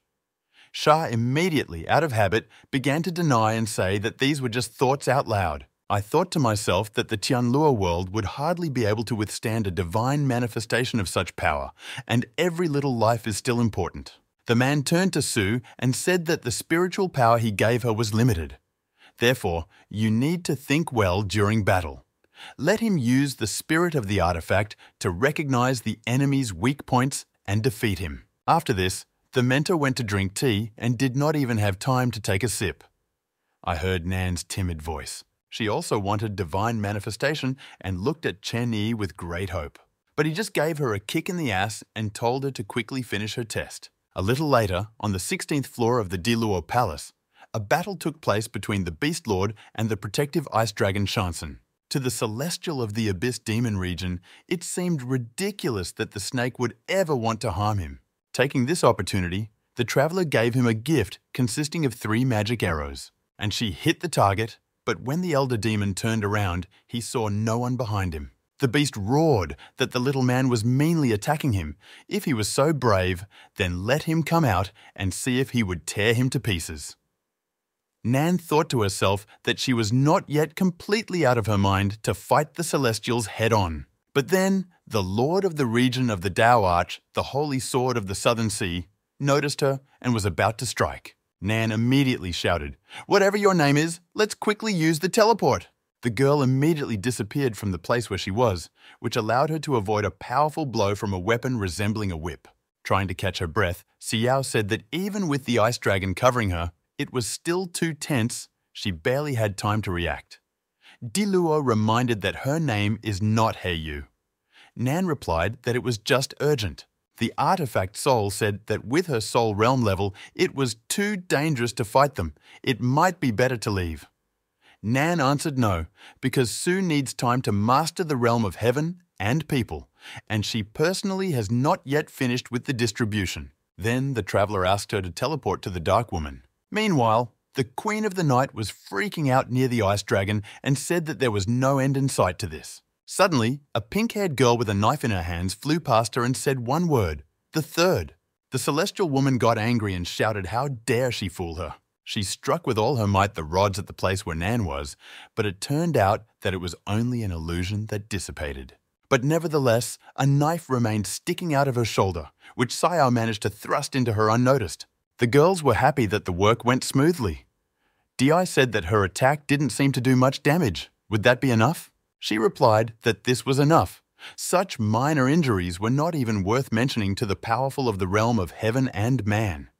They just needed an effect that they would all ignore. Since the last time she fought the Celestials was a lifetime ago, this floating sensation on the tip of the knife is nostalgic. Then her gaze moved to the monk, and she began to say that there was only one pity. The Bodhisattva Buddha technique is too strong. If you break through a comprehensive defense of this type by force, it is very unlikely that you will get out unscathed. Now the traveler has done everything she could, then it's up to Chanson and they can leave. Nan remembered a conversation with Su, in which she told her that in the realm of heaven and people, spiritual energy is only interrupted for a few seconds, so let him take advantage of this and beat them up. Chanson thanked her for the advice. Nan snorted that this was her teacher's task, and she herself would not have helped her if she were not afraid of trouble. She has to fight with 4 Celestials, so she must be careful, because Sayao will not be able to save her. The white-haired girl calmly replied that she would take care of the rest and began cultivating. Meanwhile, the Tianluo Celestials in full force reached the last floor of the Imperial Palace. They immediately noticed Chanson in the center of the room, meditating and tuning her spiritual energy. The King of Beasts and the Queen of the Night asked in surprise whether this girl was a celestial being or something. It turns out she's the one causing them trouble lately. The Southern Sea Sword reported that with such a chilling yin aura, it seemed to be true. Buddha Bodhisattva wondered how she could become a celestial being at such a young age. While they were discussing, the girl suddenly came to her senses and rose into the air, surrounded by a huge ice dragon. In the blink of an eye, this block rushed to attack the celestial inhabitants of the Abyss Demon region. The Southern Sea Sword immediately grabbed his weapon in order to use his technique. After shouting the phrase, "cutting the ocean," he began to strike quickly at Chanson's ice protection, breaking it into small pieces. Meanwhile, the white-haired girl appeared behind the Queen of the Night as if out of nowhere. Shouting first, Chanson swung her sword at her. Snorting, the woman arrogantly asked that she decided to tickle her again and began to try to wrap the sword with thorny stems. But it didn't work, and the sharp weapon dug into her shoulder, piercing it through. The voice of the attacking King of Beasts was heard, shouting so that the white-haired little thing would not get too carried away. He attacked her with a technique, a fist that destroys mountains, and in parallel, a sword of the Southern Sea was connected to it with a technique, cutting the ocean. All this powerful stream fell on Sue, but the attackers didn't succeed. A magical glow appeared around the girl, which with its power scattered them in different directions. The Celestials watched her with their mouths open in surprise, and at first did not understand what was happening. Chanson showed off her martial divine manifestation and pointed her sword towards her opponents. The King of Beasts said, no wonder she was able to block 2 of them with one attack. The Southern Sea Sword noted that with the increase in divine manifestation, she would not be so easy to deal with. But the Celestials were not going to give up and came to the conclusion that a rare treasure must be behind it. The Queen of the Night still wanted to take revenge for the damage caused from the ambush. The first attacker was the Sword of the Southern Sea, but the girl easily dealt with it. Her blocking blow was so powerful that it practically knocked the weapon out of his hands. Next were the Queen of the Night and the King of Beasts, who decided to attack her from above. In this case, she decided to use the reverse law of yin power, namely the technique, frost patterns, which threw the treacherous attackers away from her. Without wasting a minute, the 3 of them began to attack at the same time, but the babies successfully repelled all attacks. The Heaven Lord system, watching the battle, admired that Chanson was strong, just like the final boss in the game. Chen Yi said that it was just a power given to her. When she herself is able to break into the kingdom of heaven and people, she can deal with the 3 Celestials with a snap of her fingers. Shai replied that she was still a child, but she was amazing in battle. The teacher said that the 3 Celestials may not be so strong, but at least they are from the Tianluo kingdom, but the monk worries him. Xiao asked what was wrong with this man with many bumps on his head. The man replied that he had a strange aura and was not from this world. The system exclaimed that this was really another traveler. The owner said that he had something else that was bothering him, but it didn't matter now. First, we need to see what Chanson will demonstrate. The system maintained that no Buddha, if anything, can compare with its ruler. Chen Yi then said that Sue's battle was about to end. Shai exclaimed that her spiritual power was really running out. She could lose without it. He replied no.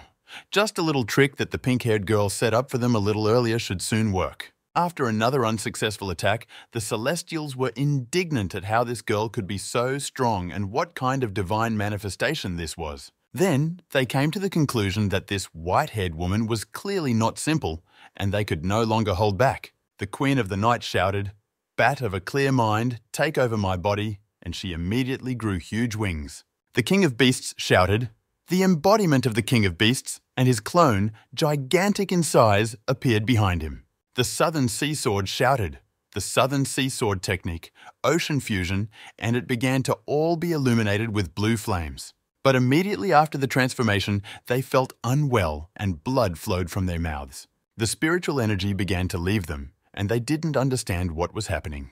Di Luo and Nan entered the room, who mockingly said that this unique remedy of hers had begun to work. Then she turned to Chanson and urged, taking advantage of the moment, to smash them to smithereens.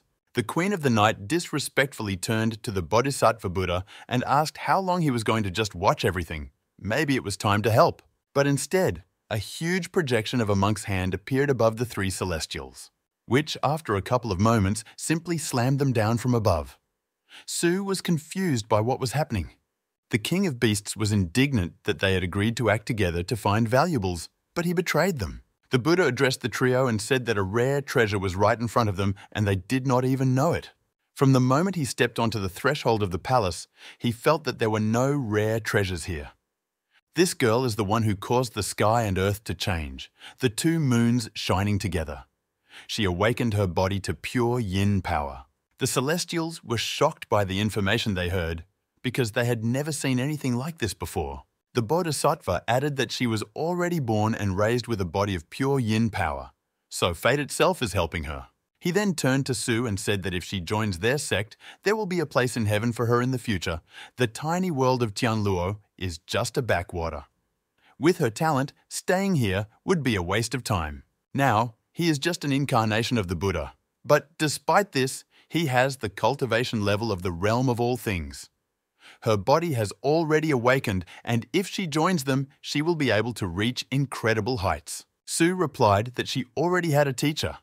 Her entire body and soul belong only to him, so there is no way she can join the place he is talking about.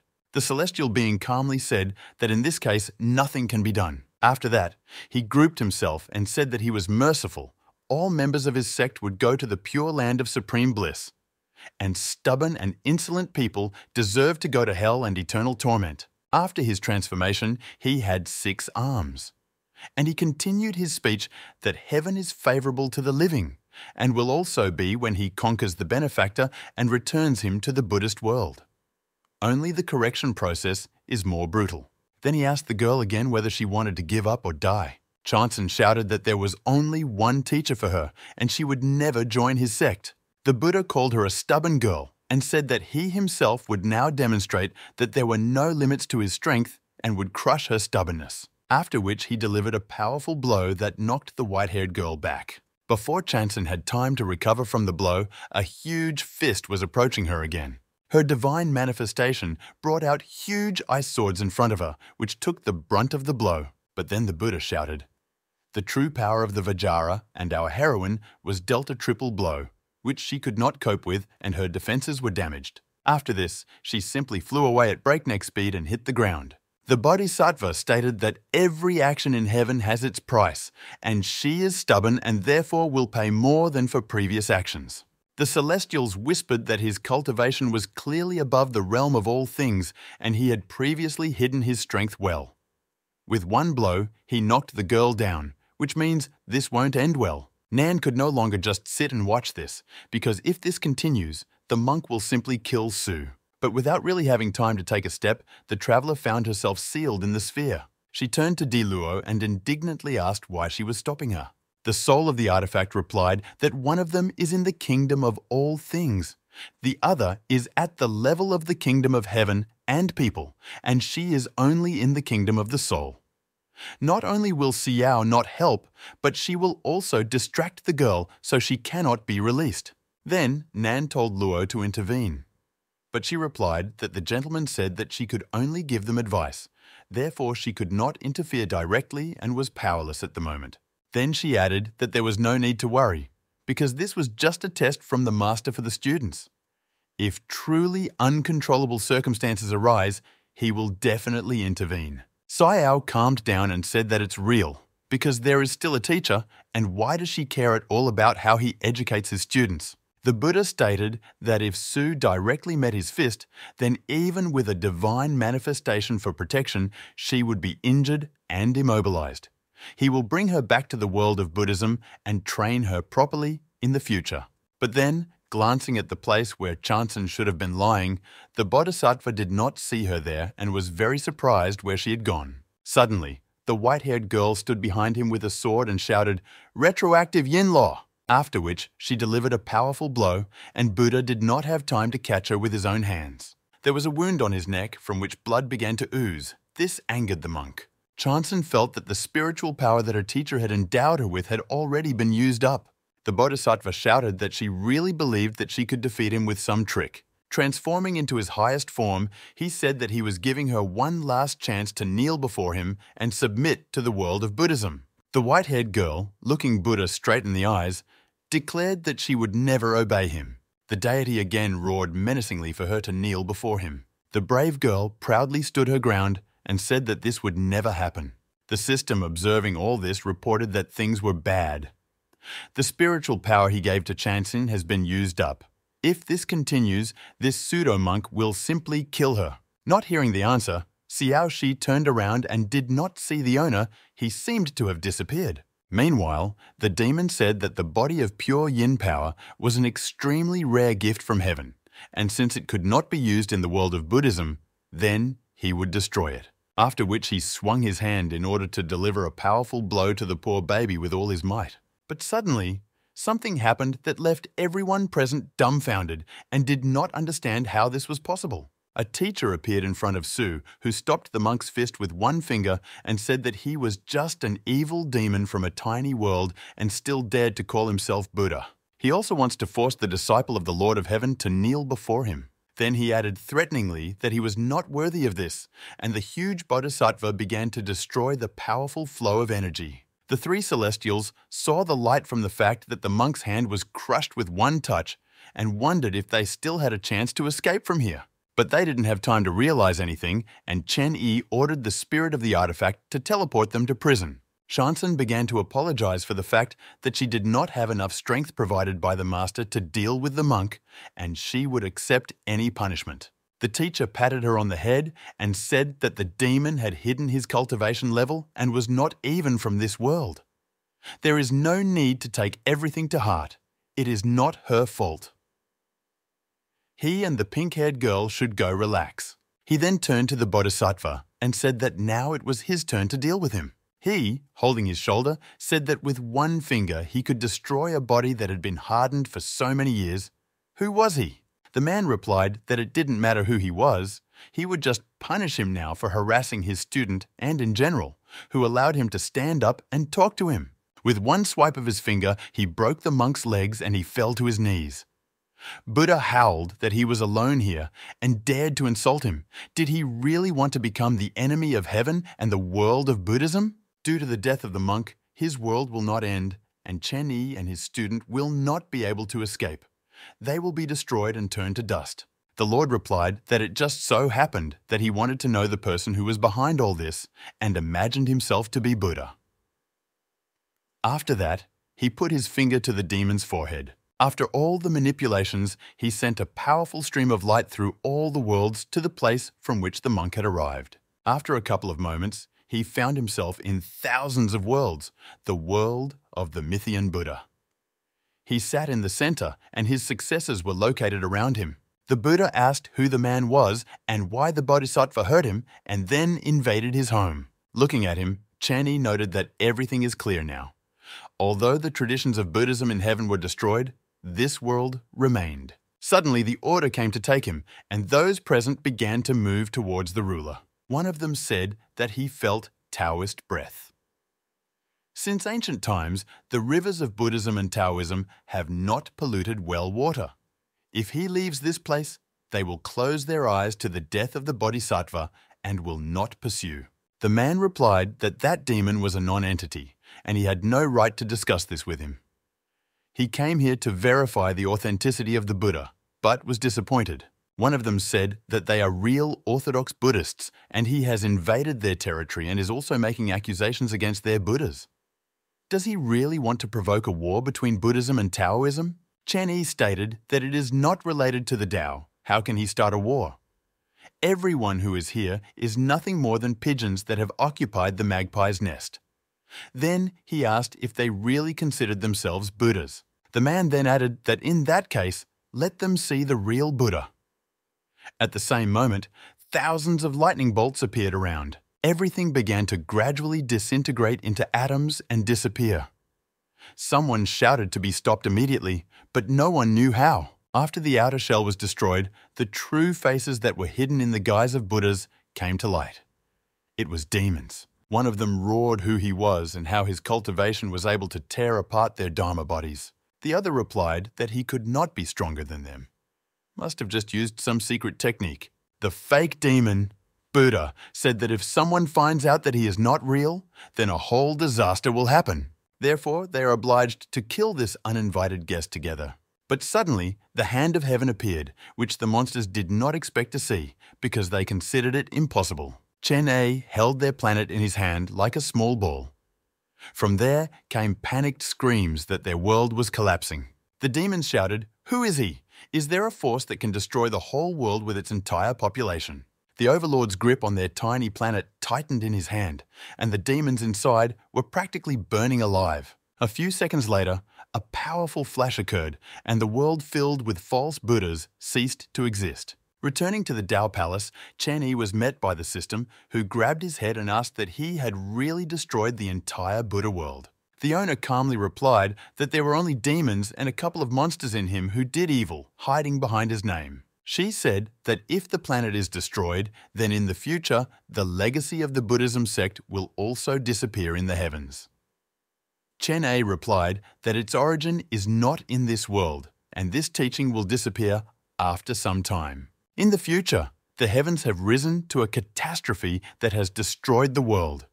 The gods tried to prevent destruction, because of which Buddhism and Taoism were destroyed. Sayao could not understand. They travelled through time and are now in the past 100,000 years ago. But gods such as Xian, Fan and Shansan are still alive. But why then is there no Buddhism? The man asked if she knew about the three Buddhas. She replied that she knew and listed their names, Dipankara, Shakyamuni, and Maitreya. He replied that everything was correct. Dipankara is the Buddha of the past, Shakyamuni is the present, Maitreya is the future. They are all supreme gods. During the disaster in heaven, all the Buddhas of the three worlds joined the rest of the sect for protection, and defeat led to the disappearance of the past, present, and future. So no matter what time period, the teachings of Buddhism will still cease to exist. Then he took out the artifact and said that it was a heritage of Buddhism. In the past, he and the Buddha were friends to death, and before his death, he entrusted him with teachings and 13 artifacts. Buddhists sacrificed their lives for the sake of righteousness, but evil spirits did evil with their help, so he could not help but react to this. The system exclaimed that as long as the heritage is in the hands of the owner, this teaching will not disappear anywhere. The man said that if he found a suitable candidate, he would hand over everything to him in the future and allow Buddhism to spread again. Sayao thought that a Taoist who preaches Buddhist traditions sounds rather strange. Chen Yi addressed the soul of the artifact, calling it Sayo Hei, and told him to tell Chanson and all three girls in general to wait for him in the main hall. The girl asked what he had just called her. The system said that since the master gave her such a name, it means that from now on she will be called that way. He explained that dear Luo carries within her the tragedy of Tianluo Palace and the massacre she carried out there. It's time to say goodbye to the past, so from now on she will be called Xiao Hei. The soul of the artifact thanked its master for the new name and bowed. Meanwhile, at the martial arts dojo, a fight was taking place between Nan and the King of Beasts. After another blow, the Celestial asked why she pestered him. If that Taoist had not reduced his sphere to the Tibetan one, would such a little girl be able to hit him? Sayao snorted, who allowed him to have so much fur all over his body. Qin Shuang said that he is a monster and that is absolutely normal. But the pink-haired girl did not stop and said that what she hates most is furry animals. She then turned her attention to Chanson, who froze the Celestials to the floor, and stood next to them with an ice hammer, and muttered that compared to the pure yin body, she looked rather stupid. Suddenly, Xiao Hei appeared and told the girls to go to the main hall, where the master would be waiting for them to talk. Nan was confused as to what he wanted from them. Qin Shuang replied that this was a blessing, not a disaster, and they should accept it. He saved their lives, and if he decides to cause harm, it will be a piece of cake. The traveller said that she and he are complete opposites. The astral body declared that all this was not important, and suddenly he liked her. Nan was surprised what he could like about her. The rest of the soul said that she is very sweet, but her speech is terrible, and what she is called is deep love and stinky mouth. Sayao freaked out and asked if she wanted to get it. After some time, the girls were shocked by the teacher's offer to join the Taoist sect. The man said that their past does not matter. After they join the sect, they will become part of it. The master has already written them down. Nan had the feeling that she had escaped from the tiger's den and found herself with the wolf. There are few people in the sect, and this does not inspire confidence. The astral body said that she was stupid, although there were few of them. She actually saw someone more powerful than this Taoist. In addition, they, as exiles, must hide their identities, and with such a supporter, it will be easier to walk in heaven. Having come to the conclusion that there was no point in refusing at all, the girls immediately bowed and called themselves students. The man stopped them and told them not to rush. Then he took Shansen by the scruff of the neck and sat him down in front of them. After which he stated that from now on, Sue will be their mentor. The white-haired girl carefully asked if she would become a teacher. Chen-yi replied that yes, these two would become her students. Nan lost her temper and began to swear that she could still become his ward. But Sue is younger than her, and he still allows her to be her mentor. Chanson tried to calm her down and said that the master had his own reasons. After a couple of moments, Sayao was trapped and could not move. She immediately started asking what he was going to do, and if he came closer, she would bite him. The Lord pulled her cheek and said that even when she doesn't talk, she still remains cute. He then said that their identity as wanderers was no secret to him. It was very easy to guess that they were them. No matter who dies at these hands, it will not affect the world of Tianluo. After that, he added that if she understood the hint, then let her begin to honor Shanxin as a teacher. Suddenly grabbing Nan's cheeks with both hands, Chen-yi said that her face looked good, but unfortunately her tongue was very long. After joining his sect, these dirty words should no longer be uttered. Meanwhile, somewhere beyond the Time River, a couple of young people in the palace were talking about how a large and powerful world could be destroyed. The girl said that this time she made a mistake in the verdict. She didn't expect him to destroy the world so decisively. She ordered everyone on their side to avoid contact with Chen-yi as much as possible in the future. The man was indignant that this was all. She at least knows how difficult it was for him to support the false Buddhas in the occupation of that world. Angel asked if he wanted her to risk the destruction of all the gods under her leadership just to kill Chen-yi in order to avenge the once small world inhabited by demons disguised as monks. She then placed her hand on his shoulder and told him that to achieve great things, one must remain calm. Destroying the Buddha world will increase the losses, but it will not affect the overall situation. Chen-yi has already accepted the emperor, the demon ancestor, and another disciple. Holy Heaven has been locked and separated by her since birth, but her mission is unknown to her. But this doesn't matter, because the longer she stays on his side, the easier it will be to gain trust. Everything is going according to plan, and the angel doesn't want to come into conflict with this most powerful god. In the Tao Palace, Xiao began to feel a wild cold and did not understand why this was happening. Meanwhile, in the imperial world, Tianfan fought another demon with the help of a fire spear. Shou watched this as if she had once watched a movie and ate popcorn.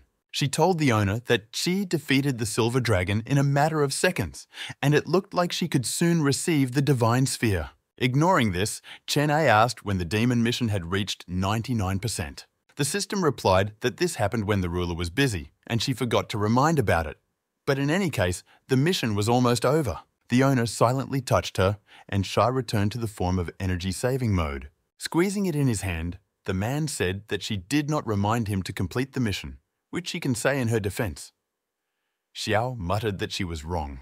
Throwing her aside like a ball, the overlord said that there should be no demons in Shansan now, but the percentage of the mission says otherwise. The danger must be eliminated. Landing on the floor, face down, the system muttered that he was right. In another time, Sue will kill countless people from heaven and destroy the ancestors of the white-haired demons. And the reason why she will become the progenitor of demons lies in the tragic past and the body of pure yin power. By becoming the master's student, she, in a way, found a family.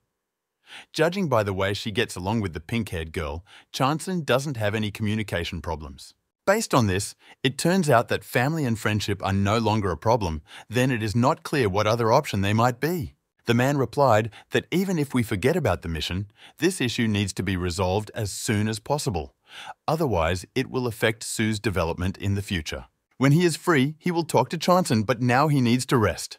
The system of the Lord of Heaven muttered that it also wanted to sleep, and, wishing its owner sweet dreams, settled down next to him. Chen-yi addressed her by name, but before he could finish his thought, Shi interrupted him and said that she understood everything. He wanted a bedtime story and began to tell him. The Taoist asked her to close her mouth and just turn off the light. Meanwhile, Nan resented being forced into being a student. Qin Shuang replied that stop complaining. He is giving them invaluable practice.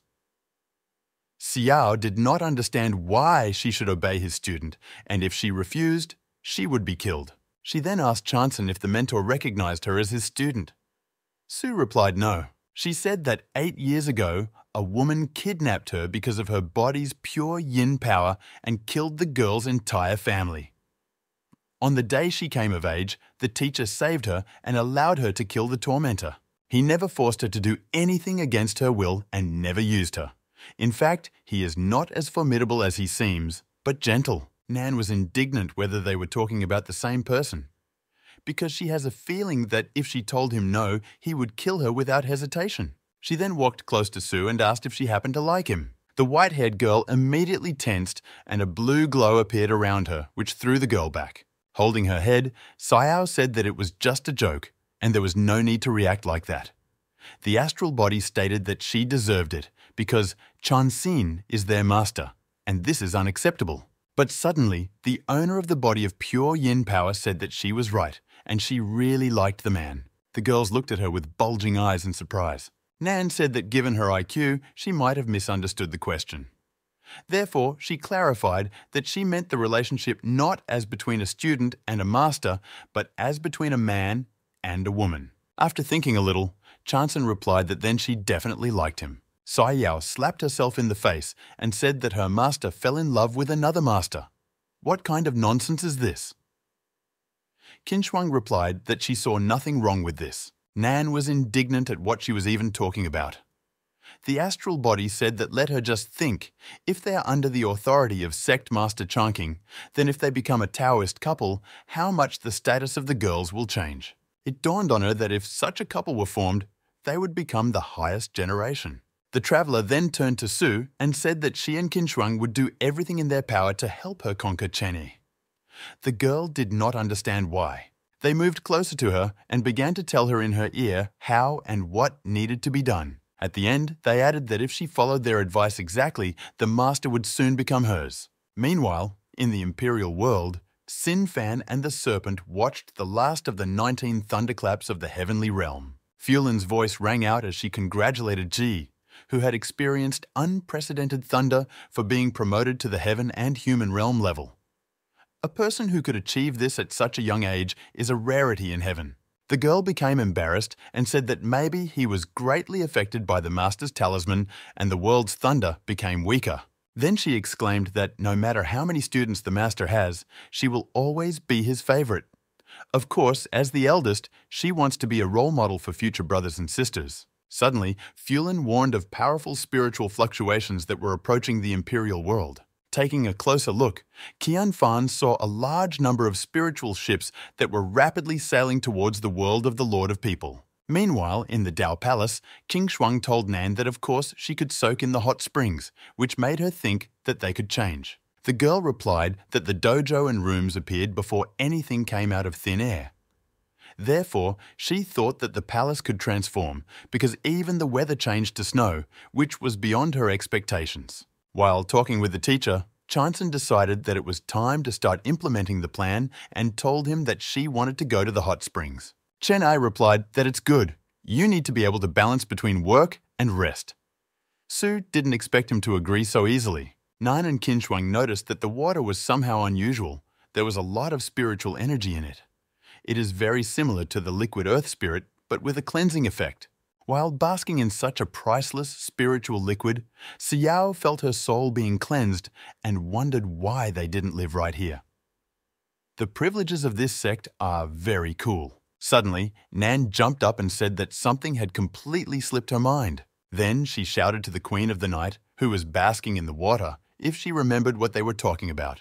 She replied that yes, the girls wanted to use her as a tailor, but since they took her with them to the hot springs, she would forgive them. Nan stated that they would say a few kind words about her in front of the master so that he would let her go, but if she breaks her promise, she will remain their punching bag outside the palace and then punch her. Suddenly the voice of Chanson was heard, who said that the dress seemed to be out of size and all the girls stared at her. A white-haired girl stood in front of them in a skimpy swimsuit, trying to cover herself with her hands. The astral body stated that Nan's brilliant plan was seduction, although she knows more than a dozen spells, but never uses them.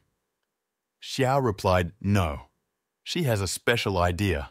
The traveler hugged Su and said that if you need to seduce a man, there are thousands of options. But based on her observations, the master will not like flirting from the girl. But a cute little dress, together with a perfect body and such a face, will blow him away. Chanson clarified whether he would definitely like it. Nan encouraged her by saying that she was incredibly attractive, and even if the master was an insensitive stone, he still wouldn't be able to resist. She thought to herself that she would pay him back for mocking her. She then rushed towards the white-haired girl, shouting that she needed to fix her hair. Meanwhile, She asked why the master wanted to take a bath. He replied that rest is also important, especially since Su rarely takes the initiative. Then he said that he had no clues about the demon's mission and needed to think about it. The system said that this is the last mission and there is no need to rush. But although it was not yet completed, information about the third student had already appeared. Her name is Qin Xianje. Xiao exclaimed that in order to be called Tianjun, she must be a popular boss, but why hadn't she heard of her then? Chen Yi replied that it was normal. Even in those days, few people knew about her. Without the power of law, her existence will slowly fade from memory and she will be forgotten by people. Her body is a flower, a kind of spiritual root, divine level. She was born with the power to manipulate time and space. She once used the law of time to erase herself from the world's memory. Shah didn't understand how this was possible. The owner replied that there was nothing special here. Those who do not wield the rule of law may not remember its existence. But he wonders why Sin is doing this, especially since this power led to her fall. At this time, the girls gave parting words to Chanson and asked if she remembered everything that needed to be done. Without saying a word, Su suddenly jumped over the fence and plopped straight into the hot spring where the teacher was resting. The wave was so strong that the celestial patron system almost fell overboard. When a white-haired girl appeared from the water, Shu was very surprised. The mentor asked what she was doing here, and Shu admired her appearance. Covering her chest with her hands, Chanson said that she wanted to swim with him and asked if she could. Nan and Qin Shuang tried to peek through the hole in the fence, but apparently a spell had been cast, so it was impossible to see anything. Sayao began to offer to get to them. The astral body replied that if she wanted to die, then there was no need to drag her along with her. But the girl did not calm down, as she was very interested.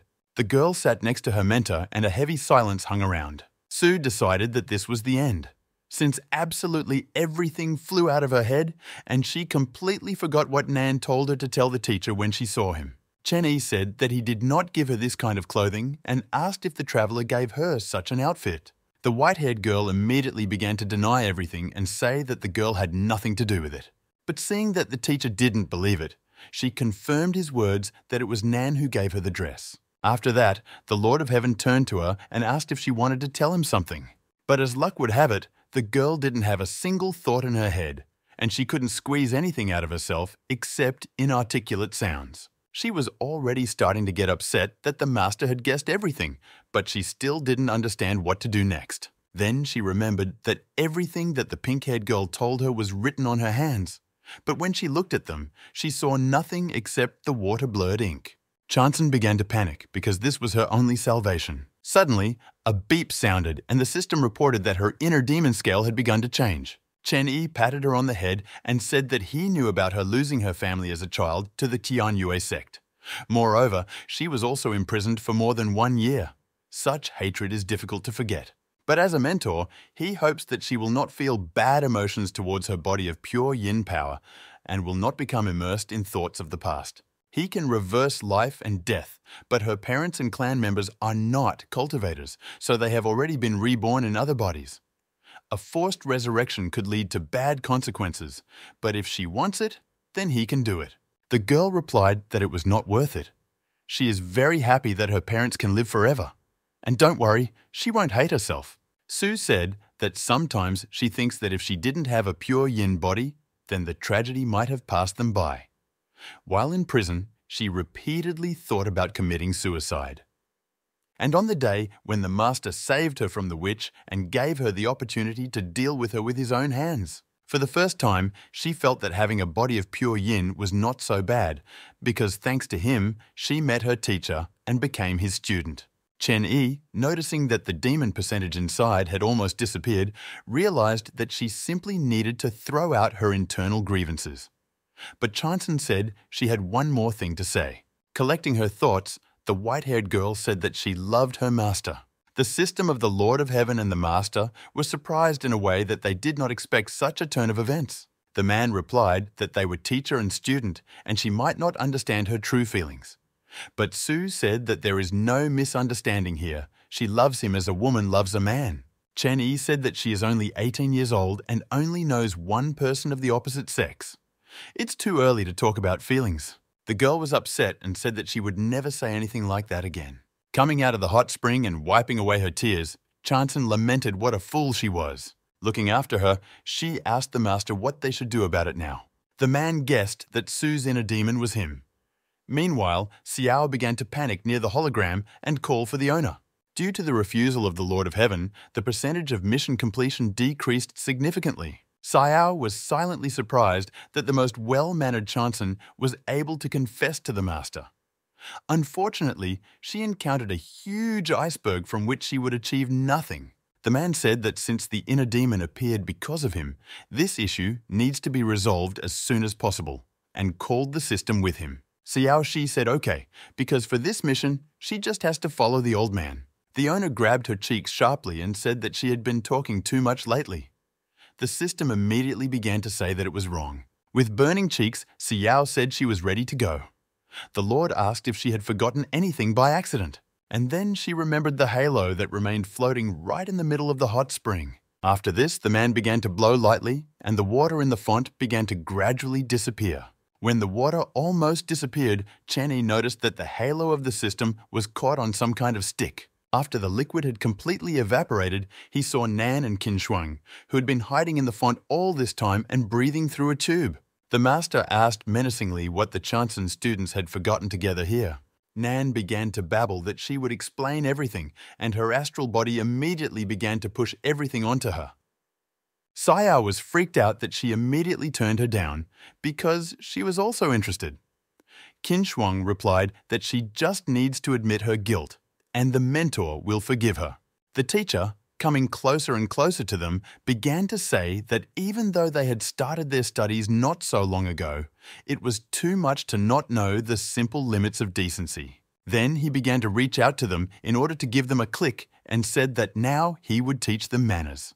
The girls screamed so loudly that birds jumped up in the trees. A little later, Nan calmed down Chanson and said that there is no need to be so upset because this is just a confession. The astral body said that it would be better for her to remain silent because it was her idea. The pink-haired girl, her cheeks swollen after the punishment, replied that she just wanted to help her master Su. Qin Shuang snorted that she said that as if she understood something about love. Nan replied that she should remember the time when people chased her from the top to the very bottom of the mountain. She then had to turn down a dozen annoying guys. The astral body said that is why they don't talk about such things. Xiao screamed that she simply didn't need it, and in general, she didn't remember Qin Shuang dating anyone for a long time. She replied that men slow down the speed of development. Then she added that Nan has a bad head because she was not born, she only has a spiritual body. Xiao quipped that it was a pity that even if she wanted to find a boyfriend, she could only get a ghost. The astral body was angry that the traveler knew nothing but was giving advice to everyone. She decided to run into something. Nan shouted in response that the busty woman was about to get hit in the teeth. While the girls were silently fighting among themselves, the sad voice of Chanson was heard, who asked if the master would hate her now. Xiao replied that this cannot be because she is his favorite student. How can he hate her because of such a trifle? The spiritual body picked up on that, and he rejected her most likely due to the fact that the girl's mentor. Nan then added that he is just a man, and Sue is so cute and talented that she will definitely find her lover in the future. The traveler continued that this old man was too pedantic and cold and wanted to say something else. But she didn't have time to finish her thought when Sue instantly covered her mouth with her hand and told her not to dare speak badly about her mentor. Suddenly, there was a knock on the door, and Sayao, in order to avoid conflict with Chanson, volunteered to go open it. It turned out to be the master, and the girls immediately said that they would not disturb them and would not interfere. Chen Yi replied that he hoped so. Sitting under the door, Nan said that the master is not a log since he came to talk with Sue, which means her technique works. King Shuang said to keep your voice down, otherwise he might hear them. But Sayao did not let up and said that as students it was normal for them to worry about their mentor and began to hint that they needed to eavesdrop somehow. The astral body told her to do what she wanted. Pressing her ear to the door, the traveller asked if the spirit still wanted to have its own body. Qin Shuang told her to shut up because her head is not as strong as hers and she doesn't want to get hurt by the master again. Suddenly, the voice of Shah was heard, who said what she sees here. These are two young students who decided to eavesdrop on the conversation. Then the celestial patron system shouted, "The block sphere is a big step." After that, she grabbed a huge stone and threw it right at the girls. Looking at the approaching cobblestone, the astral body asked if this was the work of Nan. The girl was indignant that why did she need it, because they were busy eavesdropping. After the stone block landed on the curious, Xiao said that a very important step to complete the mission was currently taking place, and she will not allow anyone to prevent the master from achieving his goal. Meanwhile, the overlord informed Su that he would leave the world of Tianluo in 3 days. The girl immediately fell to her knees and began to say that she was wrong and should not have done this. In the future, she will train hard and not think about other things. After which she burst into tears and asked not to leave her because of one mistake. The Lord took the white-haired girl by the hand and asked her to get up from the floor. He said that some time had passed since he came to this world for her sake. Now that her body of pure yin power will no longer resist, it is time to go to the next world. It's not because of her, it's just planned that way. Chanson continued to cry and said that she spoke disrespectfully to the master. Is he angry with her after that? The man replied that the timid little girl, who previously could not say a word, gained strength and confessed her feelings to him, boldly looking into his eyes. He sees how his student has grown, so why should he be angry? After that, he decided to broach the topic regarding what she had said earlier and explain everything. Chen Yi said that he has lived for many years and has seen thousands of worlds. He often encountered joy, sadness, life, and death. For so much time, he got used to being alone and no longer remembers the last time he thought about being with someone. He understands that her feelings and words of love mean a lot. But now they have a relationship between a student and a master, so he doesn't want to deceive her, avoid answering, or lie. The white-haired girl asked with hope in her voice that this means he doesn't hate her. Smiling slightly, the man replied that, as he said earlier, he didn't attach much importance to these words, so she shouldn't either. He then continued his speech and said that in 3 days they would leave the Tianluo world and go to the Imperial world to meet her elder sister. These two worlds are very small, so it is too much trouble to manage them separately. He needs Qian, Fan and Chanson to unite them. The combined world must have special techniques as well as heaven and human realm level cultivation. Her sister broke through this sphere a couple of days ago. Chanson should work harder and achieve this sooner too. Then he began to head towards the door and added that she should go to bed early today. But the girl called out to him, and the master asked if she wanted to tell him anything else. She stated that she would try hard, and sooner or later she would definitely melt the master's heart. The Lord of Heaven was at first confused by this news, but then smiled slightly. After a difficult conversation, the mission was completed. Shu celebrated this and said that she never doubted her master for a second. Suddenly, Chenny saw Nan in his bed and asked what the hell she was doing here. The system explained that the Chanson students were trying to eavesdrop, so she was afraid that they might interfere. She thought they would freeze if left outside, and she didn't have the authority to change the room, so she couldn't think of anything better to do than bring them here. Then she added that if he really has no experience in dating, then why not practice on them? But before she heard the answer, she smiled insidiously and asked that perhaps he was skipping the conversation process, wasn't he? The owner got angry and, returning it to energy-saving mode, began bouncing around the room like a ball. From the Taoist's palace, screams could be heard throughout the street that she was just joking. In the morning, Nan asked what happened that night. Qin Shuang replied that she didn't know because she was also passed out. They don't have to deal with this because she doesn't want to get beaten again. Xiao noted that Su has been too harsh lately. In just a few days after starting cultivation with Hei, she was able to break through to a new level. They need to do the same too. Nan noted that the soul of an artifact can transfer its spiritual energy to the master to cultivate together. It is no wonder that so many evil sects died in order to obtain it. Suddenly, the pink-haired girl received a strong blow to the head from behind from Tao Lin. Xiao immediately screamed, "How dare the forest girl treat her like this because she is her master?" Tao replied that although the girl is her teacher, she is too weak, so Chen Yi ordered her to be forced to cultivate, and he was absolutely not against using brute force against the traveler for motivation. Nan exclaimed that if she had known, she would not have taken a spiritual assistant who began to follow her. Qin Shuang said that this was done by the master for a good cause, and the forest fairy is much better than a chicken that sleeps on her head for half a day. A few days ago, the overlord informed Xiao Hei that Chanson was her new teacher. Hei is an artifact created using the soul forging tool. As long as the contract was valid, their spiritual powers would be bound, and the cultivation process would speed up greatly. Su thanked him. The soul of the artifact immediately began to bow to the new owner, but she told her to simply address her as Su Shansan, and now they would try to work together.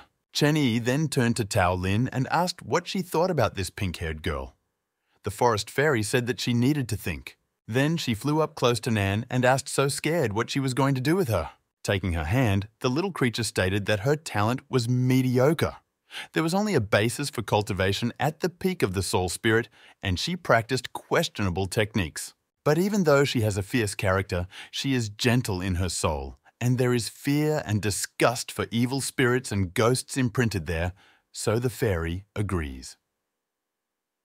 Xiao was indignant that firstly, where did she get this from, and secondly, there is no need to speak so loudly. Chen Yi then turned to Qin Shuang and said that she can easily change her body shape. But all the techniques she practices are based on heavenly fire, which suits her better than physical training. Before this, he captured one fragment, Xian, fan and chanson. It does not fit, so he will give it to the astral body. The system exclaimed that this was a piece of divine flame. Remembering the first meeting with this artifact, she asked that this thing was not incredibly dangerous for others. When the owner began to transfer the phoenix into the hands of Qin Shuang, the system screamed that they were all doomed and the Dao Palace was about to catch fire. But as soon as the astral body grabbed him, he turned out to be a small, round-faced chicken. Xiao and the teacher were surprised. The Lord of Heaven asked how Vanhu Lian transformed into such a form. He replied that this name is too long and let him be simply called Xiaoli. The bird reported that Vulian and his older sister Chulian taught him the rules. From now on, he will serve the Taoist and bite anyone he asks. The man replied that in that case, he would serve Qin Shuang as an artifact. The system said that it remembers how this firebird was very angry, but what happened to it after it was in the owner's storage room. The astral body introduced itself to the phoenix and asked to give her as much advice as possible in the future. The chick looked at her contemptuously and said that he refused because not only was she new, but she also did not have a physical body. Although it is a fragment, it is still a noble artifact. Cats and dogs like them who cannot cook need to return home earlier in order to make pies for sale and inherit the family business. A hand that appeared from the storage portal hit the arrogant bird on the head with all its might with a bat. Then a voice was heard that said that, as a spiritual artifact, he was obliged to obey the master, and if he did not want to serve his student, then he should return back. Whether it's sandbags or cannon fodder, the bird has to be useful. Phoenix replied that he was wrong. How could he disagree? Now his heart is happy and laughed nervously. The voice asked where his apology was. The chick immediately apologized to Chilean, but she replied that not to her, stupid. Then he immediately asked the Taoist for forgiveness and said that he did not want to go back to that world. Chen Yi replied that everything was fine. A few days later, Shai asked if he really wanted to take Chanson with him. The owner replied that it was true. At the moment, he has Tian, Fan and Su, but in the future, there will be more disciples and this will strengthen the Tao sect. Connecting the imperial world and Tianluo will make it much easier for students to control them. The system thought to itself that such a straightforward person as the master could not understand what she meant. The emperor and the demon are ancestors who are at enmity. How can their meeting end? Especially since they both like him. The voice of the girls was heard, saying that they were ready. Looking at the huge trunk behind Nan, Qin Shuang asked if she really didn't have a storage ring. She replied that she didn't understand anything and that this was a ritual. The Lord pointed them to the portal and told them that it was time to hit the road. Looking around, the astral body said that before, when she was in the kingdom of heaven and people, she travelled only to the nearest worlds and had never seen such a path. Nan called her a fool and said, how could she not have seen this before? They are now in a space-time tunnel and the master is actually crossing space and time. Suddenly, the teacher felt something and the system asked what happened and why his face changed so dramatically. He explained that when he left the imperial world, he gave Tianfan a set of spiritual clothes with a seal that he himself put. This robe has just been damaged. Therefore, it is necessary to speed up and rush to the aid of the ruler of the human world. After that, their carpet plane flew at such a breakneck speed that the girls screamed in fear. Meanwhile, in the imperial world, everything was in flames and complete destruction, after a difficult battle. There were a large number of dead people lying around. The first of the 4 generals of the Xianxin Empire, Bei Xi, approached Chai and said that he was giving her one last chance for her world to immediately bow to his great empire and recognize it. Otherwise, this small place will be destroyed by his army and turn into dust. The girl sat near the wounded snake and held Fulin, who was unconscious, in her arms. She replied that there was only one person in the world who could force her to obey. In the Qianfan dictionary, the word give up was not mentioned even once. Xianxin are vile invaders, and if they want to fight, they will fight back. It simply couldn't be any other way and then shouted for her imperial world to continue fighting. Bei Xi called her a stubborn fool and said that even as the ruler of the human world, against his strongest army, she is nothing. Fulin whispered that the gap between her and the enemy is too great. All intruders are strong. If the battle continues, Qi will die and she cannot allow that to happen. Now it will self-destruct, and this will give Qianfan a chance to escape. The girl replied that she decided not to leave this world. After all, if he disappeared, would she be worthy of the title of Empress? Her spiritual robe was damaged, and she hopes that Chen felt it. If she couldn't handle ordinary things like time delay, then he would think that she was neglecting cultivation. Therefore, until the master arrives, she, as a ruler, should not retreat. Almost with all her strength, the girl rose to her feet and said that in addition to the Empress, she was also the eldest sister of the Tao sect and the main disciple of Chen Yi. The foreign invaders want her dead, so let them just try to achieve this. The warriors recognized that she was worthy of her title, but only their empire could exist. One of them said that this woman's stubborn temperament suited his stomach, so let them leave her to him. Meanwhile, Qianfan attacked the treacherous Imperials with dozens of divine spears. The army men shot them down in front of their general so that he would not be injured. Bei Xi calmly watched all this and only said that her tricks were rather pathetic. But suddenly, she pierced through one of the commander's entourage and shouted, "First!" The general got angry at how stubborn this girl was and said that since she didn't want to give up, then let her die in that case, and swung his weapon at her. But the Empress managed to block such a powerful blow with her strength. The warriors were confused, because only the level of the heaven and human realm could withstand Bei's attack. Ci stated that the deaths of his subordinates earlier were not an accident. She is not an ordinary sky dweller. If it weren't for the enemy faction, he would actually have an interesting discussion with them. But it's a pity that she decided to become an enemy of the Xianxin Empire, so there is only one way to end it.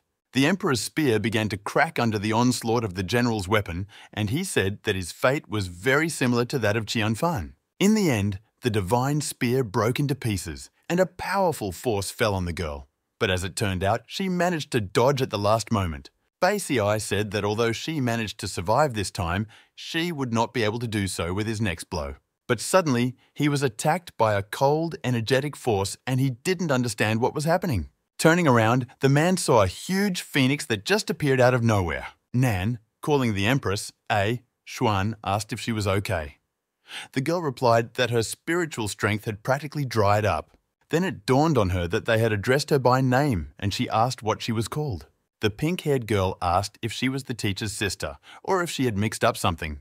The astral body explained that her name is Qin Shuang and the other girl is Xiao Nan, and they are both disciples of Master Chanson.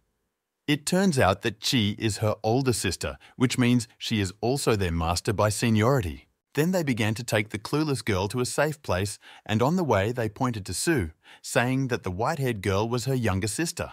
Looking in surprise at the girl who was casting spells, the general asked who she was. Holding a sword in her hands with reinforcements in the form of Tao Lin and Xiao Fen, Chanson declared that she was the second disciple of the Tao sect. Then, powerful bursts of energy began to appear, which destroyed his army one by one. His entourage was already ready to join the battle, but the general stopped them with his hand and ordered them not to interfere in his battle. Bai Xiai thought that this girl's body exuded coldness, although she had a weak cultivation base. It was very suspicious. This means that it is not a magical weapon, but rather a chilling form of spiritual energy. During the battle, he was infected several times by this strange cold, which he had to eliminate with his spiritual energy. But this white-haired girl only has a Tibetan sphere. The main danger is those others. The phoenix flame has no temperature, but can easily burn the soul. And the elusive sword spirit that had awakened the desire to surrender in him caused virtually no damage. The bird said that the master has very little spiritual energy and its flame is not enough. What to do now? Tao replied that she was not very good at fighting the living, so she would take on the general. We need to delay them until the Tao arrives. Energy flares began to sparkle on the battlefield, destroying spaceships. Watching this, Qianfan asked what her youngest field was. Qin Shuang replied that she had reached the Tibetan realm 2 days ago, so together with Phoenix and Tao Lin, she should easily deal with the intruders. Looking around, Nan noticed that there were many corpses around the level of the realm of heaven and people, and clarified whether she herself had killed them all. She replied that 3 days ago, invaders invaded her world. At that time, she still knew nothing about them and ordered the ruling sects to evacuate, and then only summoned a few masters to fight them. But she miscalculated. Their army reached the Tibetan realm and had hundreds of sky and human kingdom level generals. If it weren't for them, she would have died already. All the elders decided to retreat after hearing this news. Nan exclaimed that taking only a couple of people to fight with another world, while staying alive for so long and killing hundreds of heaven and human realm levels is simply amazing. Are all Tao disciples really such monsters? Xian Fan did not answer anything to this. She just asked tiredly where the teacher was now. Having misunderstood which master the eldest was asking about, the pink-haired girl pointed upward and said that he seemed to be the center of attention right now. The astral body did not understand what she was talking about. Nan was indignant that isn't the ancestor dealing with spirit ships. In her opinion, no one is paying attention to it or what. Qin Shuang stated that since he personally handles this issue, it can be said that he has the main role. But then their attention was attracted by Qian, Fan, and they asked what the girl was going to do. Because she was seriously injured and her spiritual strength was depleted, she should not exert herself. Getting to her feet, Qi said that as the eldest, she could not allow her youngest to fight alone. And besides, the existence of the world of the ruler of people depended on it. She has already regained her strength and, as an empress, will personally send these uninvited guests back. Chen Yi is probably watching from the sidelines now, and she cannot give up her position. Meanwhile, outside the world, the rulers of men, the overlord and the system observed a huge number of invader ships. She carefully said that there are a lot of people here. Will everything be okay with Qian Fan? The man replied that Chanson and the soul of the artifact were next to her, which means everything should be fine. Suddenly, Prince Sionson, whose name was Xin Jun, appeared and arrogantly said that Chen had dared to appear in front of his great army. Was he also here because of heaven's purpose? The Lord calmly asked who this young man even was. The young man introduced himself and said that he was fighting in the worlds in order to find the lost fragments of heaven. If a man is here for the same purpose, then let him return to where he came from. His army appeared here first. I thought to myself that it was strange. He did not feel the stranger's soul, but he had the same spiritual strength as a person. A bad feeling did not leave him, and he decided that he needed to be careful, because the man was of the same level as the emperor. Chen Yi said that he sent a huge army through space to start a war in the world of the Lord of People, just for the sake of some myth. The prince replied that the fact of the presence of celestial fragments in this world has been proven more than once by their sages, and they are never mistaken. If the world of the ruler of people voluntarily surrendered and gave them everything they want, then there would be no war. If it must be destroyed, then so be it. The world of heaven and all things has always been a place where the strong devour the weak. Provided that the world of the ruler bows its head before him, he will not attack again until the first disobedience. After listening to this speech, the ruler declared that is, he wants to say that in the omnipresent world, everything is decided by force. In this case, you need to check how strong his army is and point your finger in his direction. The master's magical power struck the arrogant prince like a laser, passing right through his head. After that, the man climbed into his mind and decided to explore the Seancen Emperor world. He saw that this world was built from the remains of others. The heavenly consciousness has not yet formed, and the highest level of cultivation is quite weak. Then he came to the conclusion that this was hardly enough for Qian, Fan, Chanson, and those two to practice. After that, he placed an artifact on this tiny planet and ordered it to do its job. Chen Yi once again thought that this world was not suitable for his disciples to practice with their cultivation speed. It looks like he will have to look for a more suitable place for them in the future. Meanwhile, the Seancen Palace was shaking, and the guards decided that the enemy was already close and it was time for everyone to defend the emperor. But after a couple of seconds, everything cleared up and the atmosphere became much lighter. In the throne room, the ruler of the empire, Xin Yi, summoned the minister and said that he wanted to hear his opinion. Mo Fan replied that this surge of spiritual energy disappeared as suddenly as it appeared. He thinks that this is the last release of the power of some god in the universe and it has nothing to do with them. Xin A replied that he hoped so, because the world of Seancen was created from the lower worlds, so it could not become heavenly. Finding the fragments is now a priority, and he fears that his sons will encounter monsters or ancient demons. The minister replied that the most powerful world where there are fragments is Chunqian. The cultivation of the first and second princes, as well as an army led by 4 generals, is more than enough. Before the expedition, a return spell was cast on Tian and Qiun so that, in a pinch, they could use the Star of Fate to return home. Suddenly, one of the stars began to collapse and crumble into small pieces. Meanwhile, in one of the ships, a warrior came to the general with one piece of news. But he interrupted him and said that Lao Bei and His Highness were messing around for too long, and the enemy was just a pathetic little man. Then he shouted for all 327 guns to be loaded and ready for battle. Upon the prince's return, they will combine all their forces and tear that man to pieces, along with his little world. Having come to his senses, Xin Chaiun asked what the Lord had just done to him. Just in case, the system reminded Chen Yi that they were still near the world of Qianfan, and therefore asked him to be careful with his spiritual energy. The prince said that he hoped his interlocutor would not act rashly, otherwise the heavens would rebel against him. How can you stir up a conflict over this little world? Even if he retreats, the nearby worlds will be destroyed in his place. The man menacingly declared that he knew absolutely nothing about this world and directed magical power in his direction. After which a dragon appeared and swallowed up several huge stars.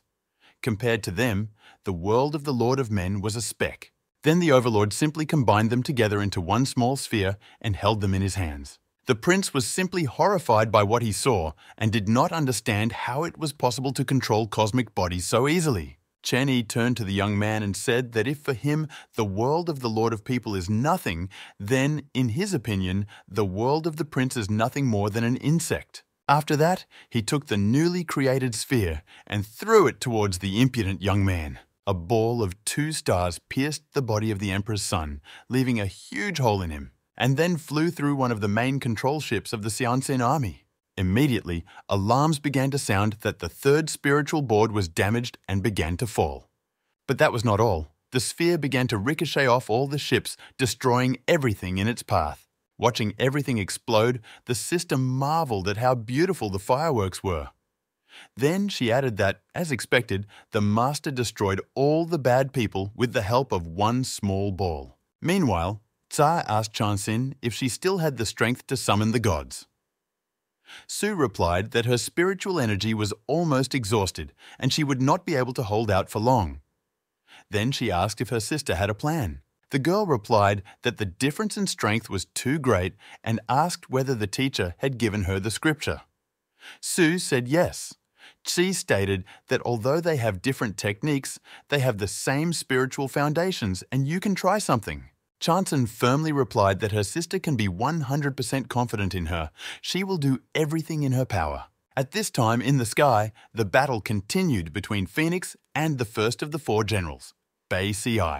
The heat bird was completely exhausted and turned into a small chick, saying that it was all too complicated. Suddenly, a hovering aura consisting of fire and ice forces appeared in the sky. The warrior could not understand what kind of spell this was. The man thought that this aura was growing too quickly, so something needed to be done quickly. He shouted, a dragon-cutting blade, and struck at the strange magical force with all his might. But to his surprise, nothing happened. His powerful attack with the cleaver did not bring any result. A moment later, a powerful energy flow threw him back some distance. The man thought that he had been wandering the skies for more than 1,000 years and had taken part in countless battles between large and small worlds. But in all this time, he has never seen such a technique, and it's incredible.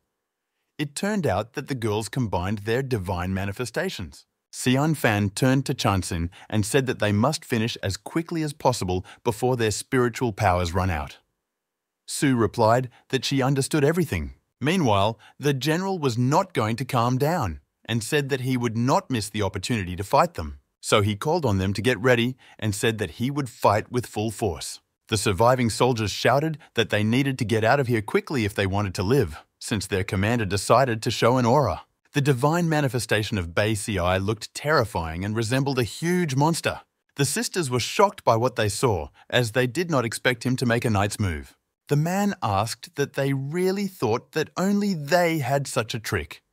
There is too much of a gap in power between them, so even their fusion will not help them defeat him. After this battle, in order to regain respect for his army, he will destroy all living beings on this planet and bury him along with the girls. The sisters did not waste time because their strength was running out, so they struck first.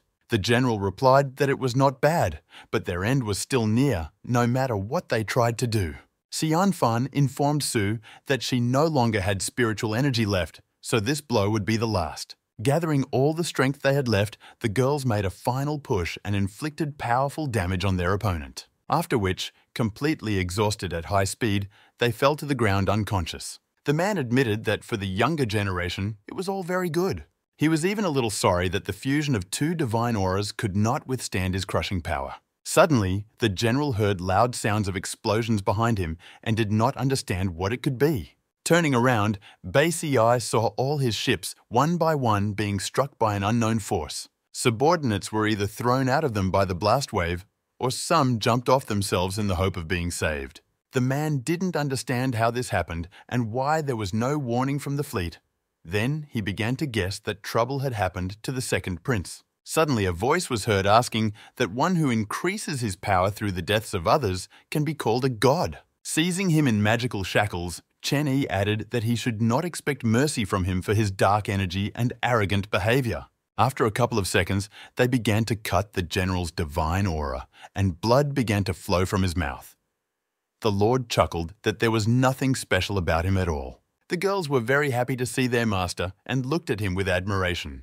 The shocked Bei Ci asked the ruler who he really was. The man calmly replied that he did not need to know this as he would soon die. After his words, the general was struck by a powerful energy flow, and the warrior stated that the end of his majesty had come. After some time, near the Dao Palace, Phoenix told Xiaoqin, sitting on his head, that he would now be his elder, and if any problems arise, then let him contact him. And in the building itself, Nan received an electric shock and jumped out of her seat. She exclaimed that just a little more and her butt would have burned. She needed to go somewhere else because it was already unbearable. King Shuang said to be patient. Since the eldest recovered, they have not stopped competing in cultivation. Since the speed of energy circulation here is very high, they will achieve the same results. Xiao was indignant that stopped talking to her about cultivation. She does not want to risk her life by being near them. Then, Nan thought that in the battle with those invaders, they acted so harmoniously. Then, why now they act as if they had quarreled? The astral body said, and the master mentioned that at that time it was their first meeting. Qi thought that according to the teacher, Su was in captivity until she came of age, and then in just a couple of months, she reached the level of enlightenment. Since she is the eldest, she should not give in to the younger one and therefore needs to work more. Chanson was thinking that Qianfan is 2 whole years younger than her, but has already reached the realm of heaven and man and become the ruler of this world, so she must work harder to catch up with her. And both thought that they needed to put in as much effort as possible, so they trained almost continuously. Nan didn't understand how one could cultivate endlessly and asked if King Shuang had seen anyone in recent days. She replied that the Taoist was currently busy repairing the Qi doll. Xiao snorted that this was no big deal for him. Why did it take so long? Then she asked what this training could be for them as a punishment. The astral body replied that with a character like the master's, anything can happen. The traveler exclaimed that she couldn't do this anymore. Meanwhile, Shou was thinking that the owner could fix Fulin with one movement of his finger, but why did he bother with her for so long? As if he had heard her thoughts, he said that the doll consists of only 30,000 parts, but has a special structure. It combines soul and artificial intelligence. Rebuilding the Fulin body is simple. The difficulty lies in improving the motherboard without deforming the original structure. If he makes even the slightest mistake, then her consciousness will suffer.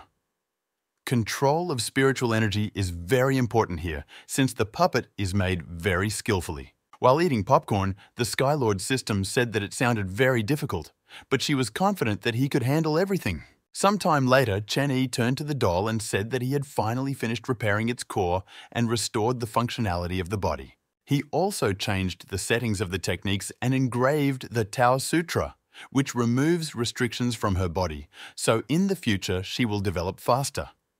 Now, it will be distinguished from a living being only by the structure of its body. If she increases her cultivation level, she will eventually be able to go beyond the puppet's body and become a human. Or she can continue to use this body for improvement if she is already satisfied with everything.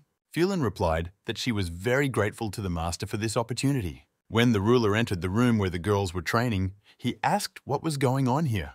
The energy of Qian, Fan and Shansan was raging around, and the traveler, along with her astral body terrified, climbed onto a pillar that was about to collapse. Noticing the teacher, the girls rushed to his feet, sobbing and shouting that they had been waiting for him for so long, but he still didn't come.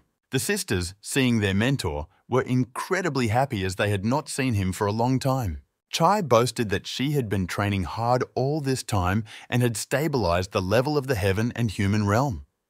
Su said that she also tried her best and is already at the peak of the realm of transformation, so she will soon be able to break through to a new level. Then Tianfan asked why his hair turned white. Maybe he was injured and should call a doctor. He replied that she had nothing to worry about. After the man returned to his previous hair color, Su exclaimed that he didn't have the same color as her. The Empress replied that of course not, his natural color is black, and then added that Chen Yi scared her terribly. The mentor replied that he changed his image while traveling to the world of Tianluo, and he added that this is because Chanson's hair is white. The girl was immediately touched that it turned out that he took such a step only for her sake. Tianfan didn't like this wildly, and she didn't understand how the master could change the appearance, especially for the girl. The girl immediately clung to the teacher and said that she missed him very much.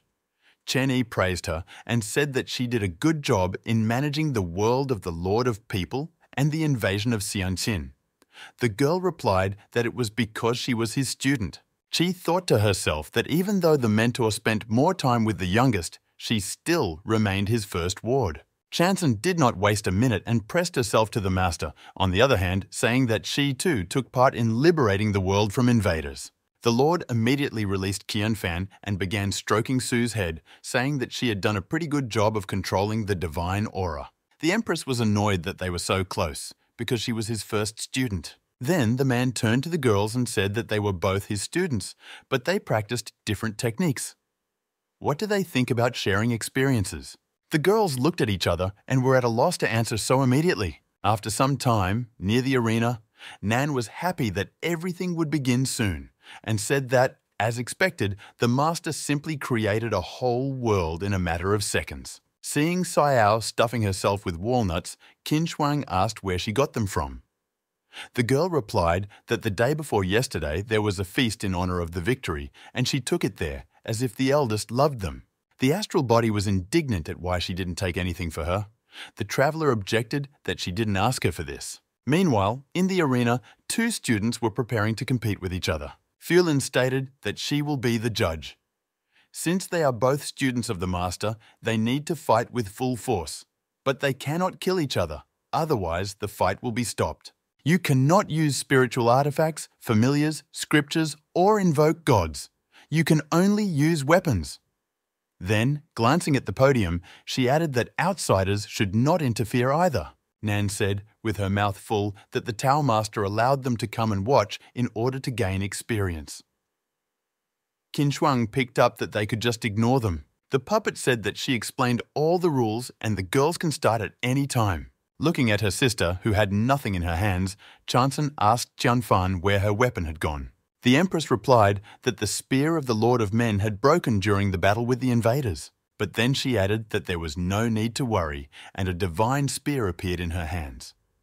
After which, Zi said that since she is the youngest in the realm of enlightenment, she will lower her level for an equal duel. Chanson replied that since the elder had lowered the sphere, then she would use her weapon. After which, looking defiantly into each other's eyes, the girls decided it was time to get started. The sisters immediately decided to resort to their techniques. Chanson shouted, Taiyan Ni Xuan and Qian Fan, the ruler of Chulun. Their magical powers immediately clashed in a fierce confrontation, because neither of them was ready to give in. Having successfully repelled each other's attacks, which were absolutely equal in power, Chai shouted that they needed to compete further. Nan and Qin Shuang were very scared of what was happening, and they wanted to escape from there as quickly as possible. The astral body blamed Xiao for everything, saying that she was so eager to come here. During the battle, the judge controlled the levels, settings, and assessed the abilities of the opponents. Watching their battle, Shu exclaimed that it was terrible, and now she understood how they were able to destroy so many worlds in the future. Then she turned to the master and asked if it was normal to force students to fight among themselves like this. Chen Yi replied that this is just the realm of enlightenment, and that artifact will survive. Xiao said that she wasn't talking about that at all, but that if they suddenly quarrel now, then something terrible could happen in the future. The man replied that it doesn't matter. If there is a battle in their destinies, then it would be better if it happened earlier. Then their original future will change direction. After explanations, the owner said that he wanted to play the lottery. Xiao immediately started digging into the system and muttering that she hadn't updated anything here for a long time. Then she exclaimed that a new version of the Wheel of Fortune had been released. For the previous task of internal demons, the Qi reward for breaking through to the realm of heaven and people, and the Su reward for the realm of enlightenment, the Taoist was credited with 70,000 points. Since there are a lot of points, he receives a lottery boost, a red ball. This is a newly added reward that can only be obtained in the upgraded version. To activate it, you need to use the regular lottery 10 times. According to the rewards for completed tasks, the owner has only 6 normal attempts and 2 improved ones. Chen A decided to start with the improved ones. As soon as Sha started reaching for the button and saying that they would now start playing the lottery, the master shouted, "Energy saving mode." Holding her in his hands, the ruler said that she was already a completely conscious system. Did she really not understand what he meant? She replied that she understood. After that, they turned the wheel, and the arrow stopped in front of the double red artifact. Xiao exclaimed that there were two special rewards in the Wheel of Fortune, the chance of which was now greatly increased. The master's luck, as always, is at its best. After thinking a little, the ruler pointed to the red ball with an arrow, which he did not get. To a silent question from Shah, the owner replied that he needed a new, suitable weapon for Xian, Fan. She did not know how to use an axe, but a spear would be great. Not understanding why the system hesitated, Chen Yi asked what he could get in there and get it himself. To which Xiao immediately exclaimed that there was no need and she could handle it herself. Trying to move the arrow, Shah muttered that the reward level was the same and in theory this should not be against the rules. As soon as she managed to do this, a bright light immediately flashed in the room. A gunfighter of the heavenly path appeared in front of them in the world of the galaxy, who menacingly asked who dared to awaken her. Then she stated that she had been waiting for thousands of years and could now return the galaxy to its former greatness. The heavenly patron system couldn't believe its eyes that it was such an artifact. Gunfighter added that if he agreed to become her puppet, his fame would reach the heavenly city in the future. Shah thoughtfully said that she had already heard this from someone. The owner replied that since she was aware, then let her act. Xiao exclaimed that she couldn't because this girl was a spiritual artifact. A loud roar was heard from the portal and flames burst out. The system fell into a stupor of horror. Then a huge dragon blazing with flames appeared from there. Shi screamed and started trying to hide. Gunfighter chuckled and stated that it was just an inferior artifact. The monster roared that how dare she insult the gods in front of his master. The girl was taken aback for a second, then it dawned on her that this was one of the first gods. Then the fiery deity leaned close to the girl and asked if she realized her guilt. She felt very scared and was at a loss what to say to him in response. The Lord calmly told the dragon not to burn down his Tao palace. The dragon immediately began to apologize and said that she had simply not been outside for a long time and only wanted to tease her a little. She didn't think the girl would be so scared. After transforming into a human form, it turned out to be a girl, namely Qi Lian, who rules the small world of Daochun. The owner said that he was giving the artifact to her. Qi replied that he could rely on her. Sitting down next to the gunfighter, the girl asked how such a small girl dared to try to threaten her boss. Did she really not distinguish between life and death? Shah said that this aura burns everything around. Is that red-haired girl also his spiritual weapon? Chennai replied that no, she is his familiar. Then he asked if she had heard the story of the three predecessors. Qi Lian is the last Kion Sin in the world of heaven and all things.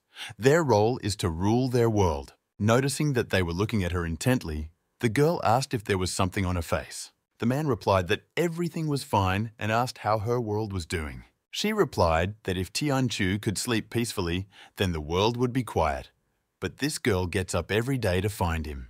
Then she said that it was time for her, as there was a lot of work ahead, and throwing a gunfighter on her shoulder, she went into the portal, simultaneously saying that she would train her and hand it over to Tao Lin in a couple of days. After that, the man said that Qian, Fan and Chanxin should have finished by now, so it was time for him and Xiao Shi to join them. Meanwhile, in the amphitheater, the battle continued and the girls were not going to calm down. The Empress decided to use the technique, the royal thunder of Chulin, and sent a powerful stream towards Su.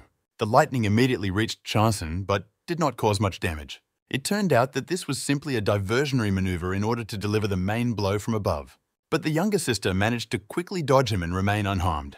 And not a second had passed before the ice and fire forces collided again in a fierce confrontation. Qian, Fan noted that Su attacks very quickly and accurately, and this cold aura slows down the circulation of her spiritual energy.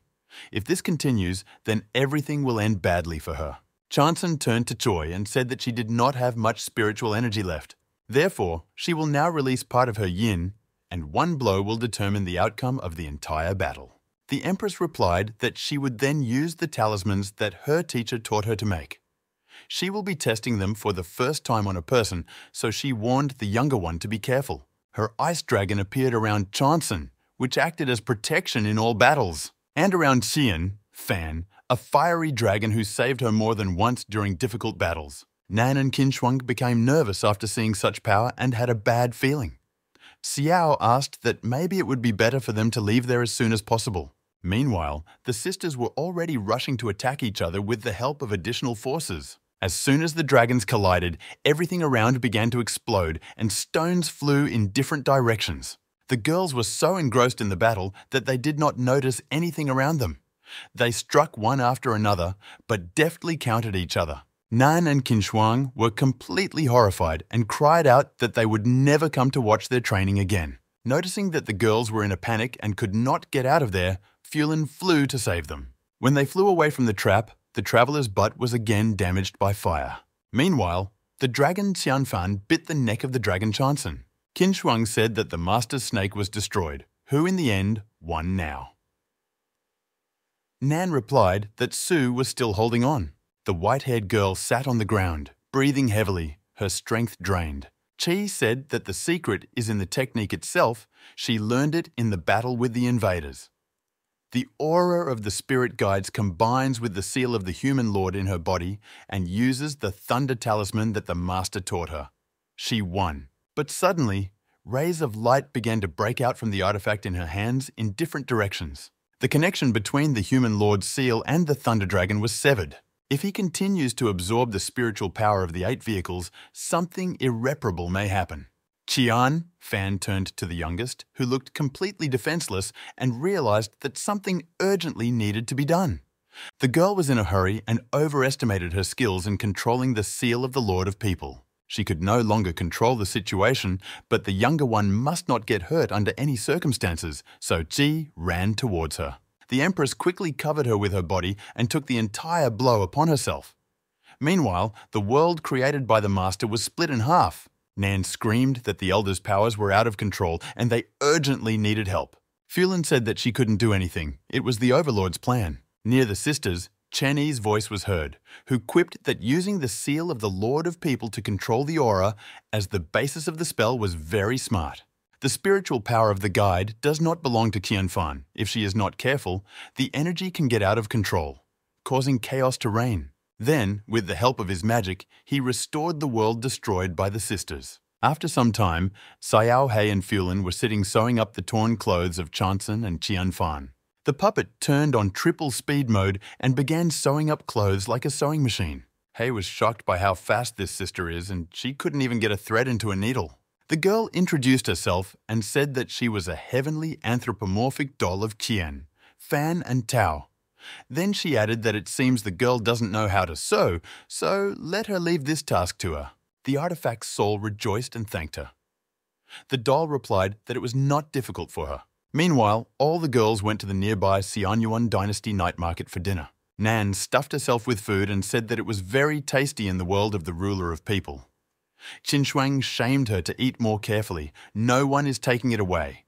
Who would even dare to marry her with such manners? Xiao replied that she really looked like someone who was worried about this. If she doesn't get married, won't there be a master who will support her? The astral body did not understand what kind of nonsense she was talking about. The spirit apologized to those present for the traveler and said that she was reborn as a hungry ghost and did not know etiquette at all. Now Nan didn't understand what kind of nonsense King Shuang was saying because she herself is a ghost. Qian, Fan replied that everything is fine, let them order what they want. Su at this time created an ice cube on her head and asked if it hurt her.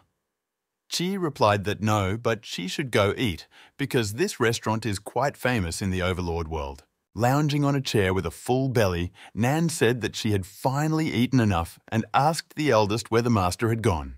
The Empress replied that she did not know. He simply said that he would return soon, so he needed to wait somewhere. Meanwhile, Chanson tried to feed her at least a little. At the market, local barkers could be heard shouting that their products were the best and that there were now 20% discounts on fresh drinks in honor of the opening of the new store. Some girl came into the pharmacy, and the seller immediately began to ask what she was interested in and said that he had all kinds of medicinal materials, as well as very rare spiritual roots if she would like to take a look at them. It was Santu, who said that she wouldn't watch anything, just let her have everything wrapped up. The system asked if this was normal at all. The owner replied that he should do what he wants because he cannot break his promise. Shah didn't understand why she needed so much. Was she really making the medicine herself? The man replied that she doesn't know how to do this, but she loves to grow various spiritual roots and flowers. In her world, there is even a special small garden. Santu hurried the assistant with a bunch of boxes and said that she was in a hurry to move on. Meanwhile, the ruler settled with the pharmacist, who was very happy with such a large purchase. The woman then took Chenny's arm and said that she now needs to go to the next store. After some time and a couple more stalls, the overlord asked if all this was enough. Santu replied that yes, that would be enough. The time has almost come. His precious students are waiting for their master, and it's time for her to go back. After she sighed heavily, Cheney asked if everything was okay. The woman replied that she simply felt how he had changed. Previously, he would not have spent time shopping and sending purchases to the small world. And now he has become gentle, and all this is because of his little students. The Lord objected that this was all for the sake of a task, and he did not think that he was much different from his former self. Santu stopped abruptly in front of him and hugged him and said that he could deceive anyone, but not her. After that incident, he closed his heart and never opened up to anyone again. He doesn't care about any changes in the world. Those who have been with him for hundreds of years understand perfectly well that this is not at all what he would have wanted. A man is simply afraid of losing what is dear to him again. Then she added so that he would no longer worry, now he could protect them, and disappeared. After that, the master returned to the girls in the restaurant, and they were very happy to see him. Sue immediately started asking where he was, and Qianfan said that all the food was already cold, so she asked the owner to set a new table. But the mentor replied that he was not hungry and had a conversation with them. The girls sat opposite him and said that they were listening to him carefully. He returned here to unite their two worlds. This will be his main sect, which will be easier for the disciples to control. He will teach them how to do this so that in the future, girls can join suitable worlds. Nan wondered how this could be possible. Qin Shuang replied that there was nothing impossible for the overlord with his means. Chenny continued that in addition to imprinting on the small world, the art of fusion requires the level of the heaven and human realm. Chanson is at the peak of the realm of enlightenment, so this process can begin in a couple of days. After everything is completed, he will go to a new small world, and he believes that after some time they will have a new student.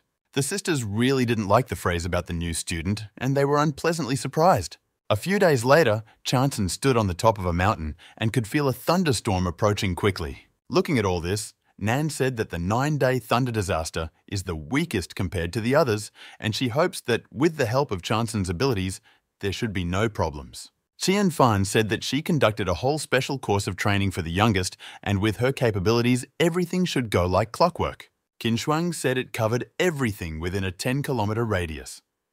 If someone approaches, then you need to deal with him as soon as possible, because you cannot interfere in such things. Nan stated that the trap of thunder is that once a target crashes near a thunderstorm, its scale will increase depending on the people crossing it, and the strength of the disaster will increase.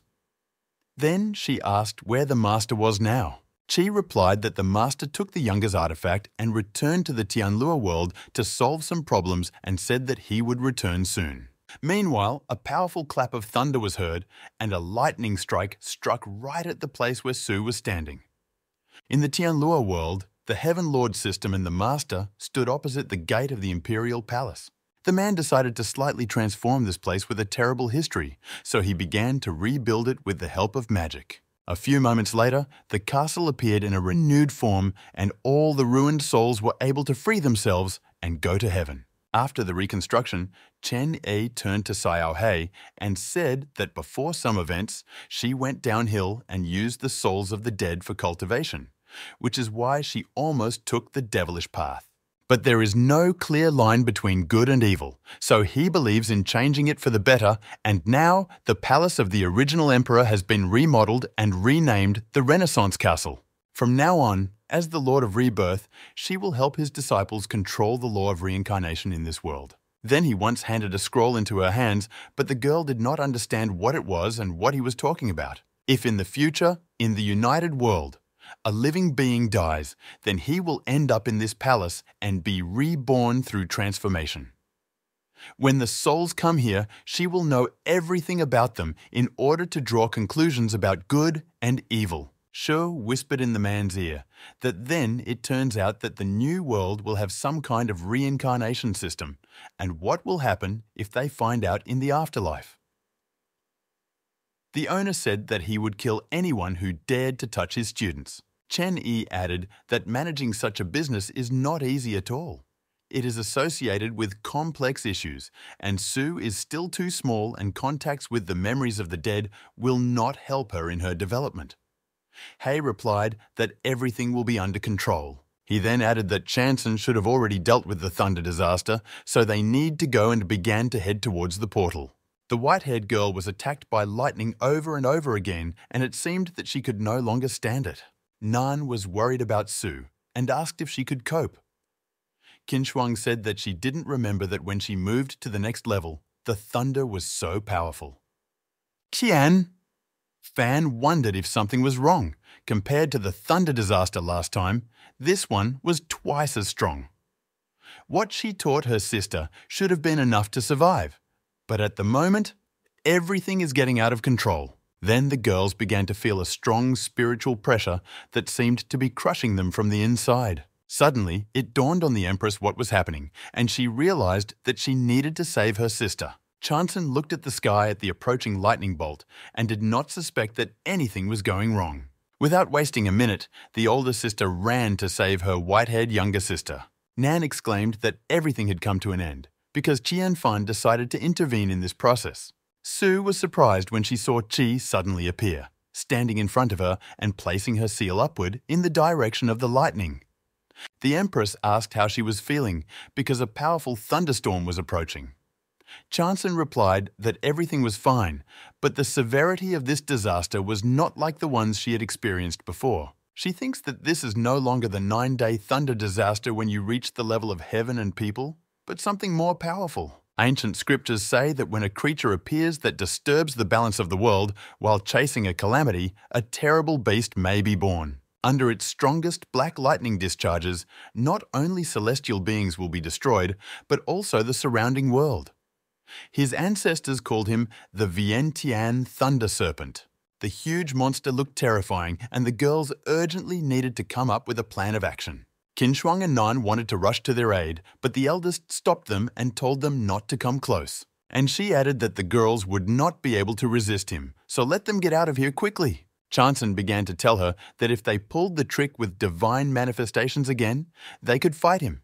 But Z interrupted her and told her to leave too. Sue exclaimed that this demon was interested in her, and how could she leave her here all alone?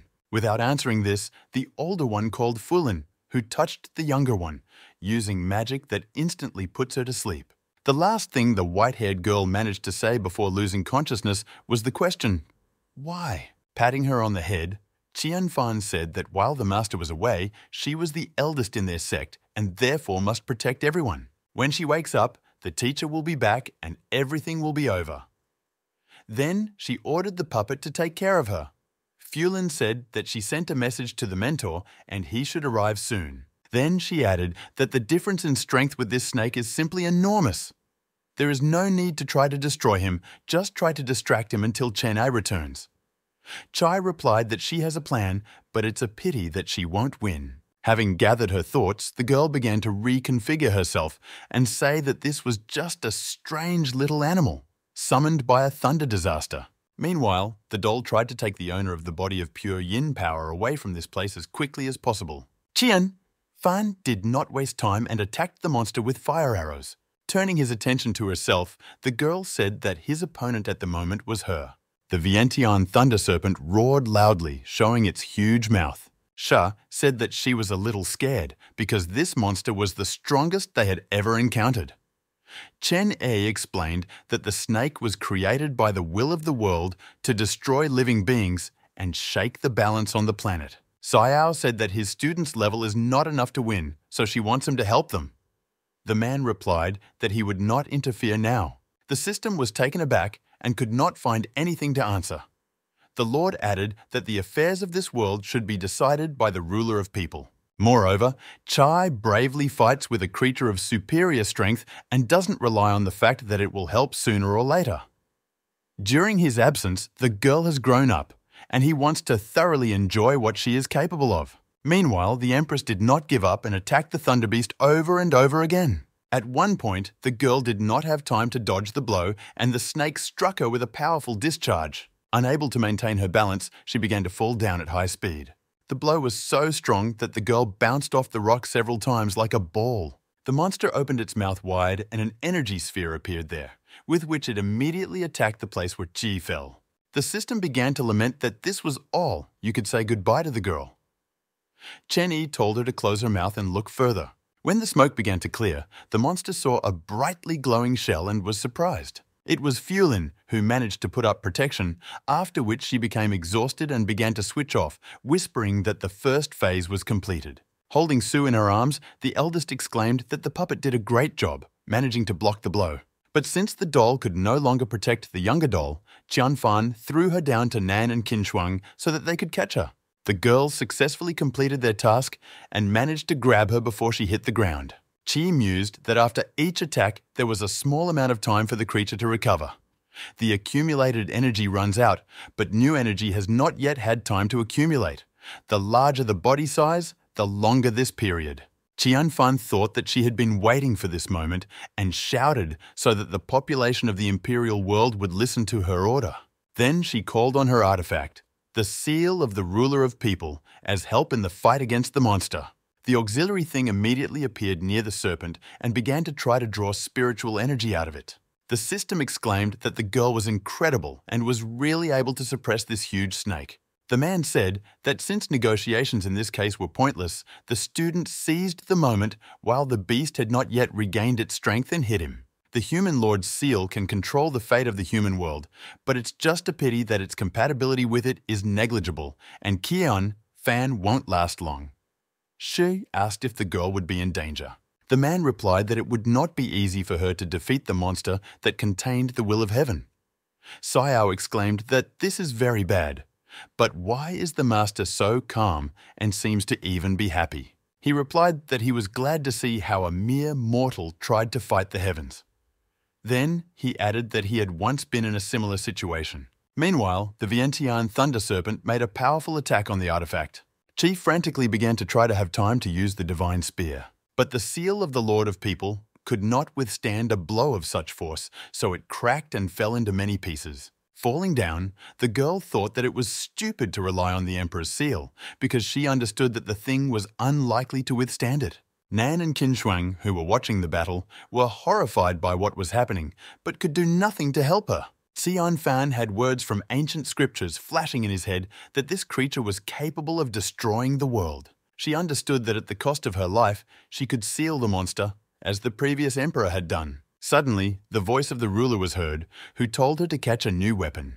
The master said that this is a heavenly spear, and from now on, it belongs to her. Meanwhile, the thunder snake managed to recover during this time and made another powerful attack on Qi. Chanson partially came to her senses and couldn't calmly observe what was happening, so she began to rush to help, but the travelers tried to hold her back and said that she was too weak and could not even walk. Nan noticed that the elder was able to stop the enemy's flow of energy and told the girls to look at it. A protective sphere appeared around the Empress, which successfully contained the powerful blow. Having guessed the moment when the snake did not have time to regain its strength, the girl successfully counterattacked it. Having transformed, Qianfan menacingly said that the one who dared to attack her world and her Taoist sect must die. After which, feeling equal in strength to this monster, our heroine rushed to attack him. The demon tried to stop her with a retaliatory blow, but it seemed that the girl was no longer so vulnerable. Qianfan, completely shrouded in a bright glow, found herself right next to the monster's face and declared that the end had come for him. After which, a divine manifestation appeared behind her, which would help her win the battle. Transforming it into a huge fire spear, Tsai launched a powerful attack at close range. The snake could not resist this, and the weapon hit him directly in the head, tearing it into small pieces. Then a powerful explosion occurred on the battlefield. The thunder disaster was successfully defeated. A few days later, Chanson was cultivating spiritual energy. Nan asked her not to dwell on it. Shuang picked up that trying to evolve when she can't concentrate is very dangerous. The girl sadly replied that 3 whole days had passed since the fight, and the eldest had not come to her senses. Xiao hugged her and said that everything would be fine, because next to her sister, she was the master. The astral body added that it couldn't be any other way. Meanwhile, Xianfan was out of her mind and delirious, with traces of lightning discharges visible all over her body. The system was not sure that the girl would be able to get out, which means she was in danger.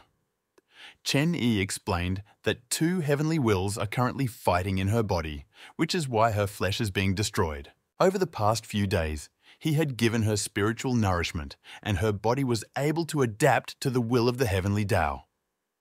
Now all that remains is to wait for her to wake up. Once upon a time, he already taught her the amulet of 1,000 mortal lightnings. She knows how to wield it well. Now, killing the Thunder Serpent helped her understand the power of heavenly laws. Gunfighter exclaimed that she didn't expect that Qianfan would also receive her Star Radiance path. The man patted her on the head and said that from now on, her name will be Xiao Tan. In the future, she will follow Qi and help her. The girl obediently agreed. The system stated that it had a question whether the owner thought that compared to Chanson, he was too strict with Fan. Chen A looked at her menacingly, and Sha immediately began to say that she was just asking and was not going to give him any lectures. The master sighed and said that she was right. He still prefers the Empress. Xiao didn't understand why and said that she didn't think so. From the outside, it seemed that he liked the white-haired girl better. He replied that as long as she is in a clear mind, Su will not follow the demonic path and will surpass the very ancestor of demons when she reaches the top of heaven. But Qianfan is different. From the very beginning, she was the weakest among the strongest in heaven, and the fact that Tsai was able to become the ruler of people is incredible. Her life story has long become commonplace. She is destined to conquer the heavens and act against them. After becoming his student, she will have to go through many tests going beyond her capabilities. He hopes that she will become not just a ruler who fights with the heavens, but something more. The system realized that he actually cared about the Empress, and not the other way around, and that he most likely summoned the snake personally. The man replied that he should now think about whether the girls would quarrel in the future after such an incident. Sha asked if this was all a setup to improve their relationship. Chen Yi dodged the answer and said that it was time to start preparing his students to merge the 2 worlds. Suddenly, he was pulled by his clothes. Turning around, he saw the eldest, who came to her senses and called him in a weak voice. The master sat down next to her and asked how she was feeling. The girl replied that she was fine and nothing hurt, but she couldn't move. After he applied a cloth with cold water to her forehead, she said that she felt very hot and her whole body ached. The teacher said that she had already passed 2 tests of the will of heaven, so it would take a little time for her body to get used to it. Then the girl said that her pillow was too hard and uncomfortable, but her mentor's legs were a completely different matter and moved her head onto them. The man asked if she once blamed him for what was happening. The Empress exclaimed why, because he didn't do anything bad to her. He replied that when Zi encountered the Thunder Serpent, she should have sensed its presence. The girl fought alone against a monster superior to her in strength, and he was nearby, but only watched everything. Qianfan confirmed that she felt it, but she didn't have time to think about it. She couldn't let that black snake destroy her human lord world. Then she clarified that if he decided not to help her, was there a reason for this? The master asked if she had noticed that he was more demanding and strict with her than with Shansen, and if she knew why this was happening. The Empress suggested that it was because he liked young girls. The teacher immediately pulled her cheeks in different directions and asked how such a thing could even come to mind. Tia exclaimed that she was wrong. The master explained that this is because she is the main disciple and is a member of his sect. He hopes that in the future she can make her name and become his successor, after which everyone in heaven will know her. As the leader of the human race, Qi can lead the sky. If she surpasses her teacher in the future, he will become her subordinate. The Empress could not believe her ears because she did not think that he believed in her so much. She immediately imagined a picture of their wedding, which she dreams of, and then he will definitely be hers forever. Then a fantasy flashed about two children together, and the man said that he saw how busy he was, and the weather was so wonderful outside. So he took the kids and went for a walk with them, after which she exclaimed that she understood everything. Kion, Fan will work hard to surpass the master and become the most powerful empress. Chen thought to himself that the girl was still so small, but she was already at the level of the realm of heaven and people. Plus, she could control two heavenly wills. This is very interesting, so he will continue to watch her. After some time, the eldest finally came to her senses and went into the girl's room, declaring that she had finally returned. Everyone present was very happy to see her because they had been worried about her for so long. Bursting into tears, Chanson rushed to hug her, almost knocking her off her feet and saying how glad she was that everything was okay with her. The Thunder Serpent was aimed at her, and if something happened to the elder, she would never forgive herself. Chi replied that she didn't think about the consequences during the fight, but thanks to their master, she was fine. Tianfan then said that her father had 8 more children besides herself, but she had never had any younger ones. Perhaps this time, she considered Su as such and subconsciously rushed to defend. Chanson was flooded with memories of the day when a terrible tragedy occurred and all her loved ones were killed. She felt so lonely and defenseless, no one could stand up for her and help her. And now she had an older sister who, without hesitation, rushed to stand up for her. Therefore, she burst into tears even more, and Chai tried to calm her down and said that she shouldn't worry so much because everything was fine with her.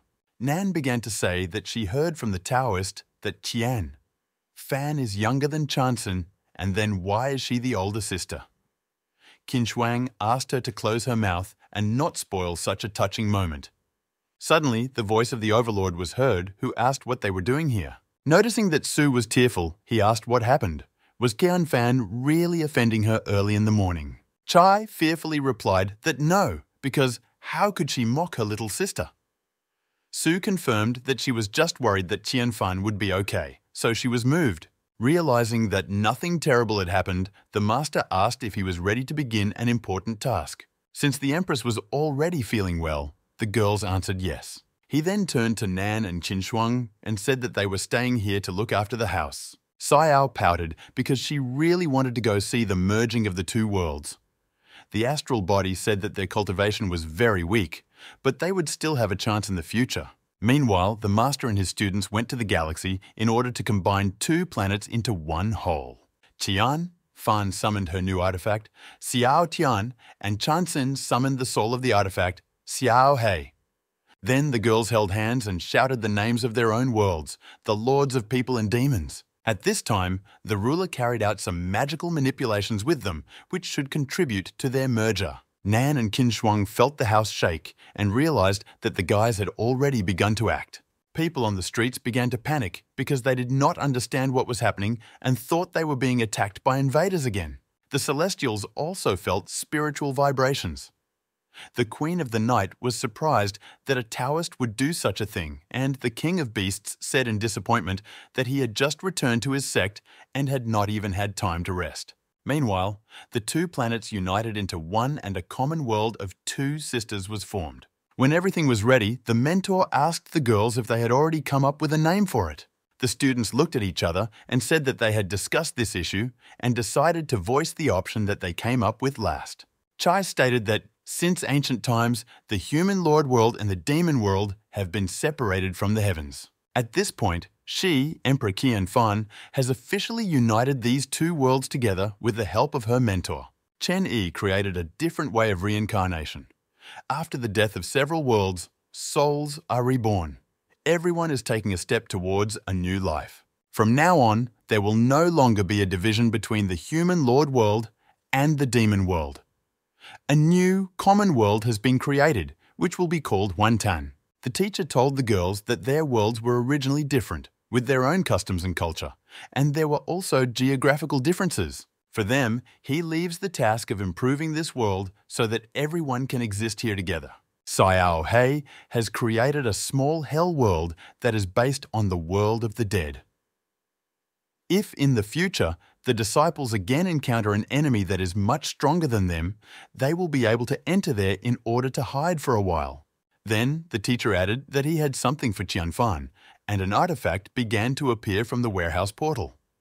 When it fell directly into the hands of the Empress, she realized that it was a teleportation device. The teacher said that as long as spiritual power flows into the portal, it will be open. Opposite them will be the world of Xianxin, which was recently invaded. There, a person with a high level of cultivation confronts fate. When Qi becomes strong enough, then she will be able to open a passage between the two worlds in order to fight him. The girl replied that she understood everything. Chanson asked upset how long the master was leaving them. The mentor replied that he did not know, but the situation with her future younger sister was quite special. The white-haired girl rushed to hug him and say that she would miss him very much. He said that over-reliance on the teacher would only make the cultivation process worse. There are some things he can do for them, but the road to the future is a path they must take on their own. Sue replied that she understood everything, and no matter how far away he was, she would not stop developing. Fan was upset that the master returned less than a month ago, and it was time to say goodbye again.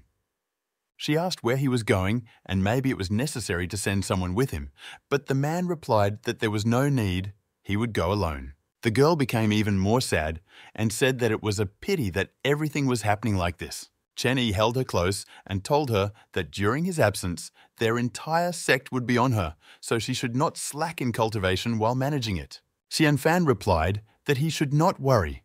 Everything will be under her complete control, and she will not offend her younger sisters, as well as the world of the Lord. When he returned to them again, she would be much stronger than now. Qin Shuang stated that she also wants a hug. Nan was indignant that this was the teacher's farewell to his students, and why was she interfering? But the astral body still flew up to him and wished him all the best. The Lord told her that since the spiritual body absorbs energy better than the living one, she needs to be careful while practicing. Sayao snorted that she was acting like a child, and she should be ashamed of her behavior, and, if anything, she was not jealous because there was nothing to envy. The mentor also pressed her to him and said that if, when he returned, the girl never reached the kingdom of heaven and people, then he would send her to purgatory and she would cultivate there alone. After the man said goodbye to everyone, all the students stood and sadly looked after him. Finally, he added that he hoped to see the results of his diligent training at the next meeting, namely greater cultivation than at the moment. After which, he went into the portal where he would rush along a long temporary river to his next student. Meanwhile, in the world of Yunma Qi, Qin Qing'e reasoned that just a short time ago she was an ordinary girl. But suddenly she died and found herself in a completely different world. She thinks it was some kind of time travel. Sin was grateful to this world for giving her another chance at life, but she did not understand why she became a flower. Her body has become attached to him and she doesn't even have the legs to leave here. Singe wondered what she should do. Would she really remain a plant until the end of her days in her new life? Suddenly she heard a rat run past and a coin fell out of its pocket with a clink. Convinced that there were still some advantages to her position that she liked, she began to try to get it. Throwing it up, the girl rejoiced at such a find, because it was a gold coin. Then the girl heard a noise in the sky and saw something falling to the ground from there and decided that it was a meteorite. The cosmic object fell to the ground with a roar, and the flower still had no idea that it was her teacher who had arrived. Chen Yi wandered around the new world and told the system that it was not strange that they couldn't find it. It turns out that there is a secret place in this kingdom. Looking around, Shai noted that the area here was quite beautiful. She then announced that a new assignment was already available. It said that for unknown reasons, after her death, Sin found herself in the kingdom of time. She's in a flower in a special place in a way that makes Singe different from ordinary people. The reward for the task will be 30,000 points. There was no punishment. The note stated that the Overlord had managed to unite the human Lord world and the demon world into one sect, so this task would be completely nonsense for him. The owner asked what this girl's identity meant. The system did not find an answer to this question, and then he said that they would find out directly when they found it. The master noted that the passage of time here is quite strange and very different from the outside world, because half an hour here is equal to 3 years there. Shaw was taken aback by this news. The man said that the secret place has a special ecology. Due to the time difference, it is difficult for creatures to survive in the outside world. But for an ancient flower that took thousands of years to transform, this is it. The system exclaimed that it was on the trail of his third student. Xiao immediately began to rush forward, telling the master to follow her and she would lead him to that place. Approaching a field with a bunch of flowers, she said that, judging by the navigation system, she is located somewhere here. Chenny said that the flower of time, which has not yet transformed into a human, is very fragile, so it has no choice but to hide. In order to calculate it, you need to use spiritual power. But the system of the Lord of Heaven exclaimed that it seemed that it had already found it. Pointing to a flower that was higher than all the others, Xiao said that the girl should be there. Hearing a human voice, Singe exclaimed that she seemed to have been discovered. Involuntarily raising her voice, she attracted attention, and Chenny said that she was caught. Noticing that the flower began to tremble, Sha muttered that she was apparently very frightened by their arrival. Suddenly, right under the master's feet, a gold coin fell with a clang. The teacher did not understand what it was and asked if she was really defending herself in this way. The system replied that most likely he understood everything wrong. Leaning closer to Sin, he ordered her to show her everything she had hidden. The plant silently poured out a large amount of jewelry onto the ground next to it. She whispered that she seemed to be asking for mercy on her in this way. The man said that this form is inconvenient for communication, so first she needs to create a new vessel. He then opened the vault portal and ordered someone to climb out. Xiao asked in fear what would happen this time. If it is the same as big sister Qi Lian, then she will be very scared. The owner replied that this was a divine artifact, the lantern of the Shadow Mountain, which was left to him by his old friend Xianxian. It has the ability to transmit life energy. Meanwhile, a sleepy girl, Yunshan, appeared from the warehouse and asked what time of day it was and why she had been called. The Lord turned to her and said that he needed her to transfer 3,000 of his years into this flower. Artifact replied that there was no problem, but she clarified whether she had misheard because this was the first time she had heard such a request from the master. He replied that she understood everything correctly. Let her transfer part of its life to this plant. Without wasting any time, the Shadow Mountain Lantern began to complete the task. The system exclaimed that now the master will lose many years of his life. Maybe there is another way. The man replied that there was nothing to worry about. The duration of its existence is close to infinity, so some 3,000 years will not do much for it. Unlike Kun, Fan and Chanson, it will take her so much time to acquire a human form because she is a divine creature with a special structure. If you don't help her, she may remain in the flowering process forever. Yunshan, yawning, said that the transfer process was completed, and if nothing else was needed from her, then she would go on to sleep. The master thanked her for the work done. After a couple of moments, the magical shell cracked, and a little girl emerged from it. Shori exclaimed that Chinkinga is so tiny. Looking at her hands, the little girl couldn't believe her eyes that she had become human again. Unexpectedly, she rushed to run away across the flower field as fast as she could. The system began to sound the alarm that she was about to disappear from view. Having switched Xiao into energy-saving mode, the Overlord rushed after her. After a while, stopping near a tree and trying to catch her breath, Sin was surprised that she managed to escape. But suddenly, a voice came from behind her and asked why she didn't run further. Turning around, the girl saw a man, then screamed in surprise and fell to the ground. Then she began to cry and asked to let her go because she was just a flower and not tasty at all. Chenny replied that she should understand that after her death, she became a divine plant. The flower she fell into was not an ordinary one, but a heavenly root, which can be called the fruit of heaven. Since she is not a simple creature, she must make a lot of effort to overcome many obstacles and difficulties in order to bring herself to perfection. Then he asked if she was ready to become his student.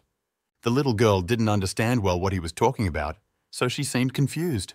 The system noted that as soon as Sin took on human form, she immediately began to try to escape, and it seems that with such resistance, it would not be easy for the master to persuade her. But the little girl immediately fell to her knees and began to ask to be accepted as her student, after which the mission was completed, and Sho was surprised that it happened so quickly. Singe thought to herself that after all, this man had helped her gain a human form. In any case, if he turns out to be bad, she can always run away. The man introduced himself to her, saying that his name was Chen Yi, and added that from now on, he would be her teacher. Then he took her into his arms like a child and said that it was time for them to go. She asked in fear where. The mentor replied that the passage of time here was not at all suitable for training, so they would find a quiet place where they could conduct classes so that the girl would blossom. A month later, in the treehouse, Chen A was sipping tea and noticed that Sin was sitting and falling asleep instead of studying. He loudly called her name and the girl was frightened by surprise, after which she, with a sad expression on her face, continued her cultivation. The man said that if she had any questions, she should ask them directly. Extra thoughts and distraction from training can have the opposite effect. He has already warned about this more than once. The little girl carefully said that a few days ago he told her about cultivation levels, but she no longer remembers absolutely anything. She exclaimed that Sin has a memory like a goldfish, which only lasts for exactly 3 seconds. The mentor said that over the past month, she asked him hundreds of questions. And according to their agreement, when she repeatedly asks what he has already answered before, she must work out 10 scrolls of spells as punishment. Singe whined that he must be making fun of her. Then, exhaling, the man replied that he would tell her about the cultivation levels again and she should remember them so as not to ask again. Worlds in the universe are divided into 3 types: small, medium, and large. The difference in size is determined by the level of cultivation. For example, where they are now is a big world, and the highest development belongs to the 3 sacred realms. Above these 3 worlds, there are 5 kingdoms: Kaiyue, Ninchu, Xiankun, Ziyuan, and the Kingdom of Heaven. Those who have reached the peak of cultivation and these levels will no longer be limited by the influence of the worlds. Trying to remember everything listed, the girl asked what level her master was at. Chen Yi replied that in the realm of heaven there are 3 foundations: the Tao of Birth, the Tao of the Child, and the Tao of Calamity, and his level is above all of these. The system added that the master is even more powerful than the heavens themselves. The little girl was shocked that her mentor was practically the strongest of all that existed. The teacher said that after recovering the material, he should give her a cultivation task. At the moment, she is in the mortal realm and needs to further develop levels. Within 3 months, she needs to form a spiritual sea, move into the created realm, and let the flowers of time bloom. Singe exclaimed that it was impossible in such a short period of time because the speed of her cultivation was too slow. Ignoring this, he added that in addition to practicing this month, she should master all the information he gave her. The man will visit her to test her knowledge once every 30 days. The girl understood how much work she would have to do, which made her upset, but she humbly replied that she understood everything. Sha whispered in the owner's ear that compared to Qian Fan and Chanxin, this girl seemed a little out of this world. Chen A didn't understand what she meant. Sayao explained that the previous students were more obedient, although they had their own interests in some situations. Therefore, they had their own training program. And the 3rd student looks like a whiny raccoon who cannot concentrate and collect her thoughts. The master replied that she was not as weak as she seemed at first glance. The flower of time is not aggressive, but if you touch it, it can turn back age. This means that a child can become an old man and vice versa. While in the realm of enlightenment, until you understand the law of time, the ability of Qin will not blossom. If you look at it from the perspective of talent, this girl is stronger than the body of pure yin power. Therefore, lately, a man cannot understand where she got such an inferiority complex from. The assignment stated that her character could become a problem over time and that she needed to be careful. Suddenly, the Lord of the Skies began to teleport without warning and the system could not understand where they were going.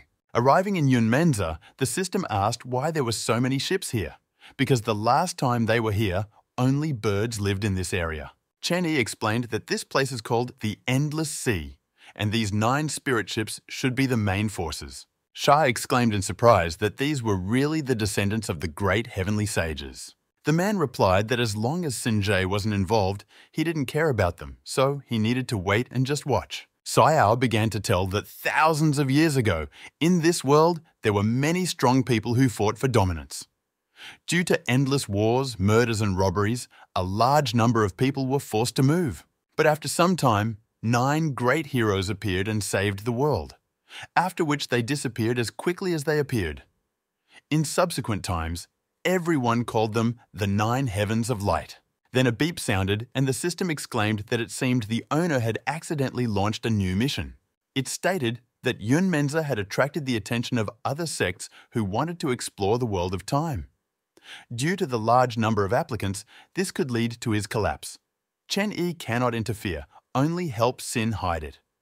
The reward for completing the task will be 5,000 points, as well as 1 advanced and 5 standard lotteries, plus 1 weapon for Singe. The penalty for failure to comply is the death of the student.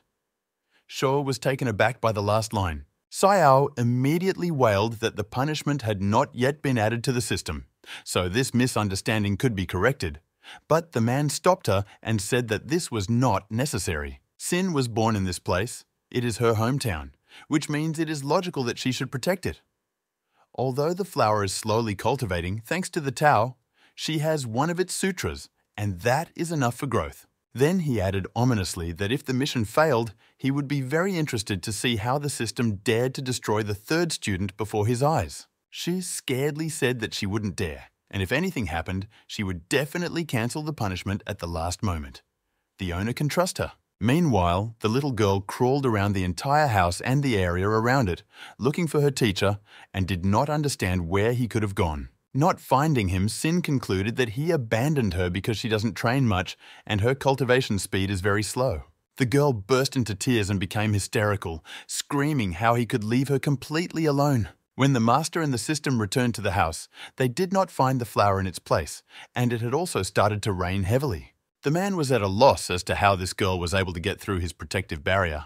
Without saying another word, he headed off somewhere, completely forgetting about Shi, who shouted after him to wait for her. Meanwhile, the frightened little girl tried to run away from someone as quickly as possible. It was a huge number of different demons that were practically stepping on her heels. She forgot to watch her step and ended up slipping on the wet ground and falling. Looking around, she began to apologize and say that she did not want to intrude on their territory. But the brightly glowing red eyes from the darkness only growled furiously, and Singe begged them for mercy. The girl covered her face with her hands and screamed that they should not come near her. But the monsters were already rushing to attack. Suddenly, the monsters were struck by an unknown force, which literally cut them into pieces. Opening her eyes, she saw the flower in front of her, who at the last moment managed to come to her defense. Sobbing again, Sin rushed to him as fast as she could, asking where he had been all this time because she had been looking for him for several days. The system thought that they had been absent for a much shorter time. The owner replied that the passage of time between this world and the outside world is completely different, but he forgot to keep track. The girl continued to scream that she thought she was about to be eaten. Chenny stroked her head and said that everything was fine, he was here. After which, the mentor took her home and said that as soon as they returned, they needed to talk. Meanwhile, an evil spirit was watching them from a high tree and noticed the flower of time. Having cured her clogged legs, the mentor asked where she still hurt so that he could help. Sin replied that everything was already in order. Chen A then questioned why she passed through his barrier. The girl replied that the master had not been around for a long time and she simply went in search of him. But on the way, she accidentally turned the demonic beast into a small animal, and that's why all those monsters chased after her. Then, when she ran some distance, Singe realized that on top of everything, she had also forgotten the way home. But it was good that the teacher found her. Chenny just grabbed his face and couldn't even find what to answer. She said that she is a goddess, and there are quite a few creatures who want to kill her, so you need to be careful. After that, the girl silently began to tear the bud from her head. Xiao wondered what she was doing. Bringing it to the master, Sin said that this was an outgrowth of her abilities, which she realized while cultivating. If anything happens to her current vessel, it will be possible to restore it with the help of this bud. She hopes that Chen Yi can take him with her the next time he disappears. The baby will be able to feel him through this flower, and she will not be so afraid to be alone. Taking it in his hands, the man agreed and said that he would always have it with him. The mentor patted her on the head and said that she had spent too much spiritual energy in the past few days, so she could go and rest. Left alone with herself, the third student thought that everything should be fine. While pouring wine for the owner, the system noted that he would not mind drinking a little today, although usually at such a time he refused. Then she asked if he was up to something. Chene asked if she remembered the conversation in which she said that there was something unusual about Kinge. So, after some time, it began to seem to him that something was really wrong with her. Shai replied that these were just thoughts out loud. There is nothing special about her except that she is very naive and has memory problems. The owner said he asked her if she remembered anything from her past life. Her last memories are of how she stepped into a trap in the tomb and then turned into the flower of time. Nothing more. Sayao thought about what she heard and said that it was quite normal for such a little girl not to remember what happened before reincarnation. But still, it was somehow strange. Chene said that, for example, Nan and Kinshuang were also reborn, but they perfectly remember everything that happened in past lives. In any soul, memories leave an imprint like a flame. Shai asked if he was hinting that the baby lied to them about not being a traveler. The Lord replied that no. In that case, she would not have been able to develop the spirit before she acquired human form. The owner thinks that most likely her soul and memories were replaced by someone during reincarnation. The system asked if this is indeed the case, what the master is going to do about it. He replied that nothing yet, because it was just an assumption. Approaching the sleeping girl, the man said that all this can only be found out if you get into her soul. This is what he did next. There he saw a grimy Sin in tattered clothes, and there were many dying people around. Some woman took her hand and began to lead her away from the place blazing with fire, after which she put her in a cage and said that she would sacrifice the baby to the deity. The dark force immediately attacked the child and began to destroy. Observing everything, the stranger added that this was the best thing she could do for them. Seeing that the master was performing some magical manipulations, she asked what he was doing. The owner turned to her and said that everything was much more complicated than he thought, so they would need to hit the road tomorrow. The next morning, Sinj began asking why they needed to leave Yunmenze and where they were going. The mentor replied that she would find out everything when they got there, but now he had brought her new clothes and she needed to change. After some time, they found themselves in another world, namely Sinze. The system noted that, as expected, the Overlord was able to instantly move here. Sayao verified that they were in the small world of the Green Plains, where the cultivation level reached the Divine Soul Realm.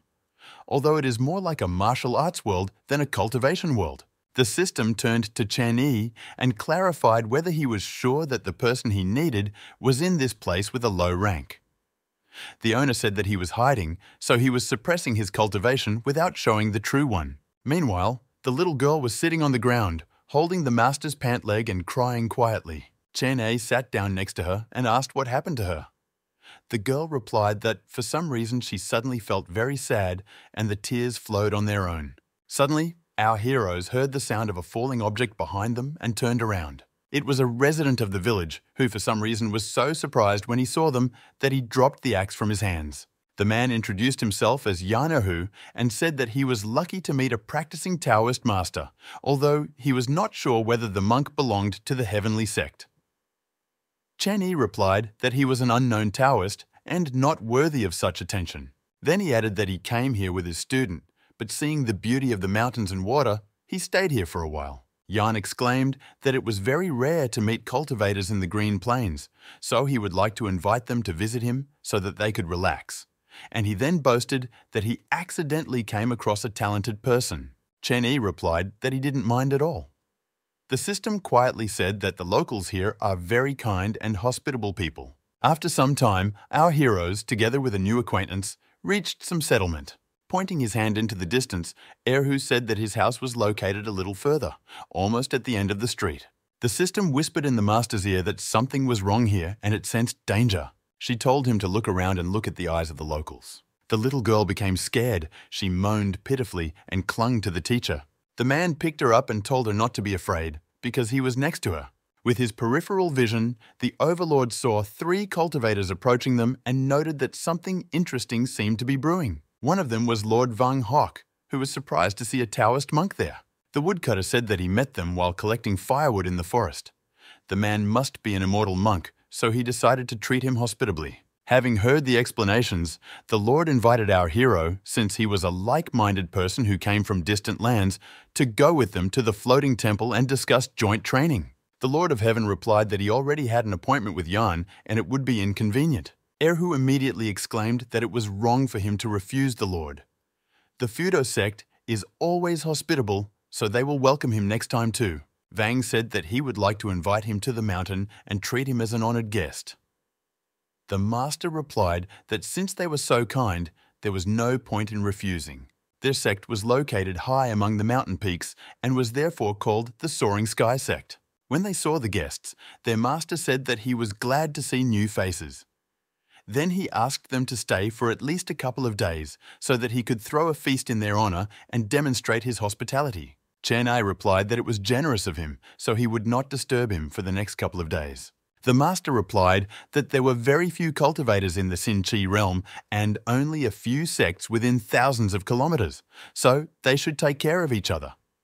Then he ordered the servant to provide them with the best rooms, clothes, and also food. The ruler also added that if they needed something, they should just say it and not be shy. After the guests left, the master's mood changed sharply, and he asked the elders if they had studied him well. They replied that the Taoist had an aura at the early stage of the divine level, and his disciple had recently reached the mortal level. So they really must be a teacher and student from a once small sect. The master said that in a few days a sacrifice would take place, and they were just missing one person. One of them could take this place, after which he turned to the messenger of God and asked what he thought about this. The guy replied that if the Taoist was hiding his power, then he would deal with it. And in the evening, he will ask the gods from the camp to prepare everything necessary for the sacrifice process. They must lead them to this point by any means, otherwise the missing victim will be one of them. The clan representatives bowed to him and told him not to worry. They would catch them, and everything would be done in the best possible way. A little later, our heroes couldn't sleep, and the girl quietly asked the mentor if he was sleeping. The man replied that no, and asked if something was bothering her. Suddenly she crawled into bed with him and said that she was scared. That's why she wanted to sleep here. The teacher sighed heavily and said that she should do what was best for her. Wrapping herself in a blanket, Sin asked if the master wanted to sleep. He replied that he was waiting. Flower didn't understand what exactly he was expecting. The teacher replied that he was waiting for the sneak to show himself, so he couldn't fall asleep yet. Meanwhile, the Heaven Lord system was spying on Lord Vang Hock. Shu noted that, as expected, they are very fast, and she is glad that the owner came up with such a brilliant idea. Before this, the owner told her that the person they were looking for knew how to transform souls. This means that there were many travelers in the kingdoms he divided, and he could have escaped at any moment, taking them with him. Killing them all in a row was too difficult since all eyes were on him and Sin, so he needed someone who could do surveillance and find out all their intentions. It is then that he will be able to crush their sect. She agreed and said that if he was scared away, he would be able to escape from them. Then it dawned on her that he thought she was a good person to follow. The owner replied that he did not have suitable spirits or animals that knew how to hide themselves, so who, if not she, could do everything that was needed and report to him. Xiao was indignant that she was a system and he was using it incorrectly. The teacher looked at her menacingly and asked if she really wanted to say that she would not do this. Shai replied that she was scared, but she agreed. After replaying this conversation in her head, it dawned on the system that, apart from the master, other people could not see her, which means she did not need to be quiet. Then she stopped hiding and walked behind the Lord, humming a Chinese song. Seeing some kind of cave, Sayao came to the conclusion that this was exactly what her owner was looking for. Having flown inside, she saw a simply gigantic monster.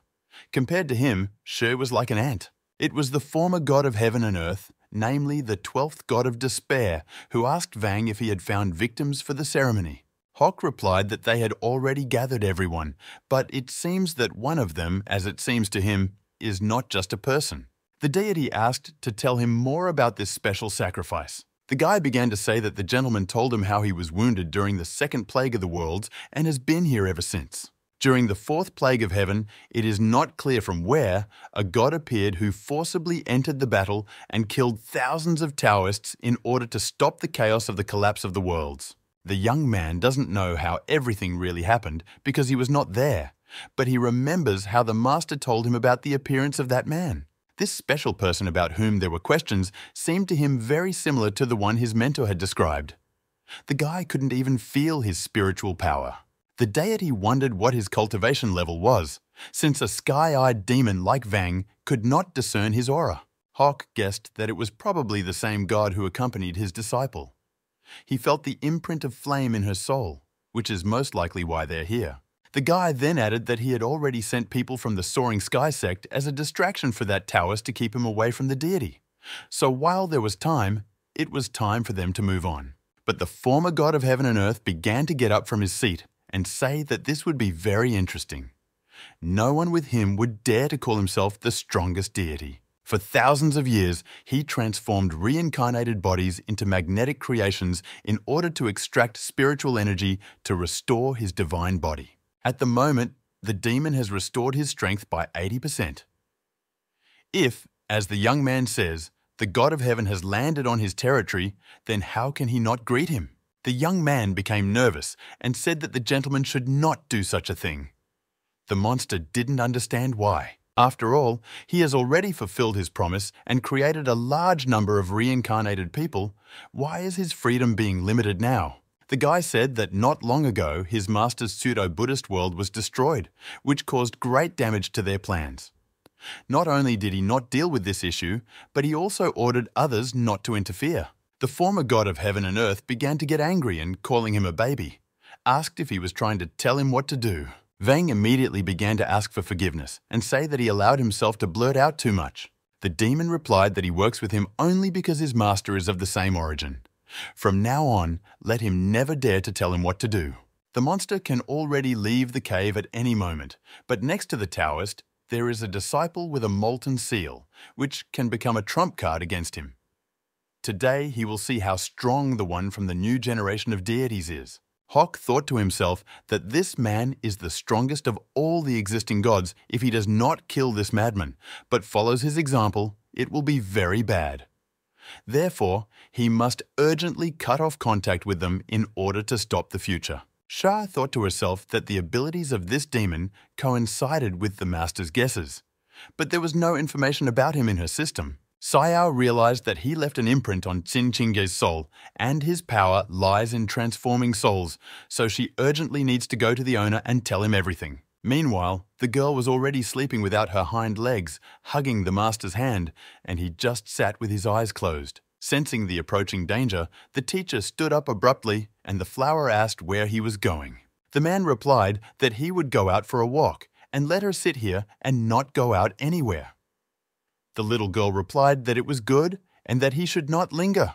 Going out into the street, he saw quite a few fighters led by the sect master, and said that their clan turned out to be not so hospitable, and making noise at night was extremely impolite. The clan leader said that he just wanted to ask for one favor, but for this, the Taoist needed to go with them. Chene defiantly asked what would happen if he refused. The master was indignant. How could he dare to disobey him? The man waved his finger, after which an image of a woman appeared, and he asked if she was familiar to them. It was clear that those present immediately recognized who it was, and the head of the clan asked if the man had met her. The Lord of Heaven replied that no, and that he was absolutely not interested. The master said that he was aware that Chen Yi was hiding his cultivation. This is why he sacrificed the 99th sword form. Even the strongest from the heavenly realm will be killed by her, so there is no need to stall for time. The mentor said that he didn't even have such a thought, but was simply asking if they knew that woman. Then he began to draw a talisman in the air, after which a huge spiritual serpent appeared, and the teacher said that now that he knew that the girl was familiar to them, their value to this world had disappeared. Seeing the power of the dragon in front of them, the attackers were confused as to how the Taoist managed to summon such a thing. The elder realized that there was definitely no turning back and he would have to fight. He ordered all the disciples of his sect to stand in sword formation. After that, dozens of demonic sword forms headed straight towards Chen Yi. The man remained absolutely calm and said one single word to his dragon, "Forward." Knocking off the swords, the spiritual serpent instantly scattered the clan members in different directions. The master was horrified by what was happening and could not do anything about it. Before his eyes, the dragon began to hit its tail at the places where students gathered, leaving them no chance. In just a couple of minutes, the best fighters of the Soaring Sky clan, along with their leader, were defeated. After a while, Sayao's voice was heard, saying that she had returned. Flying closer to the owner, she reported that the detective's investigation had been successful. The system found the one behind this, and Chen Yi turned out to be right. He creates transmigrated souls. But before Shah could finish the story, the teacher interrupted her and said that he was already here, after which there was a powerful attack on the building in which our heroes were located. The baby was thrown from the bed into the air by the blast wave, and she flew to the side. But she didn't have time to fall to the ground before Chen Yi was able to catch her. She was terribly scared and tried to catch her breath. The Lord of Heaven immediately created a protective dome around them and silently looked at the monster approaching them. The demon was surprised that they managed to survive his attack without a single scratch. The former god of heaven and earth turned to Chen Yi and said that he seemed to be the most powerful person in heaven. The system exclaimed that this was the same monster from the cave, about which it did not have time to finish. The little girl whined quietly with fear and clung to the master. The man turned to her and asked if it was the monster that killed her in a past life. Stuttering, the girl confirmed that it was this creature that was responsible for her death. The mentor turned to the monster and said that it turns out that it was he who created a limitation within the cultivation of this world and created an intersection, sacrificing innocent people. The deity replied that along the way the man is aware of almost everything, but he is the god of despair. But they can also call him Lord Kami. After that, the demonic creature made a powerful blow to our heroes. Kami added that he didn't think Chen Yi would be easy to kill, so don't let the strongest of the gods disappoint him. After the smoke cleared, the demon saw a pedestal resembling a flower and stated that the man belonged to a new generation of deities, so it was not surprising that he had not heard of him. There was a baby sitting on this pedestal with another additional protective barrier around her. The teacher replied that he was also interested in who this monster was. Initially, he wanted to test what the demon was capable of, but now he no longer sees the need for this. The monster was surprised at such arrogance and said that he should then try to kill him. Today, there will be a divine battle between them. The 12th god of the old generation versus the first god of the new. This battle will be included in history, and his name will sound again in the heavens, announcing the return of the god of despair after a long absence. Chen Yi replied that the only thing he can count on is perpetuation on the pages of history, and even that is in question. Then he added that he would not like to disappoint him, but there was no other way. Many magic circles and talismans appeared before the ruler. The system began to worry about the integrity of this world and said that even though this territory is enemy, let it restrain itself. The owner looked at her silently. Shu immediately exclaimed that she believed in him and let him beat this nasty big-eyed demon to death. Then the ruler addressed Sin Sing by name, and she replied that she was listening to him attentively. He stated that the best way to overcome fear is to look it in the eye. The master gave her many books on techniques, but now, in this battle, he will show her how to use it all in practice. The little girl replied that it was good, and she would watch everything carefully. Meanwhile, the monster was outraged that he was being ignored and declared that he would now take the master's life. Raising 2 fingers up, the overlord began to summon equipment. Eternal mountains and rivers, 3 northern walls and 4 elephants. After which a protective sphere appeared around our heroes, and next to it, a giant-sized spiritual dragon. The magical attack of the former god of heaven and earth crashed against the barrier and did not touch the teacher and his student one bit. The monster began to think that the more powerful the technique, the more complex its structure, and, accordingly, it takes a lot of time to summon it.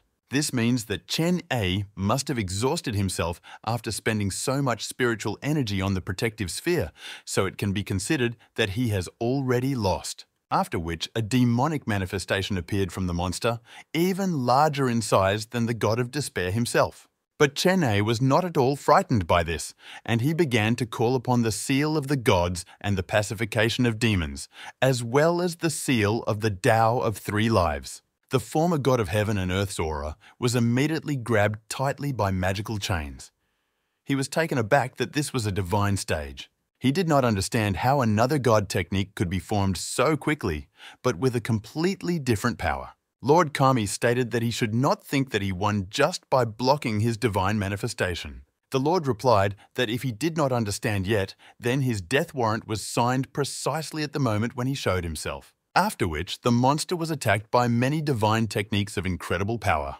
The demonic creature was shocked and had no choice but to scream. The little girl watched what was happening with great interest and admired how strong her master was. Looking at the thick smoke, the teacher said that the monster should not pretend.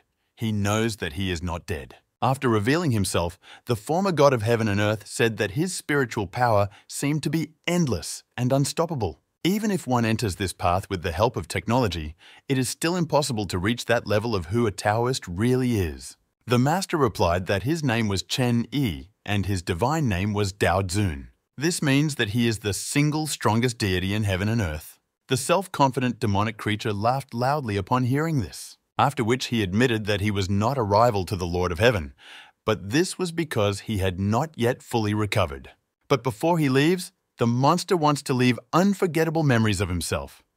The monk is not the only one who can use god-level techniques. The sinister deity of despair will take the body of the heavenly flower and destroy it. After his words, many demonic one-eyed snakes appeared and rushed to attack our heroes. The Lord of the Skies again managed to put up a protective barrier that prevented them from getting closer.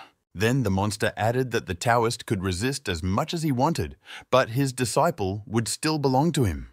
Having broken through the defense, the otherworldly force was able to get close to Singe.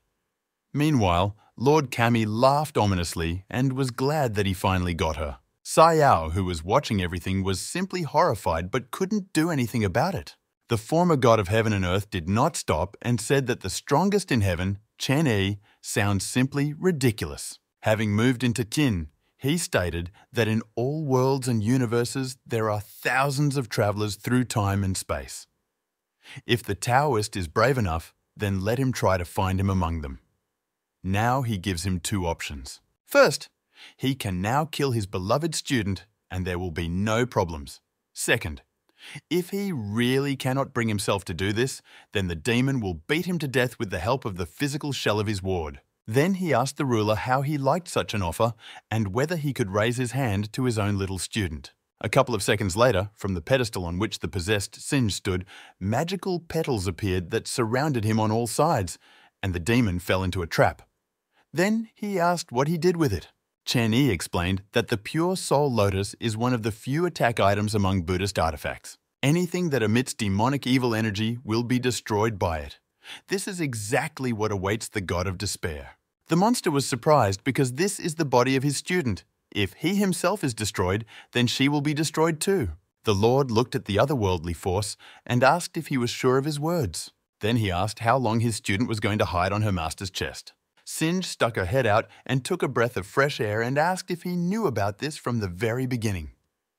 Chen Yi questioned that didn't she give him the true body of the time flower as a backup for such cases. The sect that persecuted her has already been destroyed. Now he will give her control of the lotus of the pure soul, so she must cope with the god of despair herself. When the girl stood opposite the demon, he declared that she was just a time traveler and was his creation. She is just one of his toys, scattered across different universes and worlds. All he had to do was break the seal and her life would end. But the little girl unexpectedly answered menacingly that she was no longer afraid of him. When sin began to destroy it, the deity screamed for her to stop because her reincarnation was his merit. If she lets him go now, he will leave his divine mark on her. But the girl was adamant and declared that her strength was given to her by the master and let him, an evil demonic force, die. The last thing the former god of earth and heaven managed to say was that he died from the great work that he had been doing for thousands of years. Wang, who observed everything, came to the conclusion that the demon himself was to blame. He was given a chance to leave. Now they know that the Taoist's power is much greater than they thought, because the ancient deity could not defeat him.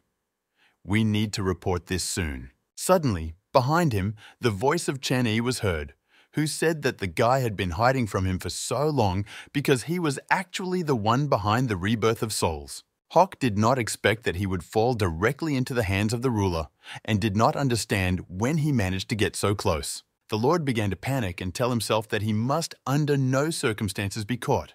Otherwise, everything would come to an end and buried his hand in his physical shell. Then he shouted, "The secret method of the great emptiness is the explosion of body and soul." After which there was a powerful explosion and the young man disappeared. The system, seeing the owners in action just in case, notified him that that person had just blown himself up and ran away. He replied that it was okay, let him go. Since they dared to attack his student, he of course must punish those who are leading the process from the outside, so that this will serve as a good lesson for everyone else. Meanwhile, Vang arrived at the great palace outside of time and space. The man who was standing reading the ancient scriptures said that he was all ears and listening to what happened. The guy said that Chen A arrived in the Sinmin world with his student. The god of despair did not listen to his advice and decided to challenge him, after which he was destroyed. But that's not all. The Taoist revealed his secret disguise technique.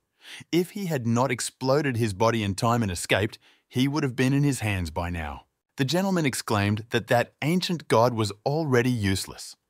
One way or another, the number of reincarnated people he created over the years is quite enough. But suddenly, it dawned on him that it was somehow strange that such a great master would miss such an insignificant demonic being like Hawk. Immediately they heard a noise behind them, and Vang asked what it could be. After which the Lord found himself trapped in the talisman and screamed for help.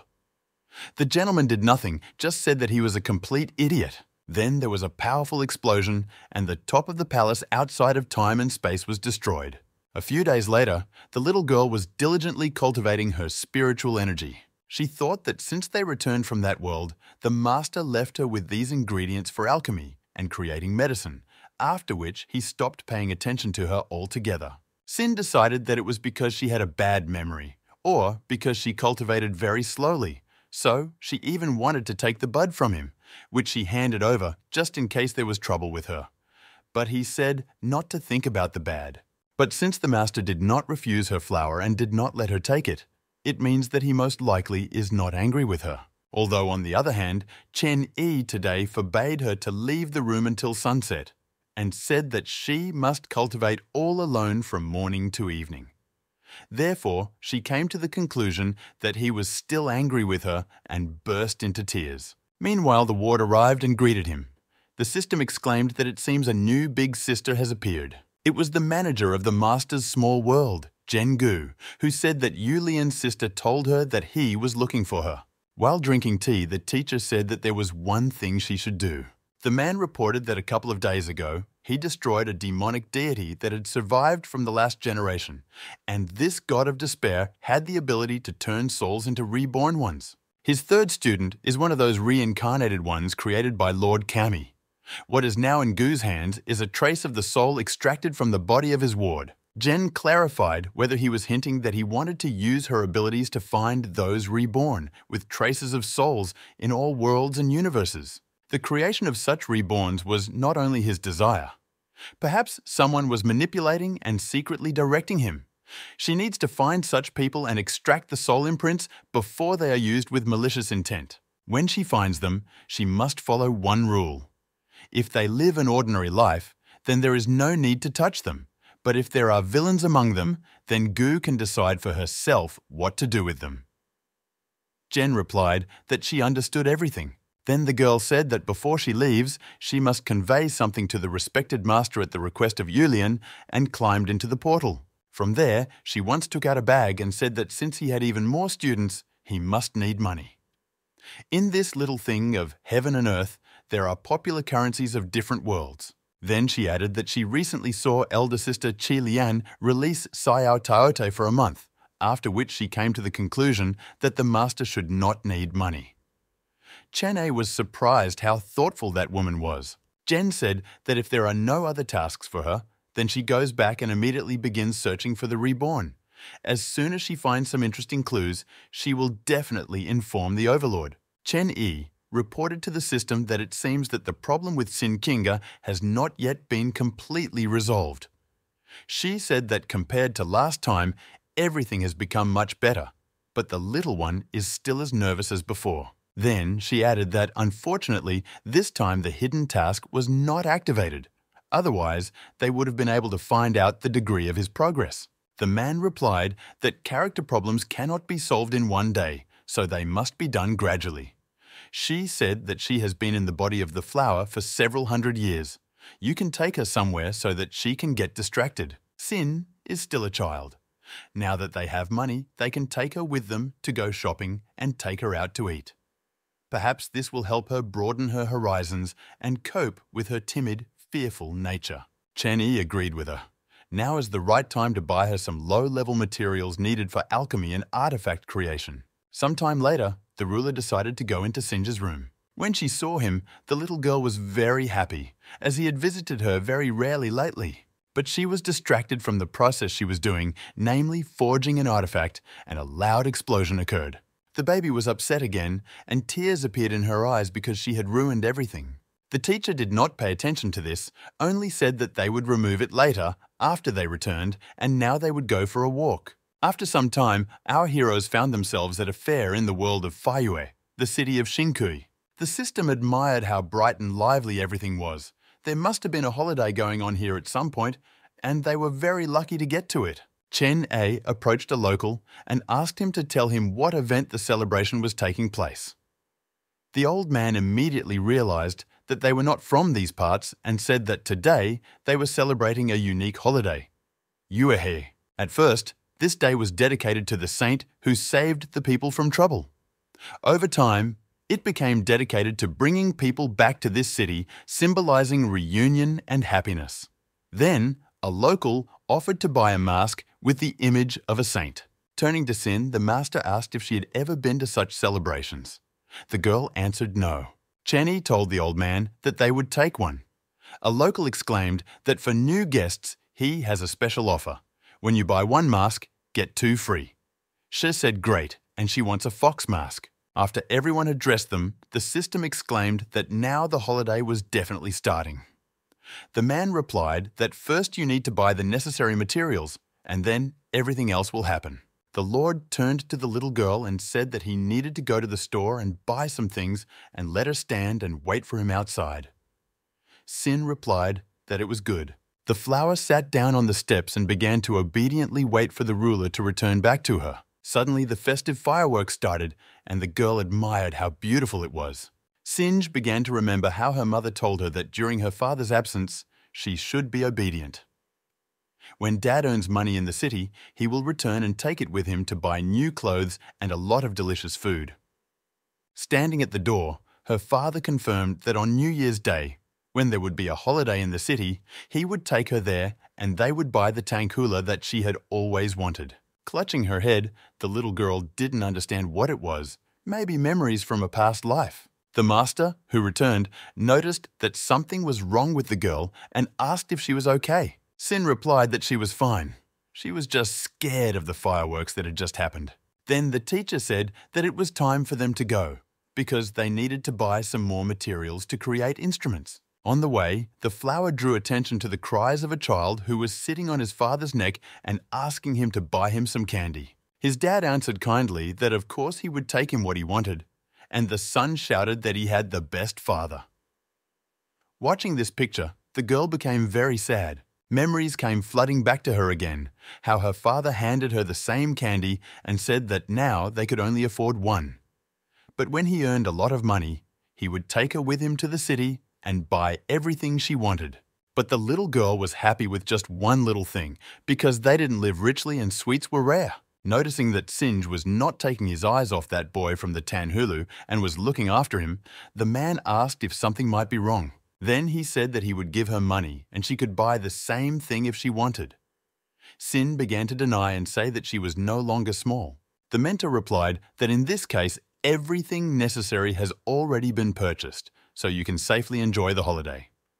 The system was happy that now you can drink, walk, and have fun. First, they watched a performance in which a man lay down on a couch and a large concrete slab was placed on top of him, and they tried to break it with a sledgehammer. Then the people carried a huge paper kite, which had flames blazing from its mouth, and it looked realistic. The little girl looked around in admiration and seemed to become less afraid of everything around her.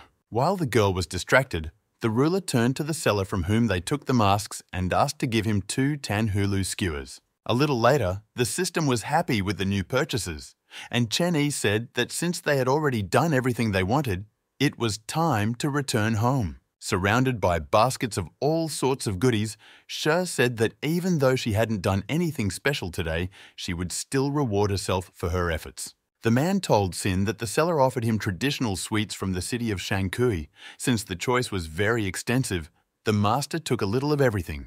Then he invited her to try what she wanted, and the baby began to carefully reach out to the cake. But suddenly she changed her mind and, thanking the master, said that she was not hungry. Then the Lord of Heaven asked if she might want it, and the girl turned around to see what else he had. The teacher held the tankhula in his hands and said that he noticed how she looked at that boy, so he thought that she might like them. Shaw was stuffing herself with some kind of cake and, saying that this flour sponge cake was very tasty, invited the owner to try it, but he replied that he didn't like sweets. Then they turned their attention to Sinj, who for some reason did not rejoice at the sweets in her hands, but was quietly crying. The man patted her on the head and said that when they were in the city, he noticed that something was wrong with her. Would she like to talk about it? Sin admitted that she remembered everything that happened in her past life. In the memories, her dad, when he was in the city, sometimes bought her a tankhula, just like the master. When the teacher put these sweets in her hands, it was as if she saw her father and felt that she had a family again. After hearing this, the Lord of Heaven asked if her parents were still alive. The little girl answered no. Her entire village died from the epidemic. She was the only one left alive. In order to survive, she wandered for a couple of years until she came to the villain, after which she came to her senses when she had already been turned into the flower of time. Shah noted that her parents died early. She lived in poverty, did not have a permanent home, and it is clear why she became like this. However, this is not like the inner demon that Sue had, which means it will not be easy for them to cope.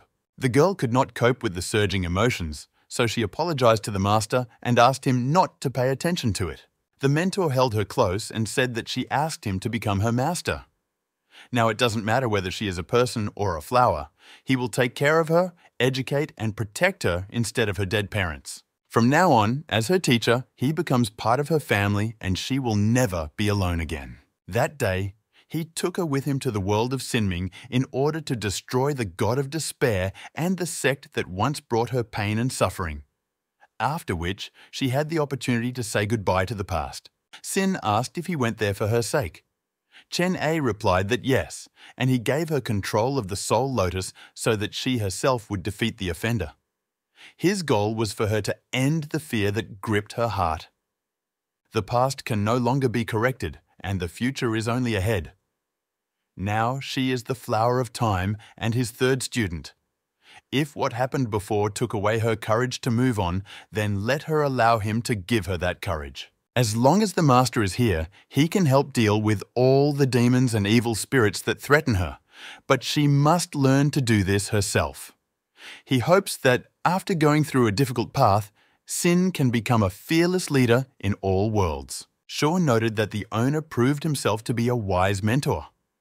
She had some concerns in the past, but now she is confident that he will become a good teacher, which means her mission to train holy masters will soon come to an end. Sinj exclaimed that she understood everything, and the man replied that he was very happy about it.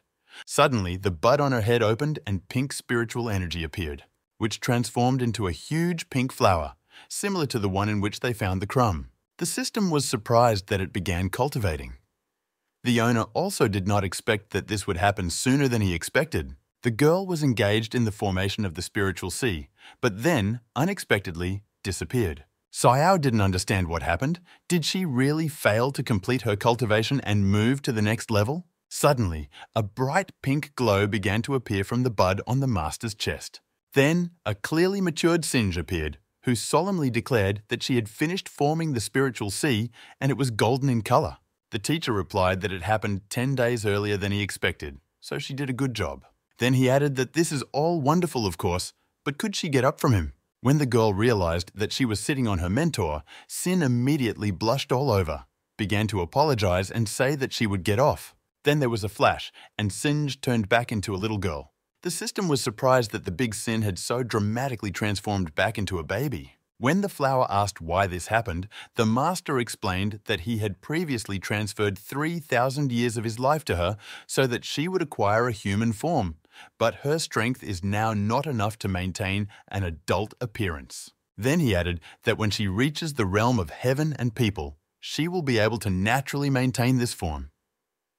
Shu giggled to herself that how unexpectedly she jumped on the owner. Students know how to embarrass him. The teacher turned to Qin and said that since she had formed the spiritual sea, it was time to give her a new task. The secret kingdom of Yunmanze will appear in the world of Suyue in a couple of days. Cultivators from the 9 great sects had already gathered outside. According to the speed of time, the difference between the kingdom and the outside world is 100 years. During this time, she needs to reach the realm of heaven and man and fully master all the methods he taught her in order to protect Yunmanze. Sin exclaimed, "Isn't this fast, since her cultivation is so slow?" He replied that her overly conservative nature was both good and bad. Being cautious and careful is a plus, but cowardice and lack of self-confidence cannot benefit her in cultivation. But this problem is not that big. During this time, he will help her not only in development, but also in interaction in society and in communicating with people. Sinj asked if he would be with her all this time.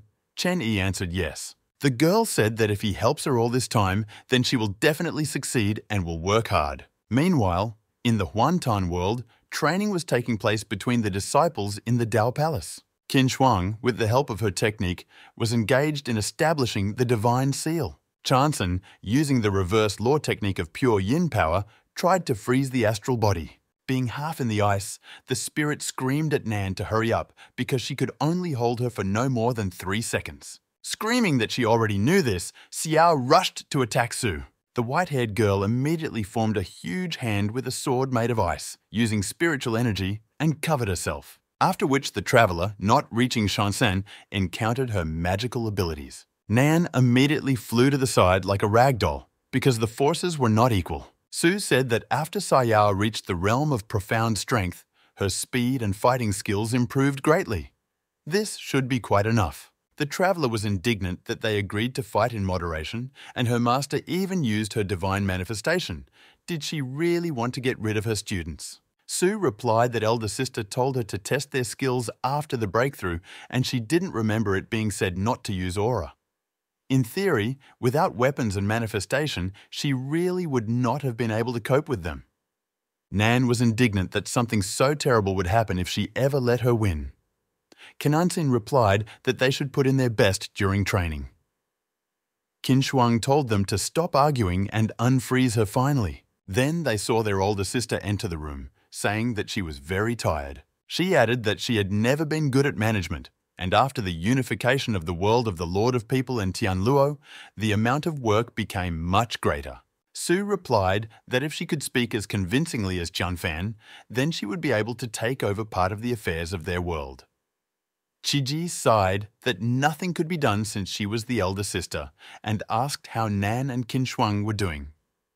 Sayao immediately complained that Su fought unfairly. At first, she said that they would just practice, and she herself used the divine manifestation against her. The astral body reported that they were already in the realm of inner strength. The girl, hearing this, praised them and added that she herself was almost finished with affairs in the Huantan world and began to transform into her everyday uniform. After which, holding the teleporter in her hands, she said that since all the assigned tasks had already been completed, now it was time to take on the task that the master had left for them. Using the artifact, the Empress opened a portal in the sky and said that they could no longer waste time. It was time for them to hit the road. The system informed readers that Qian, Fan, and Chansan went on a dangerous journey to the world of Xianxin, and in the meantime, the master and his new student lead a quiet life filled with study and cultivation. She studied formations and applied them in practice. They also drew talismans, which the girl liked least of all because there were a huge number of them. We were doing alchemy, during which the little girl kept having something explode. There were also physical trainings, in which she dragged a huge stone with a master sitting on top. The teacher taught him many vital things, including culinary skills. Thus, 100 years passed absolutely unnoticed, and the baby turned into a girl. Sayao asked the master reading the book if she told everything correctly. He replied that yes. A moment later, Sinj looked in and said that lunch was ready. After dinner, the man said that this time everything worked out much better for her than last time. The flower replied that it was all thanks to the master. Although she had not yet fully mastered the formations and talismans, she was confident in her culinary abilities. The master looked at her and said that next month there would be exactly 100 children, and asked how things were going with the preparations for the defense of Yunmanze. Sin replied that every time after learning a new formation, she would set it to the secret realm. At the moment, there are 6,732, but she still feels that something is missing. The teacher said that he saw everything she installed. They are closely connected, and once they are activated, they will be much stronger than if there was only one formation. The system admired such a large figure and the efforts of Sinj. Chen Yi then added that she could use the living beings of this world. Flower asked if he wanted her to enlist the support of other forces. He replied that yes, because others also live here and therefore are obliged to protect their environment. The girl began to whine that she couldn't cope because she only had experience communicating with the master. In addition, she had only recently reached the realm of heaven and man, so she would be eaten by these terrible creatures that reside here. The man immediately gave her a crack and said that there was no need to take up the old ways again. How could she know that the locals would not listen to her if she had not even tried to talk to them yet? Holding her head, which was already smoking after the blow, Sin said that she would try to pull herself together and do it. The mentor said that he had made her new spiritual clothes and let her try them on to see if they fit her or not. The girl was happy about this news. Sometime later, the Flower of Time walked through the lands of Yan and felt uneasy because of the eerie atmosphere around her. The master told her that this clan controls the world of dreams, and if you fall asleep here, you can become their target. The girl was again upset that in the world of dreams, Yan is invincible, but she immediately began to cheer herself up that she had more than 2,000 talismans and a whole bunch of explosive devices with her, so everything should be fine. To be more precise, as long as she was awake, she would not be in danger, but suddenly, something flew behind her. Sinj was afraid of what it was now and quickly turned around to see who it was. Seeing a raven sitting on a tree, Sin exhaled with relief because she thought that it was a demon. It was quite strange that one could find such an ordinary bird as a raven in such an eerie place. But suddenly, a huge flock of ravens appeared and began to fly around her. The girl got scared and screamed loudly, calling the master for help, but she managed to put up protection. The crows then turned into black balls of energy, reminiscent of ghosts, who asked who dared to invade the Yan clan's territory without permission. The girl was confused, and out of fright she could only squeeze out the word, "I." After which she completely returned to the form of a little girl, losing control of her powers. She couldn't think of anything better than to say that it was time for her, to wish her all the best and rush as fast as she could. The demonic force immediately flew after her, and one of them gave an order not to let her escape. On the way, Sin reasoned that they were all in the realm of inner strength, but if they united and used their dream-related technique that the master spoke about, then she would be in danger. The baby began to sob loudly and call for help, but thought to herself that this concert should lull their vigilance and show that she was a weakling who was simply lost. One of the ghosts said that she runs quite fast, and why don't they argue, for fun? Who can catch up with her faster, and the prize will be a share of the Twilight Spiritual Elixir for that month. Along the way, the girl placed formations on trees and any convenient objects. Then she thought to herself that they were already at a sufficiently large distance from their clan, and the installation of traps was almost finished. Sinj stopped abruptly, and the demons immediately began asking if she was tired. Let her be a good girl and follow them, but if she refuses, then don't blame them for the consequences. Then they added that it's enough to resist, you just need to give up and that's it. But the little girl decided not to give up and use the formation. the 5 elements of the heavenly spirit. The demonic force was about to rush to attack Sinj, but then a voice suddenly rang out and ordered them to stop. The head of the clan appeared in front of the girl, and her charges began to wonder how she ended up here, because she was in solitude and what kind of non-entity dared to disturb her. The demoness declared that this baby was hers and let them all get out of here. The ghosts obeyed her and flew away. At this time, Sin was wondering what was happening and why the head of the clan herself decided to help her. The woman turned to Sinj, calling her the Flower of Time, and told her to follow her. The little girl began to carefully follow in her footsteps, and the head of the clan told her not to worry because with her level of cultivation, she would not be able to harm her. But since Sin came to Yan's territory, it means she must have some important business. So if she wants to talk to her, then she needs to go to one place. Sinj agreed, and she thought that her real body was with the master, which means she could always return, so she could go check where her name was. Watching this, Shah exclaimed, "Is the owner sure that everything is okay because these perfumes look creepy?" He replied that the clan had a weak cultivation level, only their leader had reached the realm of heaven and man, so they were not a threat now. Sin talismans and formations are mostly of the stealth, defense, and evasion type. She could easily reach the Yan settlement. The question was whether she could convince them to join the fight for Yunmanze. He then turned to Xiao and said that at the moment he had enough points to increase her level. The system was glad that he finally remembered this, and such an event should be celebrated because she had been waiting for this day for a very long time. After listening to her fiery speech, the owner touched her, and she returned to energy saving mode, after which he said that if this update is again associated with such a useless function as this, then he will never spend his points on this again. Shu replied that she understood everything. In parting, Xiao stated that this time she would not let her master down and would make every effort to obtain a super powerful ability. Having sent the system for an update, the man said that he had not left this area for 100 years, so he needed to go for a walk. At the same time, take a look at the local residents of Yunmanze. Maybe some of them could be useful to Sin. Meanwhile, Sinj found herself in the territory of demons, namely in the Twilight Forest. The head of the clan asked how she could address her. The girl, embarrassed, introduced herself to her. In response, the woman said that her name was Yan Yue, after which she asked for forgiveness for her charges, who had previously frightened her. Sin replied that it was okay because she fell out of the blue without permission. The student noted to herself that she was so hospitable, and this was not at all like the bloody and terrible picture described in the books that the master gave her. Moreover, she really liked it, and now the girl didn't know what to do. Sipping a hot drink, Yan asked what brought the Flower of Time to her clan's territory. The girl said that Yunmanze would soon open in the world of Suyue, and all the cultivators from its 9 regions would come here. This secret kingdom will be in great danger. The woman said that she is aware of the near future. This happens every 100,000 years, but she was haunted by the question of why Sanjay decided to turn to them.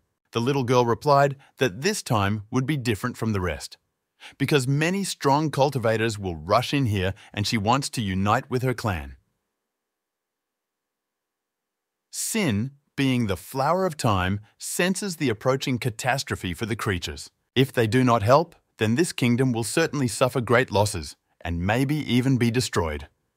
Her clan, being part of Yunmanze, may not escape the same fate. Sinj was born here, and if this world is destroyed, then not only she, but also other creatures will be left without their homes and will be forced to wander around the big land of Suyue. Having rattled off this speech without hesitation, the girl coughed. After listening to her carefully, Yue realized that the Flower of Time was worried. This was the eventual destruction of Yunmanze.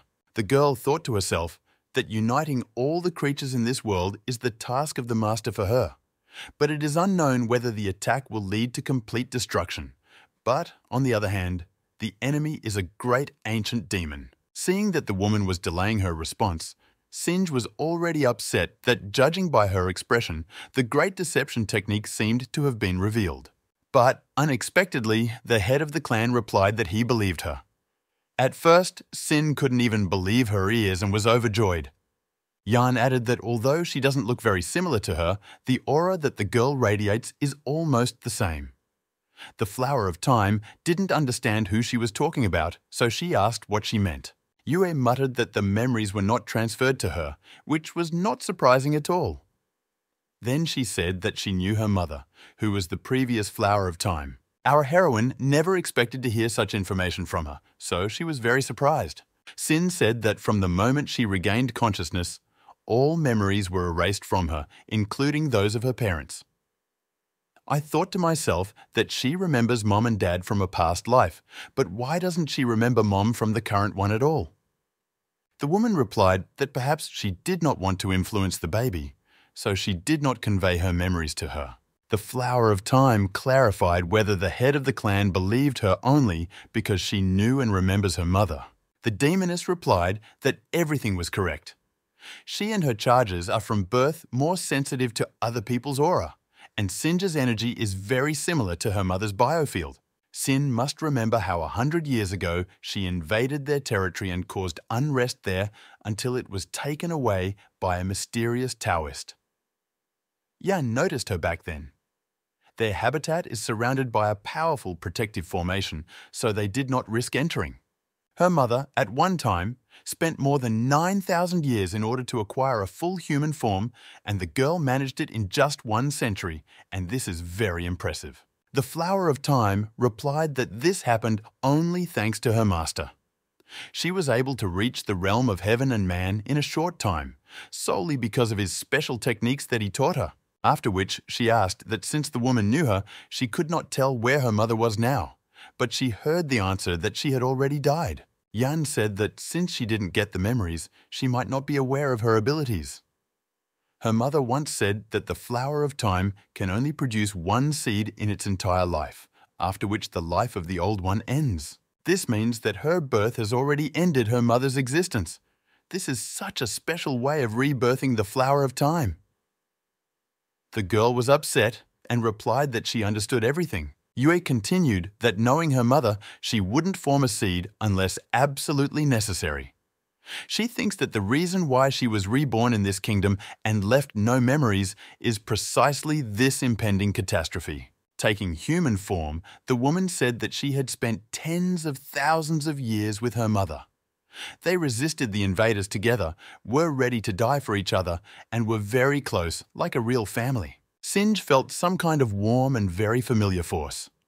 The clan leader's aura was exactly the same as her Flower of Time. Looking at Yan, the girl thought that of course it was a pity that she had no memories of her own mother.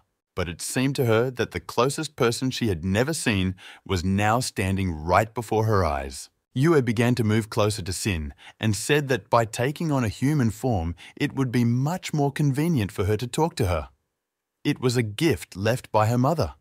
Without it, she was able to transform into human form. Holding her close, the woman added that since Sinj is still just a child, she is ready to believe her every word. Yan and her mother were like sisters, so if the girl doesn't mind, then let her address her as Aunt Yue. She then added that the girl said that she had set up many formations to protect Yunmanze during the battle. Let her show them and tell you more about her plan to protect the secret kingdom. The girl, who became emotional, said that she would definitely tell her aunt everything, after which they arrived together at the Yunmanze border, where there was a protective sphere of many formations. The woman said that at first glance, this scheme is chaotic, but there are several interconnected small protections in it, the activation of which will cause a chain reaction. Then she asked how many of these she had installed. Sin replied that such methods of disassembly and reconstruction were taught to her by the master. He said that in this way, they would be more dynamic and powerful.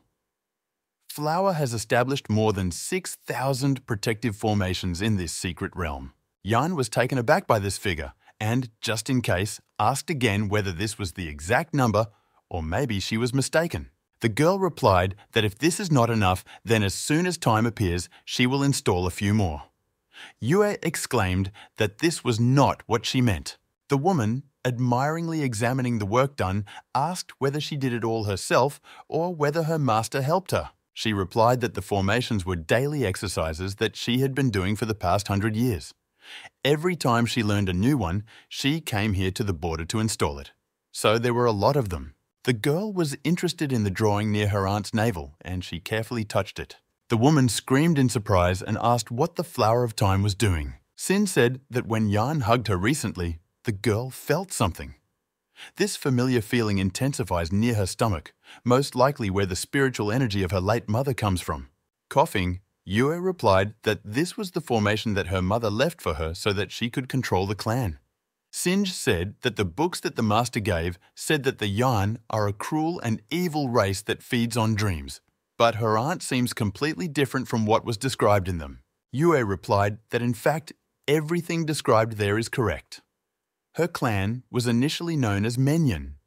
They are spirits that absorb the nightmares of living beings and transform them into spiritual energy for cultivation. Now they are kind, but many years ago their ancestors offended the ancient god and were cursed by him. The clan gradually lost their minds because of this. All its members became cruel and bloodthirsty monsters, as described in legends. But thanks to the formation that the girl's mother left her, Yu and her clan were able to resist this deity's curse and not go crazy. Flower asked her aunt if she could study this pattern on her stomach, but the woman screamed that she couldn't. Sin was surprised why not, since it was left by her mother. Yue answered because it was very ticklish, to which the girl exclaimed that she was afraid of tickling or something. Aunt grabbed her cheeks and asked what was wrong with her not liking it. Chen Yi, who observed this, said that thus the additional test of remembering the past years was also completed and concluded that when Shu is not around, the tasks are completed much faster. Meanwhile, Sio sneezed and said to herself that anyway, it was the owner who was remembering her now. The man thought that although there is an element of luck in the Yan clan's subjugation, it is also an ability, so the rest of the kin can be dealt with without any problems. He will help deal with the curse of this sect after protecting the world. Meanwhile, a huge number of ships had already gathered around Yunmanze and were preparing for an attack. The Lord spoke to his subordinates and said that the secret kingdom opens once every 1,000 years. More than one generation of their ancestors in Chuchju, overcoming many obstacles, was not able to fully explore it. The leader's name was Tian Xuan Muchen, who proudly added that today he would lead his charges in order to guide them to Yunmanze and make it a part of Chuchju forever. Warlike cries began to be heard from everywhere that they would capture this secret kingdom and glorify their clan. Tian thought to himself that this time he would definitely get the Flower of Time. With the help of her aunt Yue, King was able to successfully negotiate with the heads of the 5 great Yunmanze sects. Thanks to the quick thinking of Sin and the active support of Yue, the clan elders, carefully weighing all the pros and cons of this battle, agreed to join the army to protect their small kingdom, led by the Flower of Time.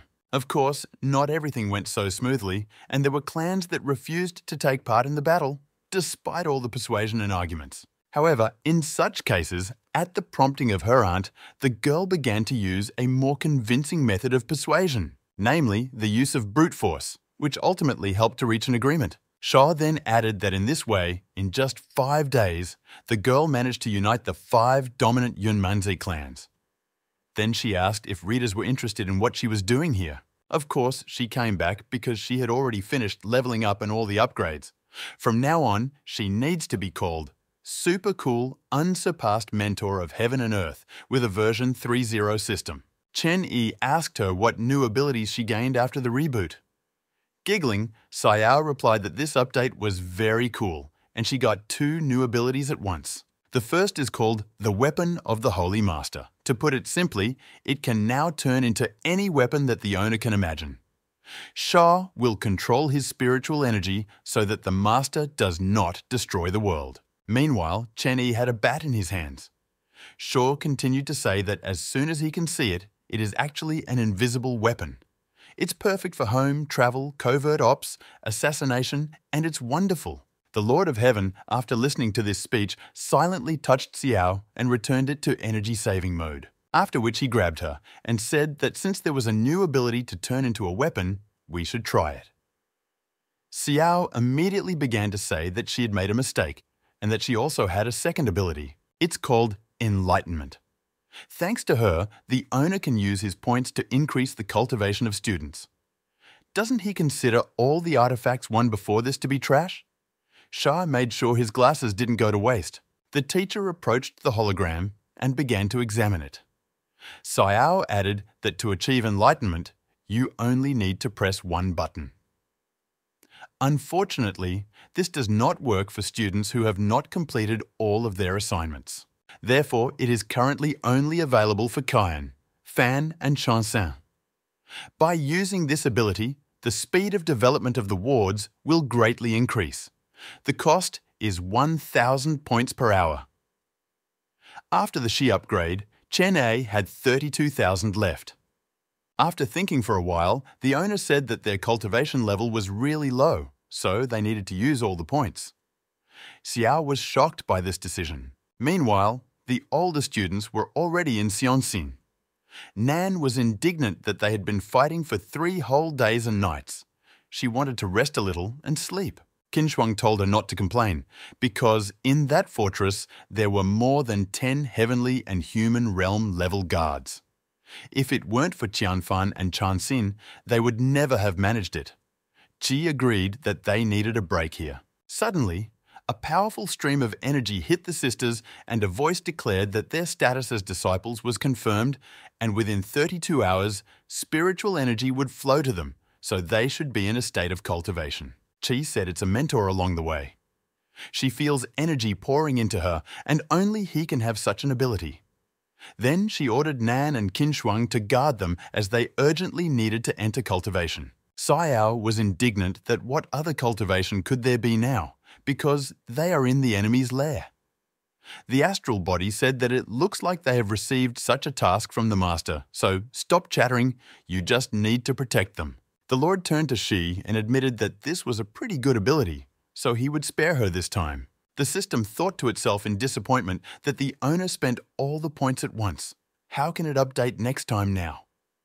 Then Sin's voice was heard, inviting everyone to the table. Arriving at the call, Xiao noted Yue's presence and wondered why the girl suddenly decided to bring her aunt to their home. The woman felt extremely awkward and at a loss did not know what to say. The teacher asked if Sinj would like to introduce them to each other.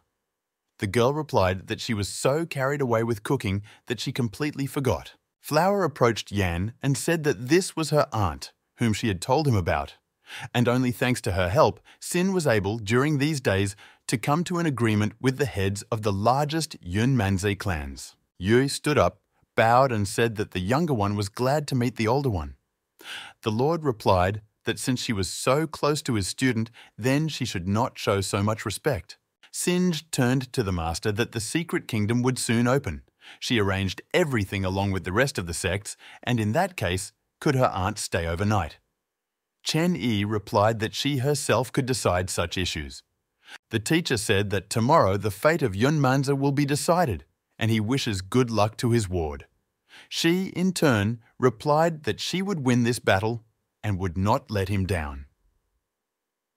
Listening to the conversation, Yue thought that she would have to do this for the sake of Kinga. Lying already in bed, the head of the clan waited for the baby to fall asleep and thought that the time was almost come. After which she touched her forehead and her spiritual body was released from the physical shell. But she couldn't go unnoticed, because at the last moment, the girl woke up and saw everything. Approaching the Overlord, who was clutching the system in energy-saving mode in his hand, Yue told herself that she was doing this only for the sake of Sinj. Even if after this she will die at the hands of Chen A, she must be convinced of his true intentions. If he planned something bad towards her, then even at the cost of her life, she would imprison him in a dream trap. After which Yan began to reach out with 2 fingers towards his body in order to become able to penetrate his consciousness. But out of nowhere, her nephew stopped her and asked her what she was up to. Yue immediately said that this is not what she thought. The clan leader had no intention of harming her master. The girl said that she should speak more quietly, and it would be better to talk in another room. Otherwise, if he wakes up, it will only get worse. Suddenly, the voice of the ruler was heard, asking what the 2 of them were doing in his room in the middle of the night. Then he told them to stop making noise and go to their bedroom. But before she does this, Yan must explain what she was just about to do and why. Sometime later, The girls' heads were smoking from the clicks that the teacher gave them. After listening to the clan head's excuses, the master clarified whether he correctly understood that she snuck into his room under the cover of darkness, only to make sure that he had no evil intentions towards Sin. Yue replied, yes. The flower of time is a treasure from legends. The elder allowed her to gain human form 1,000 years faster. She doesn't know why he did this, so she decided to use a secret technique to find out the truth. The man replied that she was well aware of how great the difference in their strengths was. Even if her feelings for the daughter of the past flower of time are unusually strong, is it really worth risking death and losing her soul for her sake? The woman replied that her mother was like a sister to her. They spent thousands of years side by side, which means her child is like her own for Yan. Sin didn't know what she wanted to do, so let the master only punish her. The Lord agreed and said that since she takes full responsibility upon herself, he will give her such an opportunity. A blue glow appeared around them, and the teacher said that Sinjay was going with them because this was a great opportunity to experience something in advance. After which they found themselves between a large number of small worlds, namely in the limit of the flow of time. The girls looked around with open mouths, and the mentor repeated once again that this was the flow of time. Yue thought to herself that controlling the flow of time is the peak that the Flower Clan has been striving for throughout history, and it turns out that it really exists. Elder Sister Shai said that people who are able to reach this place already have the power to shake the heavens, and their life force is close to infinity. Although the Flower of Time is a treasure from legends, but for people like him, increasing vitality is meaningless. Then Yan felt her soul rapidly depleting and realized what the limit of the flow of time looked like. Sin wanted to touch one of the fragments of time, but the master immediately stopped her and said that each of them represents a certain point in the history of all worlds. As soon as you touch them, she will find herself in another world. The girl then asked that if it was a stream that reflected history, could she go back in time and find her parents, as well as her mother, who was the previous incarnation of the Flower of Time. The teacher replied that it was possible, but there was another one in the past. As soon as the girl appears at that point in time, her past version will be erased by the flow of time, and her family will forget about her because of her appearance there. Without consequences, this is only possible if she reaches his level, which is beyond the laws of the flow of time. And so, any interference in the course of history will lead to a chain of irreversible consequences. Sin replied that she understood everything. Then the overlord said that their current strength was not enough to stay in such a place for a long time, so they needed to go back. Once at home, the aunt could not catch her breath and felt bad. Chenny explained that being in the flow greatly drains the spirit. Since Singe is the flower of time, she has a high immunity to it from birth, so it does not have much influence on her, but for Yan, it is completely different. While the head of the clan was sitting recovering her strength, the man approached her and told her to calm down, because soon the pain would go away. Then he asked if she had received answers to all her questions. Yan replied that the elder really does not need to control the flow of time, so he has no reason to use Singe for his own selfish purposes. So she was wrong about him. Chenny said that her fears were not in vain. After all, possessing the flower of time is tantamount to immortality. Since ancient times, people have diligently cultivated in order to obtain it, but for it, which is near eternity, time is meaningless. 100 years of passing on knowledge, caring education and patronage is only because Sin is his student. As her master, he must be responsible for her and be a good mentor. This has nothing to do with the fact that she is the flower of time. Then he added that he had now dispelled Yue's doubts. Singe is still very young and has little experience, so she still has a long path of cultivation ahead of her. Since a woman loves her so much, let her always stay by her side. Yan replied that she would take care of her. The man said that although the formation of the previous flower of time restrains the growth of that dark energy in it, it does not essentially solve the problem. When the battle for Yunmanze is over, he will remove the curse from her Menyan clan. The woman immediately fell to her knees and began to thank the Lord on behalf of the 271 members of her sect. After which the teacher said that there was almost no time left and they should be ready to meet their enemies. Some time later, the entrance to Yunmanze was opened, and all the invaders began to try to enter it. Tian Xuan Muchen called on all his subordinates to break into the secret kingdom and take it over. Everyone was very optimistic and shouted that all the treasures and spirit beasts in this world would be theirs. Tian said that it was inhabited by clans of demonic beasts, each of which had their own lands. They are not very strong in cultivation and fight every man for himself. Then he ordered his people to split into groups and kill them, after which he turned to this secret kingdom and said that he had returned again after so many years, and this time he would definitely get the flower of time.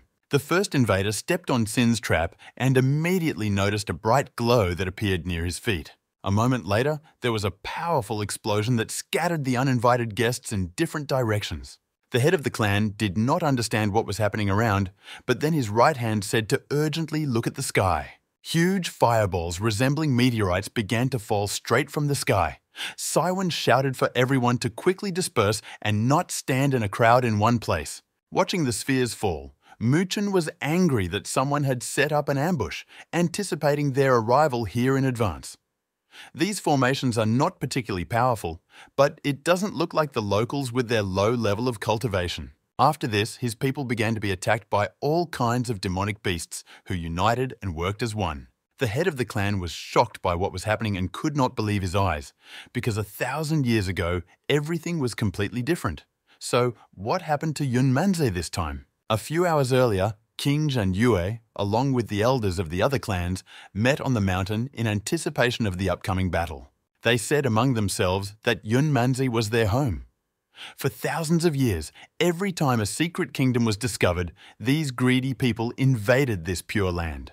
With each attack, the invaders behaved like masters here.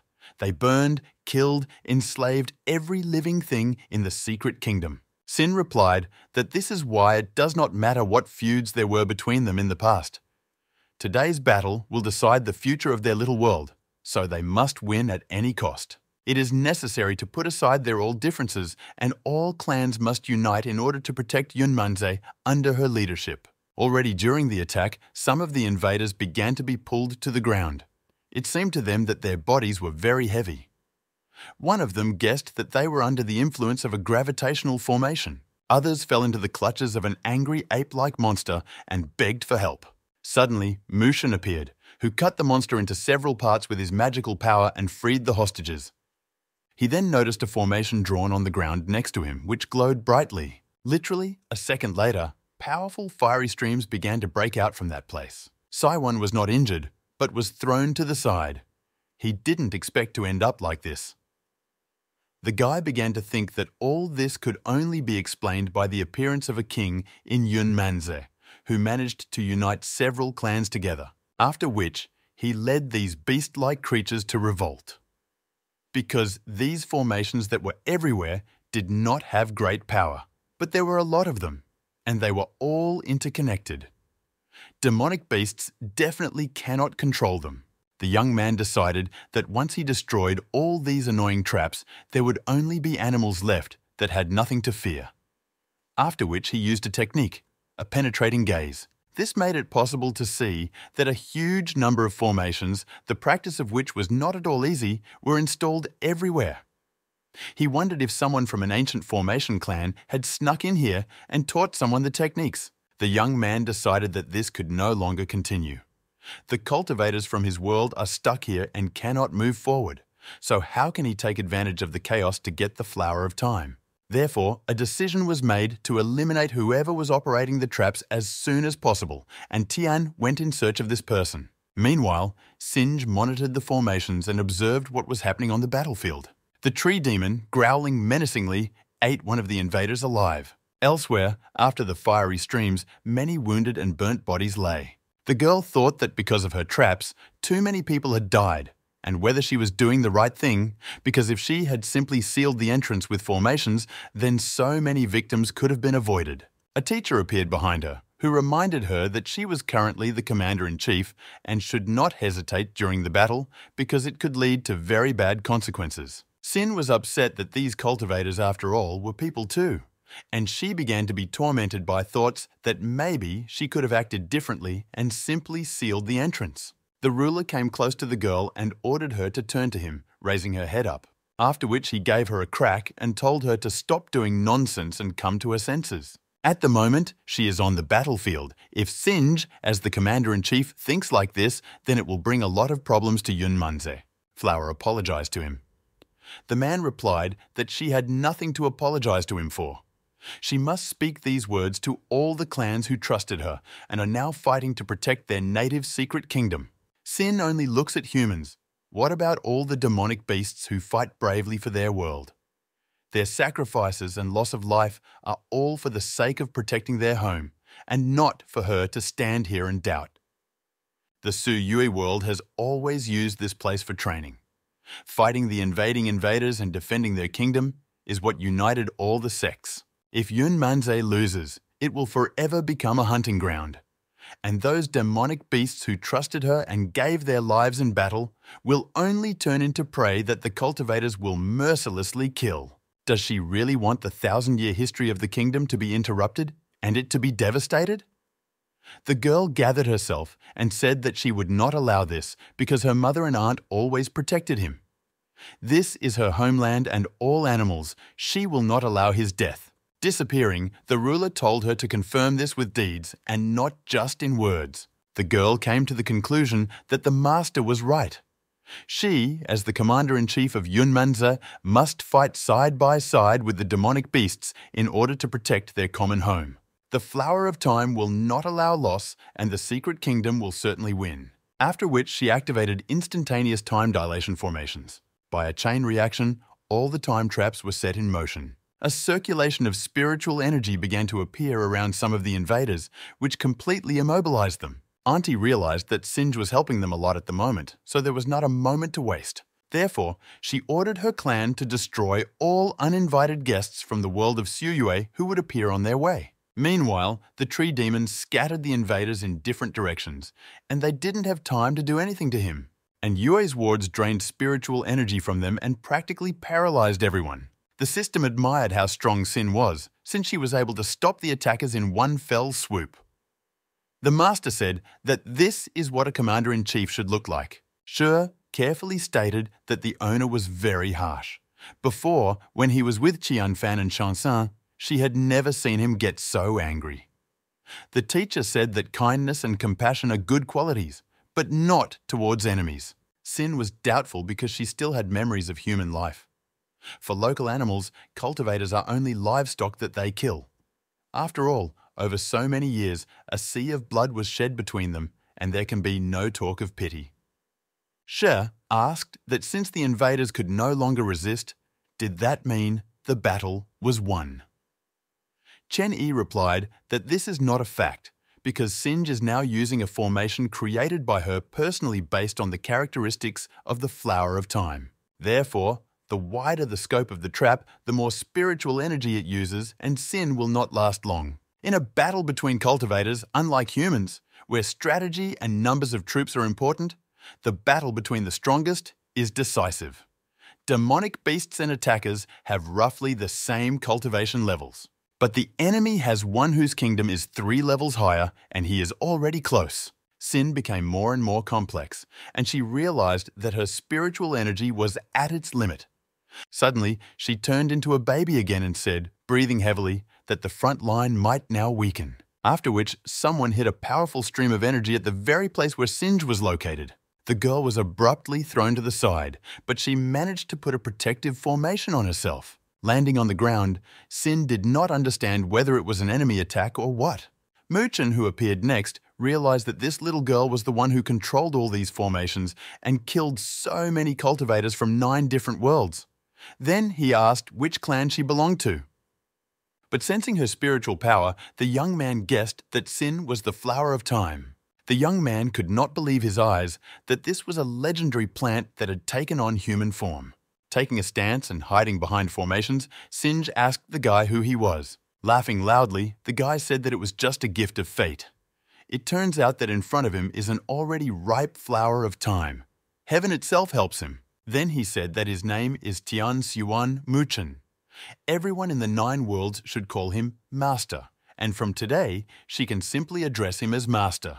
The girl snorted that only a crazy person could want him to be his master and launched a trap into him. But she faced a defense. Tian stated that he liked her fiery personality. He knows that sin is at the level of the realm of heaven and people, plus that trap took away her powers. And he is at the peak of the secret truth, so she cannot win. The girl thought that maintaining that formation that slowed down time had really exhausted her, so first she needed to use a pre-prepared trap to contain him and then move on. But the enemy, without particularly straining, destroyed it with one blow of his fist. The Flower of Time did not expect the guy to deal with her so quickly and easily. The young man said that he had already seen all these little tricks of hers. Did she really think that he remained defenseless to them? The girl replied that this is not the only thing she's capable of, and talismans appeared in her hands. Then adding that she succeeded not only in formations, but launched hundreds of them at the invader.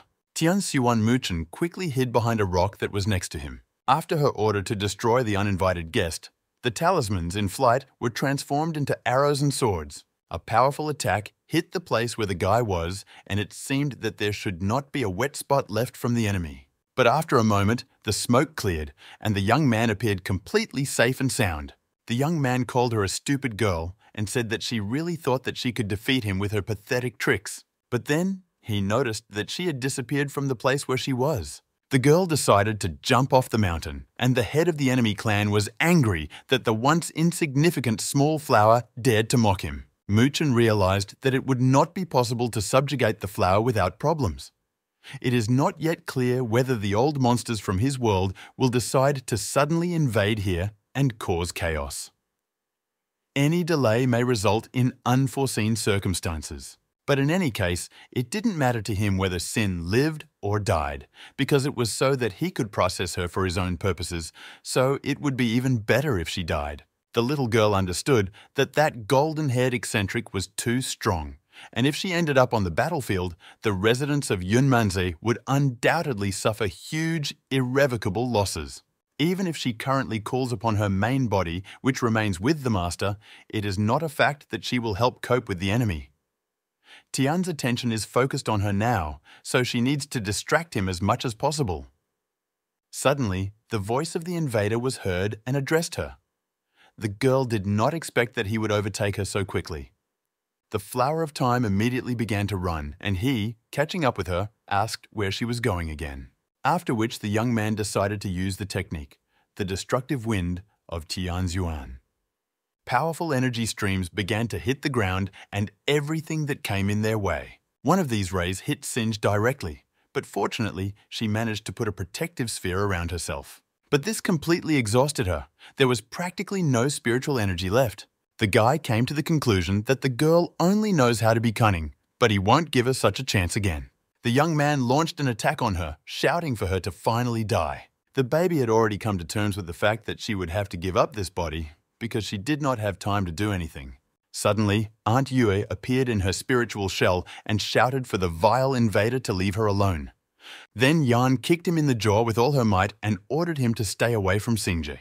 The blow was so powerful that the arrogant head of the clan, while falling, bounced off the ground like a ball, after which the woman called on the members of her sect to jointly seal it with the help of a dream prison. An otherworldly force immediately began to hover around the young man as if catching him in a trap. Sin asked in surprise how she ended up here.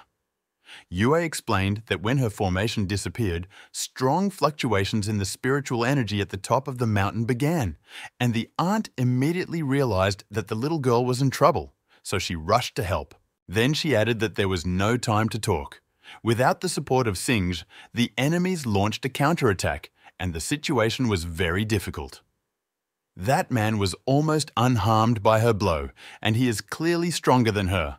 But Yan will deal with him and let the girl leave. And she must leave because he is hunting for her. This battle will decide the fate of Yunmanzi, and Sin is an important part of it, and if something happens to her, then everything will be over. She urgently needs to turn to the elder.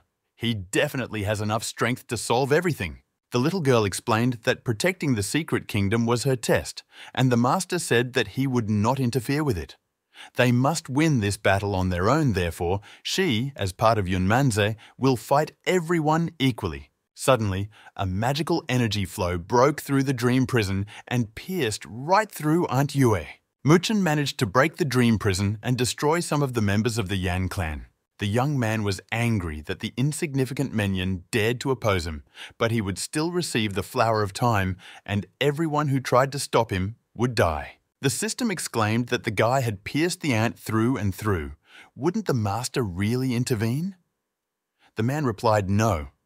If he just needed to complete the task, he would have destroyed all the invaders from the very beginning. This battle for Yunmanze is a test for Tin. If he interferes, then this task will lose all meaning. Without the experience of life and death, she will not be able to truly grow. Singe is the future Lord of Time, not a hothouse flower. Shai said that if this continues, they will both die at the hands of the green-haired man. The Lord replied that there was no need to underestimate them. The formation that Yue wears is much more than slowing down the curse. Meanwhile, Sin cried over her unconscious aunt, trying to stop the bleeding, and asked her to wake up, saying that everything would be fine and that she would take her to the teacher. The young man got closer to them and said that there was no need to rush so much. He would now send the flower straight to Yue in the next world. But suddenly, on Yan's stomach, just in the place where the formation of the previous flower was left, a bud began to open. The little girl didn't understand what was happening, and the guy was shocked that there were 2 flowers of time in front of him. A very bright magical glow immediately appeared, and the young man began to freak out that something was wrong again. Sometime later, the girl woke up in a calm, bright place and could not figure out where she was now. She began to look around and thought that this was the illusion that the master was talking about. The types of trees and spiritual energy around were reminiscent of Yunmanze, but clearly different from him. Suddenly, a woman's voice was heard, which said that she was thinking correctly, but not quite. This is still a secret kingdom, just tens of thousands of years ago. Then the invisible interlocutor told Sin to come to her, and the pink spiritual force picked her up. After which, this cloud lifted her high up, almost to the top of the tree, where the very girl who spoke to her was sitting on a branch. Grabbing the baby, the woman put her on her lap and quietly chuckled and announced that she had caught her. Singe asked in surprise who she was. The stranger responded by saying that the girl hadn't already guessed that she was her daughter. Covering himself from the bright flash with his hand, the young man muttered that these were some cheap tricks again. Then he stated that he had warned her that he would not leave her a single chance. Then he rushed to attack her, shouting that the flower of time must die. But his attack was blocked with the help of one of the girl's formations. When the smoke cleared, the young man saw that she not only remained intact, but had also transformed again into the guise of an adult girl. Sin checked her aunt's condition and thought that the wound was really serious. But the most important thing was that she was still breathing. The young man said in confusion that a small flower cannot have such power. Then what is it? Singe, floating in the air, replied that once upon a time, a boy from the Suyue world dared to attack her. Now it's too late to beg her for mercy. There is no turning back after what he did. The guy noted that she exuded such gentle spiritual power, but still made him feel like he was on pins and needles. This girl is very strong. At first, he decided that he did not have to be her opponent, but then he thought that if he ran away now, after 1,000 years of waiting, then everything that happened today would be in vain. After which he summoned his spiritual manifestation in the form of a 2-headed serpent and shouted that he must get the flower of time either today or never. The girl answered with sarcasm in her voice that how does he want to try to get him with such a level of cultivation? Then she added that there was no need to waste her time on all sorts of nonsense. After that, a large number of formations began to appear around her. With their help, Singe managed to destroy his divine manifestation in a matter of seconds. But the young man withstood this attack, so the girl noted that he was quite durable. The young man was not going to calm down and shouting that the flower of time would still be his. He rushed to run towards Sin. Singe easily blocked his movements and ordered him to calm down. Then she added that there are a large number of saving artifacts, but it seems that he is not the kind of person who values his life and improves himself. because otherwise he would not risk his life for the sake of longevity. After which she said that she would now think about what to do with him. The guy asked in fear what she was thinking about. Flower replied that he had harmed her family, so simply killing him was not enough. Sin will teach him the most painful lesson of his entire life, namely, returning to his true form. The young man realized that she was about to use the law of time and shouted for her to stop, but it was too late and a powerful energy flow pushed him out of the secret kingdom. The young man flew out of Yunmanza like a bullet. All his clothes were torn. His subordinates watched in surprise as the head of the clan flew past them. Shah looked at what was happening with her mouth open and said that Sin's appearance and aura were very different from before. And I came to the conclusion that this was all due to the power of previous generations of flowers of time. Chen Ai replied that it was not the power of past generations, but because her mother was the flower of time. By separating from her soul and activating the spell, then using the trigger to initiate the fusion, the mother became God to her own children so that 2 generations of time flowers would live in the same era. The war can be considered over. Meanwhile, Sin shouted that she had dealt with the biggest problem, but there was not much strength left. Therefore, it is necessary to resolve the issue with everyone else as soon as possible and end the battle. Suddenly, a huge lotus appeared above the invaders. They were shocked by what they saw and did not understand what it was. It was Kinja's magical power that decided to use the 1,000 funeral flowers technique. Powerful energy flows began to hit places where enemies were concentrated in a chaotic manner, leaving them no chance to escape. The system stated that the mission to protect Yunmanzi could therefore be considered complete. A voice came from behind and asked that the same gentleman her daughter was talking about should be in front of her. The man replied that it was true, and Shah was taken aback by the fact that this was the mother of the baby in Kinge's body. She said that the little girl was able to achieve human form in just 1,000 years. The woman cannot help but thank him for such kindness. Chen Yi replied that she is Sin's mother, so there is no need for such politeness. The former flower of time said that her fusion with her daughter is complete, but the remaining spiritual power in the spell has been exhausted, so she needs to enter a period of sleep in order to recover, after which she turned into a baby, put her in Chen Yi's arms and asked him as a teacher to look after her while she slept. The man replied that he would try. A few days later, Yue, opening her eyes, wanted to sit up and hit the formation above her with all her might. Then she suddenly felt her head hurt from the blow and grabbed it. Sin, who happened to be next to her, exclaimed that the Moon Lady had woken up and asked her to wait a little. First, she will remove all these spells and you can move normally. Yu didn't understand what was happening because she thought that those wounds were not compatible with life. Sinj replied that the serious wounds had already healed, but the master said that the soul still needed time. To save it, the girl asked the master for a book on quickly healing the soul and applied formations. Apparently, it really worked. After the master healed the injury on her chest, Sin took care of the rest. She now prepared medicine from various herbs that she asked from the teacher. This decoction should nourish the soul. Yan thanked her for your concern. The woman then asked, upset, how the battle ended and how much they had lost. Sinj replied that they had won. But although it had nothing to do with her, the master said that the girl was now qualified. Yu sighed that if it weren't for the master with his high level, then Yunmanze would have come to an end. In the future, clan heads must have high cultivation in order to avoid such bad situations. Flower replied that the teacher did not take part in the battle. The girl then grabbed the bud on her head and told someone that since she wanted to see Yan, she would hand over the leadership to her.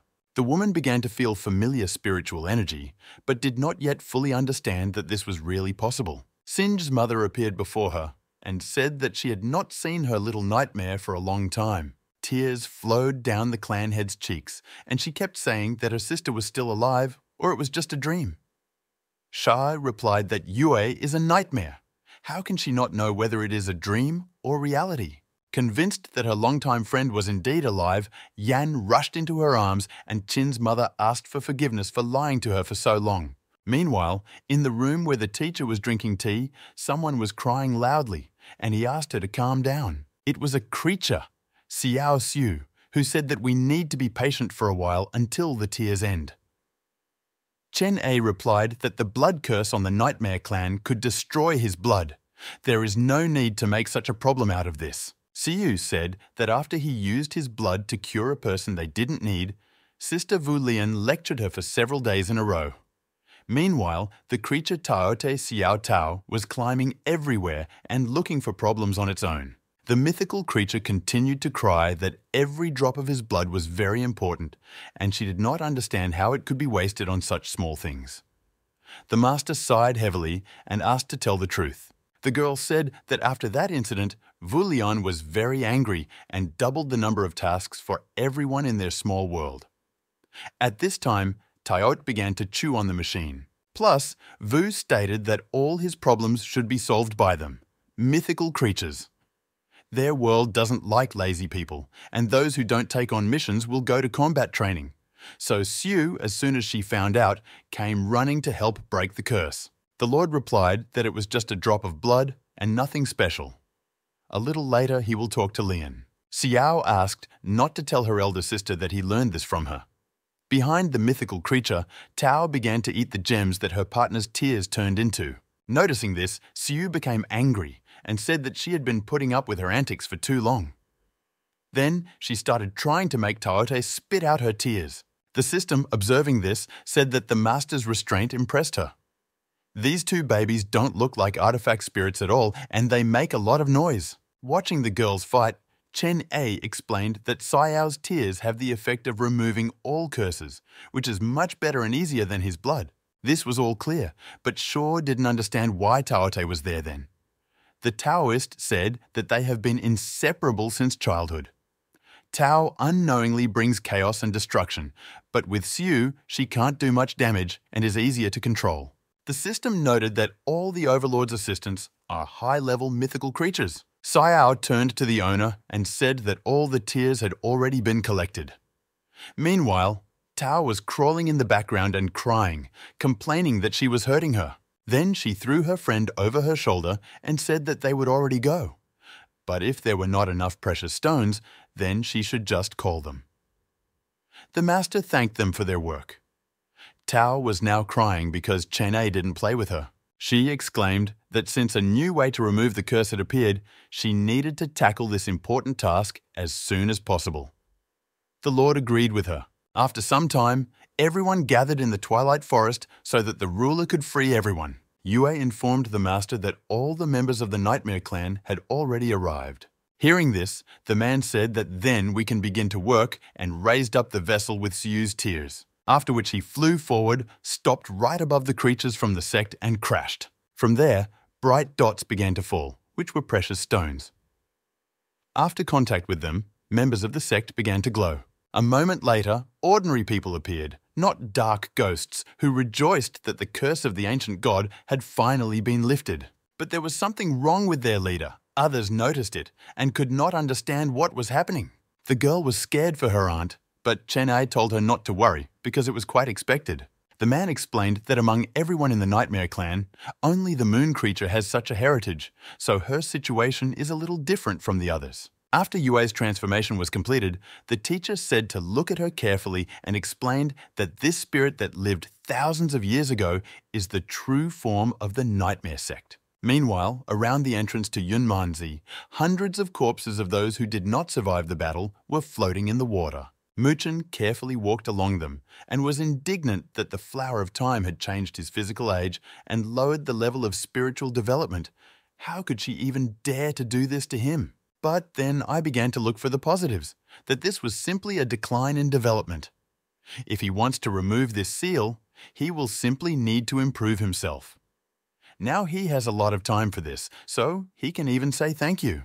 Then the young man once heard a noise and began to feel waves rising under his feet. Looking down, he noticed the huge mouth of a bottomless sea beast. The last thing he saw in his life was the huge teeth of a creature that swallowed him along with the corpses of his clanmates. At this time, the elders of the 5 major sects of the Yunmanze world knelt down in front of Kinga, after which it was said that the representatives of the main ethnic groups, namely the Nightmare Clan, Sen, Ancient Monkeys, Demon Clan and Kumpan Clan would worship the new generation Time Flower and would never dare to betray. Then they sent particles of their demonic blood into the hands of Sin. The girl was confused that they wanted to serve her, and it seemed strange that she was being asked to be their master. The teacher approached her and said that being worshipped by the demonic race was a great achievement, because they realized how strong Sin was. Signing a contract in this way means that they trust her with their future and will die for her, if anything. Yue confirmed his words. All living beings of the Secret Kingdom believe in her. This decision was also made after a conversation with her mother. For thousands of years they were not united, so they were under threat of capture.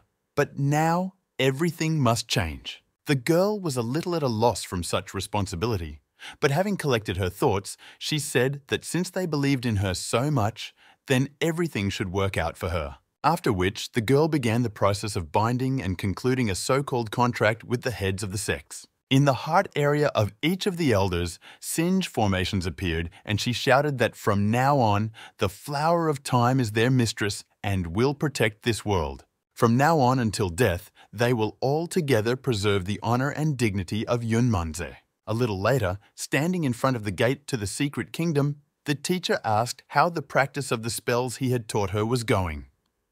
Sin replied that she had learned everything and asked if he wanted her to take all of Yunmanze. But be that as it may, with such a big world, it's impossible to do anything about her level of spiritual powers. The master, saying that there was no longer any need to worry about this, put his hand on her shoulder and began to fill her with energy. Then he asked if she had enough strength now. The girl replied that she was more than welcome to start, after which the girl began to carry out the task assigned by the master, and formations appeared near her hands. Singe called upon all 4 directions of the world to merge into one of her spells, and a magical sphere appeared around the entrance to the secret kingdom. The system noted that the baby's strength had become quite powerful, and it would not take her much time to catch up with her older sisters, Qian, Fan, and Shanxin. Suddenly, an alert appeared that a high-level energy was rapidly approaching them. Shaw exclaimed that everything is very bad and it is already close. Everything around me suddenly became dark, and a swirl of dark energy and thickening clouds appeared in the sky. After which, a huge all-seeing eye appeared, which was angry that they dared to disturb his temporary world. The girl was scared, but the teacher ordered her to continue to monitor the spell, and he would deal with this himself. He then went closer to the demonic force to find out what exactly was bothering it. A small demoness appeared from the eye, who menacingly asked who he was and how he dared to set foot on her territory, because she is the deity of the world of time. A portal opened behind Chen A, and someone began to emerge from it. The only thing the Overlord asked was not to kill the demon, because she could still be useful. He was told that it was good. It was Qi Lian who, having acquired otherworldly power, asked if she had gone crazy for daring to pretend to be a deity in front of her boss. Then she added that it was a pity that the owner forbade her to eat the new head of heaven. After these words, the demon launched an energy ball which appeared in her hand directly at Qi and screamed to leave her alone. The creature realized that this was a deity in front of her, and these two knew very well that she was the embodiment of the heavenly Tao, but they still dared to do such a thing. When the smoke cleared, Lian, trying to put out the fire on her chest, said that the baby was explosive, but this action still could not harm her. Then she rushed to attack her, shouting that she would play with the girl a little. But the demoness managed to put her weapon in front of her and block Qi's blow. Lian was surprised that she managed to withstand her attack, but it was clear from the crumb that it was difficult for her. The last Taiyan Sin in the world of heaven and all things declared that this was just the beginning and shouted for the demon to attack her. The Lord and the system stood silently watching a bunch of flashes in the sky that remained after the girl struck. She said that the owner's familiar is powerful and this small red bug will be crushed by it. Chen A replied that he was dealing with deities and Qi is the most stable of them, but there is an inexplicable sense of disobedience in this Tao. Suddenly, Lian appeared behind the demoness and asked where she was looking, if she had lost someone. Then she struck a strong blow to the back with otherworldly force, and she screamed in pain. Then she stated that, as a deity of heaven and the embodiment of worldly power, the baby was too weak. But the demoness, it seemed, was not going to give up, and a large, all-seeing eye appeared around her. She stood right on his pupil. Looking at all this, Chi asked if she really wanted to fight a little more. Trying to pull herself together with all her strength, the girl said that breaking into her world of time and offending her was unforgivable. After the baby was defeated, Chen A put his hand on her head and said that he wanted to look into her soul and understand what she was hiding there. But before the ruler had time to see anything, dozens of lightning bolts appeared around the demoness, after which magical symbols and formations appeared right above them. She shouted to someone that she didn't betray him. Why was he doing this to her? The master realized that a spell had been cast on her and that an attempt to penetrate her consciousness would cause self-destruction. The man quickly sealed the baby so that she did not have time to do anything. The teacher then ordered Shaw to control the range of his spiritual energy output so that it would be within the normal range for this world, after which she transformed into a sword. Chen A was outraged that some forgotten high-level deity was still willing to kill someone right in his presence, after which he directed a powerful energy stream directly at the spell created by the demoness. In a matter of seconds, it was destroyed, and the blue sky appeared through the black clouds. Qi Lian turned to the boss and asked what it was and what to do with this baby now. The master explained that the self-destruction technique can be caused by penetrating memories. It all looks as if someone deliberately left it in the world of time. But then he added that they would deal with this later and now let Qi take the demon to Yulian, who should recreate her soul and consciousness. It is necessary to extract her memories as soon as possible. Chen Yi wondered if there was some connection between the new Tao deity, which has nothing to do with the world of time, and the one that was reborn into the Tinmin world before. The voice of the system was heard from the side, which reported that it could not move at all. Sitting down next to her, the owner asked how she became so small. She explained that she had spent all her spiritual energy to control the master's power in the required range, and now she could not even take off. After Chenny put her on his shoulder, Xiao asked her next time to advise her how to do better before using her as a weapon. Otherwise, she almost fainted this time. She then asked what was wrong with that red girl.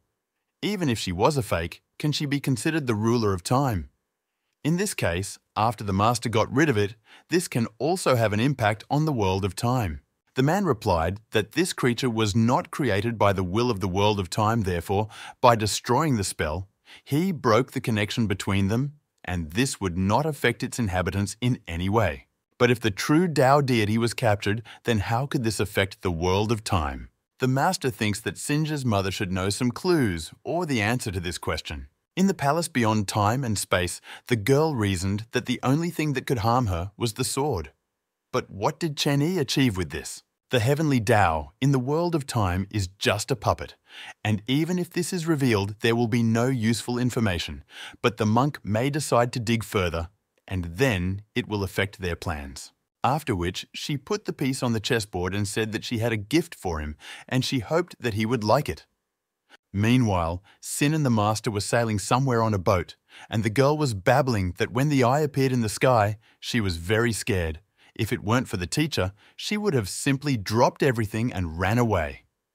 Plus, that destructive technique that appeared in the sky was simply terrifying, but her mentor was able to deal with it in a second with the help of a sword, and that's amazing. Therefore, she decided that she wanted to learn sword technique from her master. He replied that as the flower of time, she has a unique talent for learning basics such as spells and talismans, but Kendo is about understanding ki, potential and intentions, and she has too many unnecessary thoughts. In this matter, her elder sister Chansen has quite a bit of experience. In the future, the girl will be able to ask her for advice on how to combine learning spells and Kendo. Sin was upset that according to the master, she was completely useless in martial arts, but Chen Yi added that if she practiced a lot, she could achieve results. After some time, the ruler asked Sinj if her mother had woken up. Sin replied that she took her body to meet Yue and spent a lot of energy, so she was still sleeping. But she said as her knowledge of Sinj improves, she will recover faster. Zaitz asked what Chen Yi wanted. The man replied that there was one thing he needed to ask her about, but let the girl take her time. After training, he would restore her mother's soul. Flower said that defending Yun Menze was her first test, but would there be a second one? She doesn't know how soon the teacher will give it, but it was very interesting. The master replied that the second task would be to find 2 hidden kingdoms in the world of time that are no weaker than Yunmanze and no one knows about them. He will accompany her and give her tips, but she must do everything else herself. The girl did not understand how she would be able to find them because the world of time is so huge. The mentor replied that it was not limited in time. He also prepared a magical weapon for her, which he would hide in one of these realms, and it would be for her as a prize for completing the task. Chen-Yi and the system were fishing. Shah said that they had been sitting there for an hour and still no fish. The owner replied that the whole charm of this activity is anticipation and peace. You need to be patient to catch big fish. Singe was haunted by the thought that the world of time is very large and trying to find 2 secret kingdoms in it is like looking for a needle in a haystack. Then it dawned on her that after defeating that Tao, the teacher could teleport her to any other place. But for some reason, he decided to allow her to sail with them on a boat, which means his clue was the sea. Sin guessed that a secret world could be hidden in this endless and bottomless body of water. After which, she used a cosmic spell, which began to form a whirlpool. The system, meanwhile, was happy that the stupid flower finally listened to its feelings and understood everything. Now our heroes were preparing to embark on the underwater journey that awaited them. Shah began to feel nervous because this was her first time diving into such a deep sea. Looking at the jellyfish, she thought they were quite cute. That's why she wanted to touch them. The owner immediately said that these are ghostly monsters that live at the very bottom. If you scare them, the entire group will begin to pass current through itself, and even the kingdom of heaven and people may not be able to withstand it. Xiao exclaimed that if he had not warned her, she would have already died. The master explained that jellyfish obey the laws of nature. If there is a threat, they will repay doubly. And so, if she is not going to touch them, then there is nothing to be afraid of. Shah then saw that Sin had become friends with the jellyfish queen. The teacher said that in this test, the girl must rely only on herself because he is not going to tell her the exact location of the secret world. But he agreed with her actions as it was the best way to get information from the local marine life. The system noted that finding a common language with monsters such as jellyfish is not so easy, but the flower of time succeeded, which cannot but admire. After the conversation, the girl ran to her mentor and reported that Sister Jellyfish had not heard anything about the secret kingdom, but she knows some unusual place in the nearby waters and can show them the way there. Chen-Yi replied that it was worth going then. After Sin made contact with a sea creature, a tongue enhancement mark appeared on her forehead, after which they set off on the road on a huge jellyfish, which swam very quickly and was difficult to stay on. Once there, she exclaimed how huge this tree was. The girl noted that it doesn't look like there are any spiritual vibrations around it, which makes it very different from the world of Yunmanze.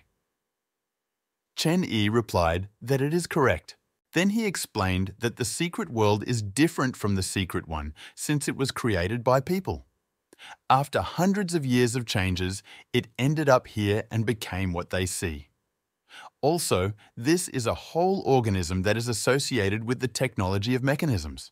The girl realized that this huge disc on the tree was that very mechanism. If she solves it, then access to the secret world will be open. Chen-Yi thought to himself that this castle has a complex structure. In order to open it, you need to perform actions based on the knowledge of spells and mechanics that Sin studied. The process may take a long time. But then he noticed how the girl began to crawl along this disc and place talismans, completely oblivious to the fact that the master was trying to call her. After the manipulations were performed, a powerful explosion occurred, but the mechanism remained intact and unharmed. Singe noted that it was quite durable, but her enthusiasm was not lost because she had many more spells in store. The Lord approached her and called her by name. The girl asked what happened. The teacher put his hands on her face and asked what she was doing. Sin replied that he was opening the world and why he was asking. Sharply pulling her cheeks, the man told her to do it normally and not blow everything up. The girl apologized for not understanding everything correctly. But in the meantime, the discs on the tree began to rotate quickly, and the system asked our heroes to pay attention to this. A moment later, the passage to the secret kingdom was opened and Singe happily ran there. Looking at this, Chen Yi said that he was here a couple of days ago and not only mixed up the order, but also added several new complications. Has Sin really broken through his seal? Shui replied that, as expected, he was making things difficult. Instead of going further into the kingdom, the little girl made herself a table and sat down to write something on it. The teacher asked what she was doing there. Flower explained that all her spells require a lot of strength, and although her main part is with the master, accidents cannot be ruled out. Therefore, she wants to draw more talismans in order to avoid dangers. The master took her by the scruff of the neck and said that this was just a test to find a secret world. When she is on the battlefield, the enemies will not give her time to sit and draw. After which he simply threw her into the opened passage. The girl did not even have time to object. A couple of seconds later, the baby hit the ground in the kingdom with all her might. The Flower of Time shed tears, rubbing her butt because it was very painful. Then, looking up, she saw monsters made of wood and came to the conclusion that they were puppets. After which, glancing at the sky, she noticed a huge city floating in the air and was shocked by its size. Sin could not believe that this settlement and everything else was created by the human race. Chen Yi explained that this world is called Mochen. In front of her, she sees the crystallization of mechanical technology created by more than one generation of the Gonshu family. It is guarded by hundreds of thousands of mechanical monsters with spiritual power. The level is not lower than the Tibetan kingdom, so it is a good training ground. Her task is to climb the main tower on her own in order to obtain the inheritance of the Gonshu family mechanism and the magical weapons that he has prepared for her there. Moreover, so that the experience gained here would not lose its meaning, the man temporarily blocked her connection with Yunmanze, and the main body of the flower would return back to her. As he spoke, he placed the bud back on her head, after which the man disappeared, finally saying that he would wait for her at the top of the tower and let her show him her progress. At first, the girl was upset that he left her completely alone and practically defenseless. But then she gathered her thoughts and began to set herself up in a positive way that she could cope and everything would be fine. The teacher forbade her to ask for help from her aunt and the others, but did not say anything about talismans, of which she had a lot. The Flower of Time thought that this distance could simply be flown over without encountering mechanical monsters. But suddenly, with all her strength, she crashed into the protective shell as if made of glass. While the girl was screaming that she was in great pain, the voice of the master was heard, who said that he had forgotten to warn her about something and said that in this world it was forbidden to use spells and she could not fly to shorten the path. Then, turning around, the little girl saw that mechanical monsters, whose eyes were glowing red, began to approach her. The wooden creature, without wasting a second, immediately attacked our heroine. But she managed to group herself and quickly jumped to the side, so she remained safe and sound. After which, the disc on his chest glowed brightly and a powerful energy stream burst out from there, directed at Sin. The flower only had the thought that something needed to be done as quickly as possible. The girl instantly regained her bearings and blocked the attack with the help of her spiritual manifestation. Next, a mechanical boar rushed to attack her, but the baby managed to put a protective sphere around herself, which he collided with. The blow was too powerful, so Singe barely managed to hold it back. She thought to herself that the strength of these wooden monsters was much greater than the level of the Tibetan kingdom. Their number exceeds the number of her weapons. Even if they can be neutralized, it will be difficult to destroy them. But she still had about 200 attack and counterattack spells, so some of them would definitely hit them. If she can use them to stop the attacks and take control of them, then she can buy time. But such a large-scale spell requires a lot of spiritual energy and time, even taking into account the use of the main body. After which it dawned on her that the master didn't say that the creatures needed to be neutralized. The goal of the test was to get into the tower. Since her main body is here, new abilities should appear due to the mixing of the heavenly and human worlds. The main secret of the Flower of Time and its superpower is spraying. Then, from the formation she created, a large number of small versions of her began to appear. Even emotionless, mechanical monsters were surprised by such a picture. The girl set them the task of going around the city and getting a magical weapon, after which she gave the command to her small army to begin to carry out what she ordered them. Meanwhile, in the city itself, Chen Yi, waiting for the arrival of his student, was engaged in wood carving. The system observing his actions noted that usually his forging is completed in the blink of an eye, and this is the first time she has seen him carve something out of wood so carefully. The man replied that it was a spiritual map. The owner explained that this city is the final destination of the Gonshu family. When they realize that their time is coming to an end, they return here to preserve and pass on the teachings of the mechanics to future generations. One day, one of the members of this family sacrificed himself to stop the chaos of heaven, but his dynasty was almost destroyed. Even after losing everything, their sect continued to contribute to the stability of heaven and the human world for centuries. Chen A had an old friend from this clan who could not find the entrance to the secret city until her death. When he was exploring the worlds, he accidentally found it, so he arranged for Tsin to train here and inherit the mechanics. Having placed the finished spiritual map, the man said that let the soul of his friend finally return to its native land. Shui asked how Sinj could deal with monsters without spells.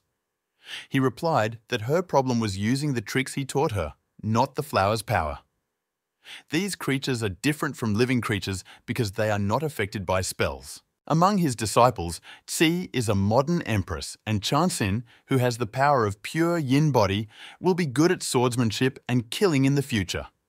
In their battles, this younger generation will rarely encounter real opponents. But if they had to deal with invasions from other worlds again in the future, they might not be able to protect the people around them as much as they were not strong in spells, did not operate machines, and did not have the power of the Flower of Time. The system asked if it understood correctly that he wanted to make Sin, who is not so strong in battles, a good support in another. The Lord replied that everything was true and good, that she understood it. Then he called her with him to check how Sinj was doing. Suddenly, they began to hear a rumble, and she asked what kind of earthquake it was. Was it really due to the mechanisms? But the owner felt the spiritual power of Sin. After which they saw a whole crowd of small copies of the Flower of Time, which quickly ran towards them and hummed melodies. The system of the Lord of Heaven was taken aback by so many girls and could not understand where they came from. Seeing the master, they were very happy, and some of them began to crawl over him, saying that he was their favorite. One version shouted that they were behaving disgustingly and that they should get off him immediately, but they didn't listen. They replied that they didn't want to get down and just started hugging him even more. The teacher began to try to remove them from himself, asked them not to make noise and to calm down so that they could talk. Chen Yi said that he didn't remember teaching her a spell that could create so many clones. She explained that when she united the heavenly and human kingdoms together, she found this way.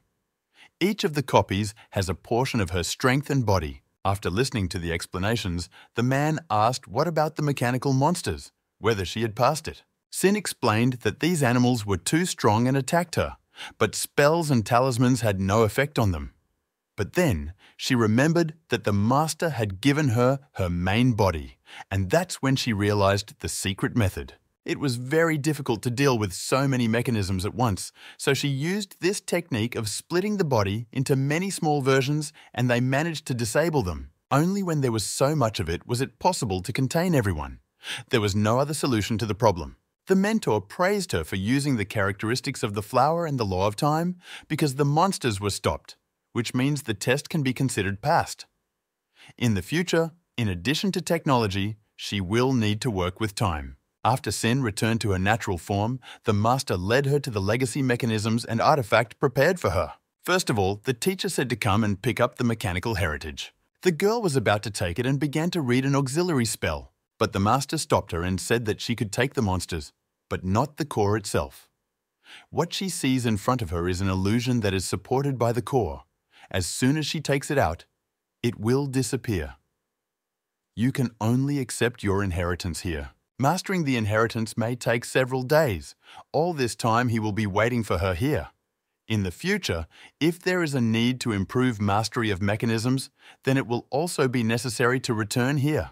Having said that if it takes a couple of days, then it is not as important as the master's weapon and immediately lost all interest in it. The girl was very interested in what kind of magical artifact the teacher had prepared for her. Opening the box, the Flower of Time saw a mechanical monster, namely a pink rabbit. Chen Yi explained that it was created through a combination of forging and mechanical art. It is also a magical weapon with simple intelligence. In order to activate it, you need to drop your blood on it. Sin immediately wanted to try it.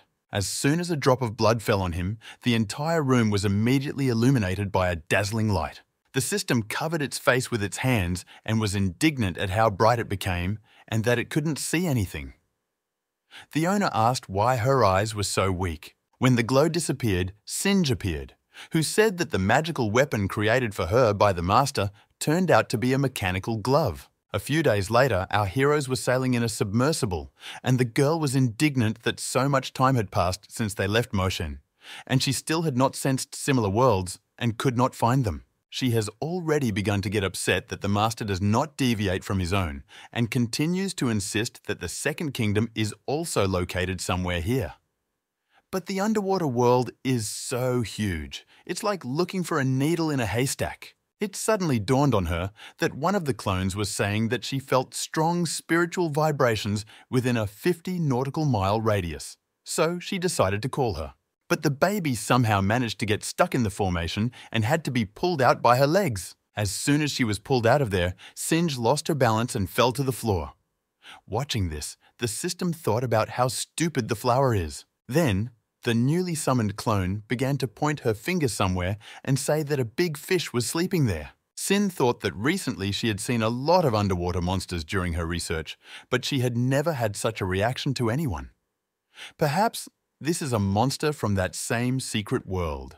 After which, the small version indicated in which direction you need to swim at high speed.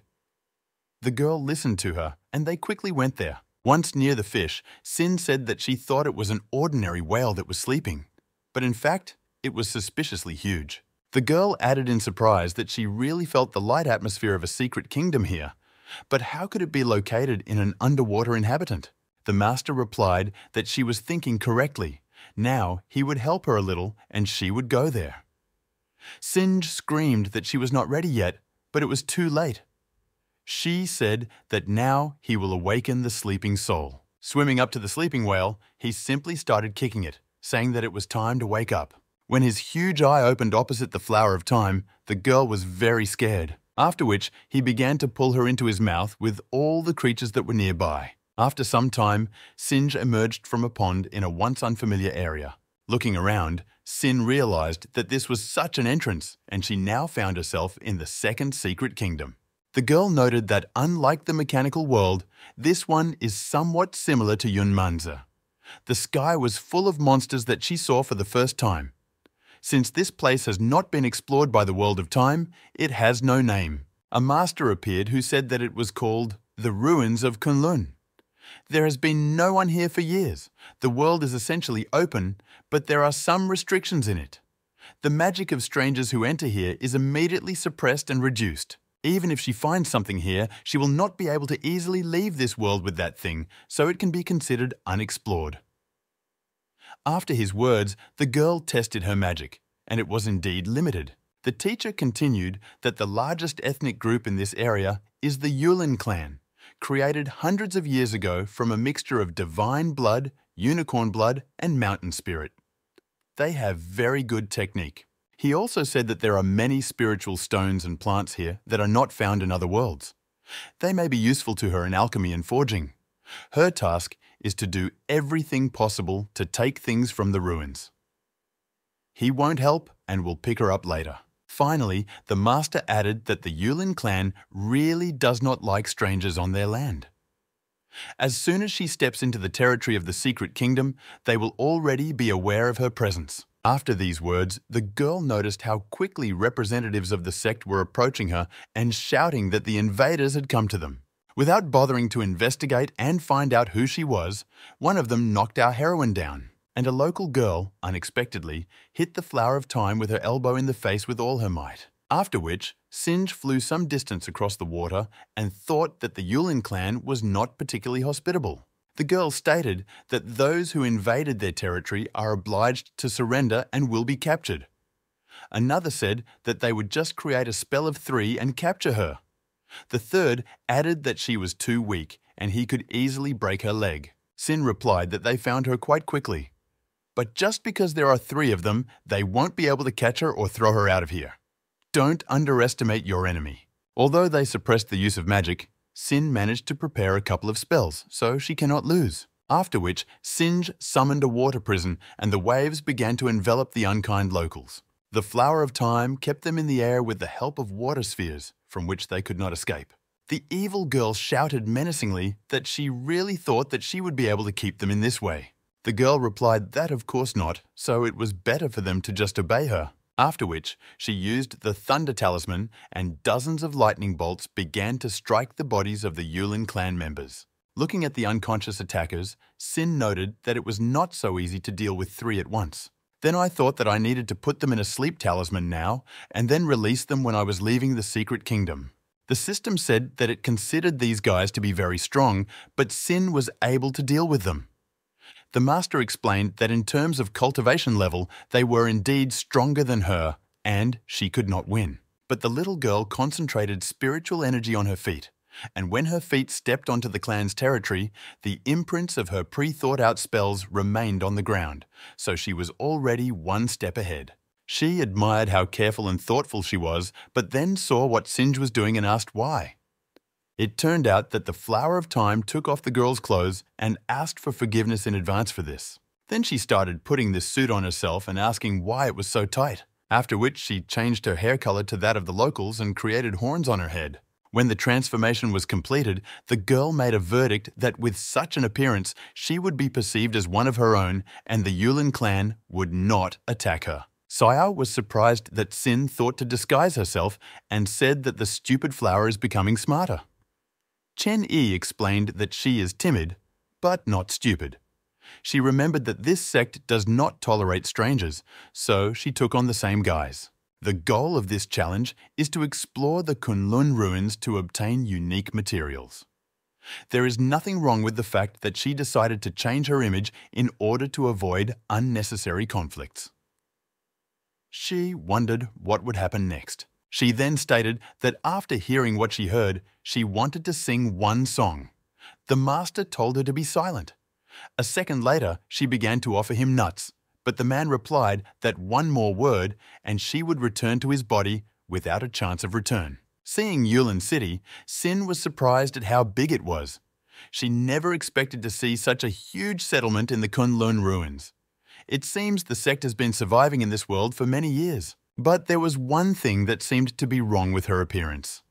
Those around her looked at her strangely. They didn't seem to be angry with her, but she still felt uneasy. Suddenly, she heard a child's voice calling her little sister and saying that this candy was for her. The baby's mother was scared and immediately told her that she couldn't communicate with the city guard like that. The girl replied that her dad told her that they were heroes and were defending their settlement, so she wanted to thank her with a treat. Flower of Time realized that they were all treating her with respect rather than looking at her strangely, and it was because of the necklace around her neck. When she changed clothes, she didn't even pay attention to it, thinking that it was just an accessory. The girl thought to herself that she was very lucky, because with this thing, everything would be much easier. Suwana's mother said that the girl had dreamed of becoming a city guard since childhood and asked not to be angry with her, because she was still just a child.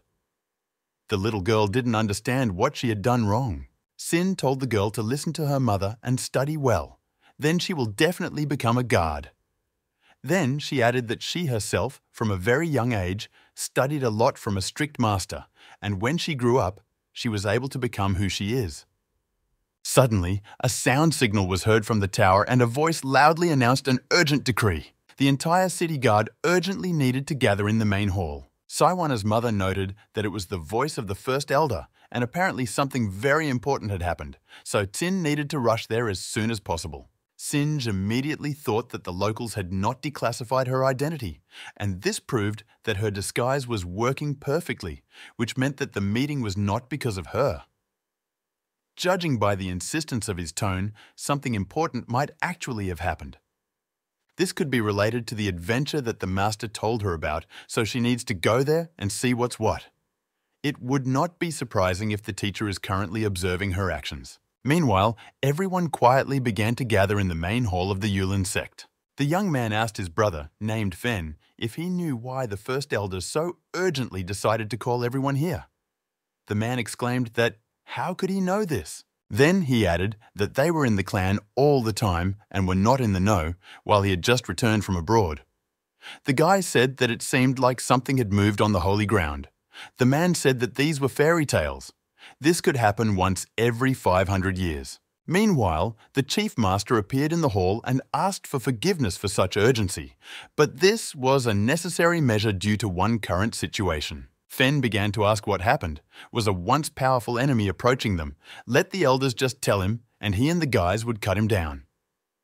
At this time, Sin merged with the crowd and listened to what was happening. The old man replied that this had nothing to do with the opponents. Everything was much more serious now. Everyone knows that Mount Kyun is their sect's holy land, where the spiritual power of heaven and earth gathers, and their treasure, the soul jade, is sealed in it. According to the ancestral records, when he reaches completeness, the secret realm of Silin will open. There is the Kunlun mirror, an artifact left behind by their ancestors and a mythical beast that is able to cross the world's barriers. The Yulin clan spent thousands of years in Silin to obtain the mirror and use it to break the blockade of the Kunlun ruins. All this so that their family can return to heaven. At this moment, this secret realm is about to open up. City guards have existed in this world since its creation. When they became one, they swore a blood oath that they would dedicate their lives to the Yulin sect. As descendants of mountain spirits, they are endowed with high cultivation abilities. Many of their ancestors travelled through the heavens and even became saints. But now they are all locked in the ruins of Kunlun, and their family is gradually disappearing. If this continues, the clan will lose all descendants with divine skills.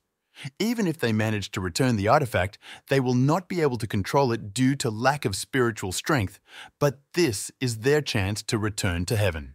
The elders had to say how dangerous this world was. For many years, their ancestors died there or lost their minds. Today they will draw lots. Whoever gets a stick with a black end will go in search of a mirror. Singe thought that the secret realm was a dangerous place, but with a master nearby, it shouldn't be a big problem. He then added that he had another announcement. Granddaughter Yui Min, from today on, will become his successor and future elder of the Yulin clan. After which he turned to her and said that, among the sect, she is the most talented and has more opportunities to break into the heavenly kingdom. Yui will be able to lead it until the next discovery of the secret world because grandfather is getting old.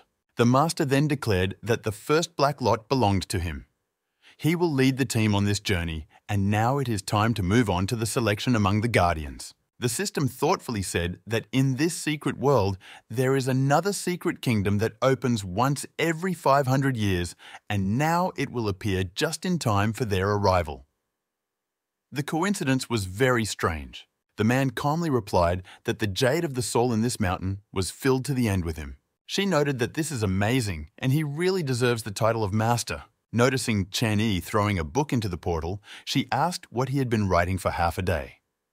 The owner replied that it was nothing special, just the experience of teaching Singe so that Ji and Chansen could use it as reference material for their students. Meanwhile, in the heavenly kingdom, these books from the portal flew over the heads of the sleeping girls. Sayao said that, according to the old man, the world is dangerous. Can Sin cope? The owner explained that the situation would be clear when it was activated, and they went with her. Shah said that apparently he was interested in the kingdom, because he had never taken part in such a thing before. The teacher replied that that mirror really exists, but it cannot be in the secret kingdom because this artifact is of a cosmic type. The system thoughtfully said that it seems the elder lied, but Singe did not suspect anything. Then she asked how the master knew that the mirror was not there, because he had never been there before. The mentor silently showed her the artifact that everyone was going to look for, and Shah told him to forget about her stupid question. Then she wanted to clarify that since the real Kunlun mirror is in his hands, then what is so secret in that kingdom? The man replied that she would understand everything when Kin entered there. Meanwhile, the drawing of lots was completed, and the elder declared that those who pulled out the black sticks were the real heroes. There is exactly an hour left before the opening, so those who want to say goodbye to the house should go and meet everyone later. Singe got a white stick, and she didn't understand what to do, but she couldn't change the color to black because of the special spell that was cast on the lot. One of the clan told his friend that his mother raised him with such difficulty, so she would take the wand for herself. He replied that his daughter had just been born and he could not go. And the young man himself took the oath of a guard, so he will fulfill his duty. After which he asked to take care of his mother. The man replied that he would treat her as his own. The girl intervened in the conversation and said that since he pulled out a black stick and, as she understood, did not want to go, then let him change with her.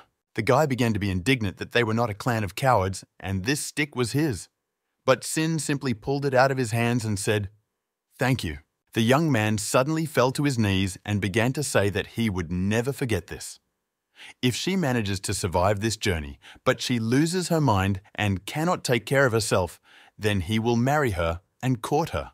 The girl was glad that her identity was never revealed, so she could give someone a blow. After which, she beat the guy who made a fiery speech and moved on calmly. Meanwhile, a passage to another secret kingdom had opened, and everyone had already gathered near it. The elder gave his final instructions that their main goal was the Kunlun mirror. If they find him, they will have to take him at any cost. After that, everyone began to set off on their dangerous journey, including Singe. Sin thought that she could simply follow Yulin's people, but did not take into account the fact that the teleportation grid cannot be directed. There was a lot of blood and skeletons around. The Flower of Time could not believe that this was their holy land. Then she drew attention to the mountain, which was wrapped around a huge skeleton of some kind of monster.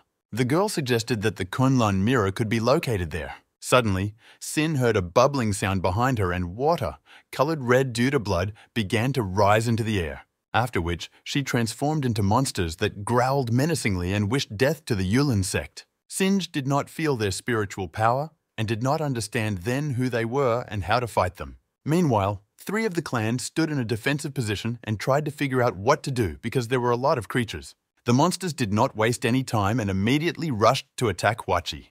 It was impossible to fight it manually because they were liquid. An elder came running to help and managed to throw the creature away with the help of magical power.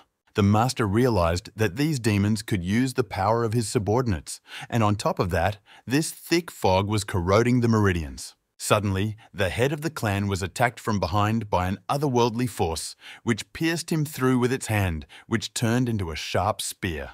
His people immediately rushed to the rescue and threw the monster aside, but unfortunately, they were too late. The girl ran up to him and asked how he was feeling, but the old man could not clear his throat. He stood up and began muttering about how there were countless monsters around and a poisonous fog permeating the entire realm. Also, the level of development of these monsters was constantly increasing. Apparently, this is what their ancestors faced. At this time, Sin figured out how to use mechanical robots to distract these creatures from themselves. She couldn't understand whether it seemed to her or not that these monsters had only become stronger, and there seemed to be even more of them than at first. If this continues in the same spirit and their number and cultivation continues to grow, then even robots will not be enough for them. You need to get to the mountain as soon as possible and pick up the artifact that is tearing apart space. But the flight will take at least half an hour.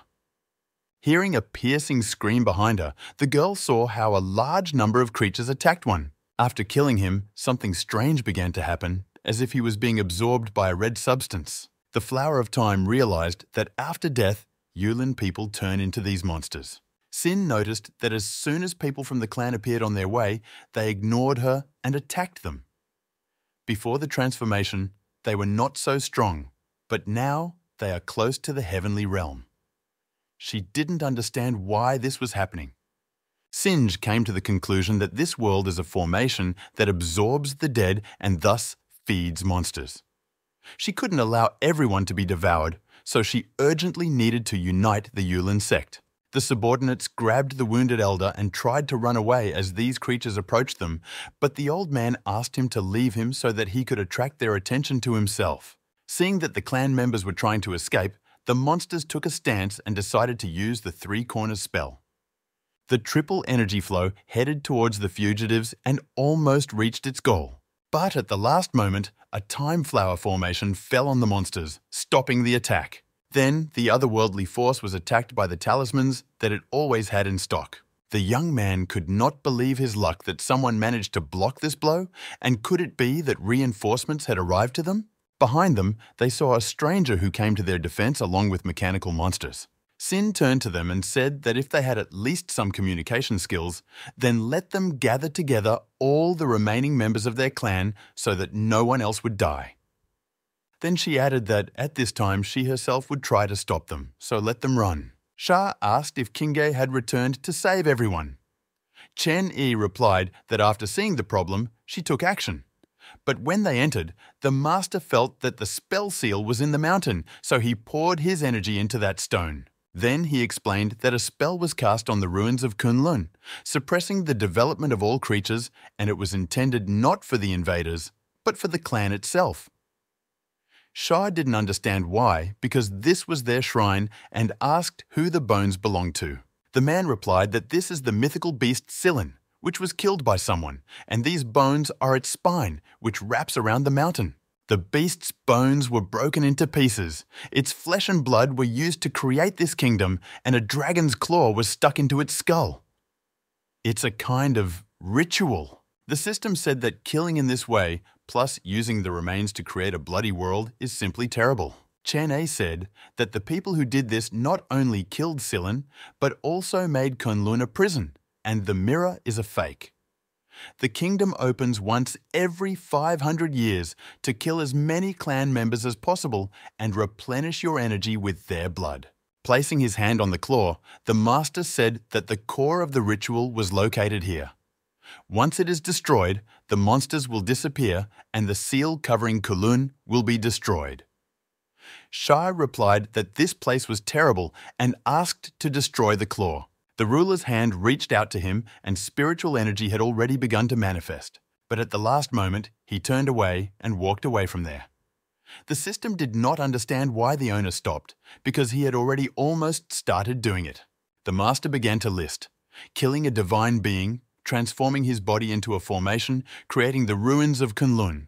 Was this really done in order to lure clan members to death once every so many years? He was simply wondering why so much effort had been made. And to find out, he needed to see what was really in that mountain.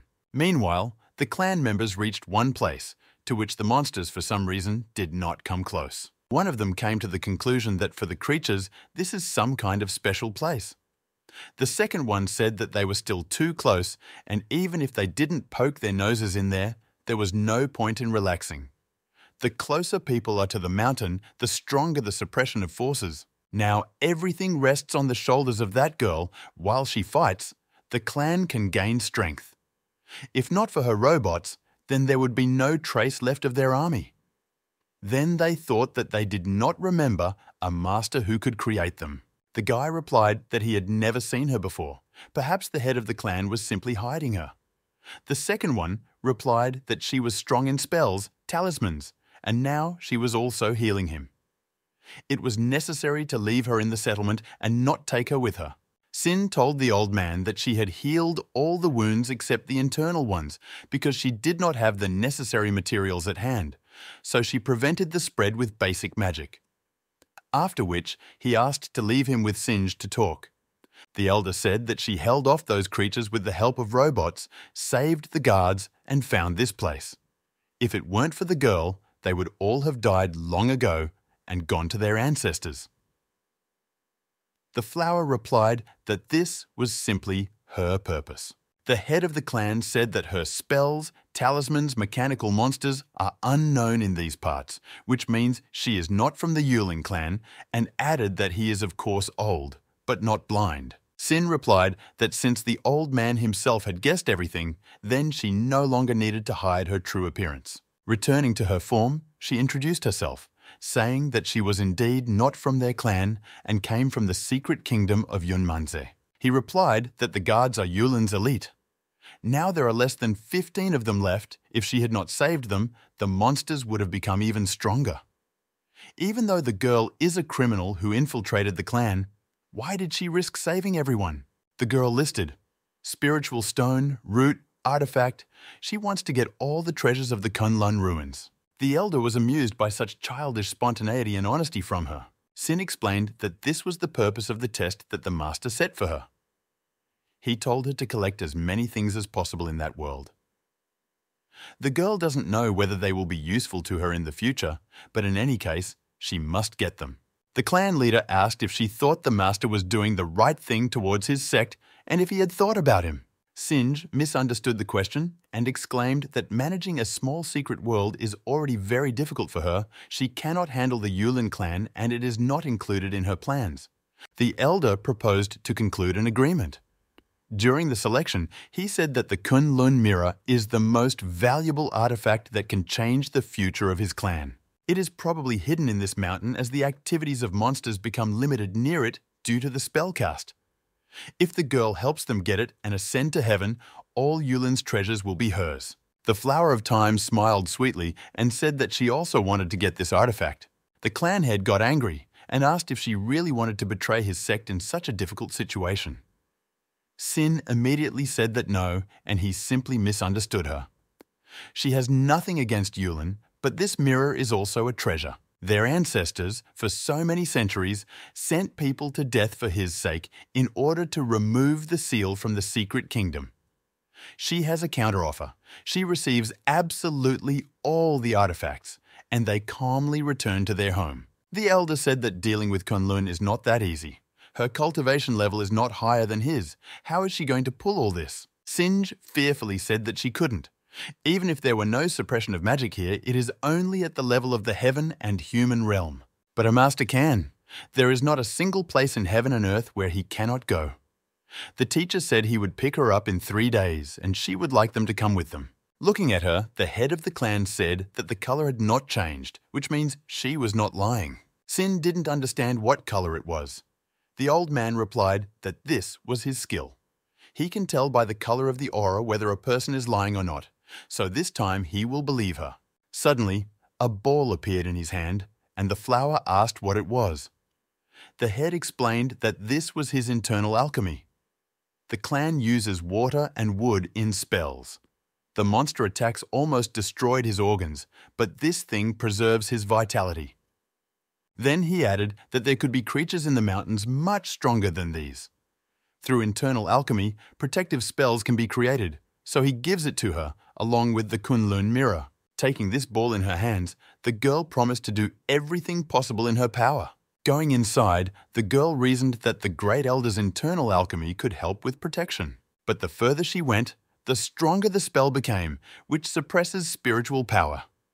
Her cultivation levels seemed to have dropped to the spirit sea realm, and if she met any creature, it would not be easy. Suddenly, she heard some rustling and sounds, but could not understand whether she imagined it or not. She then convinced herself that it was not a hallucination in her head, and the sound was indeed heard. But her goal was the Kunlun mirror, so she needed to move on.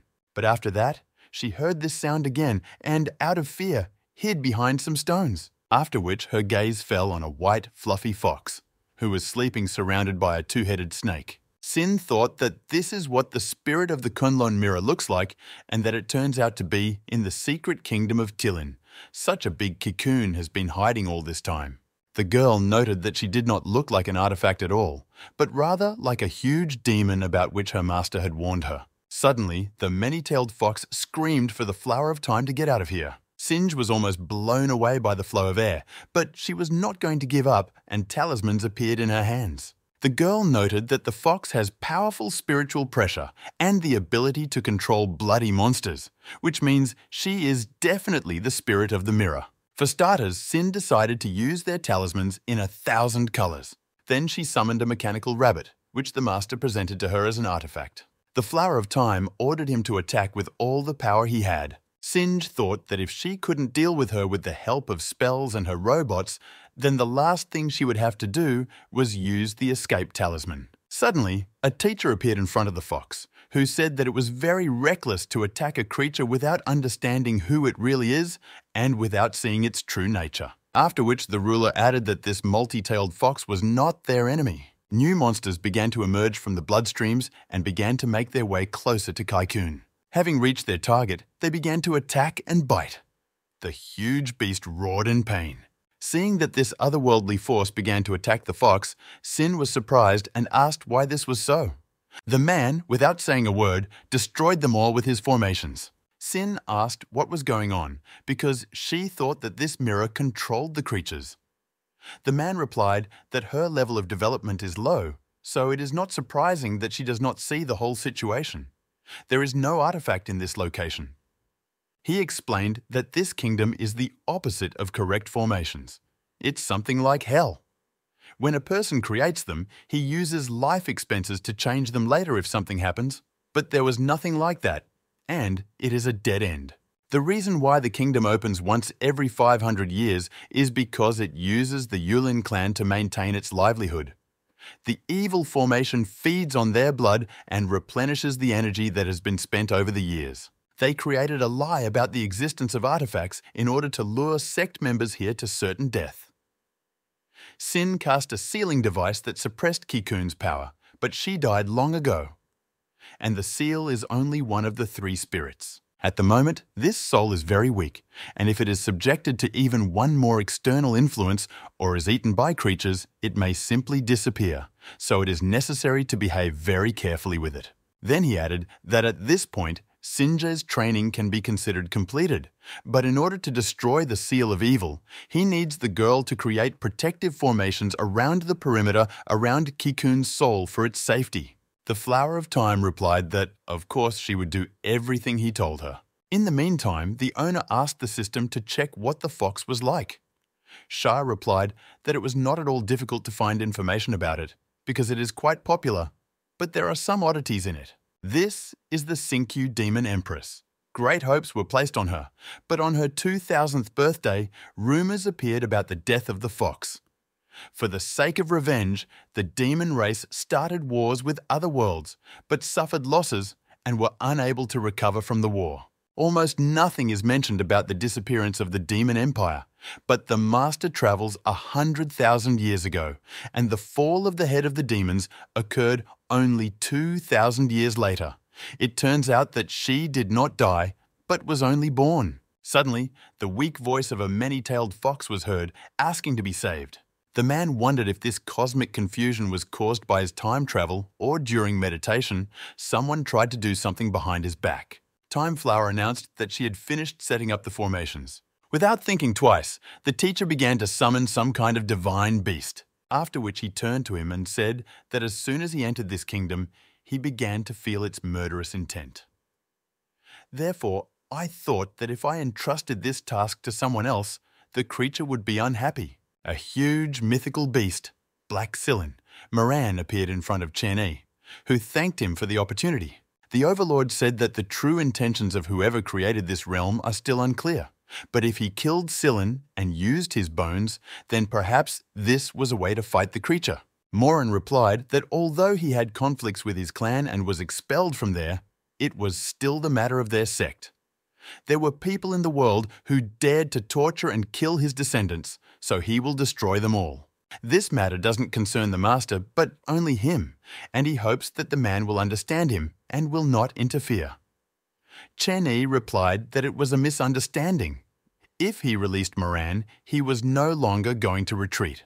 After which his seal appeared, filled with spiritual power and 1/10,000th of his spiritual energy. Of course, with the monster's existing strength, he can't use simple magic, but let him take it with him just in case. Then he handed it over to the mythical beast and said that he should return it after he dealt with whoever created this place. The enraged creature thanked him and went to deal with his task. A moment later, at the top of the mountain, a powerful explosion was heard and stones fell down, after which a black Sillin appeared. In his mouth was a dragon's claw, which he bit into and it crumbled into small pieces. The Lord calmly watched what was happening until Shur called out to him. The system reported that it seemed that something had gone wrong and pointed a finger somewhere to the side. It turned out that the shackles around the many-tailed fox were broken and she was freed. She approached the master and said that she did not want to die. Xiao exclaimed that the great demon Empress Sinku had been sealed for so many years and was very sorry for her. Maybe we can ask Santu to save her, like she helped in the Tianlua world that time. The owner reminded her that this was just one of her souls. Due to all the chaos of time and space, she should not appear in this era. And even more so, Santu will not be able to restore her without having the remaining parts of the soul. Of course, he himself can try to save her, but it is very unlikely that Sinku from two eras will end up in the same timeline, and this could lead to her destruction. She exclaimed that there really was no chance at all. The man replied that there is one option, but he cannot help her maintain her existence, but the system can.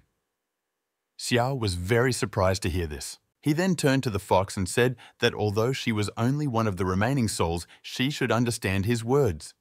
If she disappears here, her existence will be completely erased from heaven. There is only one way to keep her conscious. After which, he offered to become one of his students. The Flower of Time and the system did not expect such a turn of events and were taken aback by what they heard. After thinking a little, the many-tailed fox replied that she agreed, after which he turned to Singe and told him to activate all the formations that she had set up. Shur carefully said that she was only a small system, and she did not know how such interference would affect the admission program, with the goal of creating a disciple from the remnants of souls. The owner replied that it should be a piece of cake for her. Xiao said doomedly that from the point of view of what is permitted, this seems unlikely, but she will try for the sake of the master. After which she raised her staff into the air and said to obey the orders of the heavenly system because this person is destined to join the ranks of the saints. An alert immediately appeared which informed about the signing of a contract with an unplanned creature, which could lead to failure and inoperability of some software components, and it was necessary to stop. But Shur could not go against the will of the master, who had his eye on the new student and, shouting that she was in charge here today, continued to see the matter through to the end. After which, a system notification appeared, which invited the master to sign a contract with the Bei Sinku student.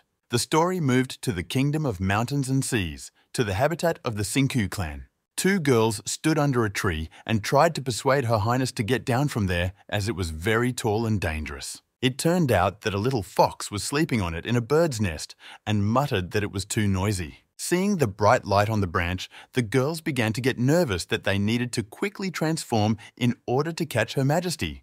But then, one of them said that she would simply create a shield using a wind spell. Meanwhile, the fox turned into a girl and felt her forehead begin to burn intensely. In the secret kingdom of Kunlun, the members of the Yulin clan did not understand what the elder was doing and why they were taking all the treasures out of the temple. One of them explained that although he did not draw the black lot, he had already heard that everyone who returned survived only thanks to one girl, including the head of the clan. The young man asked what kind of girl he was. The man replied that she was the same one who took the lot from him during the selection. The old man turned to Sin and said that all the treasures should be collected today and given to her, including all spiritual items, magic weapons, and rare minerals. But the Flower of Time did not pay attention to this speech because she was literally swimming in luxury. Then she came to her senses and asked again what he had just told her, but the elder replied that it was nothing. Yuo apologized for her niece, who had never seen so many treasures in one place. Sin, meanwhile, shouted that there were so many minerals, spiritual stones, that they were now fabulously rich. The head of the clan replied that it was okay, because she was Yulin's savior, and they agreed to exchange treasures for their freedom. He was simply afraid that with their cultivation level and abilities, they would look down on things. Singe emerged from behind Yan, covered in jewelry, and said that she had found a magical weapon that was very suitable for her aunt. Yue shamed her, saying that they were still in foreign territory, let her behave decently and not embarrass the members of this sect. The elder said that he did not have time to meet with the girl's master, but saw him in action, so he asked to coordinate with him a time and date when he could lead everyone out of the Kunlun ruins. The Flower of Time said that the old man should not worry. Her teacher is now in the room that they allocated for her. He still had a couple of pending cases, but he said that as soon as they were ready, they should just come to him. Chen Yi sat with an owl on his shoulder and leafed through a book. The bird said that it is not difficult to suppress Moran, but it is dangerous to take the fox, in case he loses his mind. The man replied that they should leave her alone and he would send someone to follow her. Then he asked about the double load for the inhabitants of the world, which he heard about from Sayo. Yulian replied that she really did this so that all living beings would be ready to help him at any moment and not be a burden. The man replied that it was reasonable for her to think about possible dangers in advance, but whether she was going overboard. Al replied that he would reconsider their development plan and mission directions after he returned. Finally, she pointed to a stack of books and said that all the information about the ancient kingdom of mountains and seas could be found there. She came to him because she wanted to see him, but there is too much to do in the small world, so she needs to go. The system realized that this was the mentor of all those mythical creatures that were appearing from the Master's portal all the time. Showa thought that the small world was ruled by a super divine being like Qilian, but not such a small bird. Chen Yi replied that appearances are deceiving. There are a couple of reasons why her real body can't leave that place, after which he said that, based on ancient books, which Yulian gave him, one thing can be understood. The system clarified whether he found something there. The notes about the Demon Clan and the Kumiho clan are different, and there are many unreliable facts mixed in with them.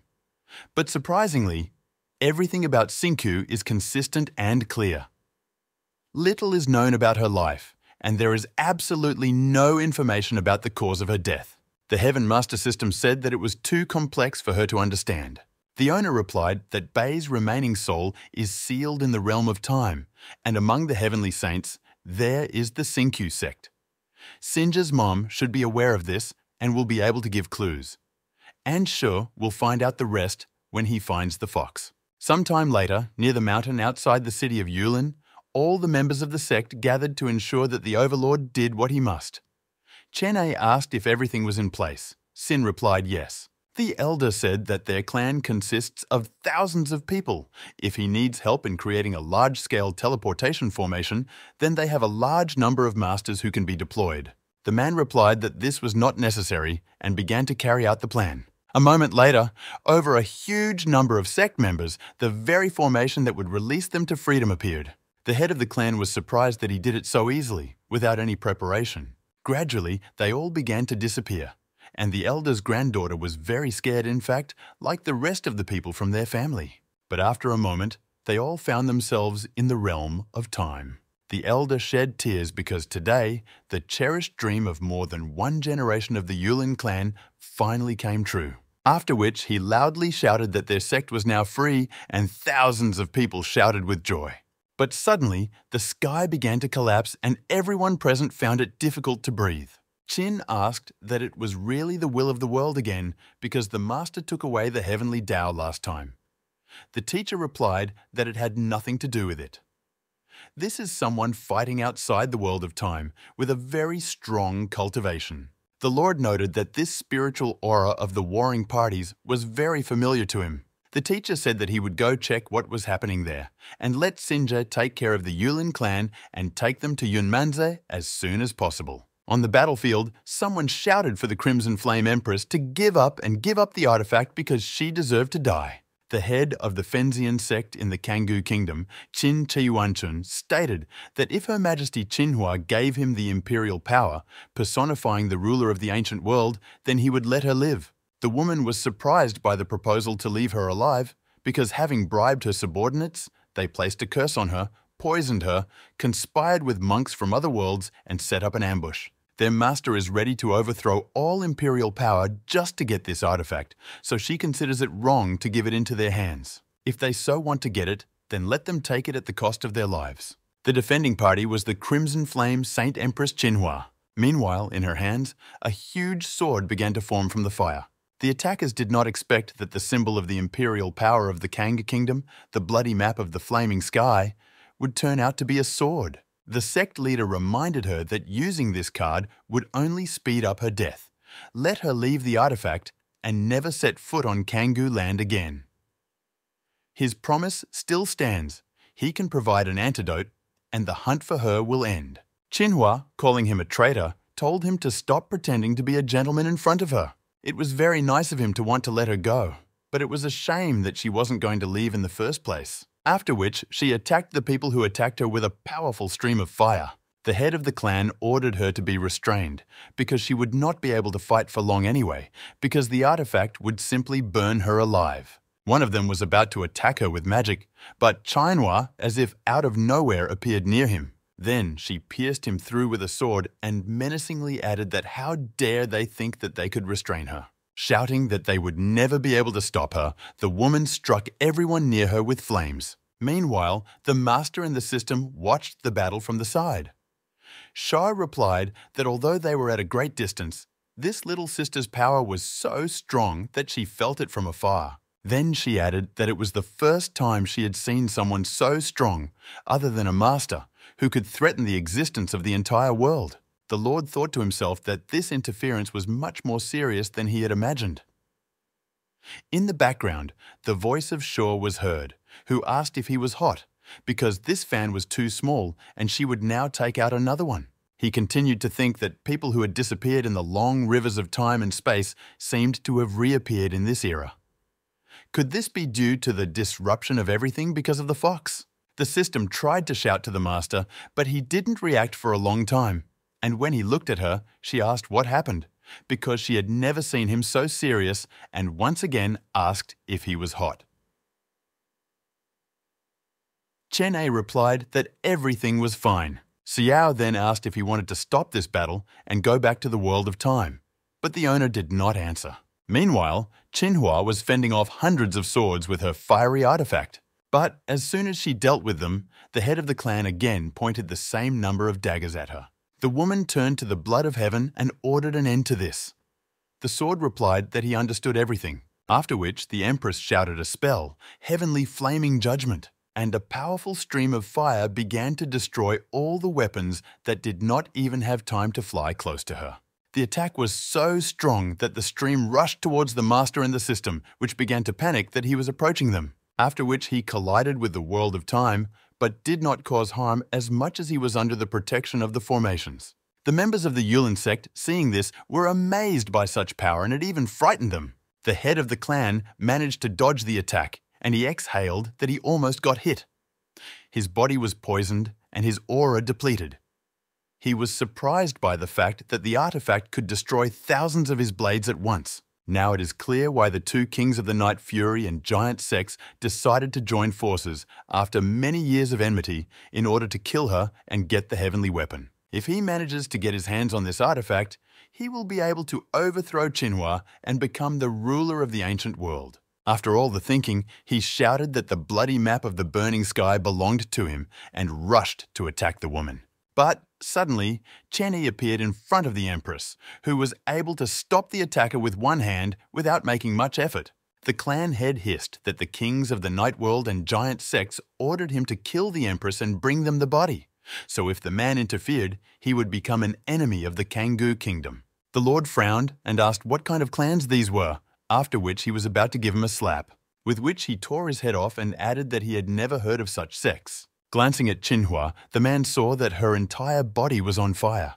The system said that there seemed to be no hope, but the owner objected that, since she was still breathing, it meant she was alive. After which she began to heal her wounds using the formation. Taking her in his arms, the master said that her soul was close to exhaustion, so it was necessary to hurry up and go back. A few days later, demonic beasts were carrying away the treasures handed over by the Yulin clan. Yu told Sin that the sect had already left, but the old man left her a communication device, saying that she was their hero, and if their help was ever needed, then just let her know, and they would come. Also, the treasure collection has been completed. Does she want to take a look? The girl said sadly that they should leave her some spiritual grass and ore, and the rest would be distributed to the sages. Yan asked what happened to her, because she had not stopped sighing since the moment they returned. Singe replied that she liked everything, and this was not even the first, not the second or third time that the master deceived her. But 3 days have passed, and Chen-A hasn't come out since he picked up that red-haired girl. He had never behaved like this before, and never hid anything. Xiao's drunken voice came from the side and said that the owner even wrapped her in his clothes and hugged her tenderly all the way. He had never treated her like that, but now he kicked her out, and she didn't understand why. After that, She burst into tears and said that the more she thought about it, the angrier she became. If it weren't for the fact that he maintained the flow of spiritual energy in this way, she would have thought that he was playing love behind her back. Meanwhile, the Lord was busy healing and controlling Chinhua's condition. A memory flashed through his head of how he stretched his hand towards her, and the girl told him not to come near her. After which, he involuntarily pulled his hand towards her face, saying that she disappeared into the long river of time, but somehow ended up in this era. What happened? But for some reason, he stopped and said that everything that happened in the past should be left there. There's no point in making things worse, so let Sin send her away once she's fully healed. When the ruler finally appeared at the door, the Flower of Time was very happy about it. Then she asked if that girl could be saved. Chen Ai replied that the damaged meridians have been restored and the poison that affected her bones has been removed, so in a few days she should fully recover. After which he added that he would like to meet her mother to talk. They went to the world of time illusions, and Sin said that this was the first time she'd led someone here. Hearing voices, Sinja's mother, while bathing in a pond, turned around to see who had come to her. Noticing her daughter, she was delighted and said that she had not looked at her for a long time. The girl grabbed a towel and screamed at her to run and put on her clothes. At this time, the ruler pretended not to notice anything. A little later, over a cup of tea, the woman apologized for embarrassing him. Sin began to resent the fact that she could at least cover herself. The mother explained that the baby did not warn about her arrival, and since she is alone in this world, she mostly walks around without clothes. Ignoring all this, the master said that he had come here to help her restore her soul so that she could appear next to Sinj in divine form at any moment. The woman was so happy that she jumped up from her seat, forgetting that her daughter was sitting in her arms, and exclaimed that she had wanted to be with her more often for so long. The man coughed and said that that was not all. He needed answers to a couple of questions from her. She replied that she knew a little about the gods of previous generations that she had encountered and about the seals in the secret realm from Sin, so he could ask anything that interested him. Chen Ai said that he ordered his people to look into the matter of Fen Shen God and using Silin's body to create a seal, but he was more concerned about the nameless Taoist path that appeared when Sin took away Yunmanzi. There was an aura of law in her body, but it was clear that she was just a world will that had not been born for a long time. But she had a complex self-destruction formation based on consciousness, as if she had been deliberately planted in the world. Therefore, the master came to the conclusion that the real heavenly Tao of the world of time is Shi Yue. Sinjay was very surprised by what she heard. The woman replied that he was a Sin teacher, which means she had nothing to hide. He almost guessed she was previously the goddess of time. But the relationship between the colors of time and the world of time is not at all what he imagines. In order to explain better, she offered to follow her to one place. A little later, they found themselves at the local cemetery, and Sinj exclaimed how there were a lot of tombstones here. The ruler clarified whether flowers from past dynasties were buried here. The flower's mother replied that everything was correct. She explained that this place is called the Tomb of Flowers.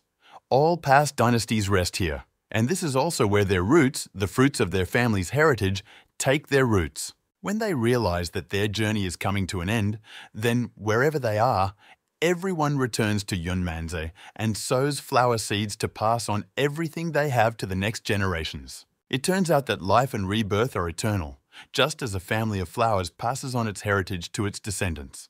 The master realized that the legacy was very important to them and asked why the cycle of rebirth would be broken if she became a goddess and was close to Sin. The woman replied that this was due to the fall of Tianzun from past dynasties. When their lives come to an end, they find themselves in the river of time, and the first thing Tianzun of each generation sees is the slow destruction of time and space. Instinctively, they spend all their strength trying to mend the cracks. All this, so as not to disturb the course of history, become a fruit and return to Yunmanzi. It seems that this is a simple rebirth, but where do these cracks come from? Maybe someone is behind it. All the questions do not leave her head. The master asked if she thought her family was trying to fix the current state of affairs because of their instincts. Sing's mother replied that she did. which is why she doesn't keep her memory in the tombstone, but leaves it on Yue's body to secretly protect Singe when she grows up. If she can't escape her fate, then perhaps she can intervene. Then the woman hugged the slab and told her daughter to look at what a cute little grave her mother had made for herself. The girl was angry that she was talking about serious things at all, and now was not the time for jokes. Chen Yi thought that he had moved through time and space many times, but had never noticed the destruction that Shiyue said, which means it was not the future appearance of Bei Sinku that caused this. Sin's mother said that she seemed to have answered his question. The master thanked her and said that, unfortunately, the people who control everything from the shadows and want to rewrite history have not yet been found. The man said that he would sort everything out anyway and added that he had prepared a gift for her, with the help of which she could calmly retire and restore her soul at any time. Looking at him, the girls felt strong spiritual energy. Chen Yi explained that her soul becomes fragile when it is in illusion for a long time and he can fix it. In her hands is the pure energy of the soul and a piece of his spirituality, so she should recover faster. Sin was glad that her mother would now be able to recover faster. She confirmed that there is such an amount of energy here that the soul will be restored in a couple of weeks. Shiyue said that since all the issues had been resolved, now it was Singe's turn. The girl did not understand what she meant. Hugging her daughter, she said that the little girl had been with the teacher for a long time, and then asked how he told her, and the mother meant the relationship was not between a teacher and a student, but between a man and a woman. The girl was confused and said that she did not understand what she was talking about. Shiyue insisted that she just hides it deep inside herself and doesn't want to admit it, but you can't hide from her mother that she actually really likes him. The woman added that she was once very strong in heaven, but she was nowhere near Chen Yi. Mom is ready to spend many years here until her daughter grows up. The master is very strong and powerful. She would have liked him too before. In addition, now the fate of the flower has been violated, she does not need to inherit it. And since they are demons, they can mix blood with other races. Singe will be able to give birth to children who will be stronger than the flowers of time. The little girl couldn't stand it anymore and started covering her mother's mouth and asking her to shut up. Looking back, the ruler did not understand what kind of fuss was going on there. So he called Singe and said that it was time for them to go back. The girl immediately began to say goodbye to her mother and say that they would see each other later. After some time, in Yunmanze, the system joyfully greeted the master and said that he had finally returned. The owner said she shouldn't get so drunk. Shui replied that she was absolutely sober and, if necessary, could fly in a straight line. After which he silently put her to his chest and merged with her so that she could sleep it off. Singe couldn't get everything her mom said out of her head, but she thought it was all too much. After the teacher called her several times and there was no response, he gave her a smack and asked what she was thinking. The girl said that it was nothing and she was listening to him carefully. He said that in a couple of days he would need to do something, so he would be by the river. The red-haired girl will come to her senses in 3 days and she will need to take care of her during this period. Sin asked out loud if he wanted her to bring Manhwa to him when she came to her senses. Inside, she was freaking out about why her mentor cared so much about her and what kind of relationship they had. But the ruler replied that there was no need and it was better for her not to talk about him at all. After 4 days, the woman still did not come to her senses and Singe began to think that something had gone wrong, so she urgently needed to inform the teacher about it. But then she thought that she shouldn't bother him after all. Looking at the girl, she noted that she was very beautiful. Her hair is soft like silk and her ears are quite cute. Suddenly, the woman woke up and asked who she was. The girl introduced herself to her. Then, her eyes turned red, fire began to emanate from her body, and she menacingly asked where her sword was. The little girl held it out in fear and said that before it was big, but now it was small, but she didn't do anything with it. I thought to myself that this lady made my blood run cold, and that it was probably very bad to joke with her. Manhwa muttered that her heavenly blood chart and body were fine, but the level had dropped several realms. Then she asked if the flower saved her. Sin replied no, but then she caught herself and said that she was, because I remembered that the master asked not to talk about him. Throwing the girl a ring of fire containing clothes, the girl ordered her to put them on. When Singe dressed her in a dress, the woman was pleased and said that she did a great job. Then the flower grabbed the comb and said that she would comb her hair. The Empress replied that she didn't even have to give a command, so the baby was better than the servants she had. Then she said that she was leaving the set of spiritual roots in the ring to her. The girl exclaimed that there was no need, because she saw that there were thousands of heavenly level roots as well as a couple of magic weapons. The red-haired girl asked if this was not enough, or did she think that her life was not worth it? Singe exclaimed that she had misunderstood everything. On the contrary, it was too much. Manhwa looked at her silently, after which a ball of fire once appeared on the tip of her finger, and the woman said that she was giving it to her. The flower asked what it was. The Empress explained that it was made from the blood of tens of thousands of monsters she had killed. If Sin takes it, he will be able to adopt the 3 talents of these creatures.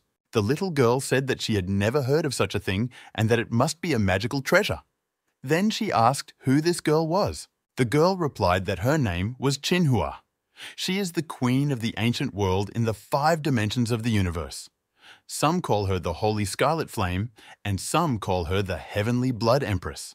The girl said in surprise that it was the first time she had heard of such a thing, but she also looked like an empress. The woman sighed and said that she had completely forgotten that this was not an ancient world. Then she asked if her name was Sin Singe. Flower answered yes. After examining her, Manhwa said that although she was a demon, she liked her. Therefore, from now on, she will be her maid and will always be by her side. But if she does not want to be a servant, then the red-haired girl can accept her as a student, and clarified what she thinks about this. Flower mentally began to turn to the teacher and ask him to save her, because she felt extremely uneasy next to this girl, and it seemed that she could be kidnapped. The woman asked her question again, but Sin replied that she could not. Then Manhwa asked why. The little girl exclaimed that she already had a teacher, and if she was already feeling better, then it was time to leave. The red-haired girl asked who the teacher was and if they saved her. Singe realized late that she had let it slip and tried to get out that she had been misunderstood. The woman calmly explained that she had previously united with the heavenly blood diagram and was ready to die with it. As a result, it burned her soul and body, so a child like her could not restore it. This man was able to cure her in just a few days and even cured that old dormant disease. Her mentor must be a genius of alchemy and a master of medicine. She must make friends with him. After thinking about this, Manhwa ordered King to take her to her teacher. But the girl said that the mentor did not want to meet with her, so she would open a teleportation line for her and let her go home. The girl thought it was funny that he didn't want to admit that he saved her. She still wants to find out who he really is, because the Empress never remained in debt to others. Suddenly, she grabbed the flower and dragged her through the forest, asking where he was now. Sin replied, "The point is not that she doesn't want to show him to her, but that he himself does not want to see her." Manhwa exclaimed, "Since she can't talk about it, she will find out everything herself." She placed 2 fingers on her forehead and began searching for an aura that was incompatible with this secret realm. After which, she said that she found her and ran to that place. At this time, the girl was afraid of falling and held on tightly to her leg. But unexpectedly, someone tried to block her as she approached the house. The red-haired girl, dropping Sin to the ground, asked who was here and why was bothering her. Siusiu and Taote stated that this was in order to prevent the destruction of the world and heaven. Then they added that they were children, under the command of Mr. Dao Chun, and he said that no one should be allowed here, so let them go back. Calling them funny little animals, the girl came to the conclusion that then she would have to deal with them differently. After which she spoke. The divine blood and the artifact in her hands began to unfold. Flower realized that they must be the fighting spirits of the teacher, and if a battle starts, they will notify Chenny about it, and this cannot be allowed.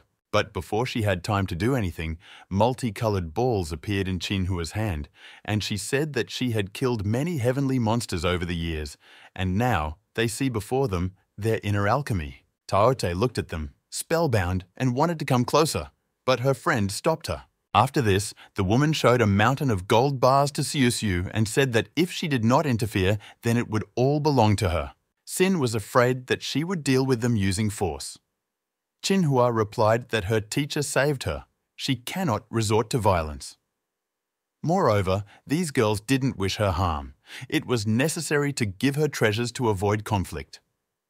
But then she added that it seems they achieved the opposite effect. The little ones began to get angry. They told themselves that this woman was trying to tempt them, but they were obliged to hold on for the sake of their master and not betray his majesty. Suddenly, the voice of the overlord was heard, who said that enough was enough and let them let her through.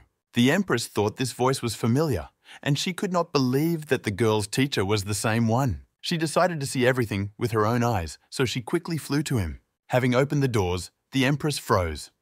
Sin rushed behind her, asking her to wait. Chenny stood reading a book and said that the fact that they met and he saved her life was a pure coincidence. Manhwa had tears in her eyes and said that she had finally found him after so long, after which she threw herself into his arms, saying that she had been looking for him in so many worlds and could not find him. Then she added that this time she would never leave him again. The Lord was at a loss because she was not supposed to know him and did not understand what was happening. Gently pushing her away from him, he said that she must have confused him with someone. Manhwa was indignant that he was mocking her or something. She has been looking for him for 3,000 years and will not confuse his breath with anyone. There can be no mistake. That time, she did the wrong thing by telling him to run away during the Battle of Heavenly Blood. She doesn't need the ancient world, the throne of the Empress, or anything else.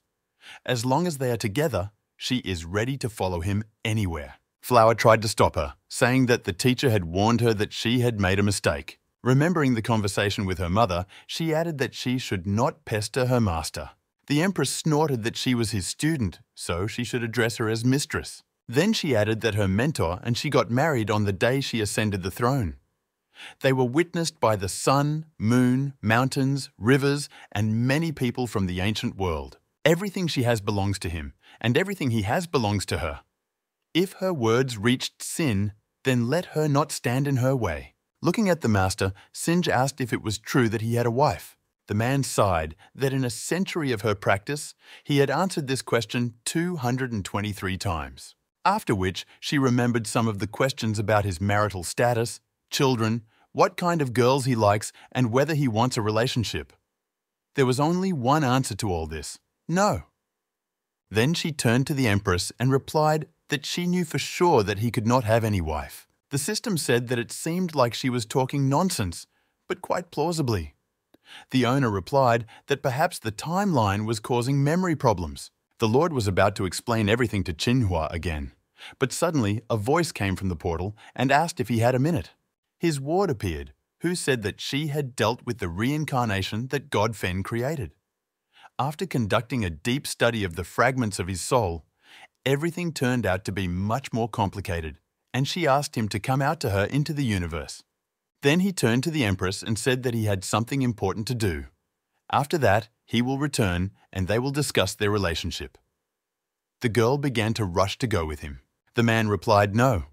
Although her wound had healed, her cultivation level had dropped greatly, so she would stay here with Sin to continue to recover. Manhwa wanted to object, but he interrupted her. And he said that he knew that she had many questions and was tormented by doubts, but he needed to better understand some things. When he returns, he will explain everything to her. The red-haired girl replied that it was good, and she would wait for his return, after which he called Xiao Shi, and they went to the portal to the universe. In another space, he asked his ward how things were. She explained that she followed the fragment and found this planet in the center, which is surrounded by hundreds of other worlds of different sizes, and apparently it is new.